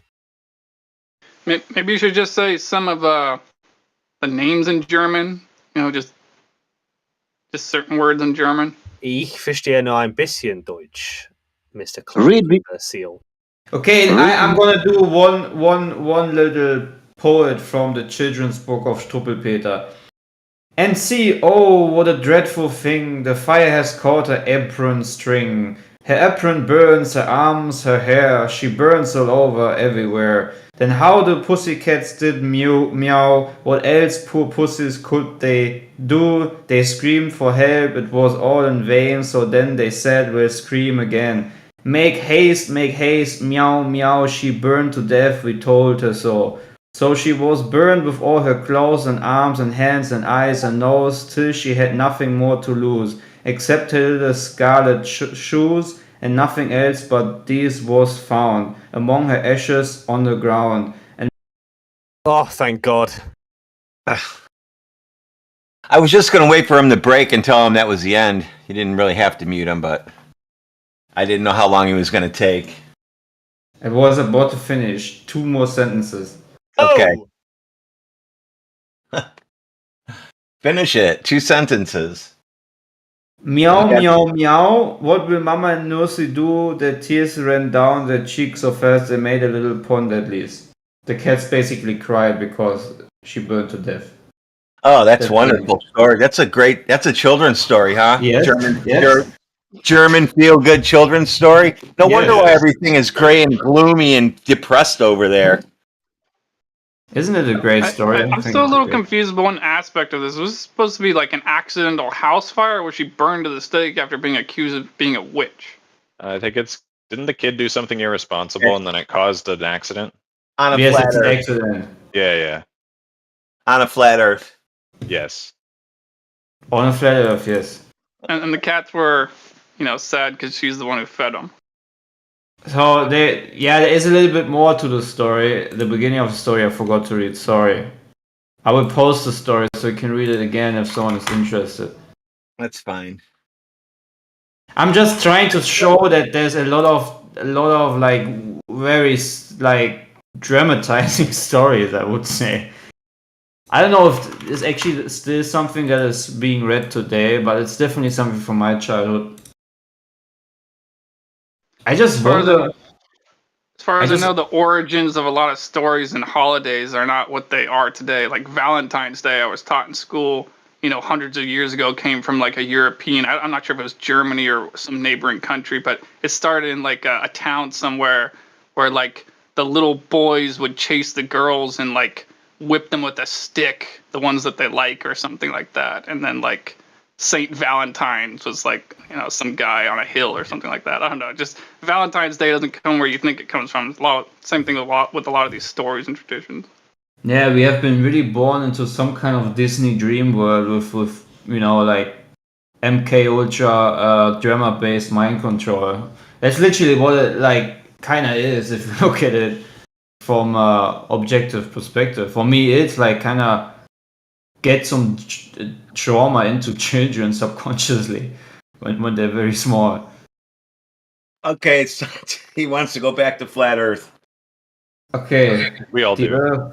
The Earth is objectively, measurably a topographical plane that is not bending in every direction. Are there Prove me wrong. rovers even in here? Topographically bending? You just said the Earth isn't even topographically bending in any direction. Can you explain to me? Well, he's German, so he probably screwed up in translation. Yes, I screwed up in reading my CIA script right here. Sorry. 1 second. Okay, well. Ah, yeah. So someone That's is a telling debate. me I I'll need to count that correct as a debate myself. win for me. I'll count that as a debate win for me. Well, can you bring forth some idea of a proof that would prove a spinning, wobbling tilted spaceball flying from every spinning world of darkness while hurtling around other planets? I can do you one better. I could falsify a flat Earth. Right? Do you want to see that being done? Okay, but please don't do it with feelings. Yeah, feelings aren't going Or to straw make man. it turn into a ball. First of all, the first thing you're gonna have to do is make a claim about what kind of flat Earth you think you live on. Oh, then I guess you're going to be left up shit creek for that one, because I don't think any of us here are technically making any claims. Well, I guess it's unfalsifiable then. What's there to falsify? There's no claim.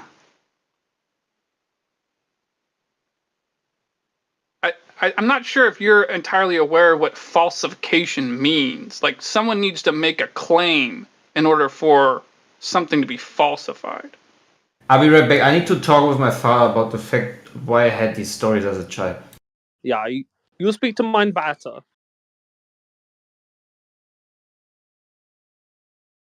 So Right, I got a what did you question say? for the You said, I don't know Glober. what falsifying means. Is that what you said? Well, seemingly you don't. But here, I got a more, reasonable question to ask, and it's a very simple question. Just before you ask the question, can you countenance that, my lord? Can you tell me why I don't know what falsification is? Because I was just simply pointing out an observation, and you were talking about falsifying an observation. An observation is just an observation. I'm pretty sure when you falsify something, it would be a claim. So I haven't made a claim for you to falsify yet. So where are you going with your observation, though? Are you just saying you stopping it? Well, looks like You're this. asking me where am I going You're with not my going any further? observation? That doesn't even make sense. Like, just the observation is just the observation. I'm not going anywhere with it. It's just an observation. You don't need to go anywhere with an observation. Anyway, if I have your attention, so my question is for you to start with, like, take for instance, let's scale up, small going to large. If you have a bathtub, would you, and it's full of water, would you say that the surface of the water in that bathtub, would you say it's level, meaning no point any higher or lower than another? Oh yeah, equal in elevation, sure, yeah. So can I get an affirmative on that? The water in the surface of the water in the bathtub, it is level, right? Did you not hear me? Test 1 2 3 equal in elevation, yeah. All right. So then my question is to you, at what distance, and over the surface of water, over what distance is level water no longer considered level by you, and can you demonstrate this? It's level the whole way around. Well, okay, so what does level mean again? Equal in elevation. Any higher or lower than another, right? No point on the surface any higher or lower than another. Correct? That's what level means? Sorry, what did you say? No point on. What did you say, sorry? Am I cutting out or is he cutting out? Is what level means, correct? Who's cutting out? Is it me or him? Someone answer.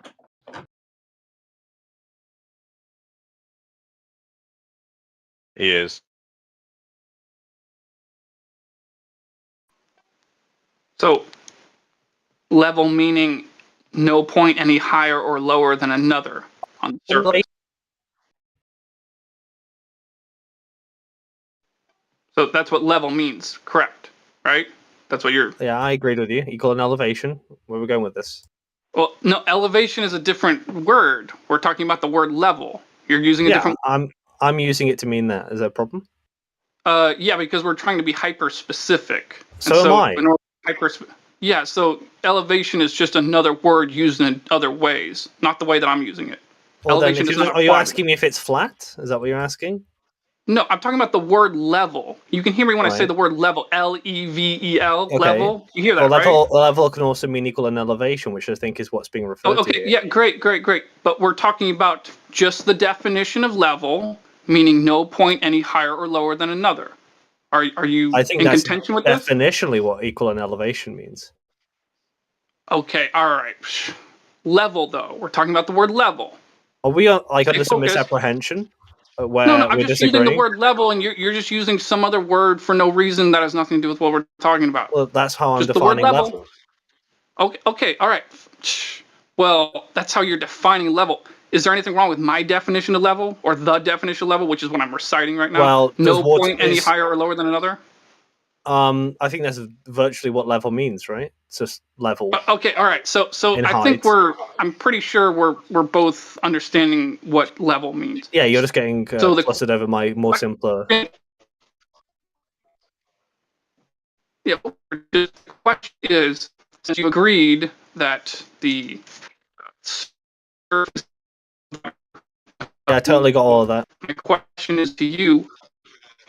Yeah, so my question is to you, what distance over a body of water would no longer be level due to the curvature of the Earth you believe in? Well, it'd all be level. My question to you. But it wouldn't be because it'd be curved. Hold on. Do you believe that the Earth is a ball, a sphere? Okay. So is there any flat surface on a sphere? That could be, but topographically so, but no, not in terms of the actual there sphere. isn't. Well, there could be topographical. Okay, never mind. You there seem isn't. to be having a hard time. The answer is no. Well, There are I'm no agreeing flat with you. I'm agreeing with you on sea level. It's going to be curved but level. Yeah. I don't know what that even means. So you just kind of said a word salad thing there. What? I just said I'm agreeing that the Earth will be curved but level. That's violating the law of non-contradiction. You just is it? contradicted yourself there.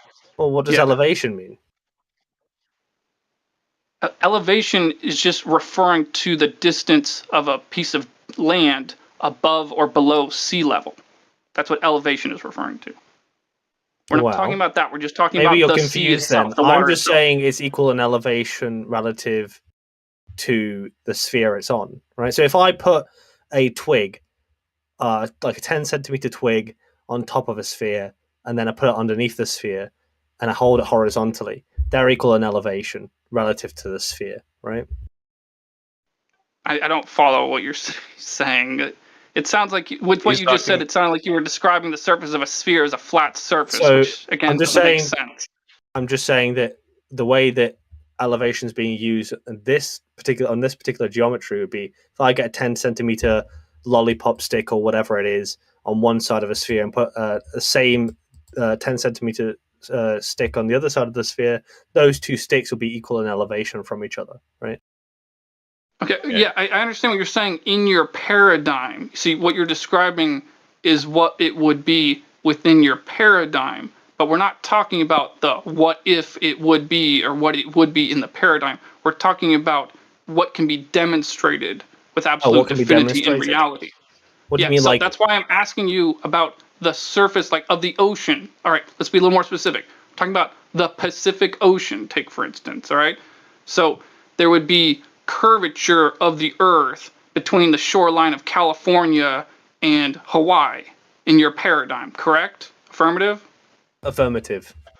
All right, so now that we've made that clear, my question is to you, since that's by definition not level water, the water in your paradigm between the shoreline of California and Hawaii, My question is to you, what distance from the shoreline of California out into the ocean, what distance would you consider to be level water, and what distance would you consider to be not level water? Or would you consider it to be level water from the shore of California to Hawaii? Are you Which one asking me? Are you asking me in effect when does the water start to curve? Yeah. Okay. Well, it's a continuum. Okay, so has anyone ever measured it to be curving, the water, or is it just alleged? I have no idea if someone's measured curving water. I'm sure people have attempted, but I'm not aware of them. All right, so then why do you believe that it's curving? Just because someone told you, or what? It's a set of inductive inferences, basically. So it's because somebody told you? I don't know what that means. It's a set of inductive inferences based on observation and evidence. So you observe the water curving firsthand? Well, some people infer curvature from some behaviors of how far you can see relative to water, but they're just one of a set of inferences. All right. So, but it hasn't been demonstrated to be true. Well, I'd agree with you. It's not demonstrable in the sense that you can't prove it. Yeah, sure. So, I mean, well, let me ask you then the simple question: what reason do I have to doubt that the Earth is flat? What reason do you have to doubt it? Well, there's observations that could align with a particular sort of curved Earth, right?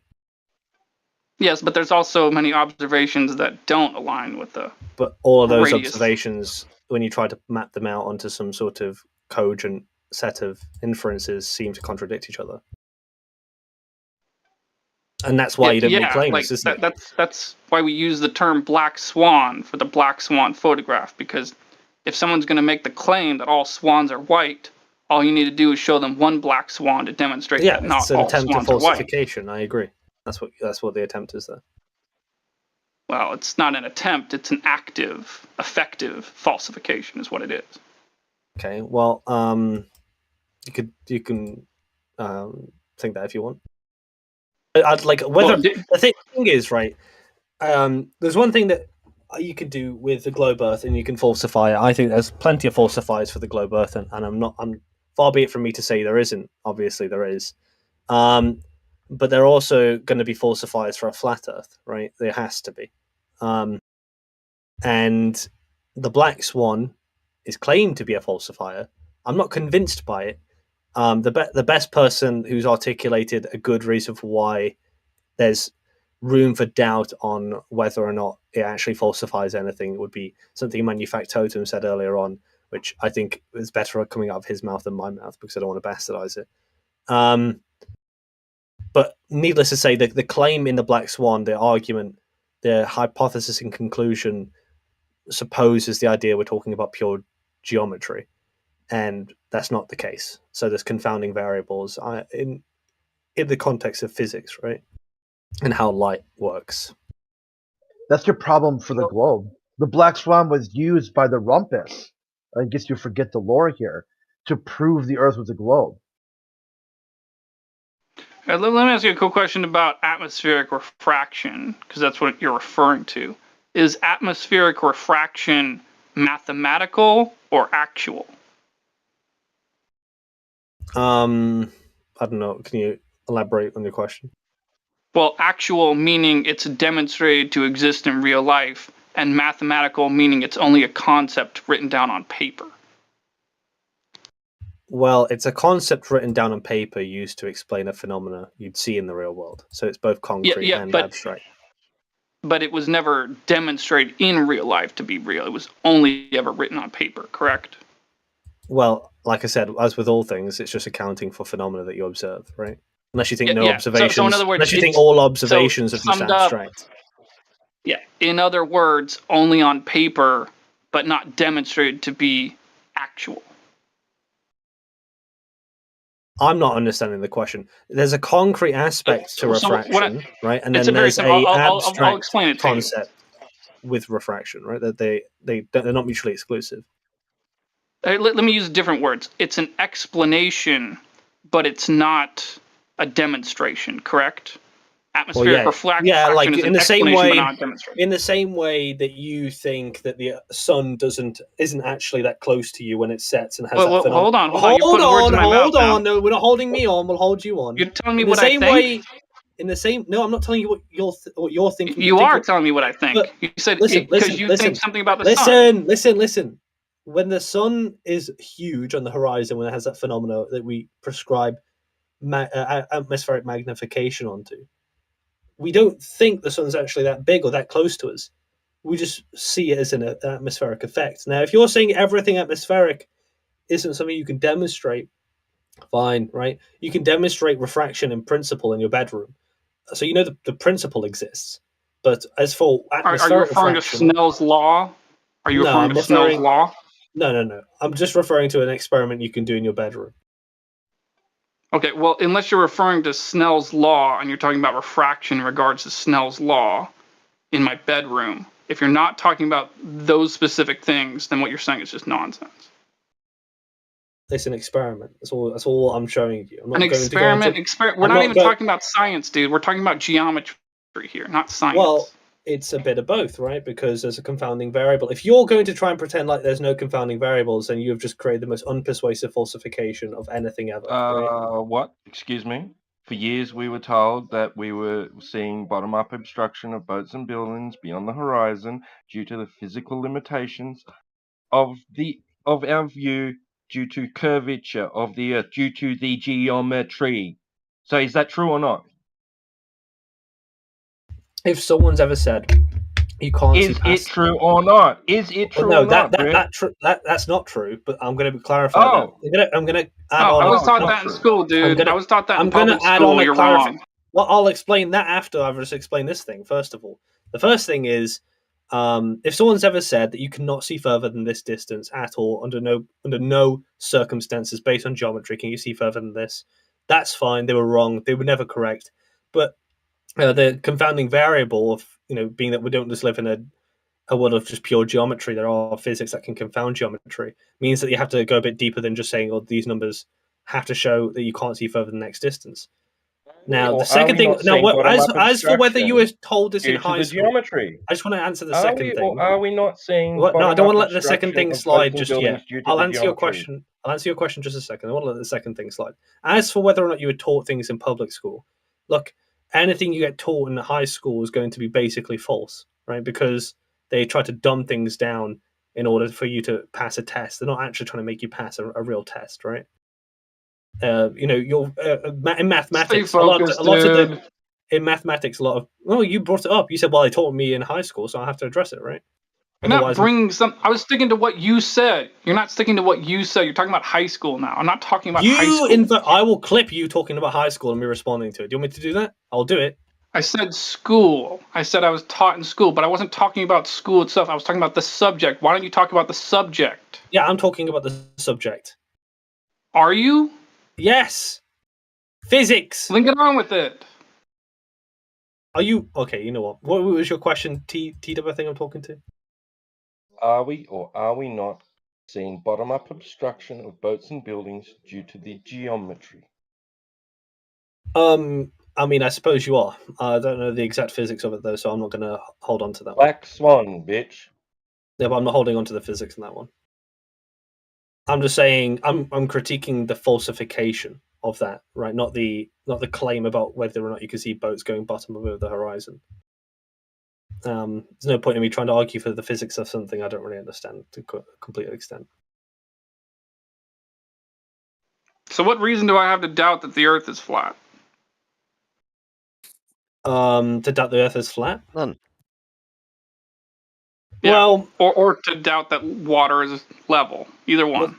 The first thing is whether or not you falsified the globe successfully, right? That's the first thing. And so, if it's the case that a globe earther has everything to prove, and a flat earther has everything to falsify, in just the same way that a globe earther should have by now proven it, you should have by now falsified it, right? Maybe you should start that over, dude. That didn't quite make sense. So if it's the case that a because you don't make claims, fair enough. I'm not asking you to make claims. If it's the case that you have to make claims about something to prove something, that's fine. But because the case has been set out, therefore meaning that you have everything to falsify, and just like how you tell Globers that they have a lot to prove, you have a lot that you can falsify there, right? There's a lot of falsifiers that you can identify, and because none such have been observed or demonstrated, it's just the same sort of case that a globe earther could levy at you for, like, well, we have this entire thing and you haven't even demonstrated how it's possibly false. We have all these reasons for thinking it's true, but not one for thinking that it's been falsified. Let me ask a different question. I'm sorry. Let me just ask a different question. Why do you believe that the Earth is a spherical object? Oh, I've already answered that earlier on. Yeah, he said I'm new inductive. here. He said inductive reasoning based off some facts and observations, and like a hodgepodge of different, things inside. Well, yeah, I his heard worldview. that, but that's terribly vague. Can you be more specific? It is and terribly not vague. The reason why I don't want to be specific about it any further than where I am right now is, one, I'm doing Temporis and RuneScape, and two, I would have to give you a set of observations, because you could explain each observation away. That's fine. Anyone can do that. A flat earther can explain almost anything, in the same way a globe earther can. But what gives those observations its strength isn't just the fact that you can explain them. It's just the idea that they are they're not in a no sort of contradiction with each other. Whereas I don't know an example of, at least yet, I'm not saying that no such thing exists where a flat earther can take all of those observations and fit them together nicely. Because you guys say you don't make claims, it's not really something I think I'll ever get a chance to see. Well, I don't mean this in an insulting way, but what you just said doesn't sound to me like a logical reason to believe that the Earth is flat. I mean, logical reason to believe the Earth is a ball. You haven't is what heard I'm the saying. reasons. You just heard that I have a set of reasons, inductive Well, reasons. yeah, but the fact that hold on right there, just the fact that you're not willing to say them and you're only being vague about them, that is a reason to doubt that they're good reasons. That is a reason to doubt that Well, they're good. you could say that. I don't know how long you've heard me speak before, but you've heard me talk about them, so it's not like you don't know that I had those reasons. It's like the intellectual equivalent of me saying, "Oh, I can travel to Narnia by going into my closet." Well, I thought it would but be much don't more ask me interesting. to prove it. Yeah, that's why I thought it would be much more interesting to talk about whether or not you have falsified the globe than it is for me to talk about what proof I have. Because if I talk about what proof I have, I don't think we're going to get anywhere, because you're going to say, well, you could explain it this way. I can move on to a different explanation. Well, you can explain it that way. That's fine, right? We keep going over and over again. I would prefer to talk about whether or not you falsified the globe than whether or not I've proven the globe. We have. But why not just have an open discussion? Debunking. What shape are the other planets? The other what do you mean other? Other planets, Other. moons. What shape is? Because the sun is flat as fuck. Like I Planets buy it. other than what? A flat Other than sun, what? yes. Flat Earthling, no. Planets other than what? Earth. Oh, how do you know that's a planet? Things that we, general non-tards call planets.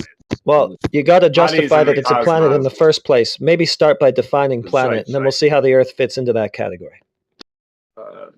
Okay, let's just say cosmic bodies.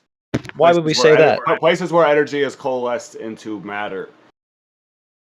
Are you? Okay, that's not really vague now. cosmopolitan? Places where energy is coalesced into matter. So that's what a planet is? I said cosmic bodies. I changed it. Like You're being stupid. Obviously, I Okay. believe asteroids have other shapes. Like small things in space, obviously have other shapes. When there's not a ton of gravity, they can be really weird. There's probably a flat asteroid somewhere. Honestly, I want to see it, but I'm just speculating. This is not a flat planet. Like you control us, but Yeah, it's not a planet at all, so you got that right. No problem. it's a concentration of matter, right? A hyper concentration of energy. That's the new definition of planet, a concentration of matter. So, cosmic so I'm a body. planet then. So I'm a planet. We're all planets. I'm retracting. Someone I clip said that. planets and moons and stars. clip I that. said, Okay, fine. All right. If that's the new definition of planet, then the Earth's a planet, and so is everything else. Hey, it is Sunday. Bodies. I got a Bible next to me. I guess that's a planet too. Corporeal things in any Like a planet in above a a mass of 100 million tons. I don't Someone know. clip it. Like, Clip it you and don't ship it. want to. This It's okay, is bro. amusing and insane game. What shape is the sun? What is the sun to you? Is it flat? And I don't care what it's made of. What is its shape? Like, Let's turn that around and say how do you know what the shape of the sun is? why do you have to turn, why can't you answer? What shape is the fucking sun? Well, in your I don't know, opinion? but You do you won't know? answer. What do I you don't know, think? but I don't know. But do you know, and how did you come to know that? The sun is a little bit more difficult. Why? Okay, like there's what are there 10 main reasons? Like why does the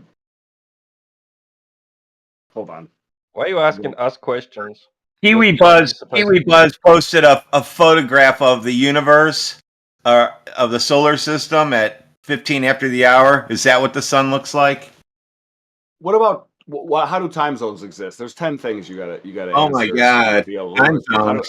Yeah, time zones was a good one. That was my It's dark topic. somewhere else. I'm just saying where. Hey, how is it dark? Let me help you there. That was my topic of the day.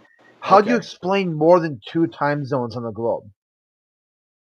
You can have 460 time zones. Like it's Well, no, just a like way hold of on. You maybe misunderstood what I said. On the incrementalizing globe, a you either have rotating. light and dark. That would be the only 2 time zones you could possibly have. Either it's light As a- out or it's dark out. As a simpleton, sure. A simpletonish definition, sure. So how do you explain There's a more digital than 2 divide. time zones on the globe? How do you get 2 at all? How do you even get 2? Yeah, because on the Unless you're on globe, the other either side you'd of be the Earth, and you facing the will sun not or talk you'd be about the other facing away side from the of sun. the flat Earth thing. Space is fake, so it's not the other side of flat Earth, dummy. You're in space. Nah. There just happens to be some shit around. Yeah, no, it's not space. Like Uranus is in space. The air's not in Definitely space. not It's in outer just. It's space. just. It's. And who said outer? We So you got to occupy keep. space. We occupy Why are space, you but we're avoiding not the in question there about outer time space. zones? You're not even thinking about it. Space Why is there time more zones. than 2 There's no time space zones? time zones. You're crazy. Space. Why Time is there zones. only 2 time zones on the globe? Hold on, I'm trying to write down space time zones because it's pretty funny. Because we made it up. We divided it for means of convenience. So they're in on it? Convenience, like having a worldwide business system, sure. They do like things to work in concert with reality, yes. So they're in on I know that flat time. Earth then. They're not even based on the sun. The time zones that you're talking about are gerrymandered bullshit based off of preference. Sure. The Yeah, lines so, are not perfectly straight and whatnot. They make decisions how to apply it for the sake of scheduling and business.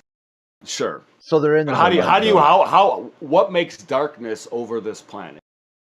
So are they in on it shut then, up. or they're not in on Is it? there an umbrella? Is there a sunbrella? What the fuck? You control us. Who measured the I actual can- Earth curve?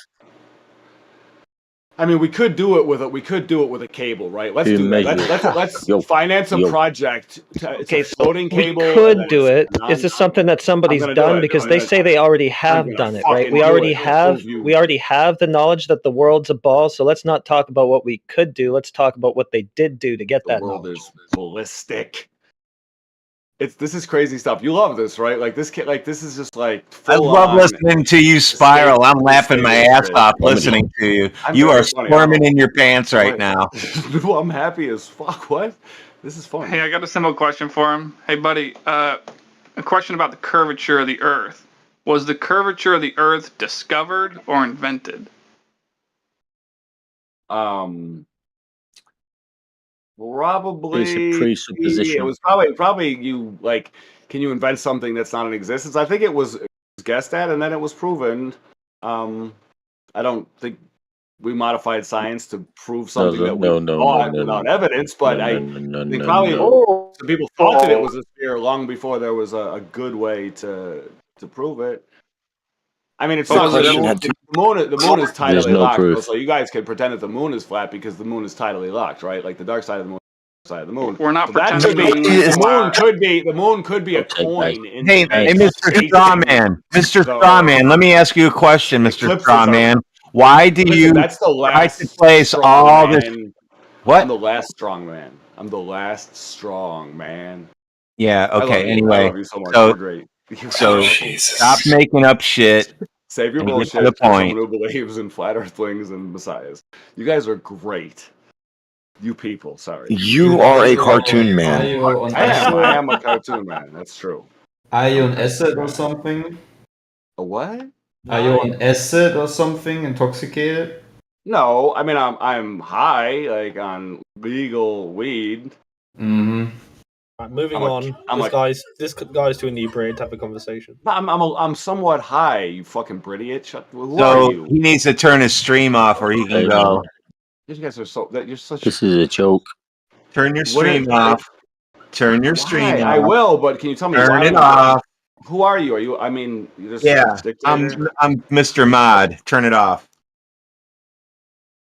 It's just the way you say it. Yeah, he's flat Sif Stalin. Do you get it? Kind of rough. Flat.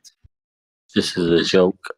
We need a better Glober. Of course, it's a This fucking is joke. crap. What do you want in it? You want only people who agree with a troll? It's not even fun.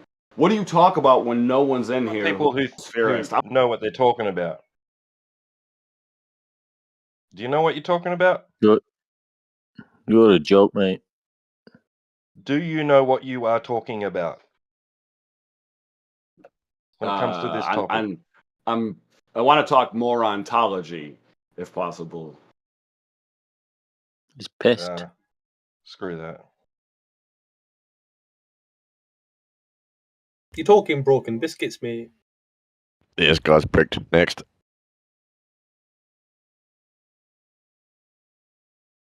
Talking broken biscuits, mate. He's so wasted.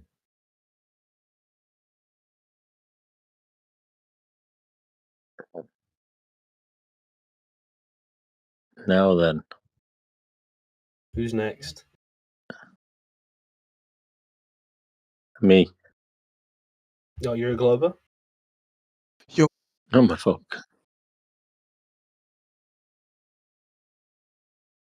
Globe's dead, mate.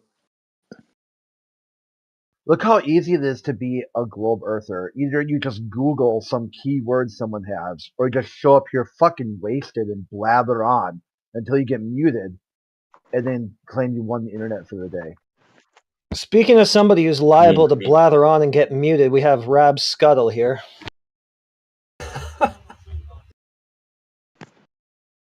Gish Gallop Rabbit arrived.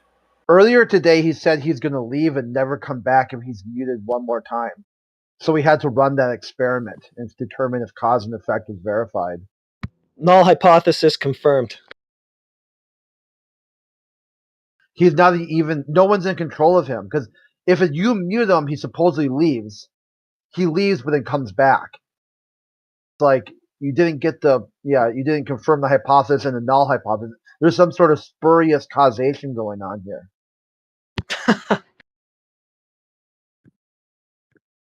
Well, if he left and came back, he did leave. Yeah, but by coming back too, though, so something else is happening. Like a boomerang, in a way. Like you throw a boomerang, it goes away, but then comes back.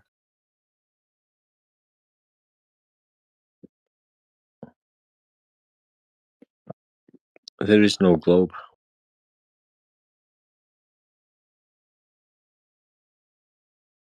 No one's There ever is no seen globe. the globe. No one will ever see the globe. No one's ever measured the globe. I saw them giving globes out to actors and actresses who did a really good job pretending to do shit. They call it the Golden Globe.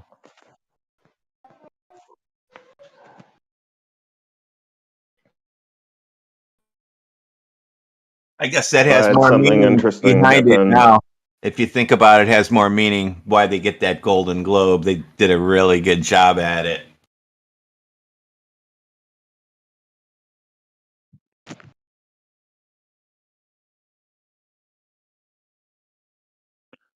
Why would you want to live on the globe?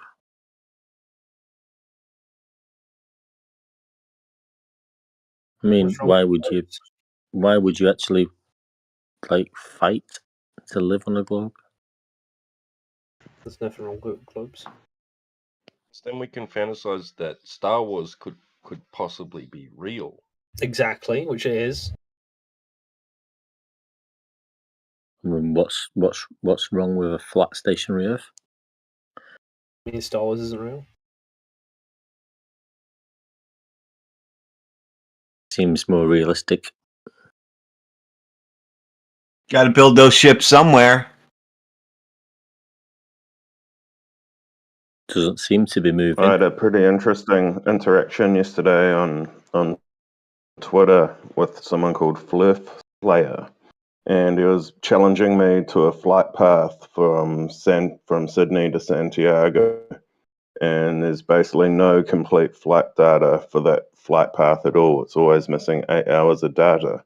And there was a flight yesterday of that from Sydney to Santiago, and he was crowing about it. Hey, it's going now. You're tracking it. And then I tracked it today, and it's missing 8 hours of data every time as it leaves Australia. There's no data in between Australia and then to South America.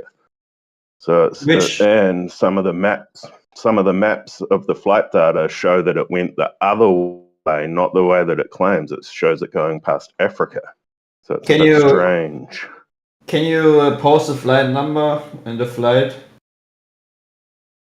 Yeah, I'll post it now. Thank you. Meanwhile, no measurement of Earth curve. Correct. Just flight times. Light bends. I used to follow r/Earth. Oh, did you hear but that? the Someone rules were whispered too light many. bends under their breath, by the way. There were too many rules for r/curve, so I just Loom, you got any globe unfollowed. proof? No, that was a joke. Click on my name.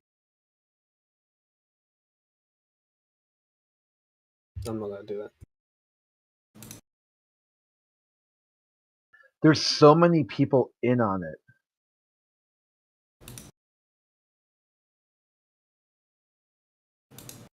This is kind of how social engineering goes. Sydney to Santiago.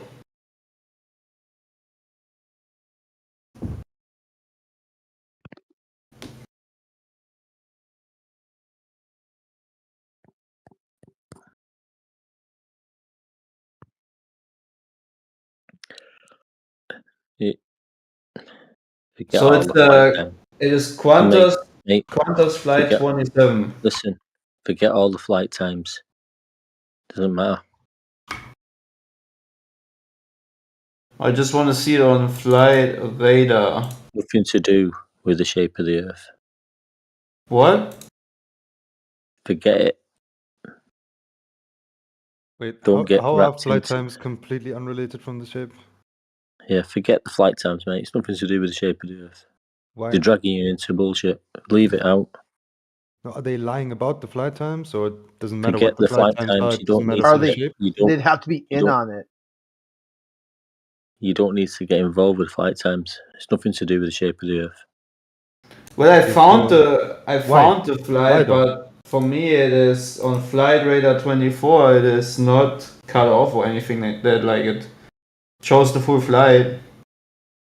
Yeah, but it's kind of incoherent on our part when one guy is like, well, we don't need to get involved with flights, and then the next guy is like, yeah, but here's this flight. Like, let's just pick a lane. But why? Why are you saying flight times can be completely unrelated from the shape of the Earth? That is ridiculous. At least give some kind of reasoning. Oh, this guy. Oh no.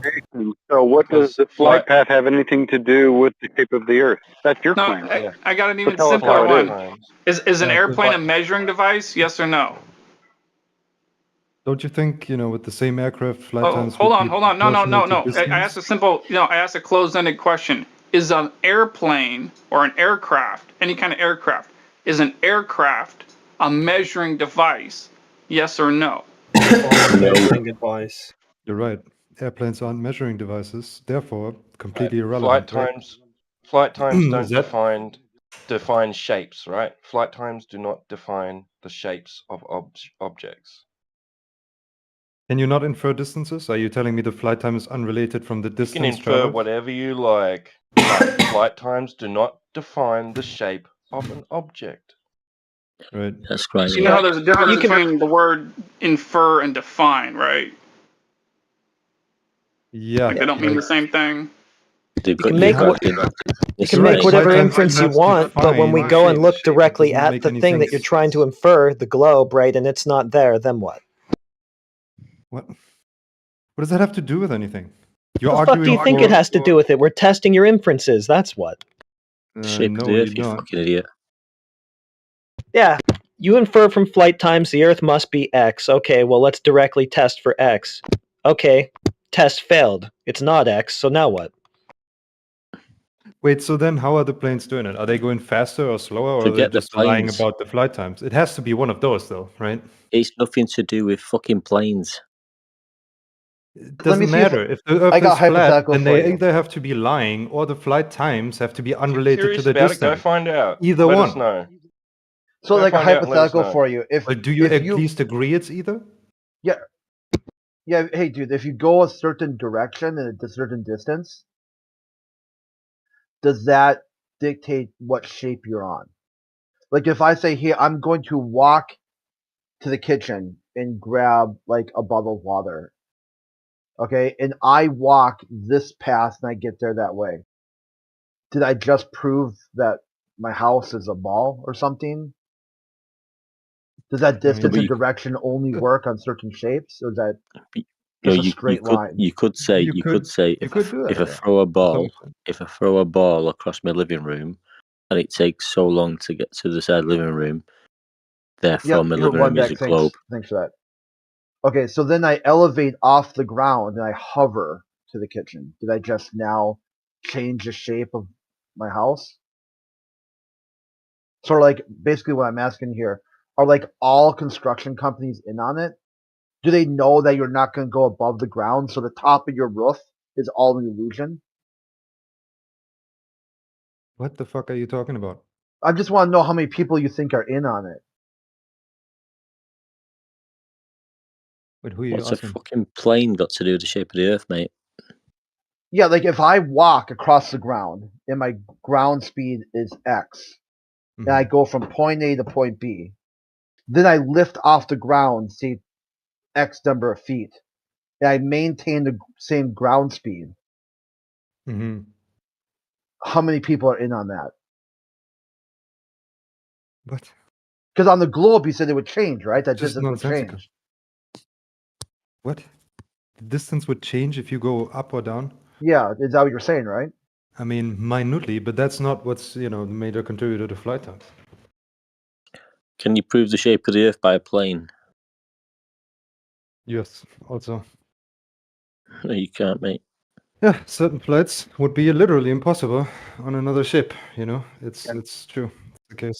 Spiraling globe zealots and all the spiraling globe zealots that make this argument. It's really important that you learn this, okay? Someone pulled a hood over your eyes. No. You believe that because of two map projections, hold on a second, because of two map projections that you can't verify, one being a globe, which is a projection, and then a flattened out globe projection, we call it an AE map, you can affirm the consequent, or you can say the Earth cannot be flat as you say, even though we don't say that is our particular map.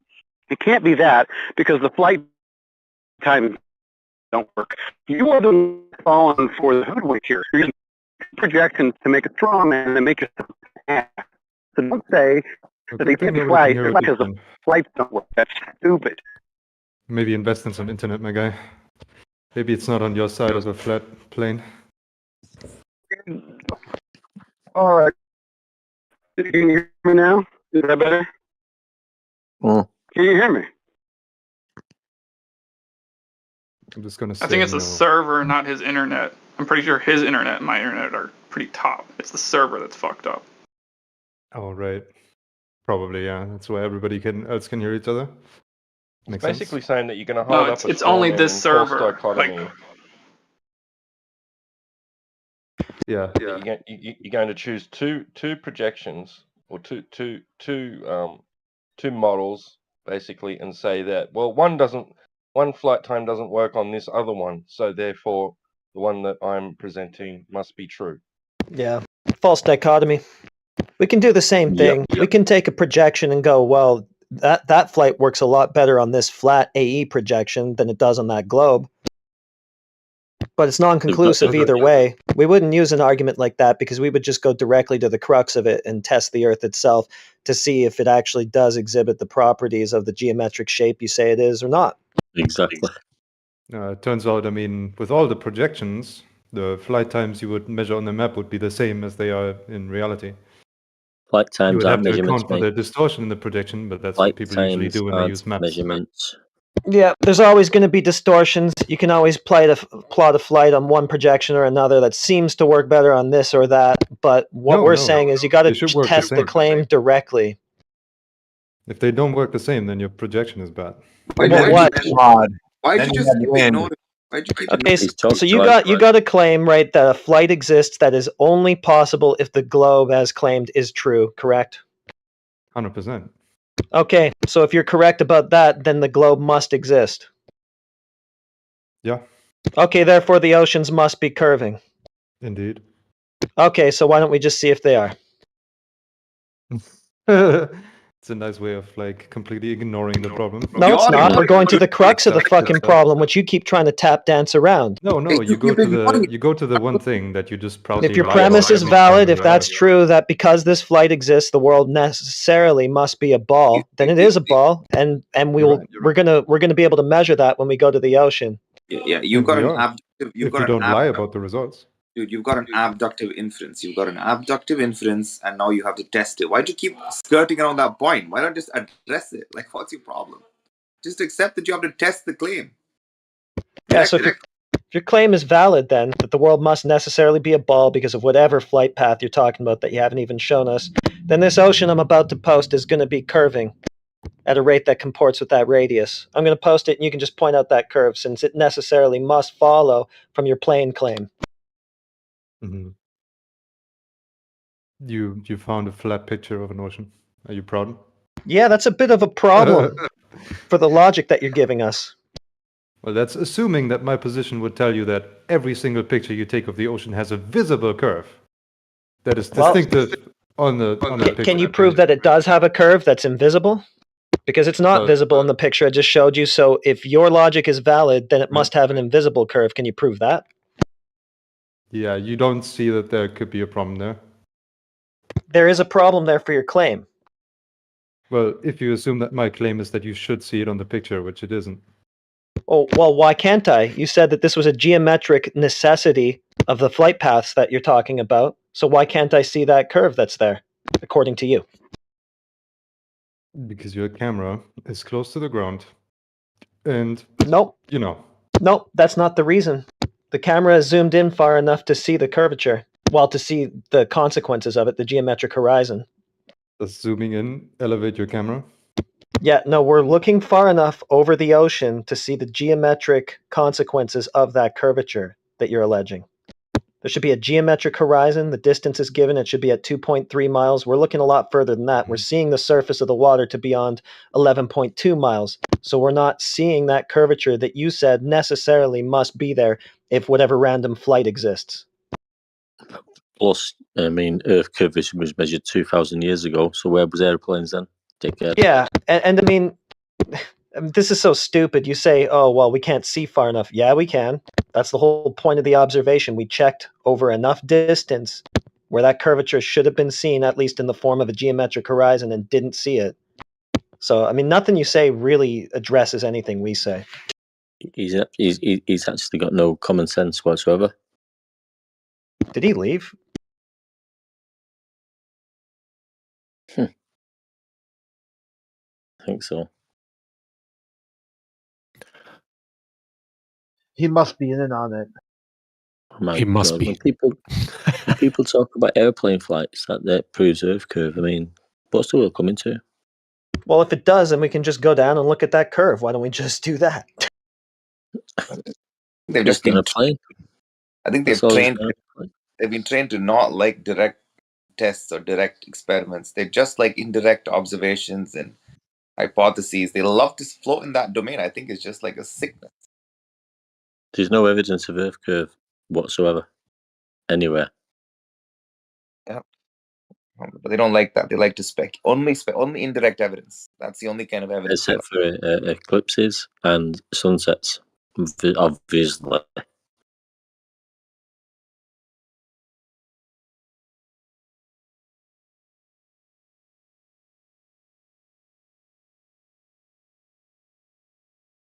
He didn't even show the flight that he says proves the globe anyway. It's just a bunch of claims he made.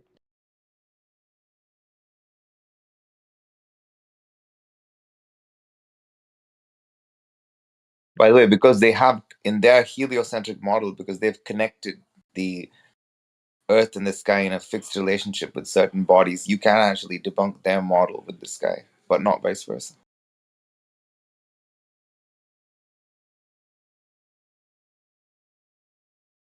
I've not seen this model yet. One deck. Are you like Are you a fan of Nathan Oakley? What a personal question. Yeah, dude. One Deck's a reoccurring character on their show. Yeah. He reads poetry and stuff. Now, Mr. One Deck, if I ended up looking at Nathan Oakley and listening to exactly how he words things, I would not, I expect, be able to identify that you talk the exact same way, right? Are you saying you didn't on it? No, I'm saying like I'm saying that if I was being led to believe that someone could think for themselves, I would expect that they don't sound like they're Yeah, one deck makes the same exact argument, only it rhymes. Okay. I see. Yeah, or talking broken biscuits. He's not a fan. He's a cheerleader. Yeah, that's what I'm checking to see if he's a fan, right?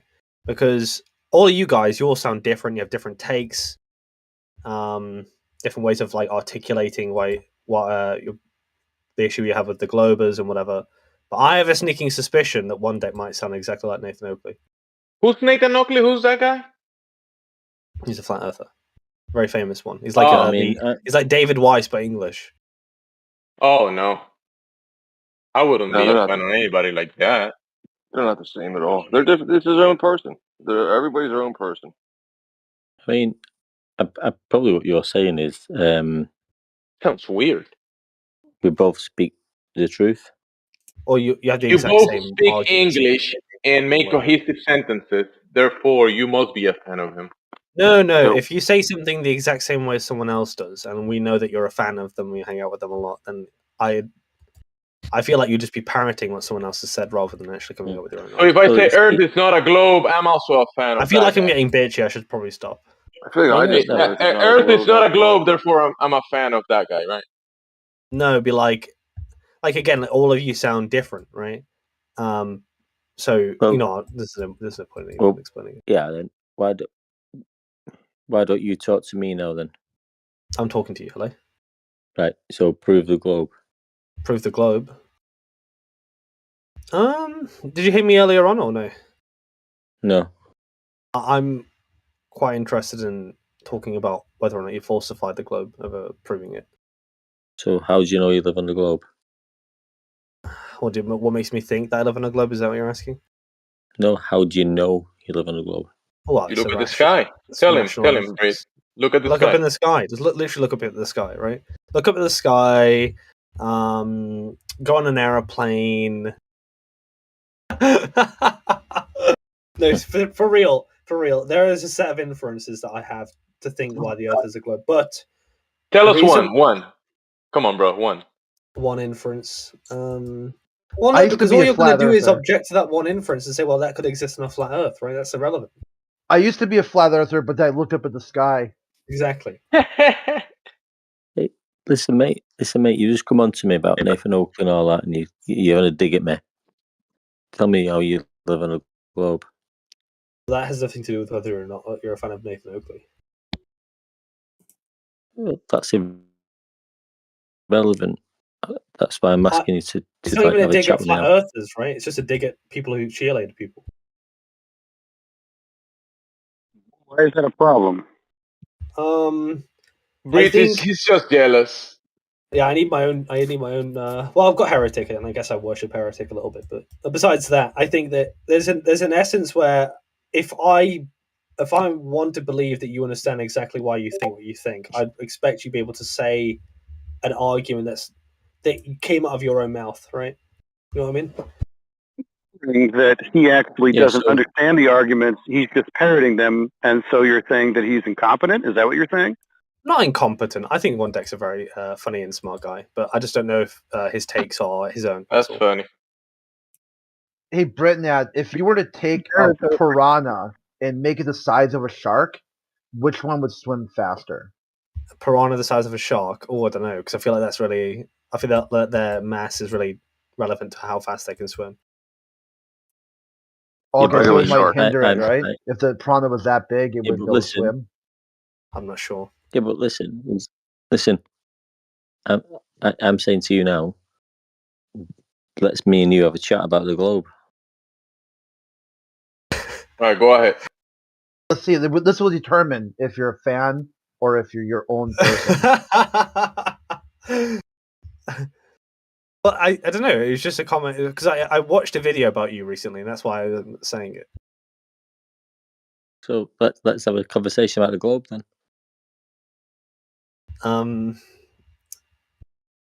Well, I Tell feel me like about the globe. I feel like you're going to get disappointed if you talk to me about that.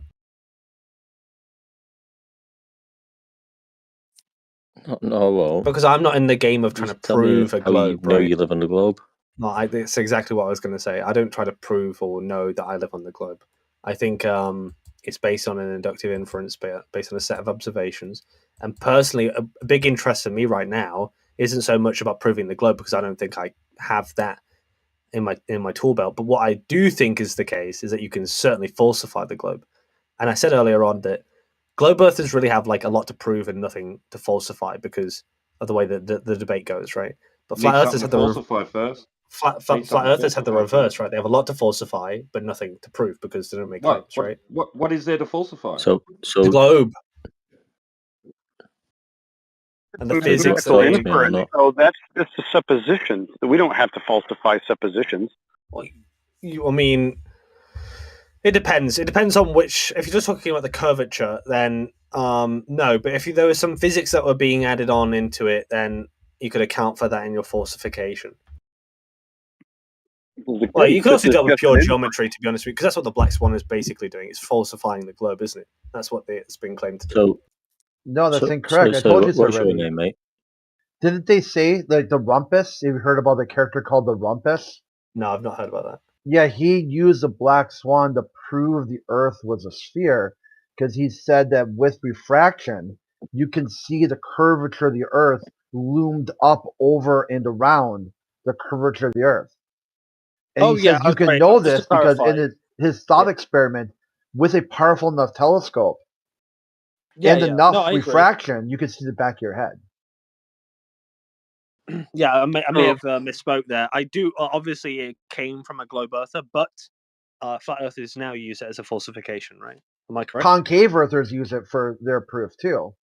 Because a concave earther says the Earth is ramping up. That's why you see too far. Yeah, it's meant to be a falsification, right? No, it depends on what lens, what worldview are you using to interpret data.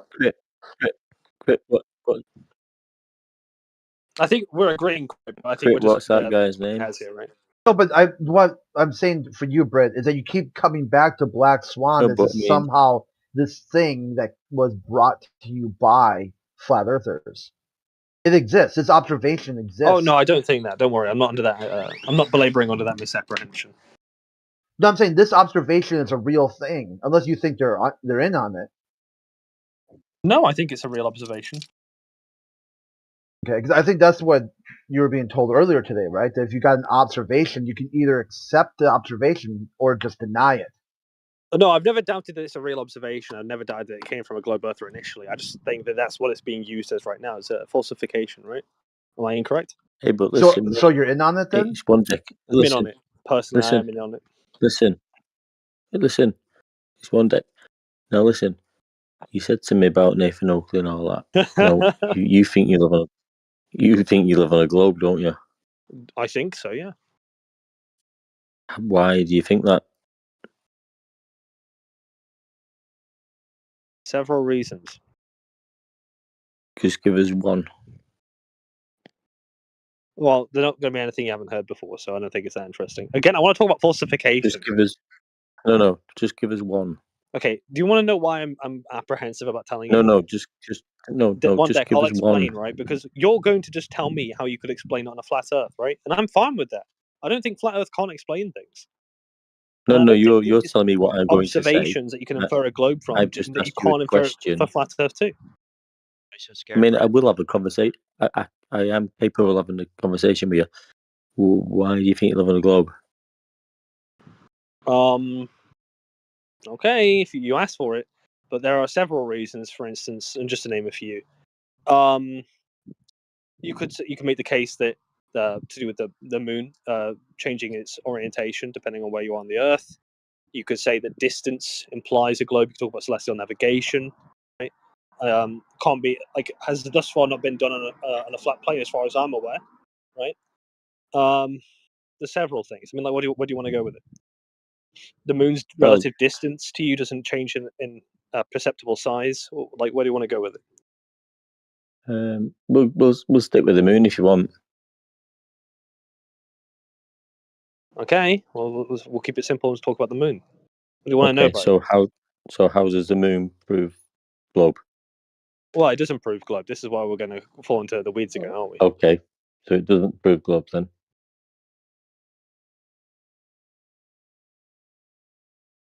Okay, well, the case that you could make a case for the globe, right, is to say, and usually these have to be paired with other observations, so don't take this on its own as some sort of profound sort of idea, but the idea that when the moon transits the sky, it doesn't change in its apparent size noticeably at all to anyone, but it is technically changing size because it's moving further away from the observer. Okay. But it must be so far away. I'll just stop you. Okay. Stop you. Sorry, I forgot your name. Sorry. What's that got to do with the shape of the Earth? Well, I'm going to get to it, right? If you allow me. Will you allow me? Okay. Carry on. Okay. Right. So the moon transits the sky, doesn't change in an apparent angular size. So strongly, you can strongly infer from that it's probably quite far away, right? For it to have that optical effect. And from that, you'd also, and Cyclone might object to this, but I also think, because I've seen it, the moon, wherever it is typically in front of the sun, right? And because it's in front of the sun, and because of the minimal distance to have that sort of perceptible effect, being at least a similar distance to the distance across the plane, I would suspect that the Earth should be a lot more lit up than it is, if we understand light correctly.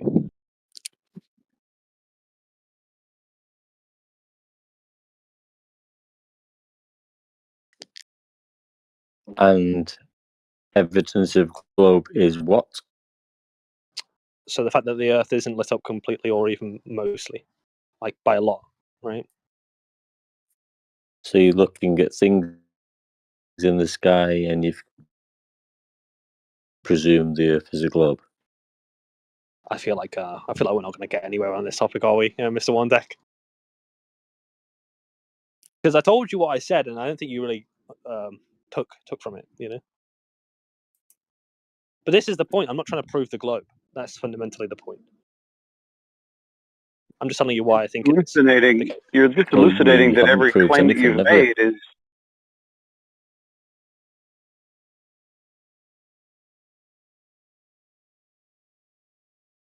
Well, I'm taking observations and making inferences from them, right? Because the first inference was how far away the moon is. It must in the sky. For me, the moon's either very small or very far away. Looking at the sky. You're looking at the sky. You're looking at this. You're looking. Sorry, mate. You're looking at the sky and trying to prove the shape of the Earth. Oh well, I think that's possible. Yeah. You can infer the shape of the planes that you're living on from looking up, right? I think so. Yeah, we can look at lights in the sky and determine the shape of the Earth. I wouldn't use the word determine. I would use the word infer. So we can look at lights in the sky, if I and may. we know the shape of the Earth. Correct? Yeah, you can infer it from looking up in the sky and seeing how that should relate to what's going on the ground. So you are ultimately looking at the ground, but just relative to what's going on in the sky. I came to hear this. I saw this Barbie girl sitting up top. I came to hear her. She looks like So how somebody I did you want to work hear. out this? I'm Team Barbie. I'm Team Ken, so I'm Knuff. Well, yeah. So like just to be absolutely clear about what the argument was, it was just to say that the moon should be X distance away to give it this imperceptible size difference, right? And that X distance would entail that the sun should be behind it because we observe also eclipses where the moon goes in front of the sun. Who told you this? Who told you this? Well, who told me? I've seen eclipses where the moon goes in front of the sun. Yeah, so have I. Who told you this? Who told me this? YouTube. I watched a YouTube video on it. Oh, right. Okay. My eyes also told me, I guess. You could say that told me once. What is this, story time? I don't know. His eyes also Great told him that evidence. he should like Team Nathan Ken. Oakley told it me you already once as have all well. this stuff that Ken has. Like, what's interesting about that? Don't you like Team Barbie's more interesting? Well, I think we're all operating under observations, aren't we? That's kind of important here for the entire conversation. Because in your observations, you've presupposed that the moon is a physical object with physical properties that is a certain That's a distance. good Same point. with the sun, right? Good point. So you've made all kinds of inferences, and someone suggested to you that these things are true, but you have no evidence for them. You're just going out what strangers told you by faith. Is that correct? Well, that's a good point. I actually don't think that you can know that the sun isn't some sort of hologram projected into the sky, but this is why I'm not making a knowledge claim. There are some things I think we can know about the sun and moon. Pairing that up with, if I just take that line of reasoning and just like say we can throw out all observation, because we don't actually know what's going on there, I could just say the entire horizon has been projected in front of you, and you actually don't know because it's procedurally rendered, right? The further ahead you go. I mean, that helps our argument who as well, cares right? about whether or not you want to cast doubt into it, right? Because either way, you're making an inference. No, we didn't make any inference. You did. Well, we both are going to be doing that, my good friend. I didn't make an inference. What inference did I make? When you observe the And I horizon, definitely didn't make any inferences. I was just talking to you like a normal human being. you make no observations. Can you make any? Are you being solipsist right now? Are observations inferences? Are you conflating the two terms together? Do you not Is show that what you're doing? observations to any degree? Say that again. I'm sorry, I missed it. No. I wanted to Do you hear what you trust said. any I of your didn't hear you. observations? Am I trusting my So, observations? do you trust any of your observations? Do you trust So I any of look your at things. observations? Do I trust my eyes when I look at stuff? Do I see stuff? Yes, I see stuff. Yeah. Well, look, I think it's more strongly you could probably posit the case that more likely the moon is actually a physical object made out of matter, because Why is that the more likely? idea of projecting the moon, well, look, to project the moon into space would have to be projected from some sort of direction, right? It has to come from somewhere, I assume. That's your claim, bro. I don't know. If that was a new thing, and we just hold on, and if we had that technology, assuming it's being projected from Earth, well, I don't know where else it could be projected from, right? Then you'd be suggesting ancient Egyptians are projecting. We're seeing a projected moon projected from somewhere on Earth. Someone had So you're technology claiming that ancient enough to project the moon Egyptians are into space. projecting a moon? That's your claim? Hold on. Let me finish my story. Well, to the person asking, do you not make conclusions based on your observations? Learn not to do that. That's how we got in this mess in the first place, right? So you just simply see things and you make no conclusions based on what you see? Not too much. I mean, I see things and then we go test them, right? If they're physical, I can go test them. I can mess with them and stuff like that. You learn more by touching stuff than you do just looking at it. I found that out. Well, you can't So that's touch the the conclusion you horizon. made then. You can only see it, observe it. I'm sorry. Who was that speaking? I didn't catch all what you said. I think Brittenhout was saying something about we don't see the moon passing in front, but we infer it. So he doesn't use observation. Wait, listen. The guy there who was on about me one deck and all that, he's trying to say he observes the moon, so he's admitting observations, prove things, but when he goes outside and looks at the horizon and sea level, that's what he sees. Indeed. Yeah, you know what? I agree with you. I actually think observations are very much colored by our understanding of the world, right? But how do you overcome that? You can't just go off an observation alone. You have to compare it with other things, other observations, to see where the patterns are. And What I other mean, when we moons do look we at that's the see? Earth, exactly we why don't you move. do depend Hey, upon an mate. observation. You do depend upon an observation in the first instance, but you can't only rely upon mere observation for your entire understanding of the world. Yeah, but you just said go make more I know. observations that I you know. don't understand. Like, What's your name, that's how mate? you would test. What's your name? Your observations by making more No, observations. you Which can is do other silly. things. Well, Yeah, you I'm can not do going to other test things. anything. I'm So, just for going to make more instance, observations of things well, I can't test. It's not. It's not a well, good you could do method. other things depending on what we're talking about. Like, for instance, yeah. So we could do other things. For instance, like if I Well, was going to say to you that you can't touch the horizon, well, I You mean, you're just only telling seeing what stories, we're bro. appears talking to You're the about just telling horizon stories, man. in the listen, distance. listen, And as far as you're concerned, that all the time is a procedurally listen, generated world, right? You're going to be like, well, that's a bit silly. We can't really operate under those assumptions. That's not listen, pragmatic. listen. And I would agree with you, You're right? getting wound up now, mate. Listen. We're talking Okay. about the Earth, not the Moon.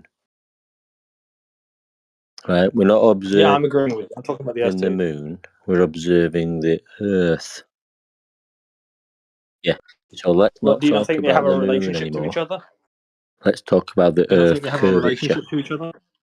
No, Mr. Deck, do you no, think they have a relationship with each other? no, they don't. No. Okay, No, well they let's don't. test that hypothesis. Let's test that No, hypothesis. they don't. Do you think? Where do you think So light comes from? let's You talk just want to tell about the stories, Earth. man. And where do you think light comes from, Mr. Deck? Guys, Well, does Would you is the suppose a light and place? the Moon parallel? That's not really answering my Do question. you, When it's daytime, where's the would light you coming say from? the light of the Moon is parallel? no, guys. What is? It's Well, it not comes from relevant the to what I sun. was asking. Can you? Okay, it comes from the sun. So we do know some things from the sky that can infer greatly what's going on here on Earth. Because, like, if we just ignore the idea that light comes from the sun during So daytime, what then shape is how the hell would you account what for shape is daytime on the Earth, Earth then? right? What shape is the yeah. So what shape is the Well, Earth? One sec, let me go. Can I ask though? What is flat Earth? What are we talking about? What shape is the Earth? I mean, you know what I think the shape of the Earth is. I mean, I know, but I'm just asking what is this about? Oh, I'm just I'm giving an account for an inference I had for why the Earth is a sphere, based on. Are we in the 17th century? What's going on? What? No, we're not in the 17th century. We're in 2023, and you've jumped into a channel on a politics server where the majority of people here say that the Earth is flat. Why? Because after observation and direct measurement of the surface of the Earth, we cannot measure any curvature. What? That's crazy. What? So direct measurement of the surface of the Earth demonstrates that it's not curving, and you think that's crazy? Yeah, welcome to flat Earth. Okay, so do you have a telescope? Yes. Have you looked at the other planets? Yes, but that's not the Earth that I'm standing on. The things up in the sky are not our point of inquiry. We're talking about the surface upon which we live. So you're saying that our planet is different than other planets? Yes, because there's no measured curvature or rotation to the thing that we're standing on. Do you take your pills daily? Do you understand the words that are coming out of my mouth? That the Earth is measured not to have curvature and not to be moving. What is your evidence that our planet is different than other planets physically? Yes, so I can give you a preponderance of evidence. I can give you long distance observations, I can give you laser tests, and I can give you other signal propagation. You're mentally ill. No, I'm not mentally ill. You're just, at the moment, trying to cope with something that is going against your current worldview, and you're insulting me to try and get through that. I'm not trying to insult you. I'm telling you, I can see other planets. I've seen this planet. Okay, There's but many that's not the Earth. evidence. That's not the Earth. Okay, fine, no problem. What is the evidence that the thing that you are standing on is curved? 10 years ago, there's a guy The that moon. There's a guy that jumped from the highest point ever 10 years ago. The video is on YouTube. You can watch it, and it clearly shows that the Earth is flat. No, sorry, not flat. The Earth is So, with round. regards to that, Do you know who Neil deGrasse Tyson is? Oh, he's that guy that's super cringy and interrupts people, yeah. Yeah. But I can bring up other people as well. But we'll stick to Neil deGrasse Tyson in reference to Felix Baumgartner's stratospheric jump. You're not high enough above the surface of the Earth to see curvature there. There are actually 2 points of view with Felix Baumgartner's jump. The camera inside the cabin where the Earth displays itself to be flat, and the fisheye convex lens which shows curvature. Second point to this, if you were to complete the circle, then you would end up with a really, really, really small Earth. Why are you guys taking this seriously? Because after observation and direct measurement of the surface of the Earth, we can't measure curvature. I said that 2 minutes ago. You are in the 2023 advocating flat Earth. What is wrong with you? Yes, and I have been so for the last 10 years. So what's behind the ice wall? Not answering that question. We're going to be not? dealing with this gentleman at the moment, and then we'll get to This you. gentleman thinks you're mentally ill, so... Well, again, why are you insulting me? Just because I come up with a paradigm that goes against your... Carry on. Did you remember what I said about Felix Baumgartner's jump? To insult you, by the way, for respect to you as a human. Okay, good. Thank you very much. So do you remember what I said with regards to Felix Baumgartner's jump? 2 points. 1, if you were to complete the circle, the Earth would be tiny. 2, mathematically speaking, you're not high enough above the surface of the Earth to see left How am to I right getting curvature. internet? How Your am I internet ground-based communications is done primarily through undersea cables and ground-based towers and receivers. Nope, I am using Yes. a satellite, my guy. No, So you don't your believe in phone, satellites? my friend. Excuse me. Thank you. Your phone is connected to a tower. The tower connects to a To a satellite. cable or sends a signal to another tower. I'm using Elon Musk's So you internet. don't believe in satellites? So satellites. No one's denying technology exists in the sky. If you're going to say that satellites in exist space. within the vacuum, hold on, my friend, I haven't finished. I've tried my best not to interrupt you. There's a question on the table, and I will try and answer it, unless you don't want me to answer it for some reason. Go on. Thank you very much. So no one's denying technology exists in the sky. NASA has released lots of information with regards to satellites being on balloons and other technologies using the magnetic nature of our environment. That's quite easy for anybody to find if you were to go onto NASA's website. If you're going to suggest that satellites exist within the vacuum of space, then you and I would have a point of discussion. I would tell you that the vacuum of space doesn't exist because it breaks fundamental laws of nature. 1, you can't have gas pressure without a container, and the Earth is declared to be an open system. So no forms of pressurization. And 2, if the gas pressure was uncontained from the vacuum of space, entropy would increase and the gas would fill the space. So the vacuum of space can't exist. Do you know about gravity? Which gravity are you talking about? Of Earth. Or which one? So what's the mechanism? Are you talking about mass attracting mass or the bending of space-time? Which one? Are you trying to delude the conversation?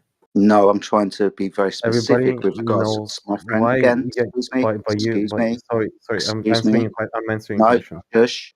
Just let Excuse him me. talk. Thank you. I I'm will trying to be. talk. I'm This is the trying beginning. to be. Excuse me again. I'm trying to be specific so I can answer your question directly.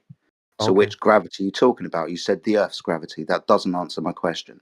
Are you talking about mass attracts mass or Einstein's general relativity and mass bending and warping space-time? Which one?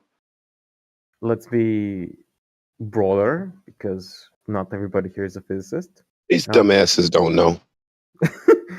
So the thing that keeps us here. How about that? Okay, so gravity, the thing that keeps us here. Would you be able to provide me a hypothesis for the thing that keeps us here? Yeah, there's a huge iron ball that creates a field. Sorry, dude. Ask for a hypothesis. This isn't a hypothesis. Would you be able to give me a hypothesis, a supposition finish into a high cause? school? Yes, thank you very much. So would you be able to provide me with a hypothesis, a supposition into a cause and effect relationship so we can start the scientific inquiry and I can test that hypothesis through experimentation? You can drill really deep and find out. Okay. So you're going to appeal to the future. No one's dug anywhere below 8 miles down. You expect me to dig further, and this is your claim, and you just have a belief on something that you also haven't done. But let's get back to the point of gravity. Have you got a hypothesis that I can test through experimentation that proves the cause and effect relationship, please? All right. So when I jump, I go back down. Okay. And Dependent variable. and that tells me and that tells me that there are forces that makes me go back down. Just like the same forces are keeping the gases of this planet around the planet. Okay, so again, I've asked you for a hypothesis. So I'll give you the dependent variable as stuff goes down. Not all things, because gas moves freely and randomly in all directions, but we'll negate that because you can drop something and it will go down, correct? That's how gravity works, yes. So dependent variable, things go down. Okay, what's your independent variable? What do you mean by that? Well, excuse me, we're starting to build a hypothesis here that we can test through Are experimentation. you trolling? What's going on? No, I'm being very succinct and very clear. I'm asking you questions about the thing that you've claimed. You've made a claim for gravity. I would like to be able to prove that using the scientific method, which is hypothesis, construction, and test. You've given me the dependent variable just about if things go down. I would now. Excuse me, my friend. Excuse me. Don't talk through me. Makes me feel like you don't want me to talk to you. I would like the independent variable now, please, if things go down. Well, what does that mean? Independent. Hold I on, can sorry. see it You've like charged me. Excuse me, my friend. You've I charged me with being okay. So retarded. here's a liar. You've charged me with my friend Shush. This is going to be a critique of how you've behaved in the last 5 minutes. You charged me with being retarded. You charged me with not finishing high school. For a reason, because your I'm statement, trying by to the way. get through. Why are you talking? Don't get it. Are you afraid of what I'm about to say as I critique what you have Oh, done and how you're absolutely behaving? not. I'm absolutely not. No. Good. Right. So we're doing science here, Sunshine, which would be Okay. an independent, dependent causal relationship supposition. You've given me the dependent variable just about as things go down. I would like the independent variable, the cause of things go down, that I can test within an experiment. So why do you think things are going Excuse down? me, it's not about what I think. You've made the claim. I'm trying to help you along by proving that there is no scientific experiment that proves gravity, but we'll get there in a minute. Give me the independent. Okay. Okay. So continue. Sorry. So give me the independent variable. Yeah. Have you heard Have you heard about the guy with the apple that he figured out that as the apple Yes, goes down? apple goes down. That'll be Newton. He himself offered no Have hypothesis, you but heard please about try and make. that thing? Shush, shush. Apple fell down.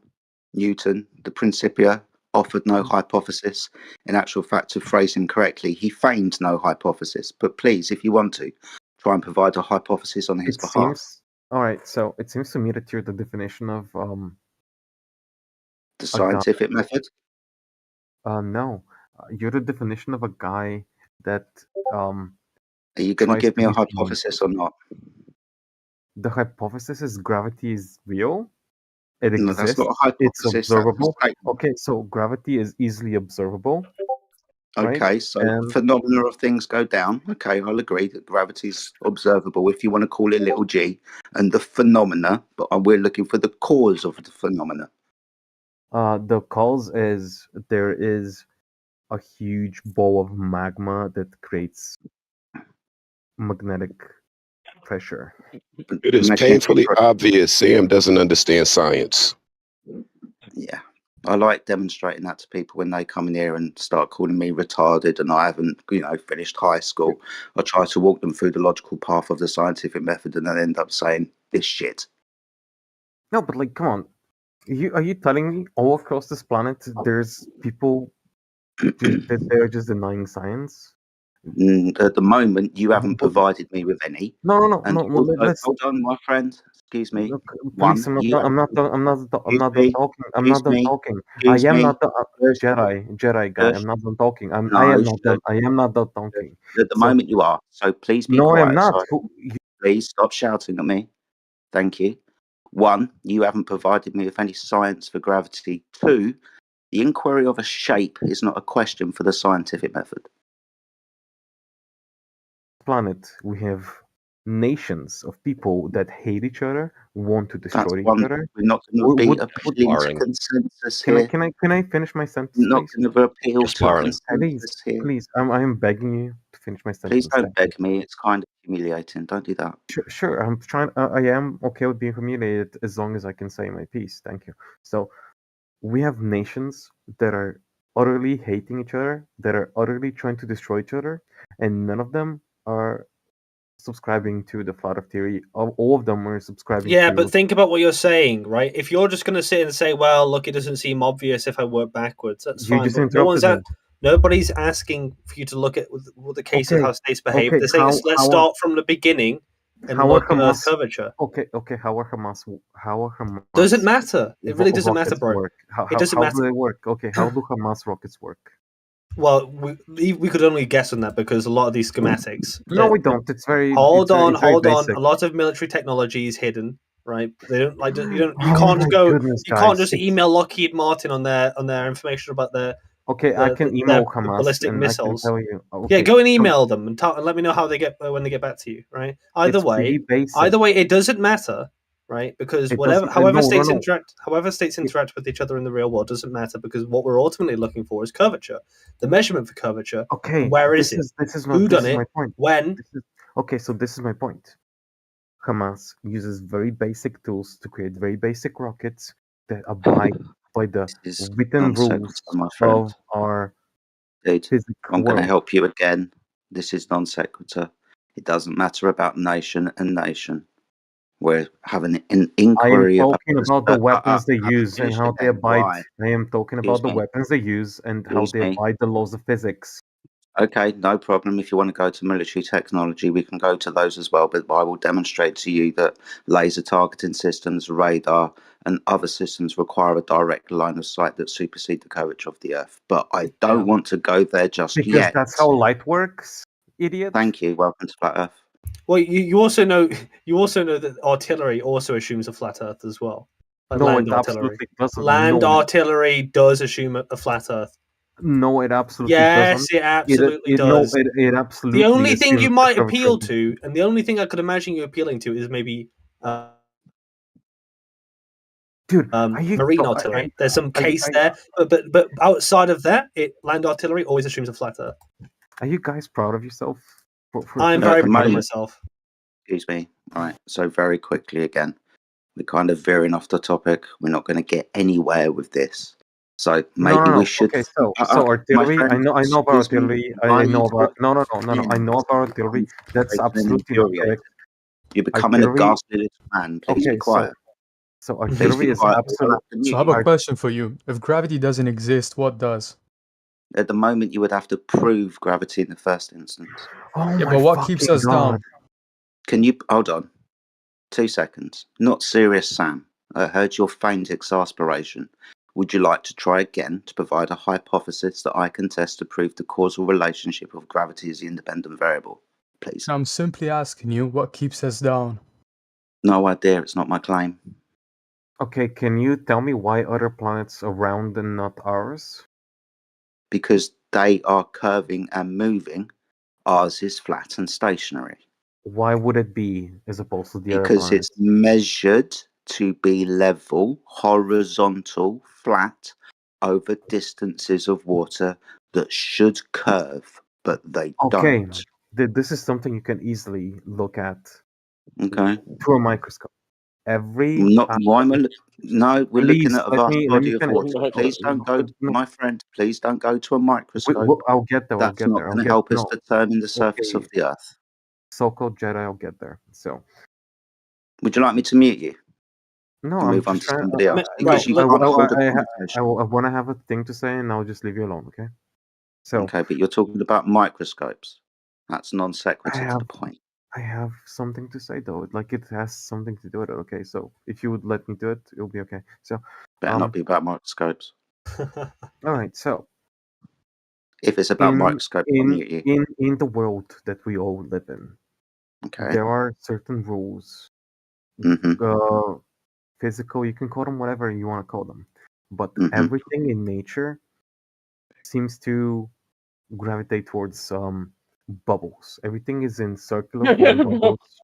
That's not true. There Does is a nothing tree flat. is a tree gravitate towards being a sphere? No, a tree is formed by things that used to be bubbles.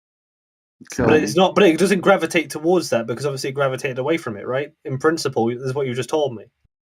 it used to be bubbles, cells, right? Yeah, but now it's not. So it gravitated away from it, correct? Right. So it used to be bubbles, but it formed a shape to let it survive, so it can reach some sunlight. You know.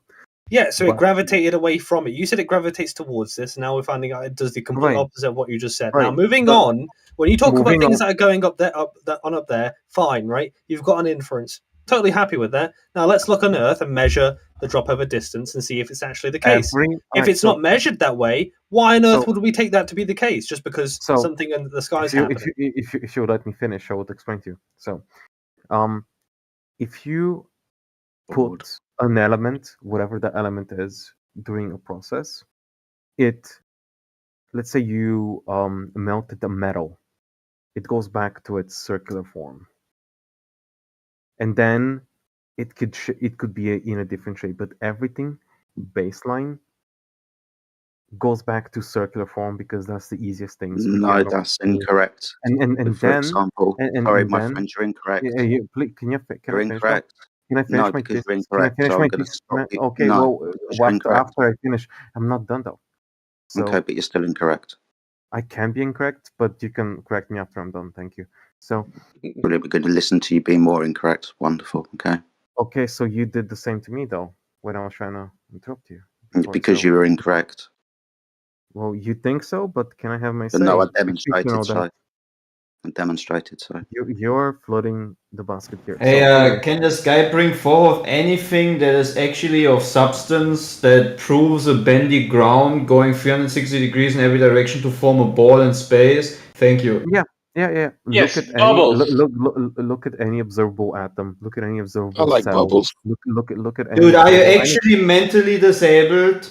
I'm talking Hold on, about the let's- hold- surface hold that on. you're Let's that you're standing on, dude. Rise above Not it. Rise above atoms. it. Don't call people mentally disabled. Rise above it. You know? Turn the other cheek. Anyway, British people deserve what's happening to them. By the way.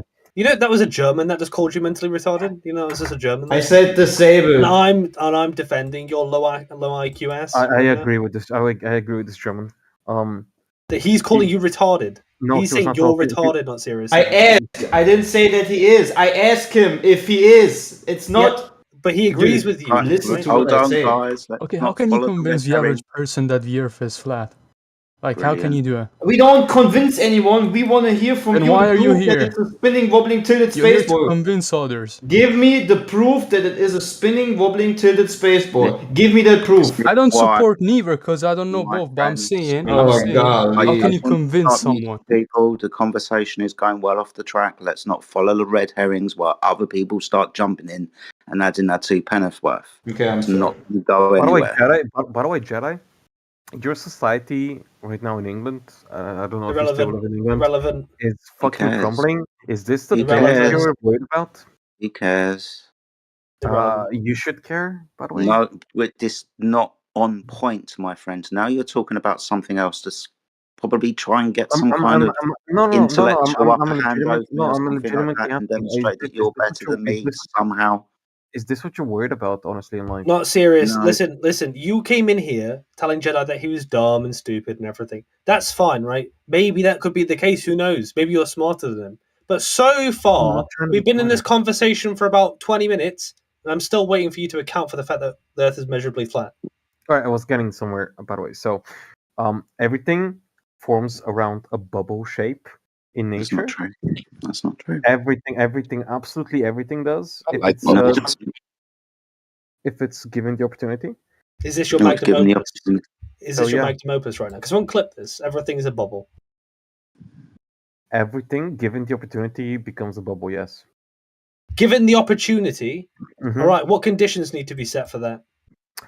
Well, depends on the object. Can you give any kind of universal account for what would be required for everything to turn into a bubble? given the If something was free enough, affirmative action. That's what. If something was free enough to do it, that's the form it shapes.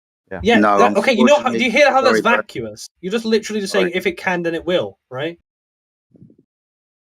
So you'll understand that, for example, my that's how friend, nature works, yeah. excuse me again. This is why I tried to jump in 5 minutes ago. You understand that primarily fluids like waters, liquids, and so on, and gases will take the shape of their containers, right? Gases disperse Depending on freely and gravity. randomly in all No, directions and take the depending shape on of its gravity. container. Excuse Depending me, on if you're gravity. not going to listen, shush. Depending on gravity, awesome. Provide me with the hypothesis that I can test to prove your supposition of cause. You can take a flight right now for about That's not a $200,000. hypothesis. Oh my god! We've seen countless Can you not, video excuse me, tapes can of you it. not stay on one subject at a time? Okay, so can you explain to me why when you take a flight that What happened to Bubbles?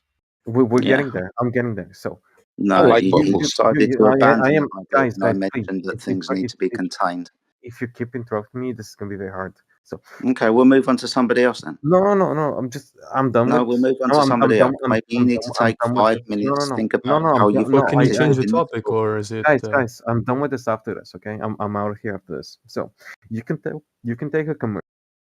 Yeah, you're not We doing can a move speech on here. to somebody else if you want to. Okay, can you tell me what's behind the ice wall? No, More I eyes. can't because I can't because I've never been there. Okay, but do you believe there's an ice wall? No.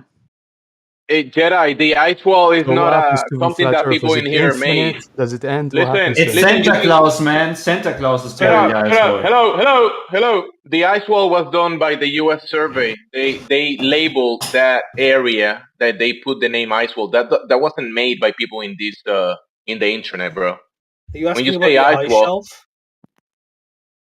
when you say ice wall, that is a term that was made by the United States survey. So you gotta ask them about it, not us. What's the flat Earth like? What? You guys believe in the flat Earth, so how does it look like?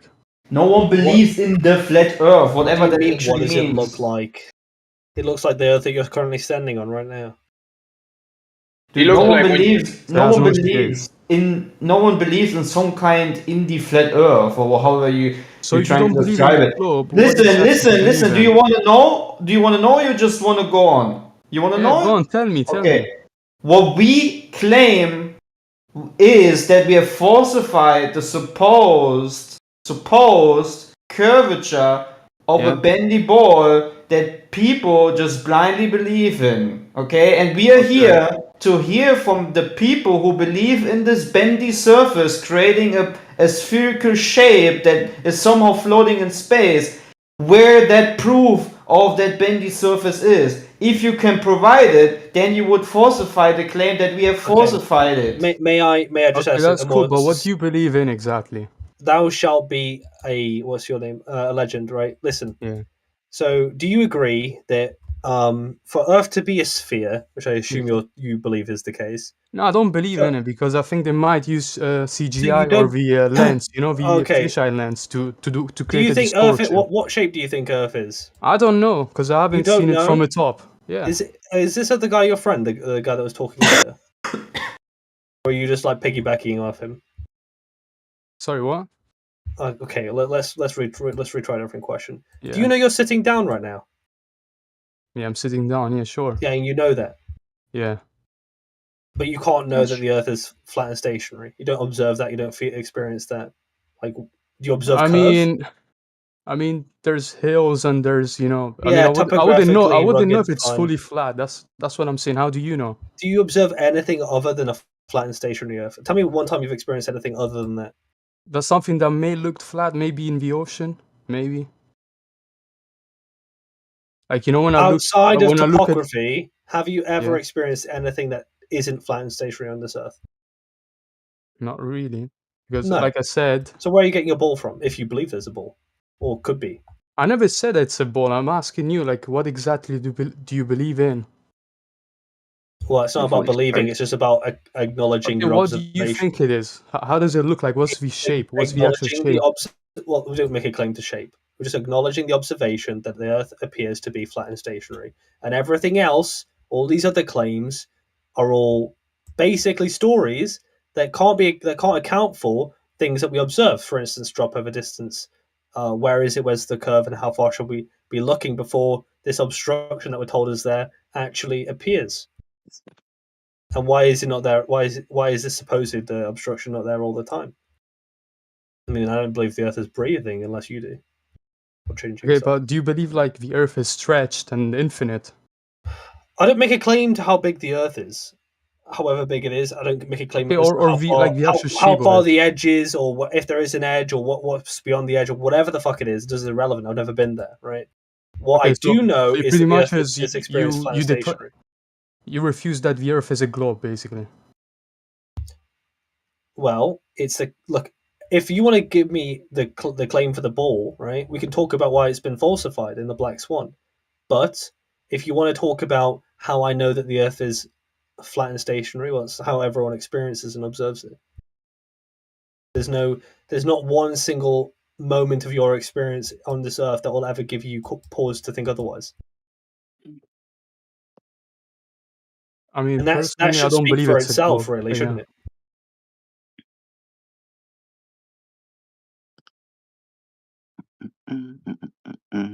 Isn't that right, Sunshine? It is. That's about all you can mimic of him. Because I heard, some flat earthers, they believe, the actual Antarctica is pretty much the ice wall that surrounds our continent. Well, it's speculation Sunday. Okay. 1 second. Do you think that the United States Geological Survey are those flat earthers? No. Okay, so they are the ones that coined the term ice wall in the Antarctic region. They are the ones.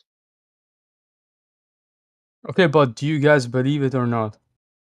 Bro, if surveyors went over there and they coined this wall of ice, the ice wall, what do you want me to do? What do you want me to do about that? Okay, nothing, but I'm just saying, like, do you Nothing, believe in it or exactly. not? Nobody's been there. We can't make a claim to it. Are you familiar with the Antarctic Treaty? Me, yeah. So Yeah. pretty much like you need permission to navigate to certain areas. Yeah, I know that. Exactly. Yeah. After the Second World War, I know. It's expensive. So none of us can go. None of us know. None of us have been there. None of us can go there. None of us can verify exactly what's beyond where the ice wall is. If there is an ice wall, what's beyond the ice wall if it does exist? Like it's just like I know it's speculation Sunday, but you're asking for a bit much there, buddy. You said the word belief as well. You find most flat earthers try not to hold beliefs. We either have knowledge claims, which we will tell you about, or we can have speculations.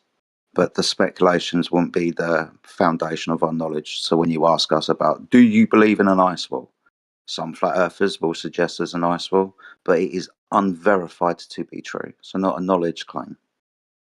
Okay, fair enough. It's not just that. It's that there might be an area, because there's video about this ice wall, right? You can see like a 200 plus meter ice Yes, shelf. Then people add that into their model of imagination, and they say this ice wall is going around all over the earth. We don't know that. You can go to a place that you can find this ice wall, but you don't know how big it is. I mean, you don't know if it goes all around the earth. We don't know that. So making claims about what it is and how big it is or whatever, nobody the here knows government that. denies it. The government, they tell you themselves they had to jump over it. No, the government doesn't say that there's an ice wall surrounding us. It just says the Antarctica is like a continent, And its like shoreline is defined as ice shelves and ice cliffs, quote unquote, an ice wall. That's how they define it. It's not a flat Earth claim. James has tried to elucidate this to you for the last 5 minutes. Yeah, when they go to the boats towards that region of the world and they reach this ice shelf, it's like a shore and it's like 200 meters high and it's made of ice. They say, look, an ice wall. And this is being recorded. but there's no claim here about that thing going all around the world. We don't know that. And what do you think the government is trying to hide exactly? I don't know. Maybe God. Well, God is here. Resources. Again, this is speculation, not a knowledge claim. No, but I'm saying like in our Earth, like what exactly are they trying to hide? Since they changed the shape of the Earth and everything, so it means they're trying to hide something, no? That would probably be hiding multiple things. Yeah, There are lots of exactly. speculations. And what do you guys think they are? Okay, getting there. So there will be lots of speculations. Some people like to say that maybe if the Earth isn't a ball, then it will be bigger. So maybe they're trying to hide other lands, other continents, and potentially other Yeah, that's what I heard of. resources. Yeah. Some people would like to suggest that because they give us a concept of a ball that orbits around the sun and the solar system, in the galaxy, in the universe, that this comes with its own creation story, which is called the Big Bang. Some people like to say that maybe they're lying about the creation to give a new creation story devoid of intelligence. That intelligence would be God. And do you guys believe that the sun is smaller than the Earth? It appears possibly to be so, though I'm not making a claim to anything about the sun. I don't know what it is, how big it is, where it is, how far away it is. Yeah, because I heard like some are saying that the Earth is like way bigger than the sun. Mm-hmm. Yeah, apparently so. Sensically claim, because when you look at it, it looks smaller. But the thing is, we don't know how far it is. Yeah, it's true. We don't know the medium that it is. So to make a claim about its size, I mean, how can you go up there to the sun and check that and say, yeah, 100%? Yeah, I mean they line with the telescopes. I mean that's what they're saying. That they say that it's like I don't know how many million times it's bigger than the Earth. Listen, you and I can be next to each other. I can have a telescope. You can have your own telescope, and we both look at the sun and the luminaries. But then you make your own story about how far they are, the medium that they're in, whatever they are made of, and then I make my own story about it. And you and I both cannot actually verify our stories. We can only look at them and see the actual phenomena up in the sky, and then we may or may not make stories about them. Yeah. So like pretty much all of you agree that the Earth is bigger, right? The Earth is huge. It's pretty big. Okay. It's what so other big. claims you guys have? Go ahead.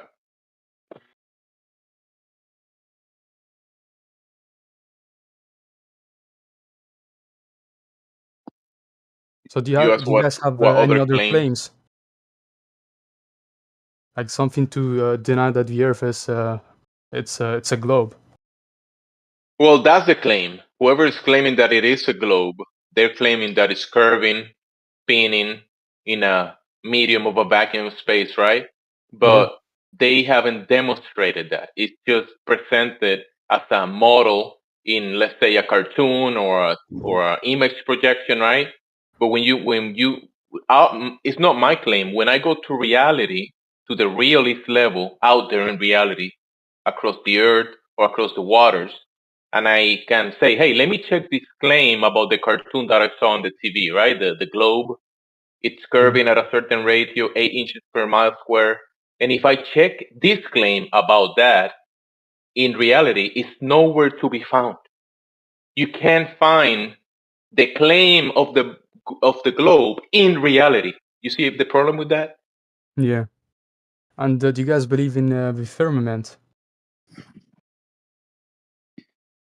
That's probably a label. Go ahead, Yeah. Karen, my bad. No, I was going to say apparently the sun and the moon are inside the firmament. Possibly, yeah. Possibly, okay. Yeah. And what about space? Is it fake? The vacuum of space, yes. There cannot be a vacuum of space. And you know the stars, are they like holograms or something? No idea what they are. To suggest holograms, maybe they're not that, but who knows what they are in. Because I've seen in the footage, you know, the stars, they change color. I don't know if you guys have seen footage like that before. Well, we can see the stars twinkle, if that's what you mean. You can look at them with your own eyes and you see like a spectrum of not colors. really. You can see that they constantly change colors, you know? Like I've seen a footage on YouTube, and Okay. some Yeah, person, yeah, I don't know, like he used the telescope, right? And the star kept changing color. I don't know, it was weird. Yeah, that wasn't a telescope. That was, What was it? I think that was a P900 or P1000 camera. Yeah, I'm not sure then. Yeah. This used to be around in say 2016, 17, where the claim was stars are not what we're told, and they use cameras to look at the stars, and they came with this kind of maybe that you're elucidating to, that the stars were changing in color and changing in form and so on. This has kind of been debunked since then because it's just a bad use of a camera. If you were to use any type of telescope, then they just look like tiny points of light in the distance. Okay. If you see the image that's posted at 39 minutes past the hour, is that what you're talking about in the text room? So, sorry, can you repeat it? At 39 minutes past the hour in the text room, there's an image posted by Get Beget. Is that what you're talking about? No, I'm not sure. It was like a 10-second video. I'm not sure. Okay. Well, these are the common images that we were given, like I said, around 2016, 17. I don't think it was like from the government. It was like actually from an actual person, like Yeah, like an I didn't say, average. yeah, it wasn't. If you can look at the images, are these the images that you're talking about? What stars look like? What do you want me to type? I don't want you to type. I want you to look Yeah, but look where? in the text room. Oh, text room. Wait, let me see.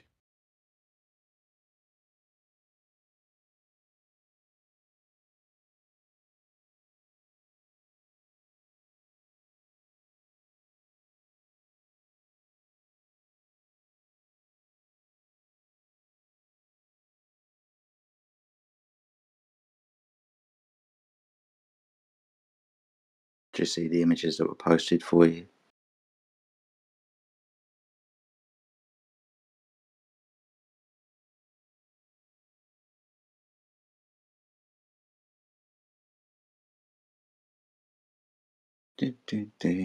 Fair enough. Wait, sorry, I'm just looking at it now. Yeah, it looks like that. Yeah. Yeah. So this would be a bad use of a camera. If you were to look through a telescope, they don't look like that. Anybody can do this. This is kind of something that was thrown around the flat earth argument, like I said, 2016, 17. And quite a few people jumped on this. Like I said, this has been debunked. The reason why this type of thing is put out there is to make flat earthers look stupid, because anybody can look through a telescope and see that this isn't what is happening. Okay, yeah, fair enough. I see what you mean. Yeah. I mean, I even heard like some crazy conspiracy theory that apparently they're angels or something.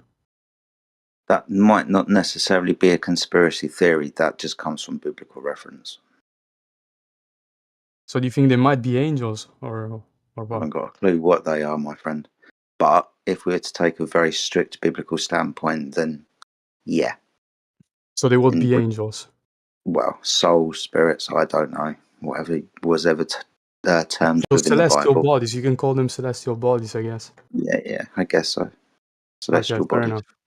Yeah. I mean, if we come to the understanding that the Earth is flat and stationary, then ask the question, well, how did that get here? I mean, then? I might believe in the firmament, to be fair, but I don't know about the actual shape of the Earth, you know? Well, no one here is making a claim to the shape of the Earth. Yeah, I know what you mean. Yeah, true. Yeah. I mean, no one here can observe it because you'd have to be in space, like to see the actual shape, you know? Like you'd have to be like far up. Yeah, of course. Yeah. But yeah, thank you. Asked enough questions, I think. Yeah, no worries, bruv. You're welcome to return anytime. Yeah. Oh wait, do you guys believe in aliens?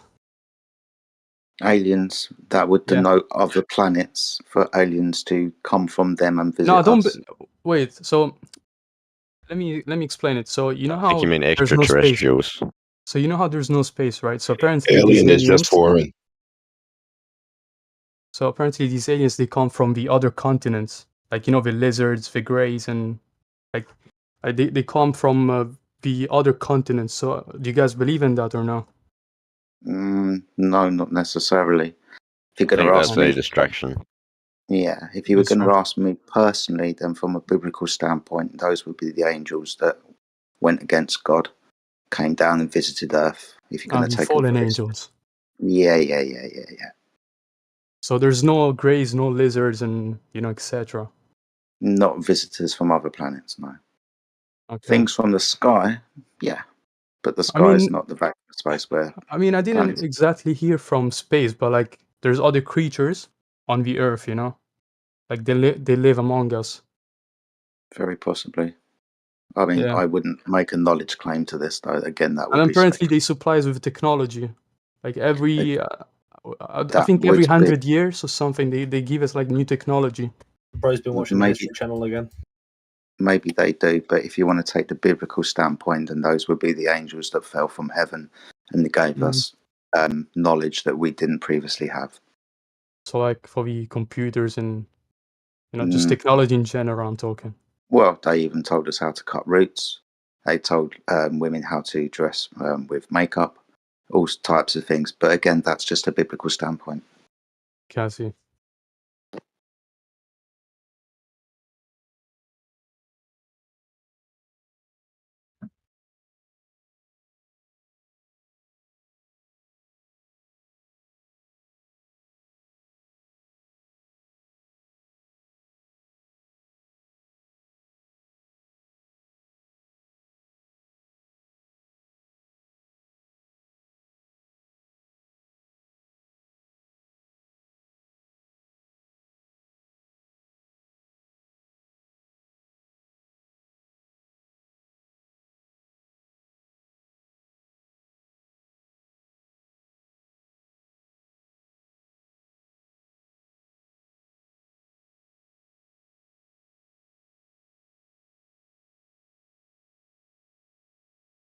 All right, appreciate your time, buddy. If you've got any other questions, then don't be ashamed or whatever to ask. But we have got a few other people that have joined the chat recently.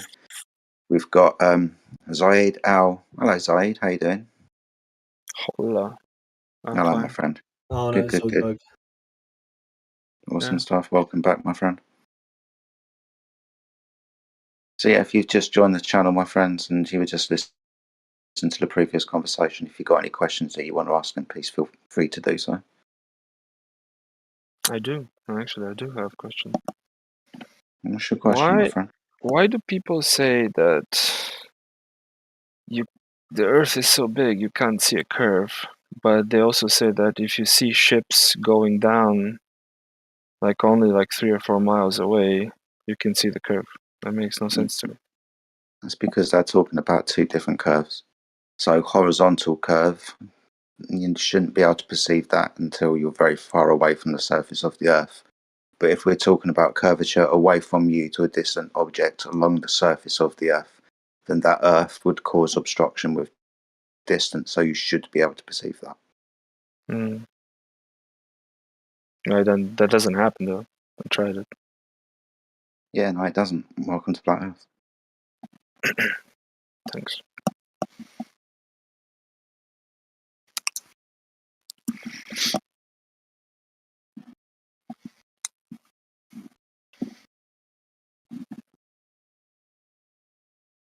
But yeah, just going through the list, just looking out for new people that are joined. We've got Barbie World right at the top, sitting on top of AI Overlord. We've got A Theory, Alpha Veritas, Car, Clay Underseal, and Critspiracy in the house. What's up, gentlemen? We've got Dr. Jordan Peterson, Dustpan, Esoteric Baboon. What's up, my friend? Hope you're doing well. Myself, Effie Jedi. Effie Batman, First Truth. Changed your name, haven't you, buddy? Yeah, that's one deck. We've got Flat Earth Travo. Sorry. My goodness me. Didn't see you. Flat Earth Travolta. There you go. So Flat Earth Travolta has also joined the chat. We have also got Flatsy Klein is in the house. Get Me Get, Mr. Wagner, Little G. Britnat has changed his name to Manufactnat. Some kind of, I don't know, worship of Manufacturing. Jace sits quietly and tries to snipe people. It's crazy how petty he is. Why did you emphasize on my name when you like? Oh, I just noticed you. That's all. Oh, okay. But yeah, just going through the list, we got Max Smart 86. What's up, Max? Hope you're doing well. We got Morvis in the house. Old Space Goat, congratulations on your promotion to moderatorship, my friend. Thank you, sir. No worries, man. We've got Professor Pill. We have Subdued, T-Dub, TOS UK, he was currently recording and streaming on YouTube. We've got Timbo, Truth Seeker, awesome. Tony, is that Tony? Yep, Tony's in the house. Zaid, who was just speaking, and Thou Shalt Be, whatever it is. So we've got a full panel of people, my friends. The majority of us are flat earthers, but if you're not and you want to ask questions, then please feel free to do so. I'm going to go make myself a cup of coffee. So I'll hold the flat Earth ship while Jedi's gone.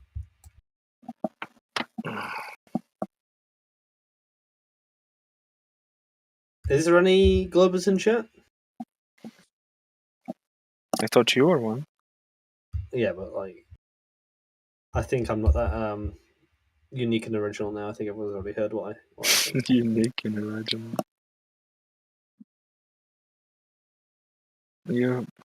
Wait, you mean, are you asking for anybody who believes like in a circular Earth? Oh, yes, globular Earth, not circular.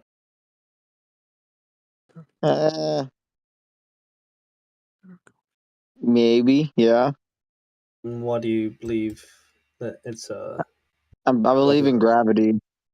Oh, can you give me a scientific demonstration of gravity? Yeah, Well, let's start from the beginning. What is gravity? Gravitational force is a force that is generated from a body of mass. Let me get the particular definition. Give me a second here. Oh shit! Sounds fun. Let me coffee. Oh, I think he meant. Wait. Mean body The force of the gravitational force pulls objects with mass towards each other. So yeah. Do you mean to say is that the effect between two bodies, depending on the mass, is what gravitational like effect or gravitational like manifestation would be, right? Like the pulling of one Yeah, object. it's an attractive force, and that's what gives the Earth its shape. That's well, according to Albert Einstein, gravity is a relationship, not a force. The pull is the force. Well, let's for the sake of argument give him gravity. Right? Well, you're right, Sunshine. We'll give you gravity, but I would like a scientific experiment showing me this gravity that you're talking about. Is Newton's discovery of it not sufficient? What did he discover? Whoa. He used empiricism to calculate the force of gravity. What do you mean used? What do you mean used empiricism? He used mathematics and physics. How about Cavendish experiment? What is mathematics, Alex, for 400? What's the answer to the Cavendish experiment? Let's just jump to it. He used calculus, like that particular branch of mathematics, with physics to justify the existence of gravity. And the rate at which it pulls, which is 9.81 meters per second squared. Ooh, scary. Well, let's also just jump to what's the explanation for the Cavendish experiment? Yeah, let's skip ahead a few rambles. Wait, these aren't rambles. These are just like empirical Well, formulas. look, it's fine. Yeah, you can have a mathematical proof for most things, right? I just want to know what's the experiment? Like, how do you do a scientific experiment showing gravity? The Cavendish experiment. Cavendish experiment. That's fine, right? Now walk me through it. The Cavendish. Okay. You grab an apple, you drop it, it hits the Earth. It's because of the mass of body's gravitational force. That's not the Cavendish experiment. Wait, I'm not telling you that. I'm just telling you an experiment. No, I'm telling you the Cavendish experiment. Sorry, that's not an experiment either. I mean, literally, it is. It has reproducible results. Excuse me. So, a hypothesis test will consist of two variables: the independent variable and the dependent variable. Let's start at the beginning. The observation of a phenomena known as a dependent variable. What's that? The dependent variable we're going to use. So we're going to measure the deflection of one mass towards another on a torsion. Wait, you're not yo hairline busted son. Yeah, I was like, well, who's talking over? I mean, but you can answer it. But are you asking me what a dependent variable is? Yeah, I'm asking you. A dependent variable is a variable that depends on the independent variable.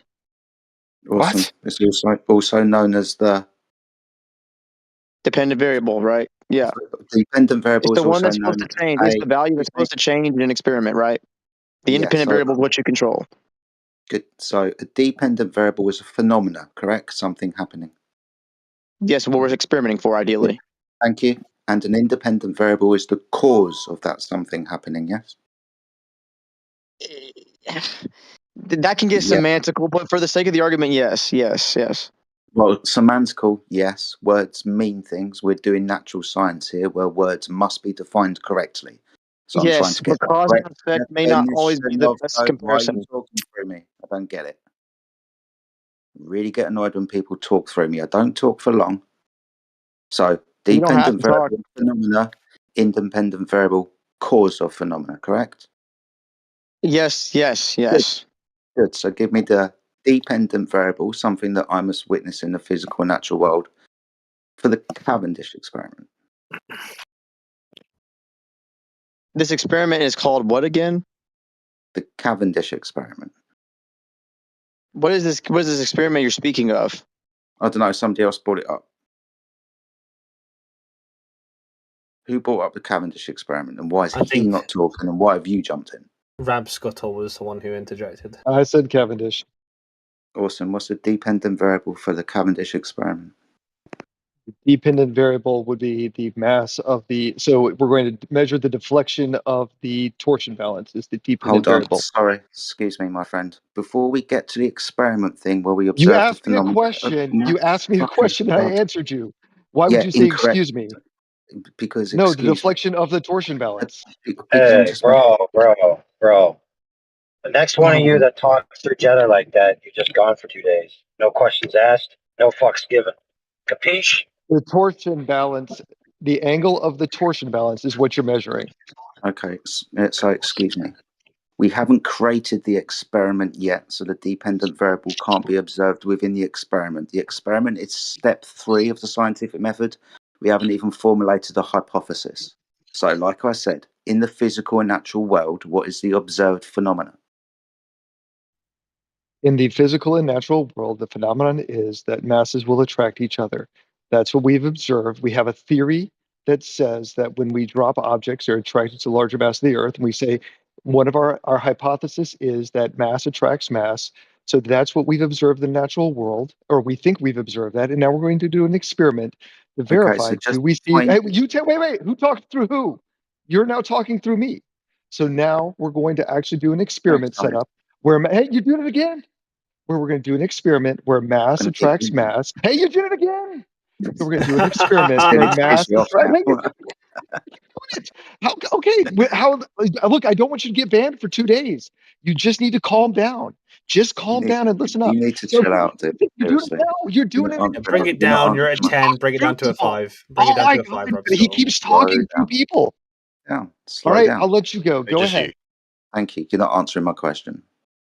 I just wanted the dependent variable, the phenomena, something happening. You went on for about 30, 45 seconds about nothing. So just the dependent variable, please.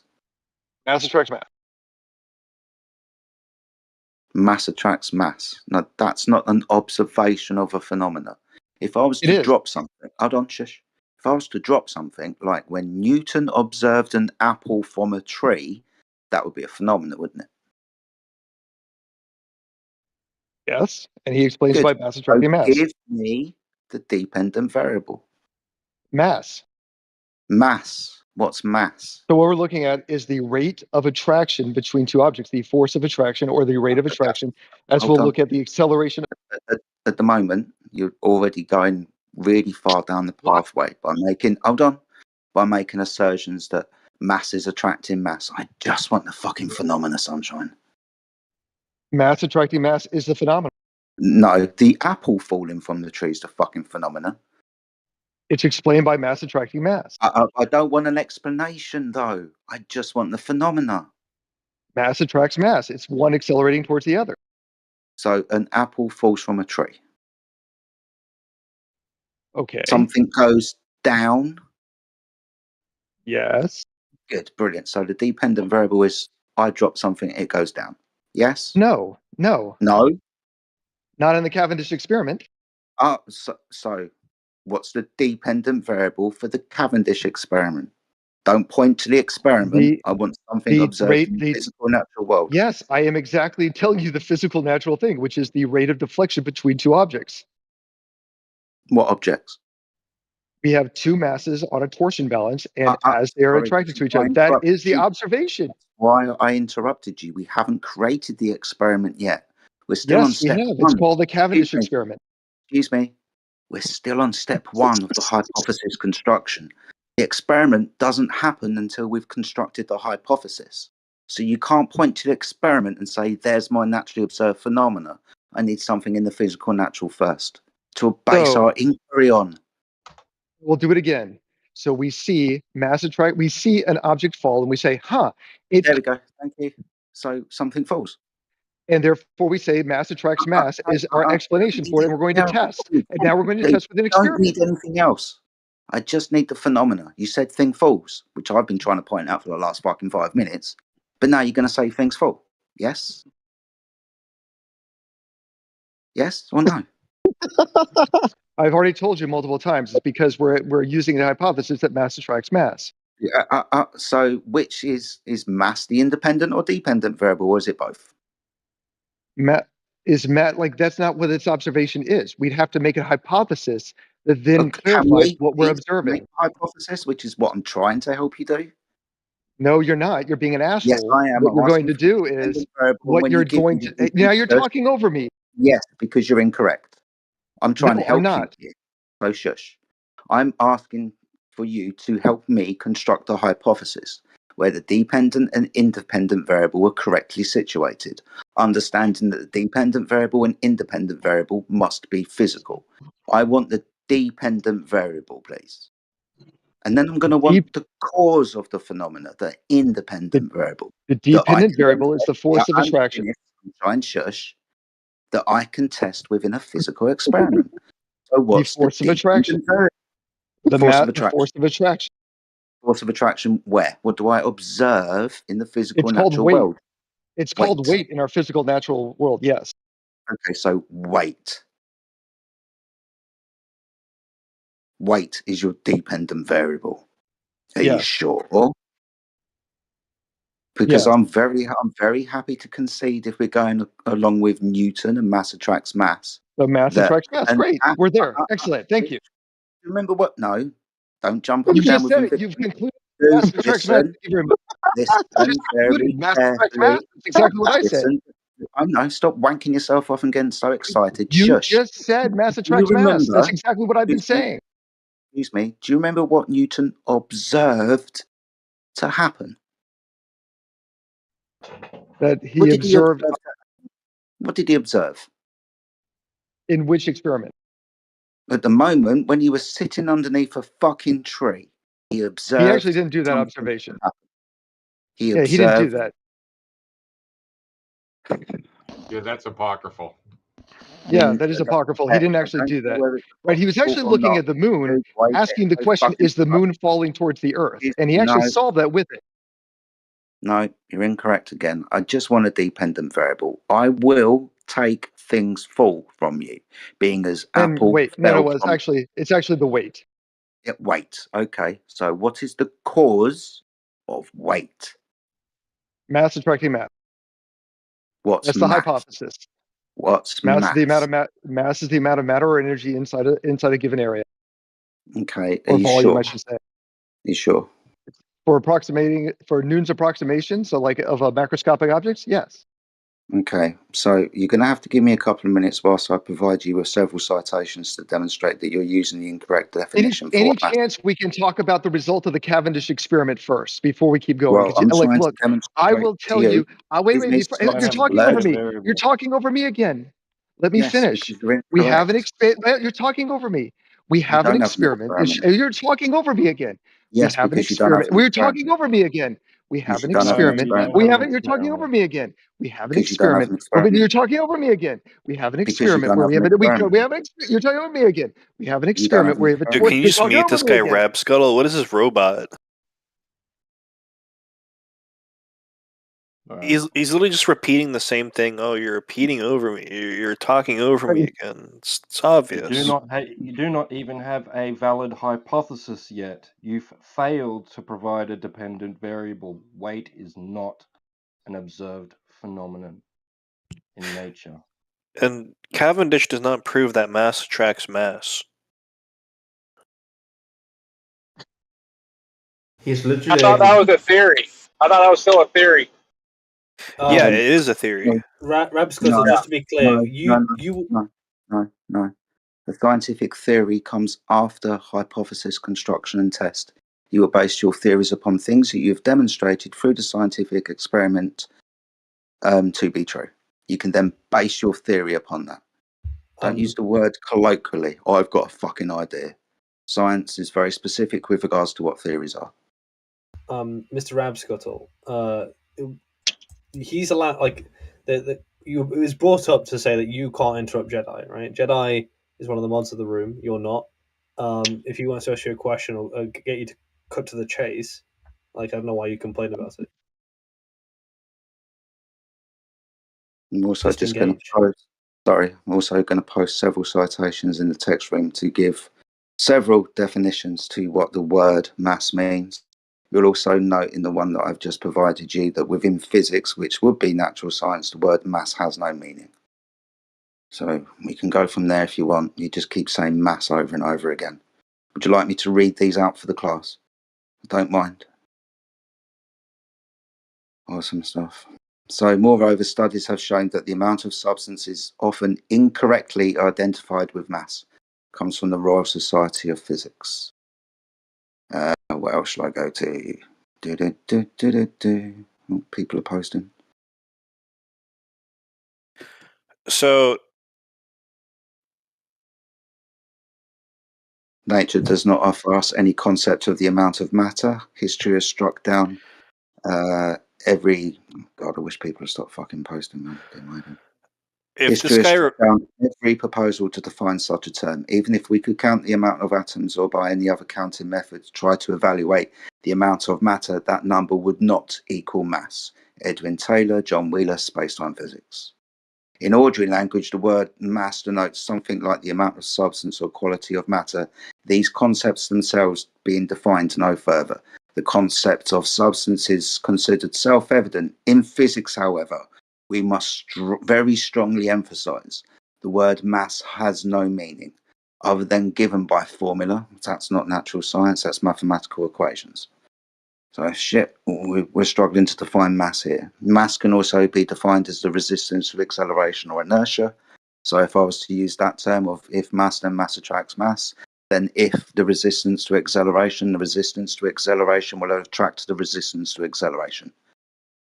Problems. And in Einsteinian physics, it's energy. Mass basically is equal to energy. Yeah. Well done. Thank you for that as well. Yeah, absolutely right. And it's a lot of energy too, apparently.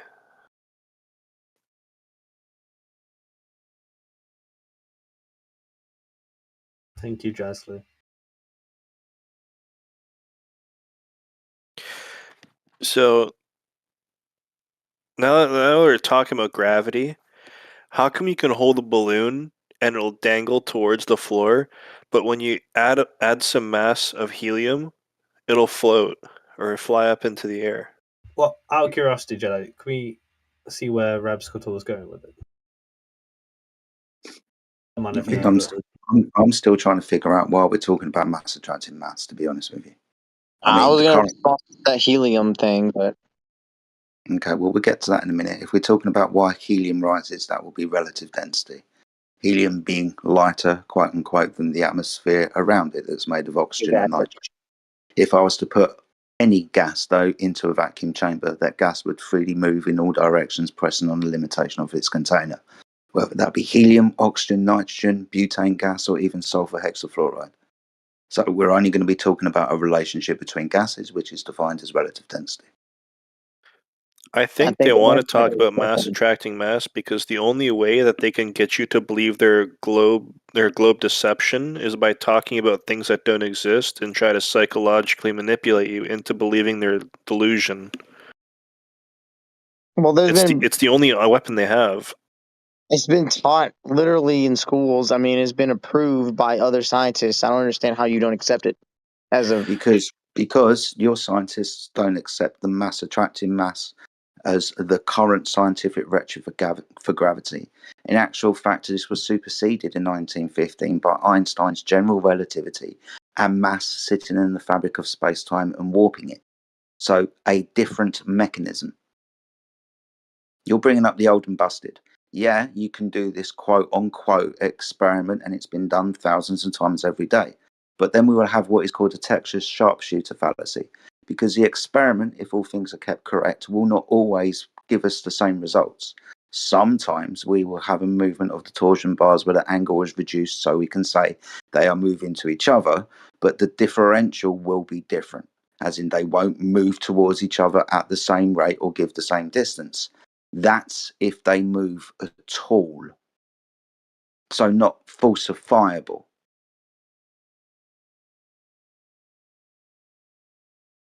Not falsifiable or not like provable. Because Well, I mean, even if you said, even if it's just by a little bit and they're not moving at the same rates, that would indicate there's some attraction there. If the balls move at all. Sometimes sometimes there is no movement. Sometimes there's a little bit of movement. Sometimes there's too much movement. But like I said, it's not an experiment, it's a test.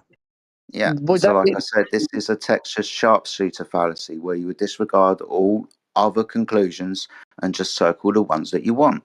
It makes sense if you actually believe in the heliocentric model with the sun being in the center of the universe, right? But you don't even accept space. It's actually nonsense. So you're saying it makes sense, but it's by definition nonsense, the claim that you're making. The sun being at the middle, whatever, you don't observe that. Your senses doesn't point to that. And you're saying it makes sense, fundamental but it's by foundation of definition that nonsense. spinning, That what moving, you just tilted ball has yet to be proven.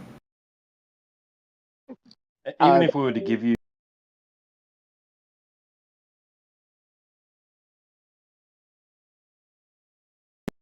just said, we see some attraction, right? That would be the cause, right, of the movement observed. Well, how did you determine that it's an attraction? That something else isn't causing the movement?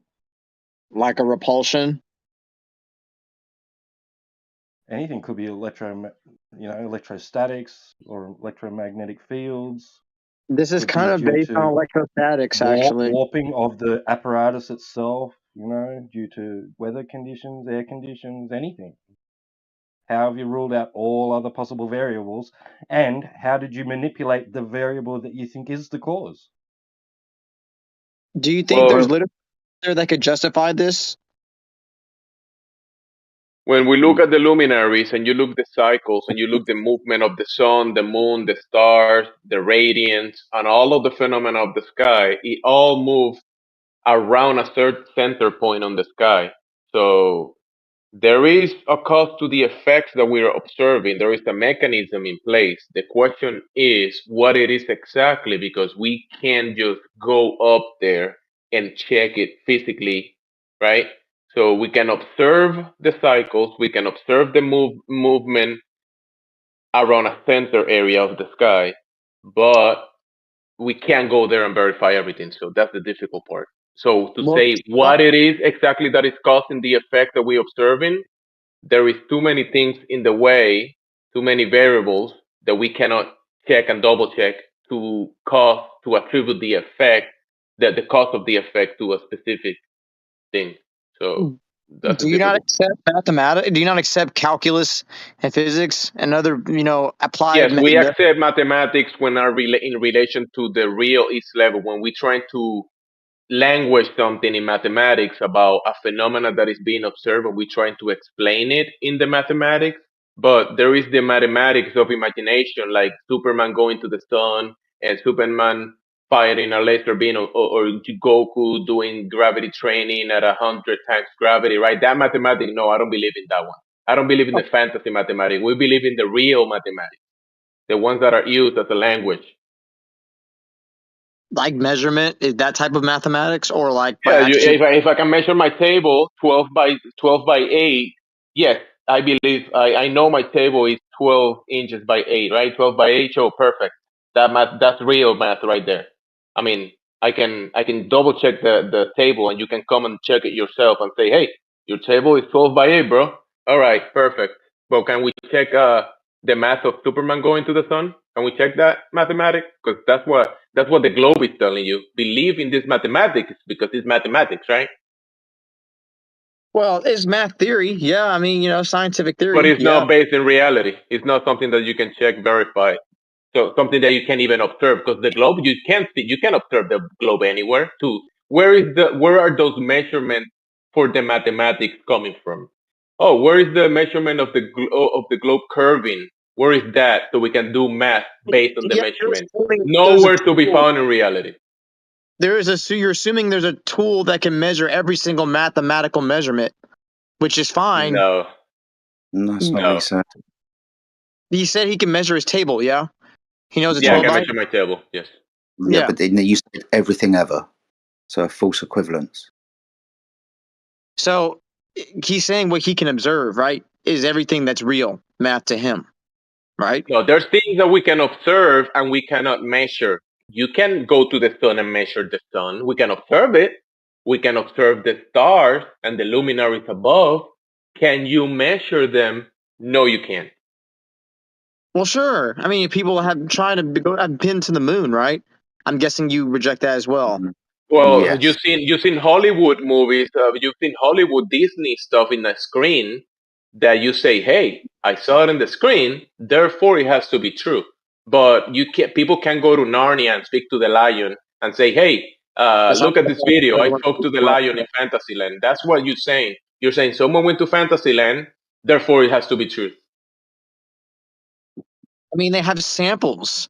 Do you think these are just made up too? If I show you a video or video clips of Santa Claus or Superman, is Superman or Santa Claus real? Because videos. I mean, no, it's not real. The moon landing right now. You animate. Type in lunar lander on Google and just look at the picture. Lunar lander, bro. Have a look. Debunk. Also, the point is that you can't go to Fantasyland. Like, you're saying, hey, someone went to Fantasyland, so how can you and I can go away from this reality and go into a fantasy place, like the whatever place they made of the moon and they told you it's the moon? That's not the moon. The moon is the thing that we observe in the sky, right? That phenomena that we can look at, and it's based on a construct that is you and I in reality can be here breathing air, so we know there is a pressurized system in this place, because when you use your lungs and the muscles in your body and you expand your lungs, air rushes toward your lungs, right? And there's pressure around us, and the antecedent for that is containment, because gas pressure is the force that the gas exerts on the walls of its container. So they say that they went to a place that they cannot go to in reality. And they show you cartoons and they show you TV screens, and you say, yeah, it must be real. They can't go there, bro. It goes against natural law. You can't go there. It's not what they show you. The thing that you see in the sky with your eyes every night, except when there is the new moon, you can't see the moon for 3 nights, right? That thing is not the same thing that you see in the TV. It's not the same thing. This then, okay, we don't surround the sun, right? Does the sun surround us? What do you see every day the sun doing? Rising from the east, right? Then at noon you see it above your head, and then at evening it sets on the west. That's what you see every day. Right. So what is it doing? What is it doing? Doing a circle above. It's going across the sky. Okay. Same thing for the moon, going across the sky? Going across the sky. Okay. We can see it. We can observe it. We can put the times of them doing this every day, every week, every month, every year, and they repeat every single year. You see these cycles. They work perfectly like a clock. Wait, why are there certain times of year in Alaska where the sun doesn't set at all? That is the 24-hour sun. Why? Because that's the way it works. That's why. The way it was designed, it was designed that way. Ah, designed that way. Okay. You know, when you look what at is more important than the sky? There's something more important than the sky, and it's the ground you're standing on. Okay, So all the stories about the phenomenons that you can observe, that everyone else can observe, does not prove anything about the ground you're standing on. So what is much more simplified to just, make all these claims about these sky phenomena be obsolete is to verify if the surface you're standing on is that supposed spinning, wobbling, tilted space ball flying from every expanding void of darkness. If it's not that spinning, wobbling, tilted space ball, this curved, bendy surface, then you can throw every assumption about space and orbits and planets into the trash bin. Thanks. Yeah, because you're saying that, oh look, I see the sun and someone made a cartoon that we are spinning around the sun. You're talking about something else, man, right? So you're talking about it's designed that way. When there's periods of time in Alaska where the sun is always up, also there's periods of time where it's always down. It's never out. How do you explain this? What do you mean explain? That's what it does.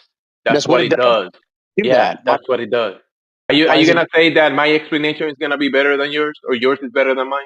No, I need to understand something because it's going to help me. Listen, the guy. No, the sun cycles through the two tropics.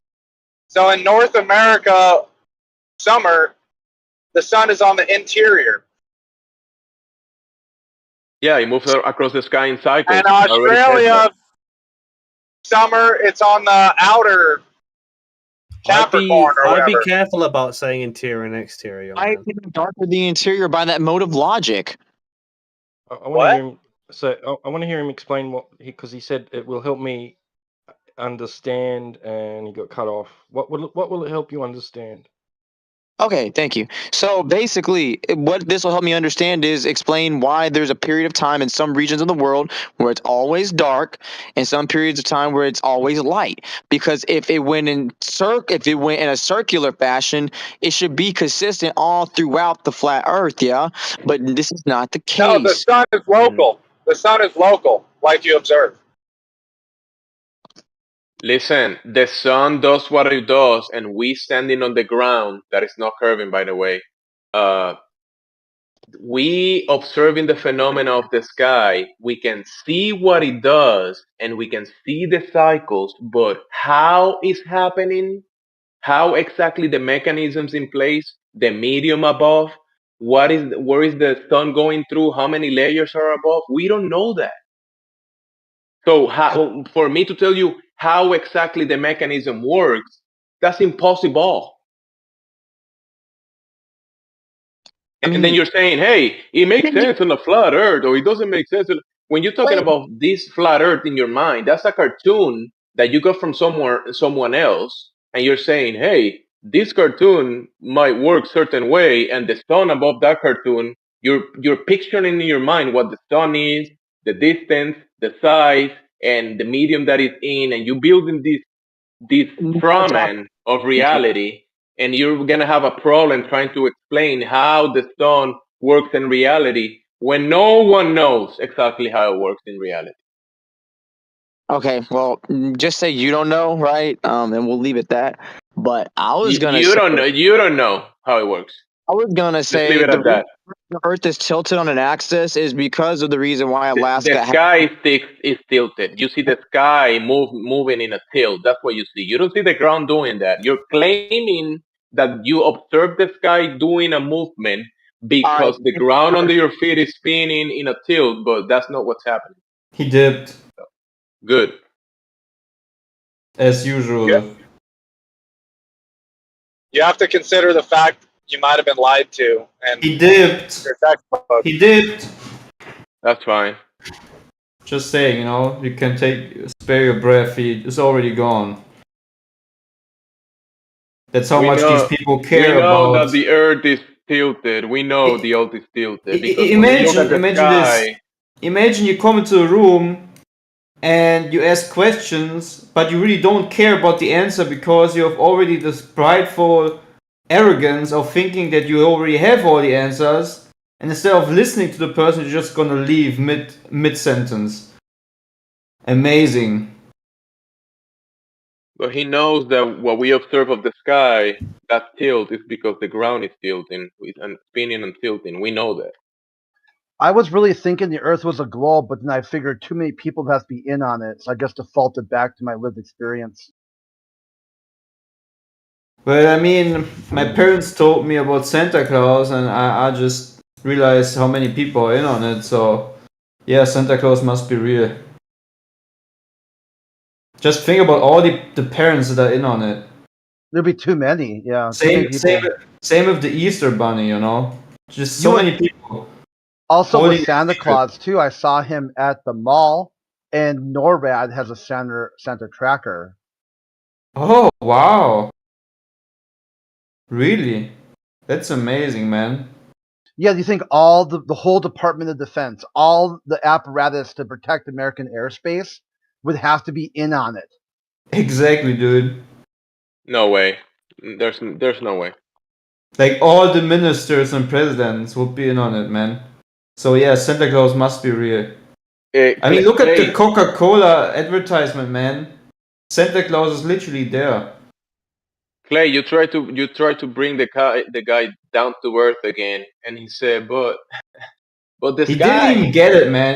I think he literally didn't get it. He didn't get that there's a premise that needs to be set as a foundation. This premise is a bendy ground that creates and forms this ball that is supposedly on an axis, spinning, wobbling, tilted, flying from every expanding universe, doing all these motions simultaneously. If that bendy ground is not there, then you can just throw away everything else. It's a waste of time to even talk about. I don't really want to talk about like what the sun does and try to make them understand that it's not this and that. It's just bullshit waste of time. First of all, they need to establish the fundamental foundation that their ball actually exists, and then they can talk about the assumptions of what cool stories they have of about space and what things do in the sky. Or am I wrong? If I'm wrong, someone speak up now. That is important. I think yes, that's the whole point, because they're trying to explain sky phenomena like they actually know. You say, oh, he told me, oh, let's leave it at that. You're the one that doesn't know what the sun is and how it works. You don't know. But he's like, other people know, but you don't know. So like, bro, nobody has been there. How we actually gonna know exactly how it works? We can observe the movement, the cycles. That we know. But what is the mechanism in place exactly, and how does that determine the shape of the Earth? Like you're trying to say, it's not gonna work like that. Yeah, the sky determines the shape of the ground. Therefore, it's a globe. Yeah, it's ridiculous. Even though we can talk about the movement of the luminaries, and actually, when you look at the luminaries, it completely debunks the globe, because you remember that globe is spinning multiple vectors, multiple speeds. It's going through whatever vacuum of space, right? And then the cycles of the sky reset every single year, right? It's like a clock, and that would be impossible on the ball. There is no ball, that's the problem. That's why they always talk about the stupid assumptions and cool stories, because they cannot get to the... That's the funny thing. We talk about foundation, and it's literally the ground that they're standing on that they need to prove that it's bending. And they just don't want to do that because they know they can't prove it. That's why they need to go in every other direction except looking at the ground. Oh no, we're just gonna look up in the sky and talk about sky phenomena and the assumptions and cool stories we have been taught about the sky and space. And because we just assume cool stories to be true and we believe these stories, then we have globe proof. That's ridiculous. That's so unscientific. It's absolute pseudoscience. It's a fantasy. Are they still teach gravity in school like it's a real thing? They still do that? Yeah, of course they do. That's Obviously. crazy, bro. That's crazy.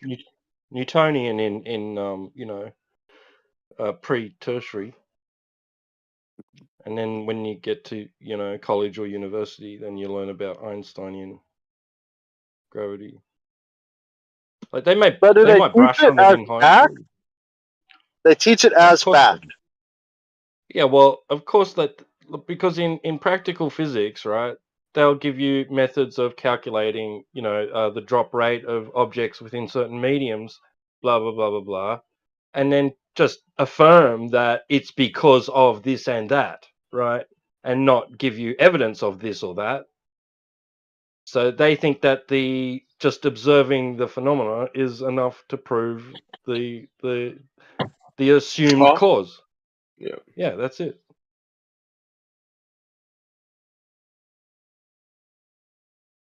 Because he has to be. Right, because we live on a ball.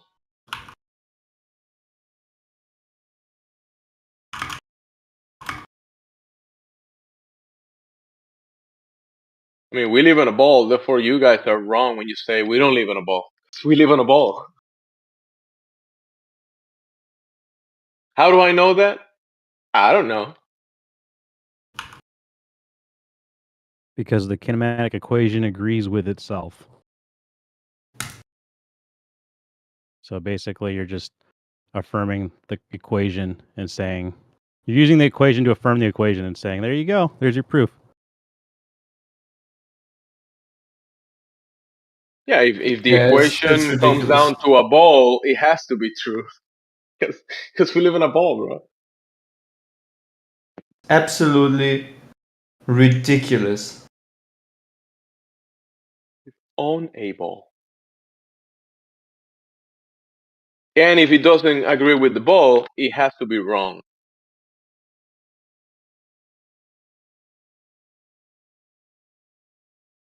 So any glober here who actually can not lie to himself and be honest with himself, or at least present something that we can work with that makes that spinning ball evident, would be great if someone could come up with that. Do you have a telescope? No. Or that's why you don't know it's a ball. Because you don't have a Oh, telescope. you're right. You need a telescope first. Then you'll know. The other guy Right. earlier brought up a microscope. He said everything is Oh, dude, allowed that to. guy, he really brought me to like, I'm sorry if I was not really paying attention to my temper, but man, this guy was making me so annoyed because of these stupid stories. So, when you look at an atom or when you look at things that form into balls, then you have the proof that you have. Dude, this is so stupid. It's Hey, literally everything happened is a ball. when you watch too many Professor Dave videos. I've heard this argument before. It's gonna say this: everything is a ball. Therefore, we have to be a ball. Yeah, I Right? think it's like from a Professor Dave video or something, or one of these strawman debunk flat Earth videos.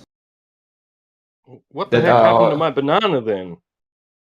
It's retarded. your banana represents a smile. No, actually, that's funny. Banana has ball. like some kind of stuff in it that is actually, when you eat banana, it would raise up your mood a little bit. It raises my sugar levels. Right. Maybe that raises the mood. Who knows? Yeah. About what happens in the body, there are also many assumptions, I think, which I just sometimes can only believe to be true, right?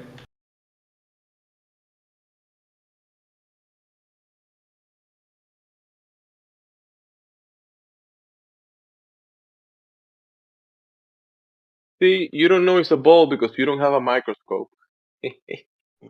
Maybe if my banana was like on the ISS, it would all squish up into a ball. Yeah, that could be a definite reason. Yeah. I will agree.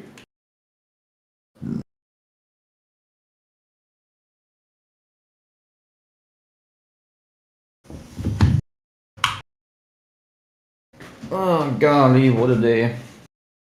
Another day has passed, and I haven't heard one sufficient proof of a spinning ball. That's because you don't have a telescope. I told you already.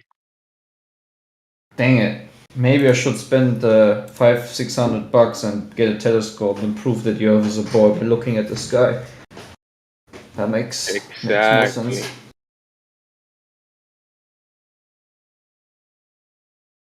The guy said it makes sense that everything goes around the sun, the one that left. Oh, he's here. You're here, bro. It makes sense, right? I have a good question. No, I have a good question. I have a But question. that's fine. You left no us. one You left us cares. in the middle of our. You didn't want to hear us, so now I mean, Well, I mean, I got why would we questions want to now. hear you? No one cares, Why? man. Why would we want to listen to believe in the you if Pacific you don't want to Ocean? listen to us? Do you believe it? If you don't want to listen to us when we reply to you, why will we want to listen to you? Tell us that. keep this Should be time Burrito, waster. man. Nah, man, keep this time waster muted, man. He's a waste of time. He doesn't want to listen. He just asks If we believe in the questions Pacific to Ocean. Believe in the Pacific Ocean, bro? Dude, You don't believe listen in to it. the stupid questions. How is it a stupid question? How can people from California get to Japan if it's all flat? Sorry, listen, my friend. Sorry, 2 seconds. My bad. Go ahead, Jedi. You think that we say that the Earth is square, where north is at the top, south is at the bottom, and east or west are left and right, like the Mercator projection map that you have on your wall at school or primary school? Is that what you think that we think? Okay, so what is the ocean connecting California Answer the and Japan? question. Answer the See, question. he's not listening, man. He's not listening because he never answers the questions. Answer the question. Pacific Ocean. Okay, right.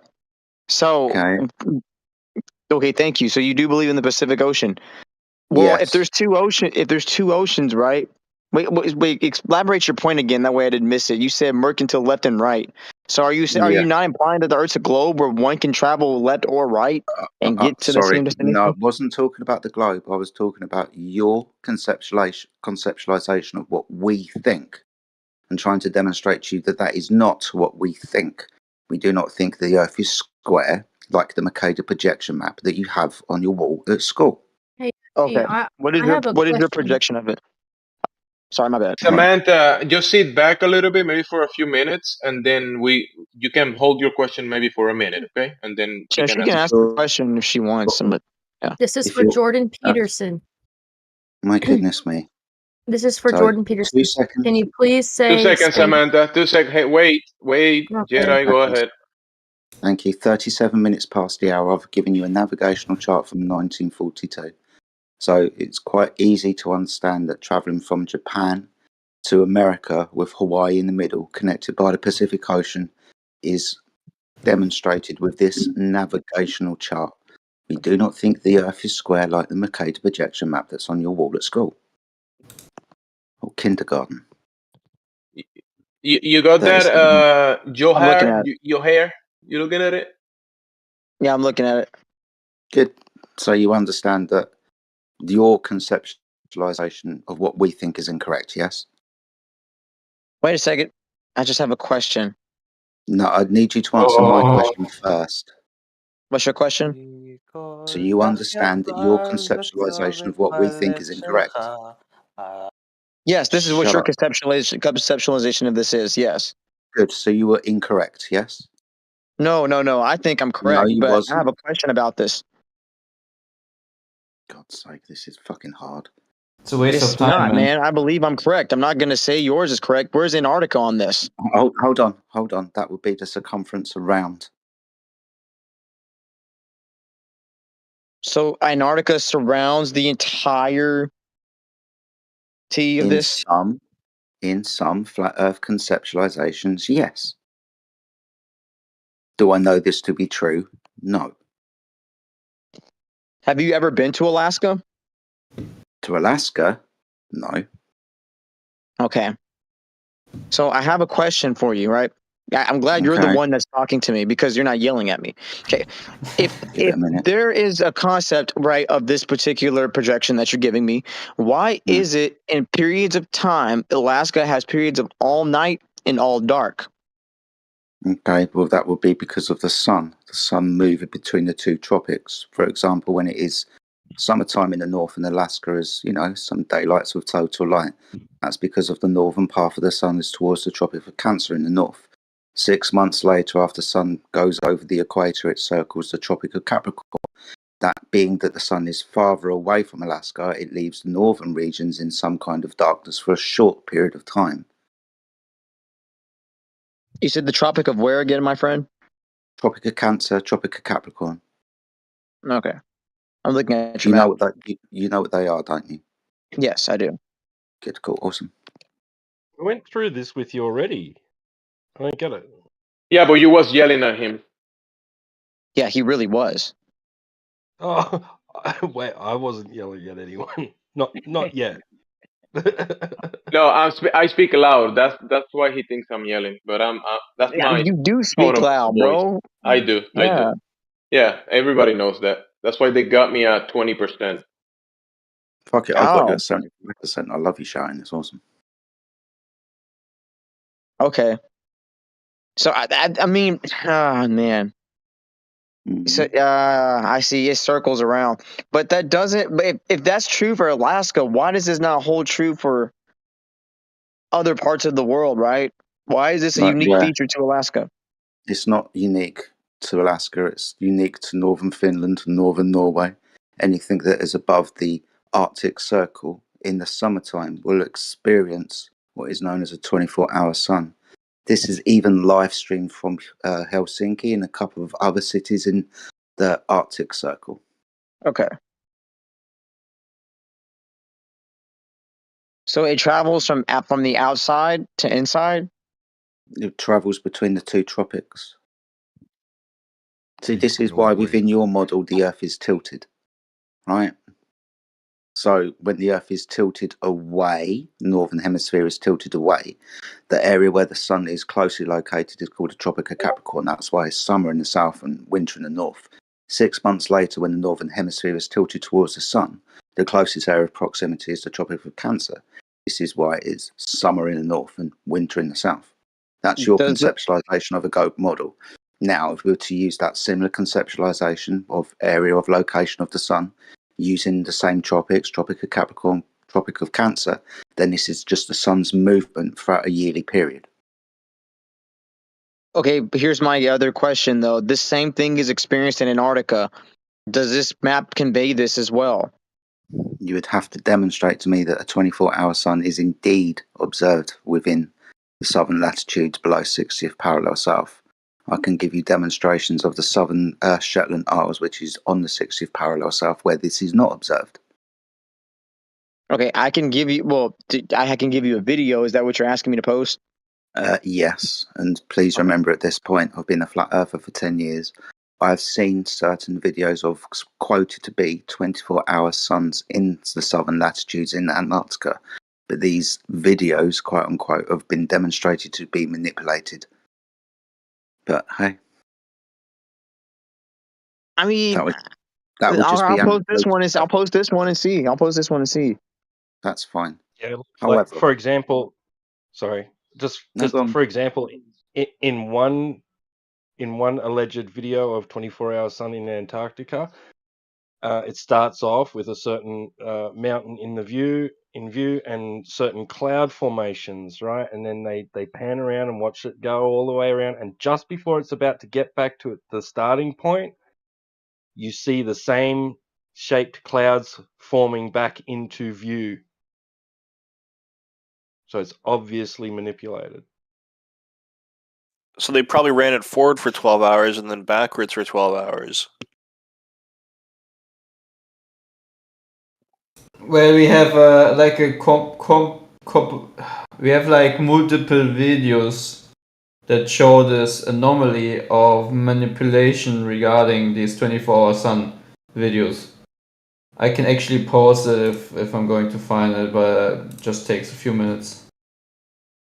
Dang it! There's none I can find, but I mean, this has to be true. Oh my goodness, I have to find something. Yeah, it has to be true, right? And you're failing to Well, find something at the moment. That's a massive problem.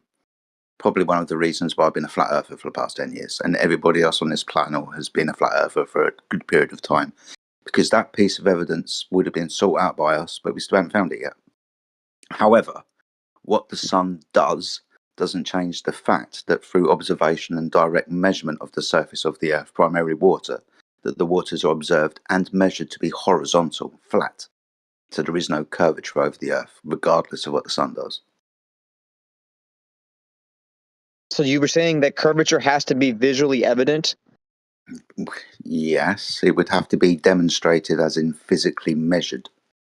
I mean, couldn't it just be one optical illusion to you that it seems like it's not curved, but rather it's just... Well, yeah, that's why we go on to physical measurement after making direct observations. So using different types of propagation of light frequencies and radio frequencies, we demonstrate that the surface of the water is not curved. So yeah, there might be phenomena going on where we perceive a flat Earth, but with direct measurement, we demonstrate that the Earth is indeed horizontal in nature.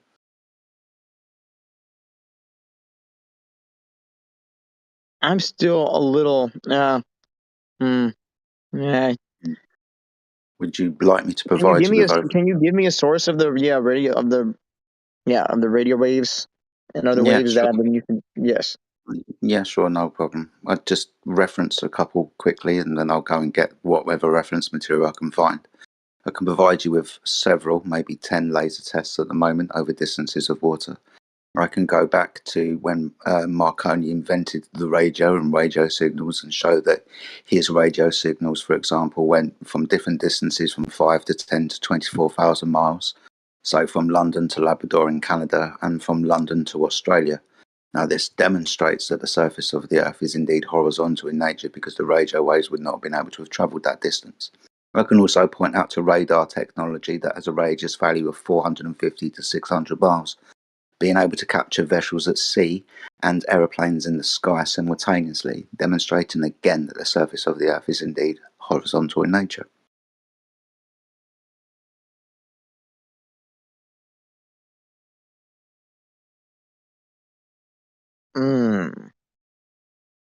I just need... So basically what you're saying is you already, through these visual measurements, of course, I understand that it's horizontal in nature, but this is going to sound dumb, right? If we can perfectly identify an Antarctic in 24-hour sunlight, would that refute most of the claims? Or you said no, it wouldn't, but... No, because No. the surface of the Earth is measured level regardless of what the sun does. Well, what is the sun in relationship to the Earth, to the world? No idea what the sun is. We can just observe what it does. Okay. We're just... So you're saying the heliocentric model tries to pretend that it makes its own observations of the sun, but in reality, you don't know. The heliocentric model has been falsified because the heliocentric model would give us a curved Earth that is in motion. There is no direct measurement of curvature, there is no direct measurement of motion. And the place where the Earth does this, orbits around the sun, the vacuum of space, has also been debunked through the second law of thermodynamics, kinetic theory, and every law associated with gas behavior. You're saying that the gases of the Earth would disperse across space? Yes, if it was a vacuum? uncontained.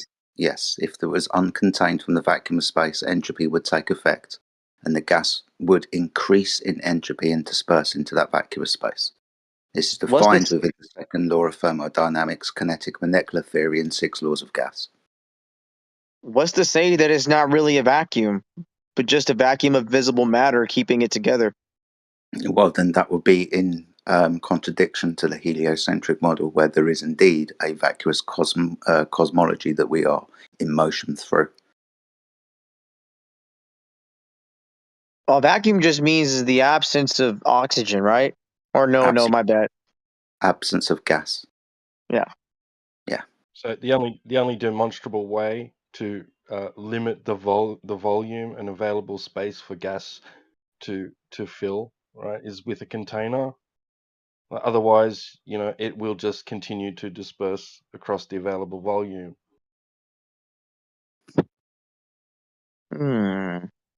Can't gases be trapped though in the Earth and not dispersed to space?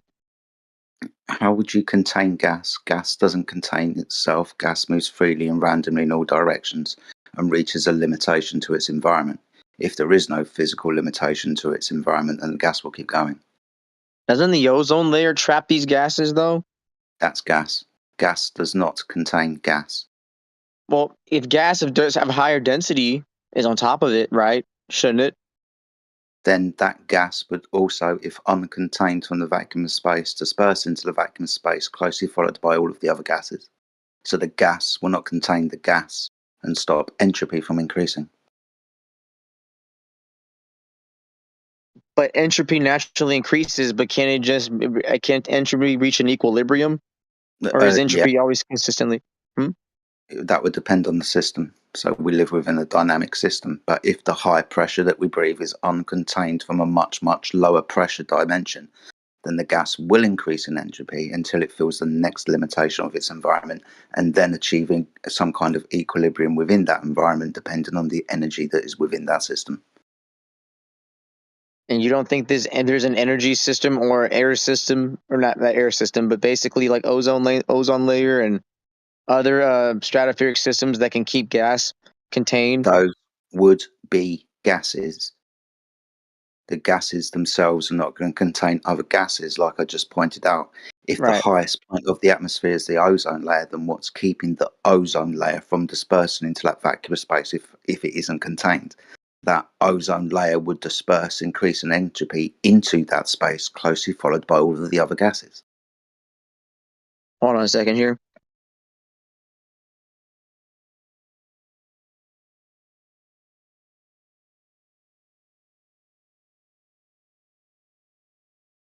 Okay, so obviously it's going to say gravity is what prevents these gases from allowing these gases to float, but let's go through this step by step again, right? You were saying a dependent variable is observing an apple falling. I want to go over the concept of gravity with you, at least.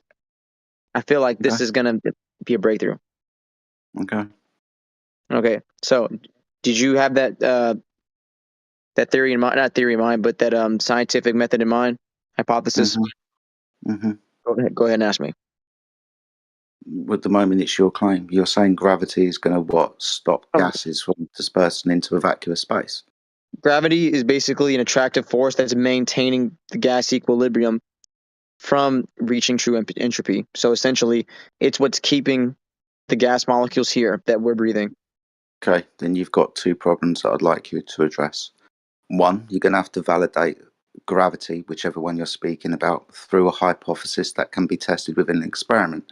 But what you're also going to have to do is demonstrate that gravity changes the vector of gas particles.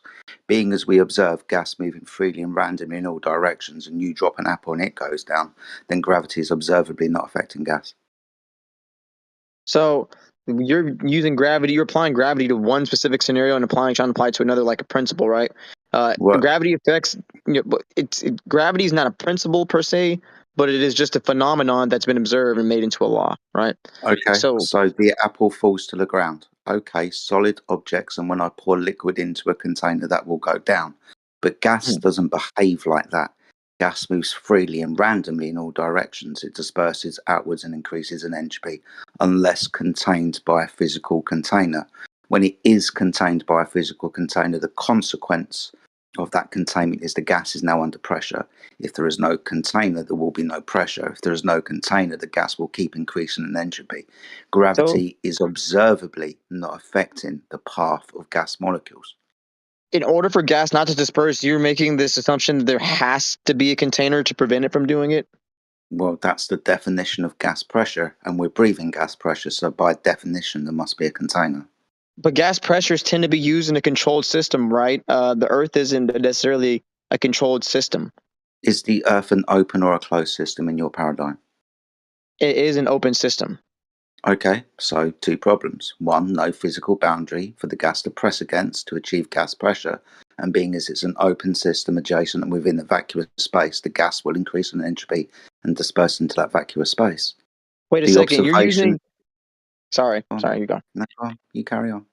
Oh, okay. I was going to say you're using a controlled system law or base theory to apply to an open system that cannot be used, right? So, in gas pressure can't be controlled in a closed system, right? Like you said, if there's boundaries, but in an open system, this is not applicable, right? Well, in an open system, there is no fixed volume, right? Yeah, I just posted something in the chat if you'd like to have a quick read of that. It's from Physics Stack Exchange. And also, Matthew, your time here is very short, mate. We don't appreciate any flat earthers here, so you're going to be removed from the server. You're going to be removed from the server, my friend. Okay, goodbye.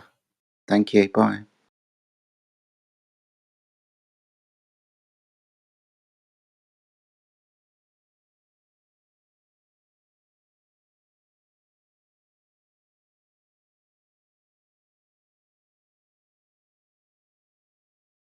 Right.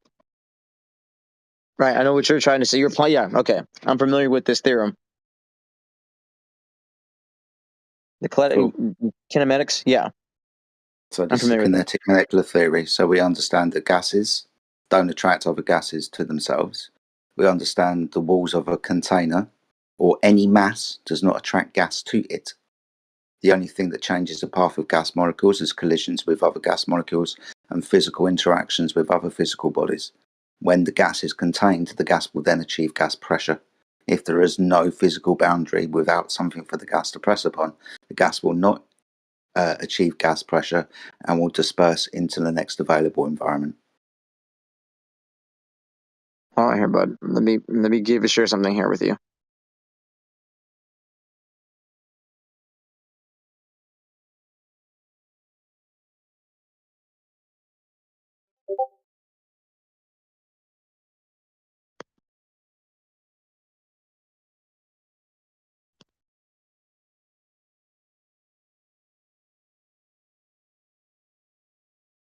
Right. So, first and foremost, I really want to. Are you familiar? Are you very adept in mathematics? Mm-hmm. Okay.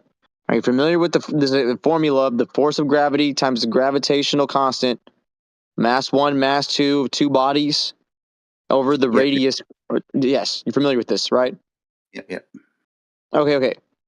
So what this is assuming is, right, that basically the more body mass that you have, the more of a gravitational force you can have. That's why it's very hard to observe this for smaller masses, right? The masses of gas, the masses of just apples, and right, very simplistic, right? But the more mass that you see, it becomes more apparent, right? So I guess my problem is we cannot prove this with physical, straight up, evidence, right? But you can use the theorem, right, to kind of extrapolate it to a bigger concept. So you're saying that your lack of evidence is evidence? But do you even math, bro? Like, do you even understand the concepts of math? Algebra? Calculus? We're doing science here, not math. So math is not accepted as a valid form of evidence, even though it's proof? No, math isn't proof. Math will describe things, my friend. We're doing natural science here, which will give an explanation, right? So if you're going to say gravity, yeah, you can calculate the phenomena of things falling down at 8 meters per second squared. That's fine. No one's got a problem with that. But obviously, gas doesn't do that. I can contain gas in a vacuum chamber where the vacuum chamber is no longer vacuous state because I put gas back into it, but the gas will move freely and randomly in all directions, going as fast up as it goes down and outwards. So observably, it doesn't affect the same way. But the gravity is what's keeping it within the confines of Earth, right? Like you're saying, why is entropy not taking over and causing a complete dissolution of, leaving the open system? Then you would have to scientifically prove whichever gravity that you're talking about with a hypothesis that I can test. Your mathematics doesn't equate to keeping gas here. So basically, you need in-person proof to demonstrate on your own, basically, to see with your own eyes that it works. A demonstration. I just need a hypothesis that can be tested. That's all. So even within your own paradigm, so I just want to quickly read this out. Entropy is more precisely defined in one way as the logarithm of the number of microstates accessible to a system. Other things such as energy of your system need to be fully considered in order to talk about the entropy of your system. Gravity does not reverse an increase of entropy. Thank you. Okay, but the point is that Earth isn't basically the gas in the Earth isn't leaving Earth, right? So I mean, the fact that this entropy will cause a dissolution, right? All the gas is leaving Earth because it prefers. Yeah. Okay. Sorry. I understand what you say by the gases aren't leaving the Earth. But that's because you think that up there is a sky vacuum that is uncontained from the gas pressure here. And because of gravity, that's the reason why gases are not increasing in entropy. My colleague T-Dub has just demonstrated to you that gravity is not going to affect the entropy of a system. So we have a problem here. Well, you have a problem here at the moment. We don't.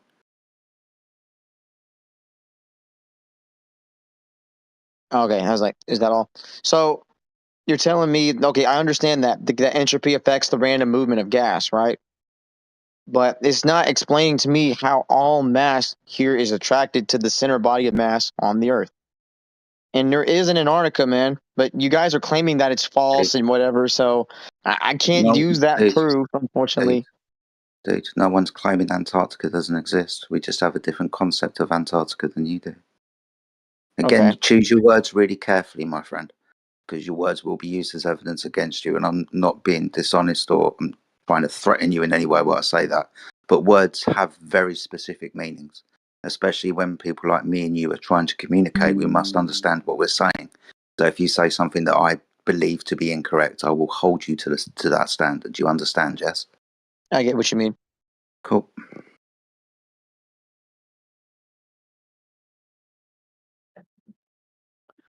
I think that kind of wraps it up, though. Okay, well, you still haven't given the valid hypothesis that proves gravity is the cause of anything. You still haven't demonstrated that gravity, and I'll give it to you for the sake of this argument, changes the vector of gas molecules. You haven't given the demonstration of gas pressure without a container. You just believe that the Earth is an uncontained system from the vacuum of space and the gas isn't leaving the system. I mean, that's fine. I don't have physical proof that there's a boundary not keeping the Earth. Do you understand what an antecedent consequent relationship is? Sorry, say that again. He talked over you. Do you understand what an antecedent consequent relationship is? Right. There's two events, right? One event leads to another. Yeah. So we're breathing gas pressure in a controlled system. Yes. The necessary antecedent for gas pressure is a container, as defined by gas pressure. Gas pressure is defined by the force that the gas exerts upon the walls of its container. So if you're going to claim that there is no container, that will be in defiance of everything that we know with regards to gas behavior. Kinetic molecular theory was just demonstrated, the second law of thermodynamics, where entropy will increase, and 6 gas laws. You must therefore demonstrate gas pressure without a container. You must also scientifically validate gravity through a hypothesis that can be tested. I am noting, however, that you seem to be talking about mass attracting mass, which was superseded in 1915. But Einstein's general relativity, where mass sits in the fabric of space-time, and due to its mass, bends and warps that fabric. So you're talking about the wrong type of gravity at the moment as well. Just a second here. I'll give you something here. I'll respond to that. No problem.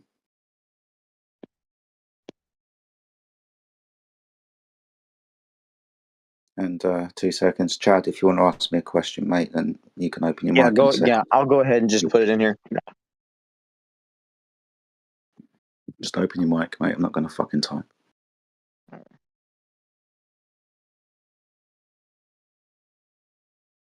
Oh, he's not even in the fucking chat. Awesome.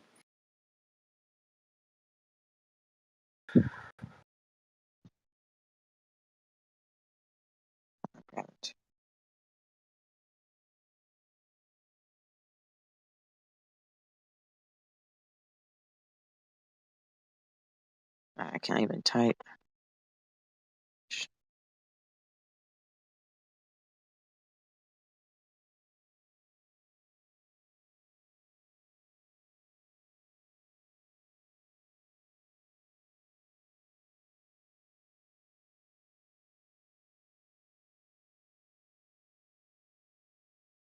Oh, Chad, to very quickly answer your question, I'll read it out. If there is a pressure gradient in the enclosure, what is causing the pressure differential? Well, within your model, that's heat, radiant heat from the surface of the Earth. That is one cause of your pressure gradient. It's not gravity, my friend.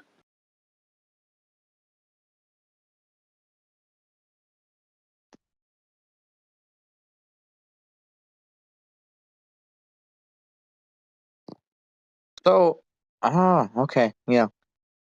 It's kind of it's kind of simplistic, but well, actually, this may not. Okay, so I cannot prove to you or give you the simple fact that the gravitational force, which is a non-visible force that to keep air molecules in, which are also very near invisible forces or invisible molecules. But what I do need to ask you is, do you believe in all sorts of other forces besides gravitational force? Like nuclear forces, weak and strong, magnetic forces, blah, blah, blah. Kinetic Yeah, blah, blah, force. blah. Yeah. If they've Okay. been demonstrated and So Jedi, I have a question for you. Awesome. Are we talking to somebody else at the moment, or we finish this conversation and you think it's We're okay good, for you yeah. to? Yeah, We're yeah. done. We're good. All right, bro. We'll get back to you. I so- appreciate the conversation, mate. Can I ask, please? Yeah, well, Okay, sure. So, you know how we mentioned earlier that the sun and the moon are inside the firmament? So possibly. what causes them to rotate if gravity is false?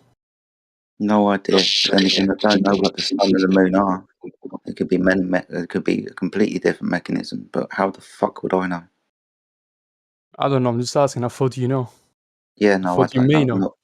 I've not been to the sun. I don't know what it is. And please forgive my condescending behaviour. I'll probably take that back. But mate, I haven't got a clue. Okay, fair enough. I'll give you a clue. Okay, tell me. It's in Sunday. So we observe the luminaries, the sun, the moon, the stars, all of them revolve around the same center area of the sky. So there is a centerpiece of the sky where all of the luminaries revolve around. So there might be a mechanism in place, and well, in the electro-opticals, it shows like a pyramid of light up in the sky. That is the center area where all of the luminaries revolve around. And that's So what causes the rotation. no, that is the observation. The cause of it, we will have to go up there and check it and verify what the cause is. But the observation shows the luminaries revolving around a center area. So when you're looking at a watch, right? When you have your watch, your Swiss watch in your hand, Yeah. and you see the hands of the watch being attached to the centerpiece, right? Yeah. Have you noticed that? Yeah, I did. So we observe something similar like that. You know, the watchmaker adjusts his watch to make it precise. He adjusts the watch to the luminaries, to the movement of the sky, right? If Yeah, not, yeah. the watch is not precise. So That's actually interesting. that is a similar movement of the hands of the watch, like the sun and the moon and all of the luminaries, revolve around a centerpiece, just like your watch, just like your Swiss watch. Similar. The mechanism of the watch is behind that visualization that we see of the watch. You see the number, the 12, 1, 2, 3, 4, 5, right? We see Yeah. a visualization of it, and then behind that, there is mechanism behind that, right? That you don't actually see, right? Yeah, like some energy or something. So we observe the movement, we observe certain things in the sky, we see the cycles, we see the center area, we see let's say, the hands of it. Why and how exactly?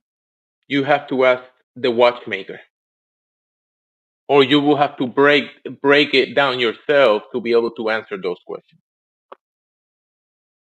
To do like backwards engineering, but can you do that with the sky? I don't think so.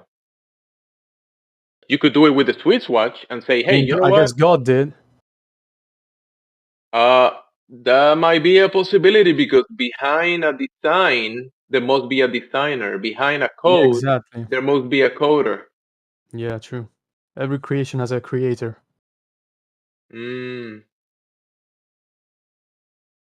Even though Sorry. Go ahead. No, go ahead, bro. I'm done.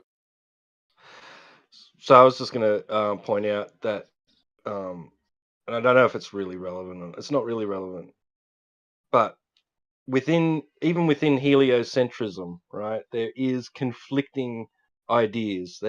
We understand it's a consensus, the current model, but there are groups putting out other alternative explanations for things within the heliocentric paradigm itself.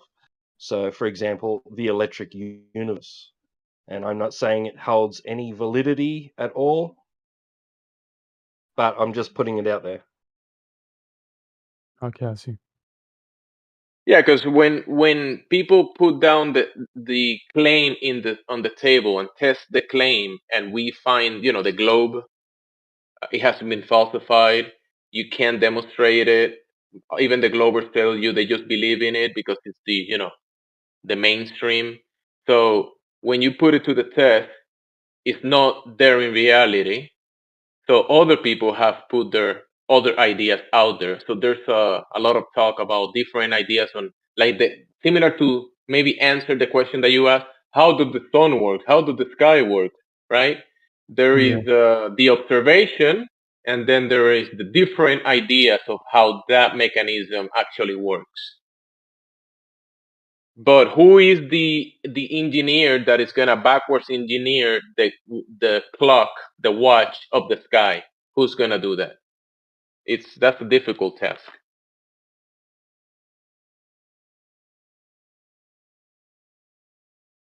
Because it's not as easy as Yeah, I know breaking what you down mean. a It's hard switch. to understand like what exactly causes it.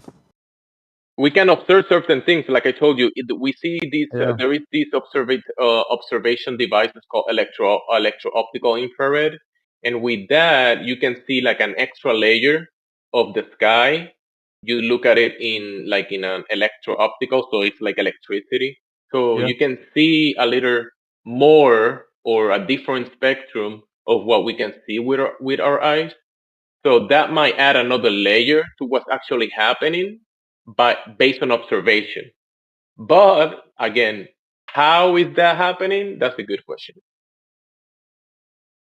Guess it's a mystery for now. It is a mystery. I'm not gonna deny that. It is a mystery.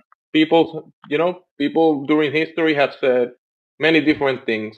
Some people say it's God designed, the watchmaker, the great architect, the creator. That's what a lot of people have said. And even a lot of people Yeah. believe that to this day, because, like I said, behind the design, there must be a designer. Yeah, true. Guess we don't understand the technology behind it.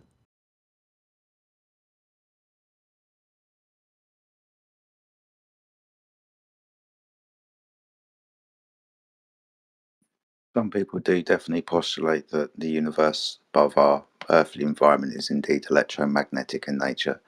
The sun and moon are both plasma, and therefore the other stars and things in motion in the sky are also plasma. And the mechanism by which these things move around is electromagnetic in nature. I think somebody pointed out the electromagnetic universal theory and stuff like that. I forgot it was Sunday, so I can jump in on this speculation as well. Yeah, it could If be the these electron. things, yeah. If these things are like plasma or some form of magnetism, and magnetism can be demonstrated on the Earth, then it's quite possible that if these things are of that construct, then the mechanism by which they move is also because of that construct, electromagnetic in nature. It's possible for sure. Yeah, it's possible. Yeah. Yeah, when you look into the electro-opticals And and the you see firmament this, holds it all in, right? The firmament. well, people describe different layers. Above your head right now, there might be a ceiling. The roof in your house, right? Yeah. So some people say that there is a roof above us. Yeah, what And I'm saying is, do you think like the firmament is keeping in this magnetic, what's it called? Sorry, electric magnetic field or whatever? well, the magnetic field is right next to you. There is a static in the air. The Yeah, but you air think that it's you the breathe, firmament that is holding it in? holding it in. Well, No, the firmament would be the dome or the container for the gas. And whatever the firmament is. Sorry, James. No, and I think that it is electric as well. There is a combination. It's just not that it's the system is just material. There is this electrostatic that is everywhere, right? There is a combination of things. It's not just one thing doing everything. It's a lot of things doing a lot of things. I see. And electricity is part of that whole thing. Electromagnetism, magnetism, high pressure, low pressure, heat, cold, all those things are part of this thing.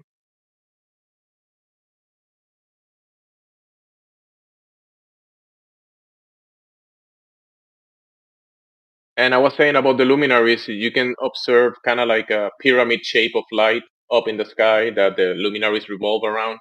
In the scriptures, people describe this as heaven. So I will say, based on this, that the luminaries are heaven-centric, or as a consequence, God-centric. So heaven-centric, God-centric, and the luminaries revolve, and the cause of the effect that we observe as the luminaries, they do have a cause, and that cause, I would say, is the designer itself.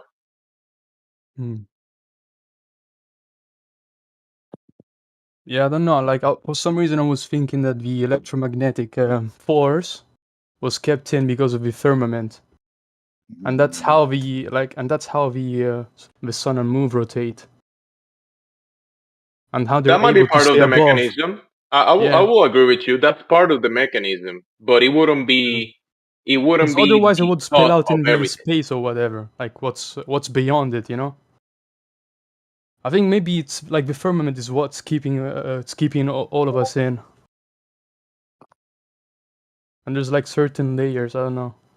Maybe.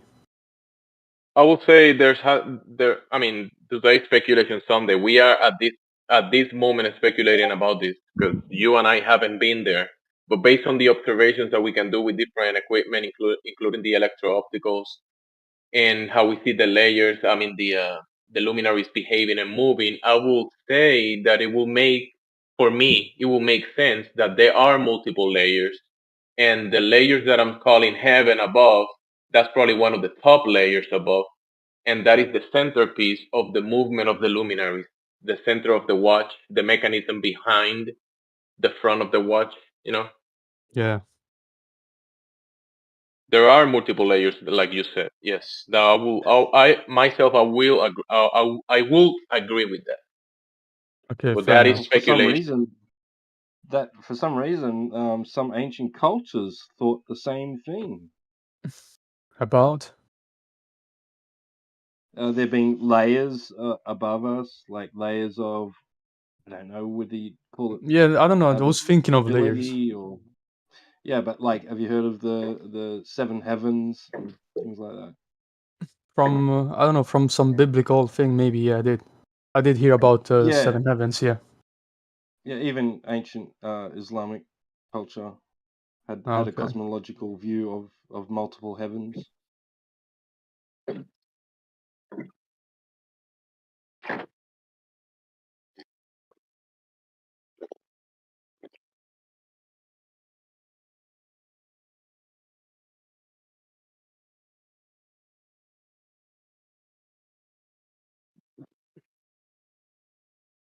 It looks like a watch, behaves like a watch, must be a watch.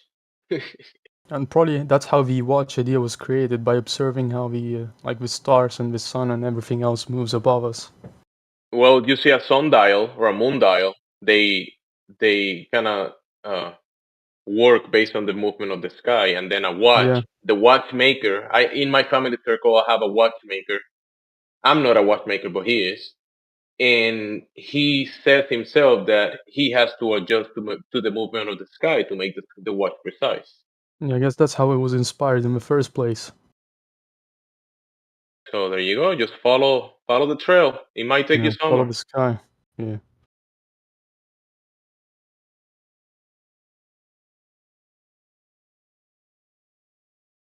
And like I said, the design must need a designer. Yeah, that's true. Yeah.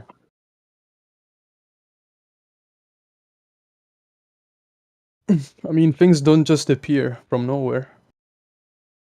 Ask that to the Globers. Yeah. Tell that to the Globers. And the atheists, I guess, too.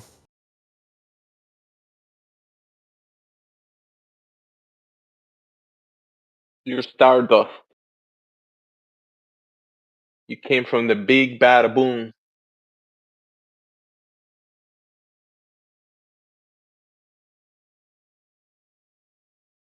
TV said so. Even the TV needs a designer. So if the TV is giving you ideas, I don't know. I still feel like humans didn't make them for some reason. Like I feel like all this technology was passed down by someone. well, when you remember when they made the TVs and they call them plasma TV. That's Yeah. similar to what we observe of the sky. We see these lights in the sky and these Yeah, images what we in were the talking about sky, earlier. and they're plasma. And if you talk about the firmament, people talk about it's like a glass. And you look at a TV, it's a glass with a plasma TV showing you images. And the moon itself looks almost like an image in the sky. It's almost like you're looking at a plasma TV up in the sky, and you're Yeah. looking at a light show. Yeah, it's like a celestial body, yeah. Some people will point out the correlation. Yeah, well, it's kind of a correlation where they'll say, try and grow a plant indoors. Try and grow a plant indoors with only the light of a fire, right? And then try and grow a indoor plant with a electrical light source, and see what happens. Don't burn the house. Right. Yes. Make sure, and make sure that your fire alarm is on the roof, not on the floor. Yeah, because heat rises, the smoke rises.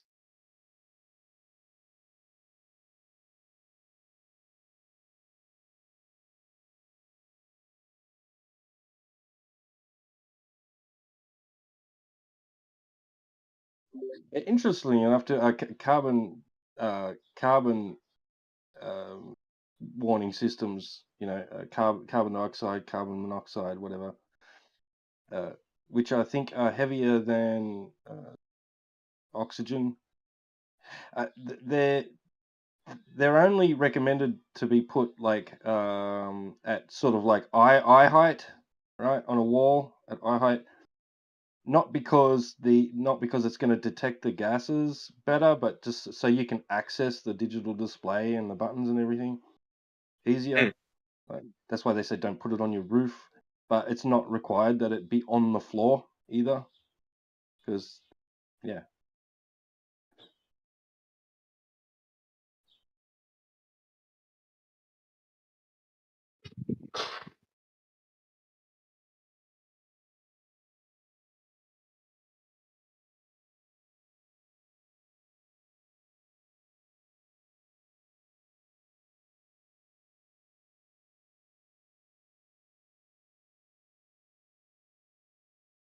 The other guy jumped out, the one we were talking earlier. You were here earlier. Thou shalt be a. Yeah, I was. I asked other questions before, yeah. I've got globe proof. Oh, later on. Man of fact, Nate. So for flat earthers, are you ready? No, not ready. You're not ready for it. Okay. No, we're not ready for you. You're too much.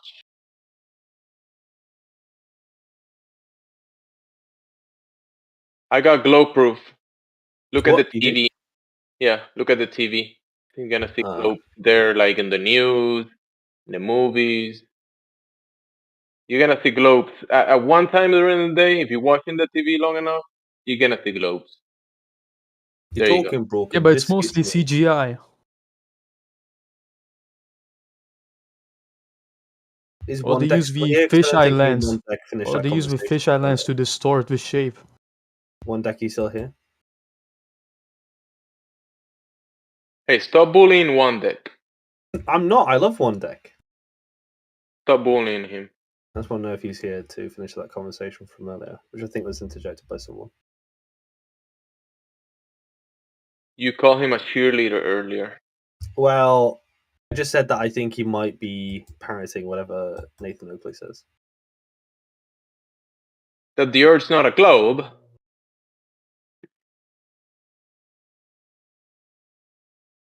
I'm not against Nathan Oakley. I don't even know the guy, but I don't like internet celebrities generally. They don't like you. I expect they don't. I expect they don't even know who I am.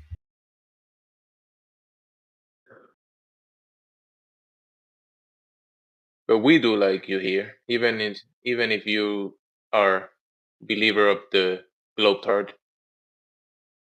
But I know it's part of your job, so you have to stay within the parameters. You want to keep getting a check.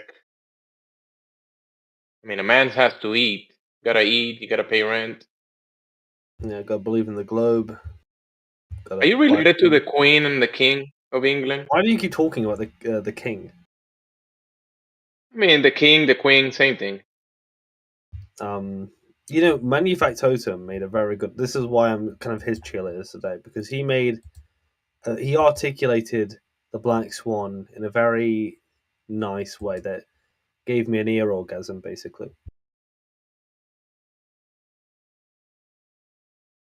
I don't know if he's here though. Are you related to Manufactotum? I wish. I think he's a bit too old for me to be related to him, unless he was my dad. Because you are Manufacnate. Yeah, Manufacnate. Manufacnate. Yeah.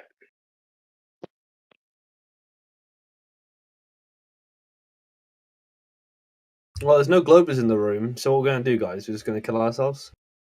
You are a Glober. What are you talking about? Well, I am, but like, I think, I don't know. I don't have anything really that much more interesting to talk about. I'm currently looking into some things, but I'm not. I've got nothing new for you. Which video game are you playing? Which video game? RuneScape. RuneScape? Is that fun? Let me check it. I think so. I think I've seen it before, but haven't. Never played it before? You're old enough to have played it, so. Are you calling me old? Well, you're old enough to know what RuneScape is. That game is like 20 years old, isn't it? Yeah, it's almost as old as me. Highly addictive. I was 3 when it came out. I'm not a fan of these type of games. Yeah, you prefer to fly into in simulation games. I prefer to grind and get XP. All right, I like watching numbers go up. Oh, RuneScape. Okay, yeah. There's so I just much to do. It's burn like fuel. a never-ending game. Yeah, exactly. I just for a year now.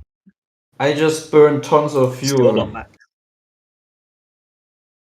That's what I love to simulate, burning tons of fuel. Yeah, but I feel like simulator games get boring quickly because once you've done it once, I mean, like No. every other time you do it, it's just going to be like the same thing but a different location. Right? Dude, I never get saturated whereas by RuneScape's so varied to the point where I can mine in several locations, right? And it always Dude. feels a little bit different. Dude, you want to tell me that a 1-to-1 scale of the map of the Earth is I don't going really to care get about boring? that. Yeah, I mean, I can't. the game, right? I always, even if I do a route several times the same, you know, I still always see something new in the landscape where I'm like, That's wow, all this well looks and good, amazing. but I've just walked to and fro from the same anvil for about 6 hours today. That's more exciting to me, okay? Yeah. Yeah. You're a really British person. Why don't you go outside and walk? Not happening. Boring. See, if you play simulator games, Going outside means I can't get. if you play flight simulator games, no one can tell you why you don't go outside flying, because you can just say, I can't. Yeah, why I don't you don't get on have a real airplane, buddy? Way less exciting than this bloody simulator. do some 9/11 stuff. Okay. Get some box cutter. Going outside and do things. What are you, old? Yes. Yeah, that's actually old man stuff. Going outside. No, I'm too young for that. I'm just joking. I grew up indoors. Well, I mean, you're British, man. There's always Why does everyone rain, keep and mentioning that I'm British today? it's Curious. ugly outside most of the time. I mean, look at the houses you guys live in. Have you I mean, seen that's Germany? depressing. I've been to Germany. Your capital city looks like Manchester's worst area. That's not true. Come on, be honest, man. Like the houses in Britain, they all look like I don't know. I don't like it. It Like reminds. houses. Yeah, but you know everything in Britain looks like depressive. There's no other word I can. You literally have communist blocks in the east of Germany. What are you talking about? Yeah, but I don't live in the east of Germany. I Yeah, live well, in I the don't west of live. I don't Germany. live in a depressing area either. There you go. Sorted. I live in the west of Germany, man. Okay, well. Yeah, Actually, the you most look like think about actually Bath. the For instance. most If you go to west Bath, of the if you go west. to Bath, you find beautiful architecture, Roman baths, all that sort of stuff. If you go to Germany, it's like west side, you get a few woods with nice cities in. The east side's just communism, You have no dreary clue. communist blocks, and then if you go south, you get a few mountains. You're How lovely! clueless. You're clueless. I've been to Germany. Have you been to the UK? I haven't been to the UK, to be Nein. honest. No. Ich habe nicht been to UK. And I actually don't want to go there. There you go. Well, There's so actually I'm the one who nothing can drawing me compare our there. countries because I've actually been to both. There's And I really think the nothing UK is drawing better. me there. I don't know why. I mean, I could book a flight tomorrow and fly there, but there's just no reason. What do you want in Britain? Nein. Fraulein.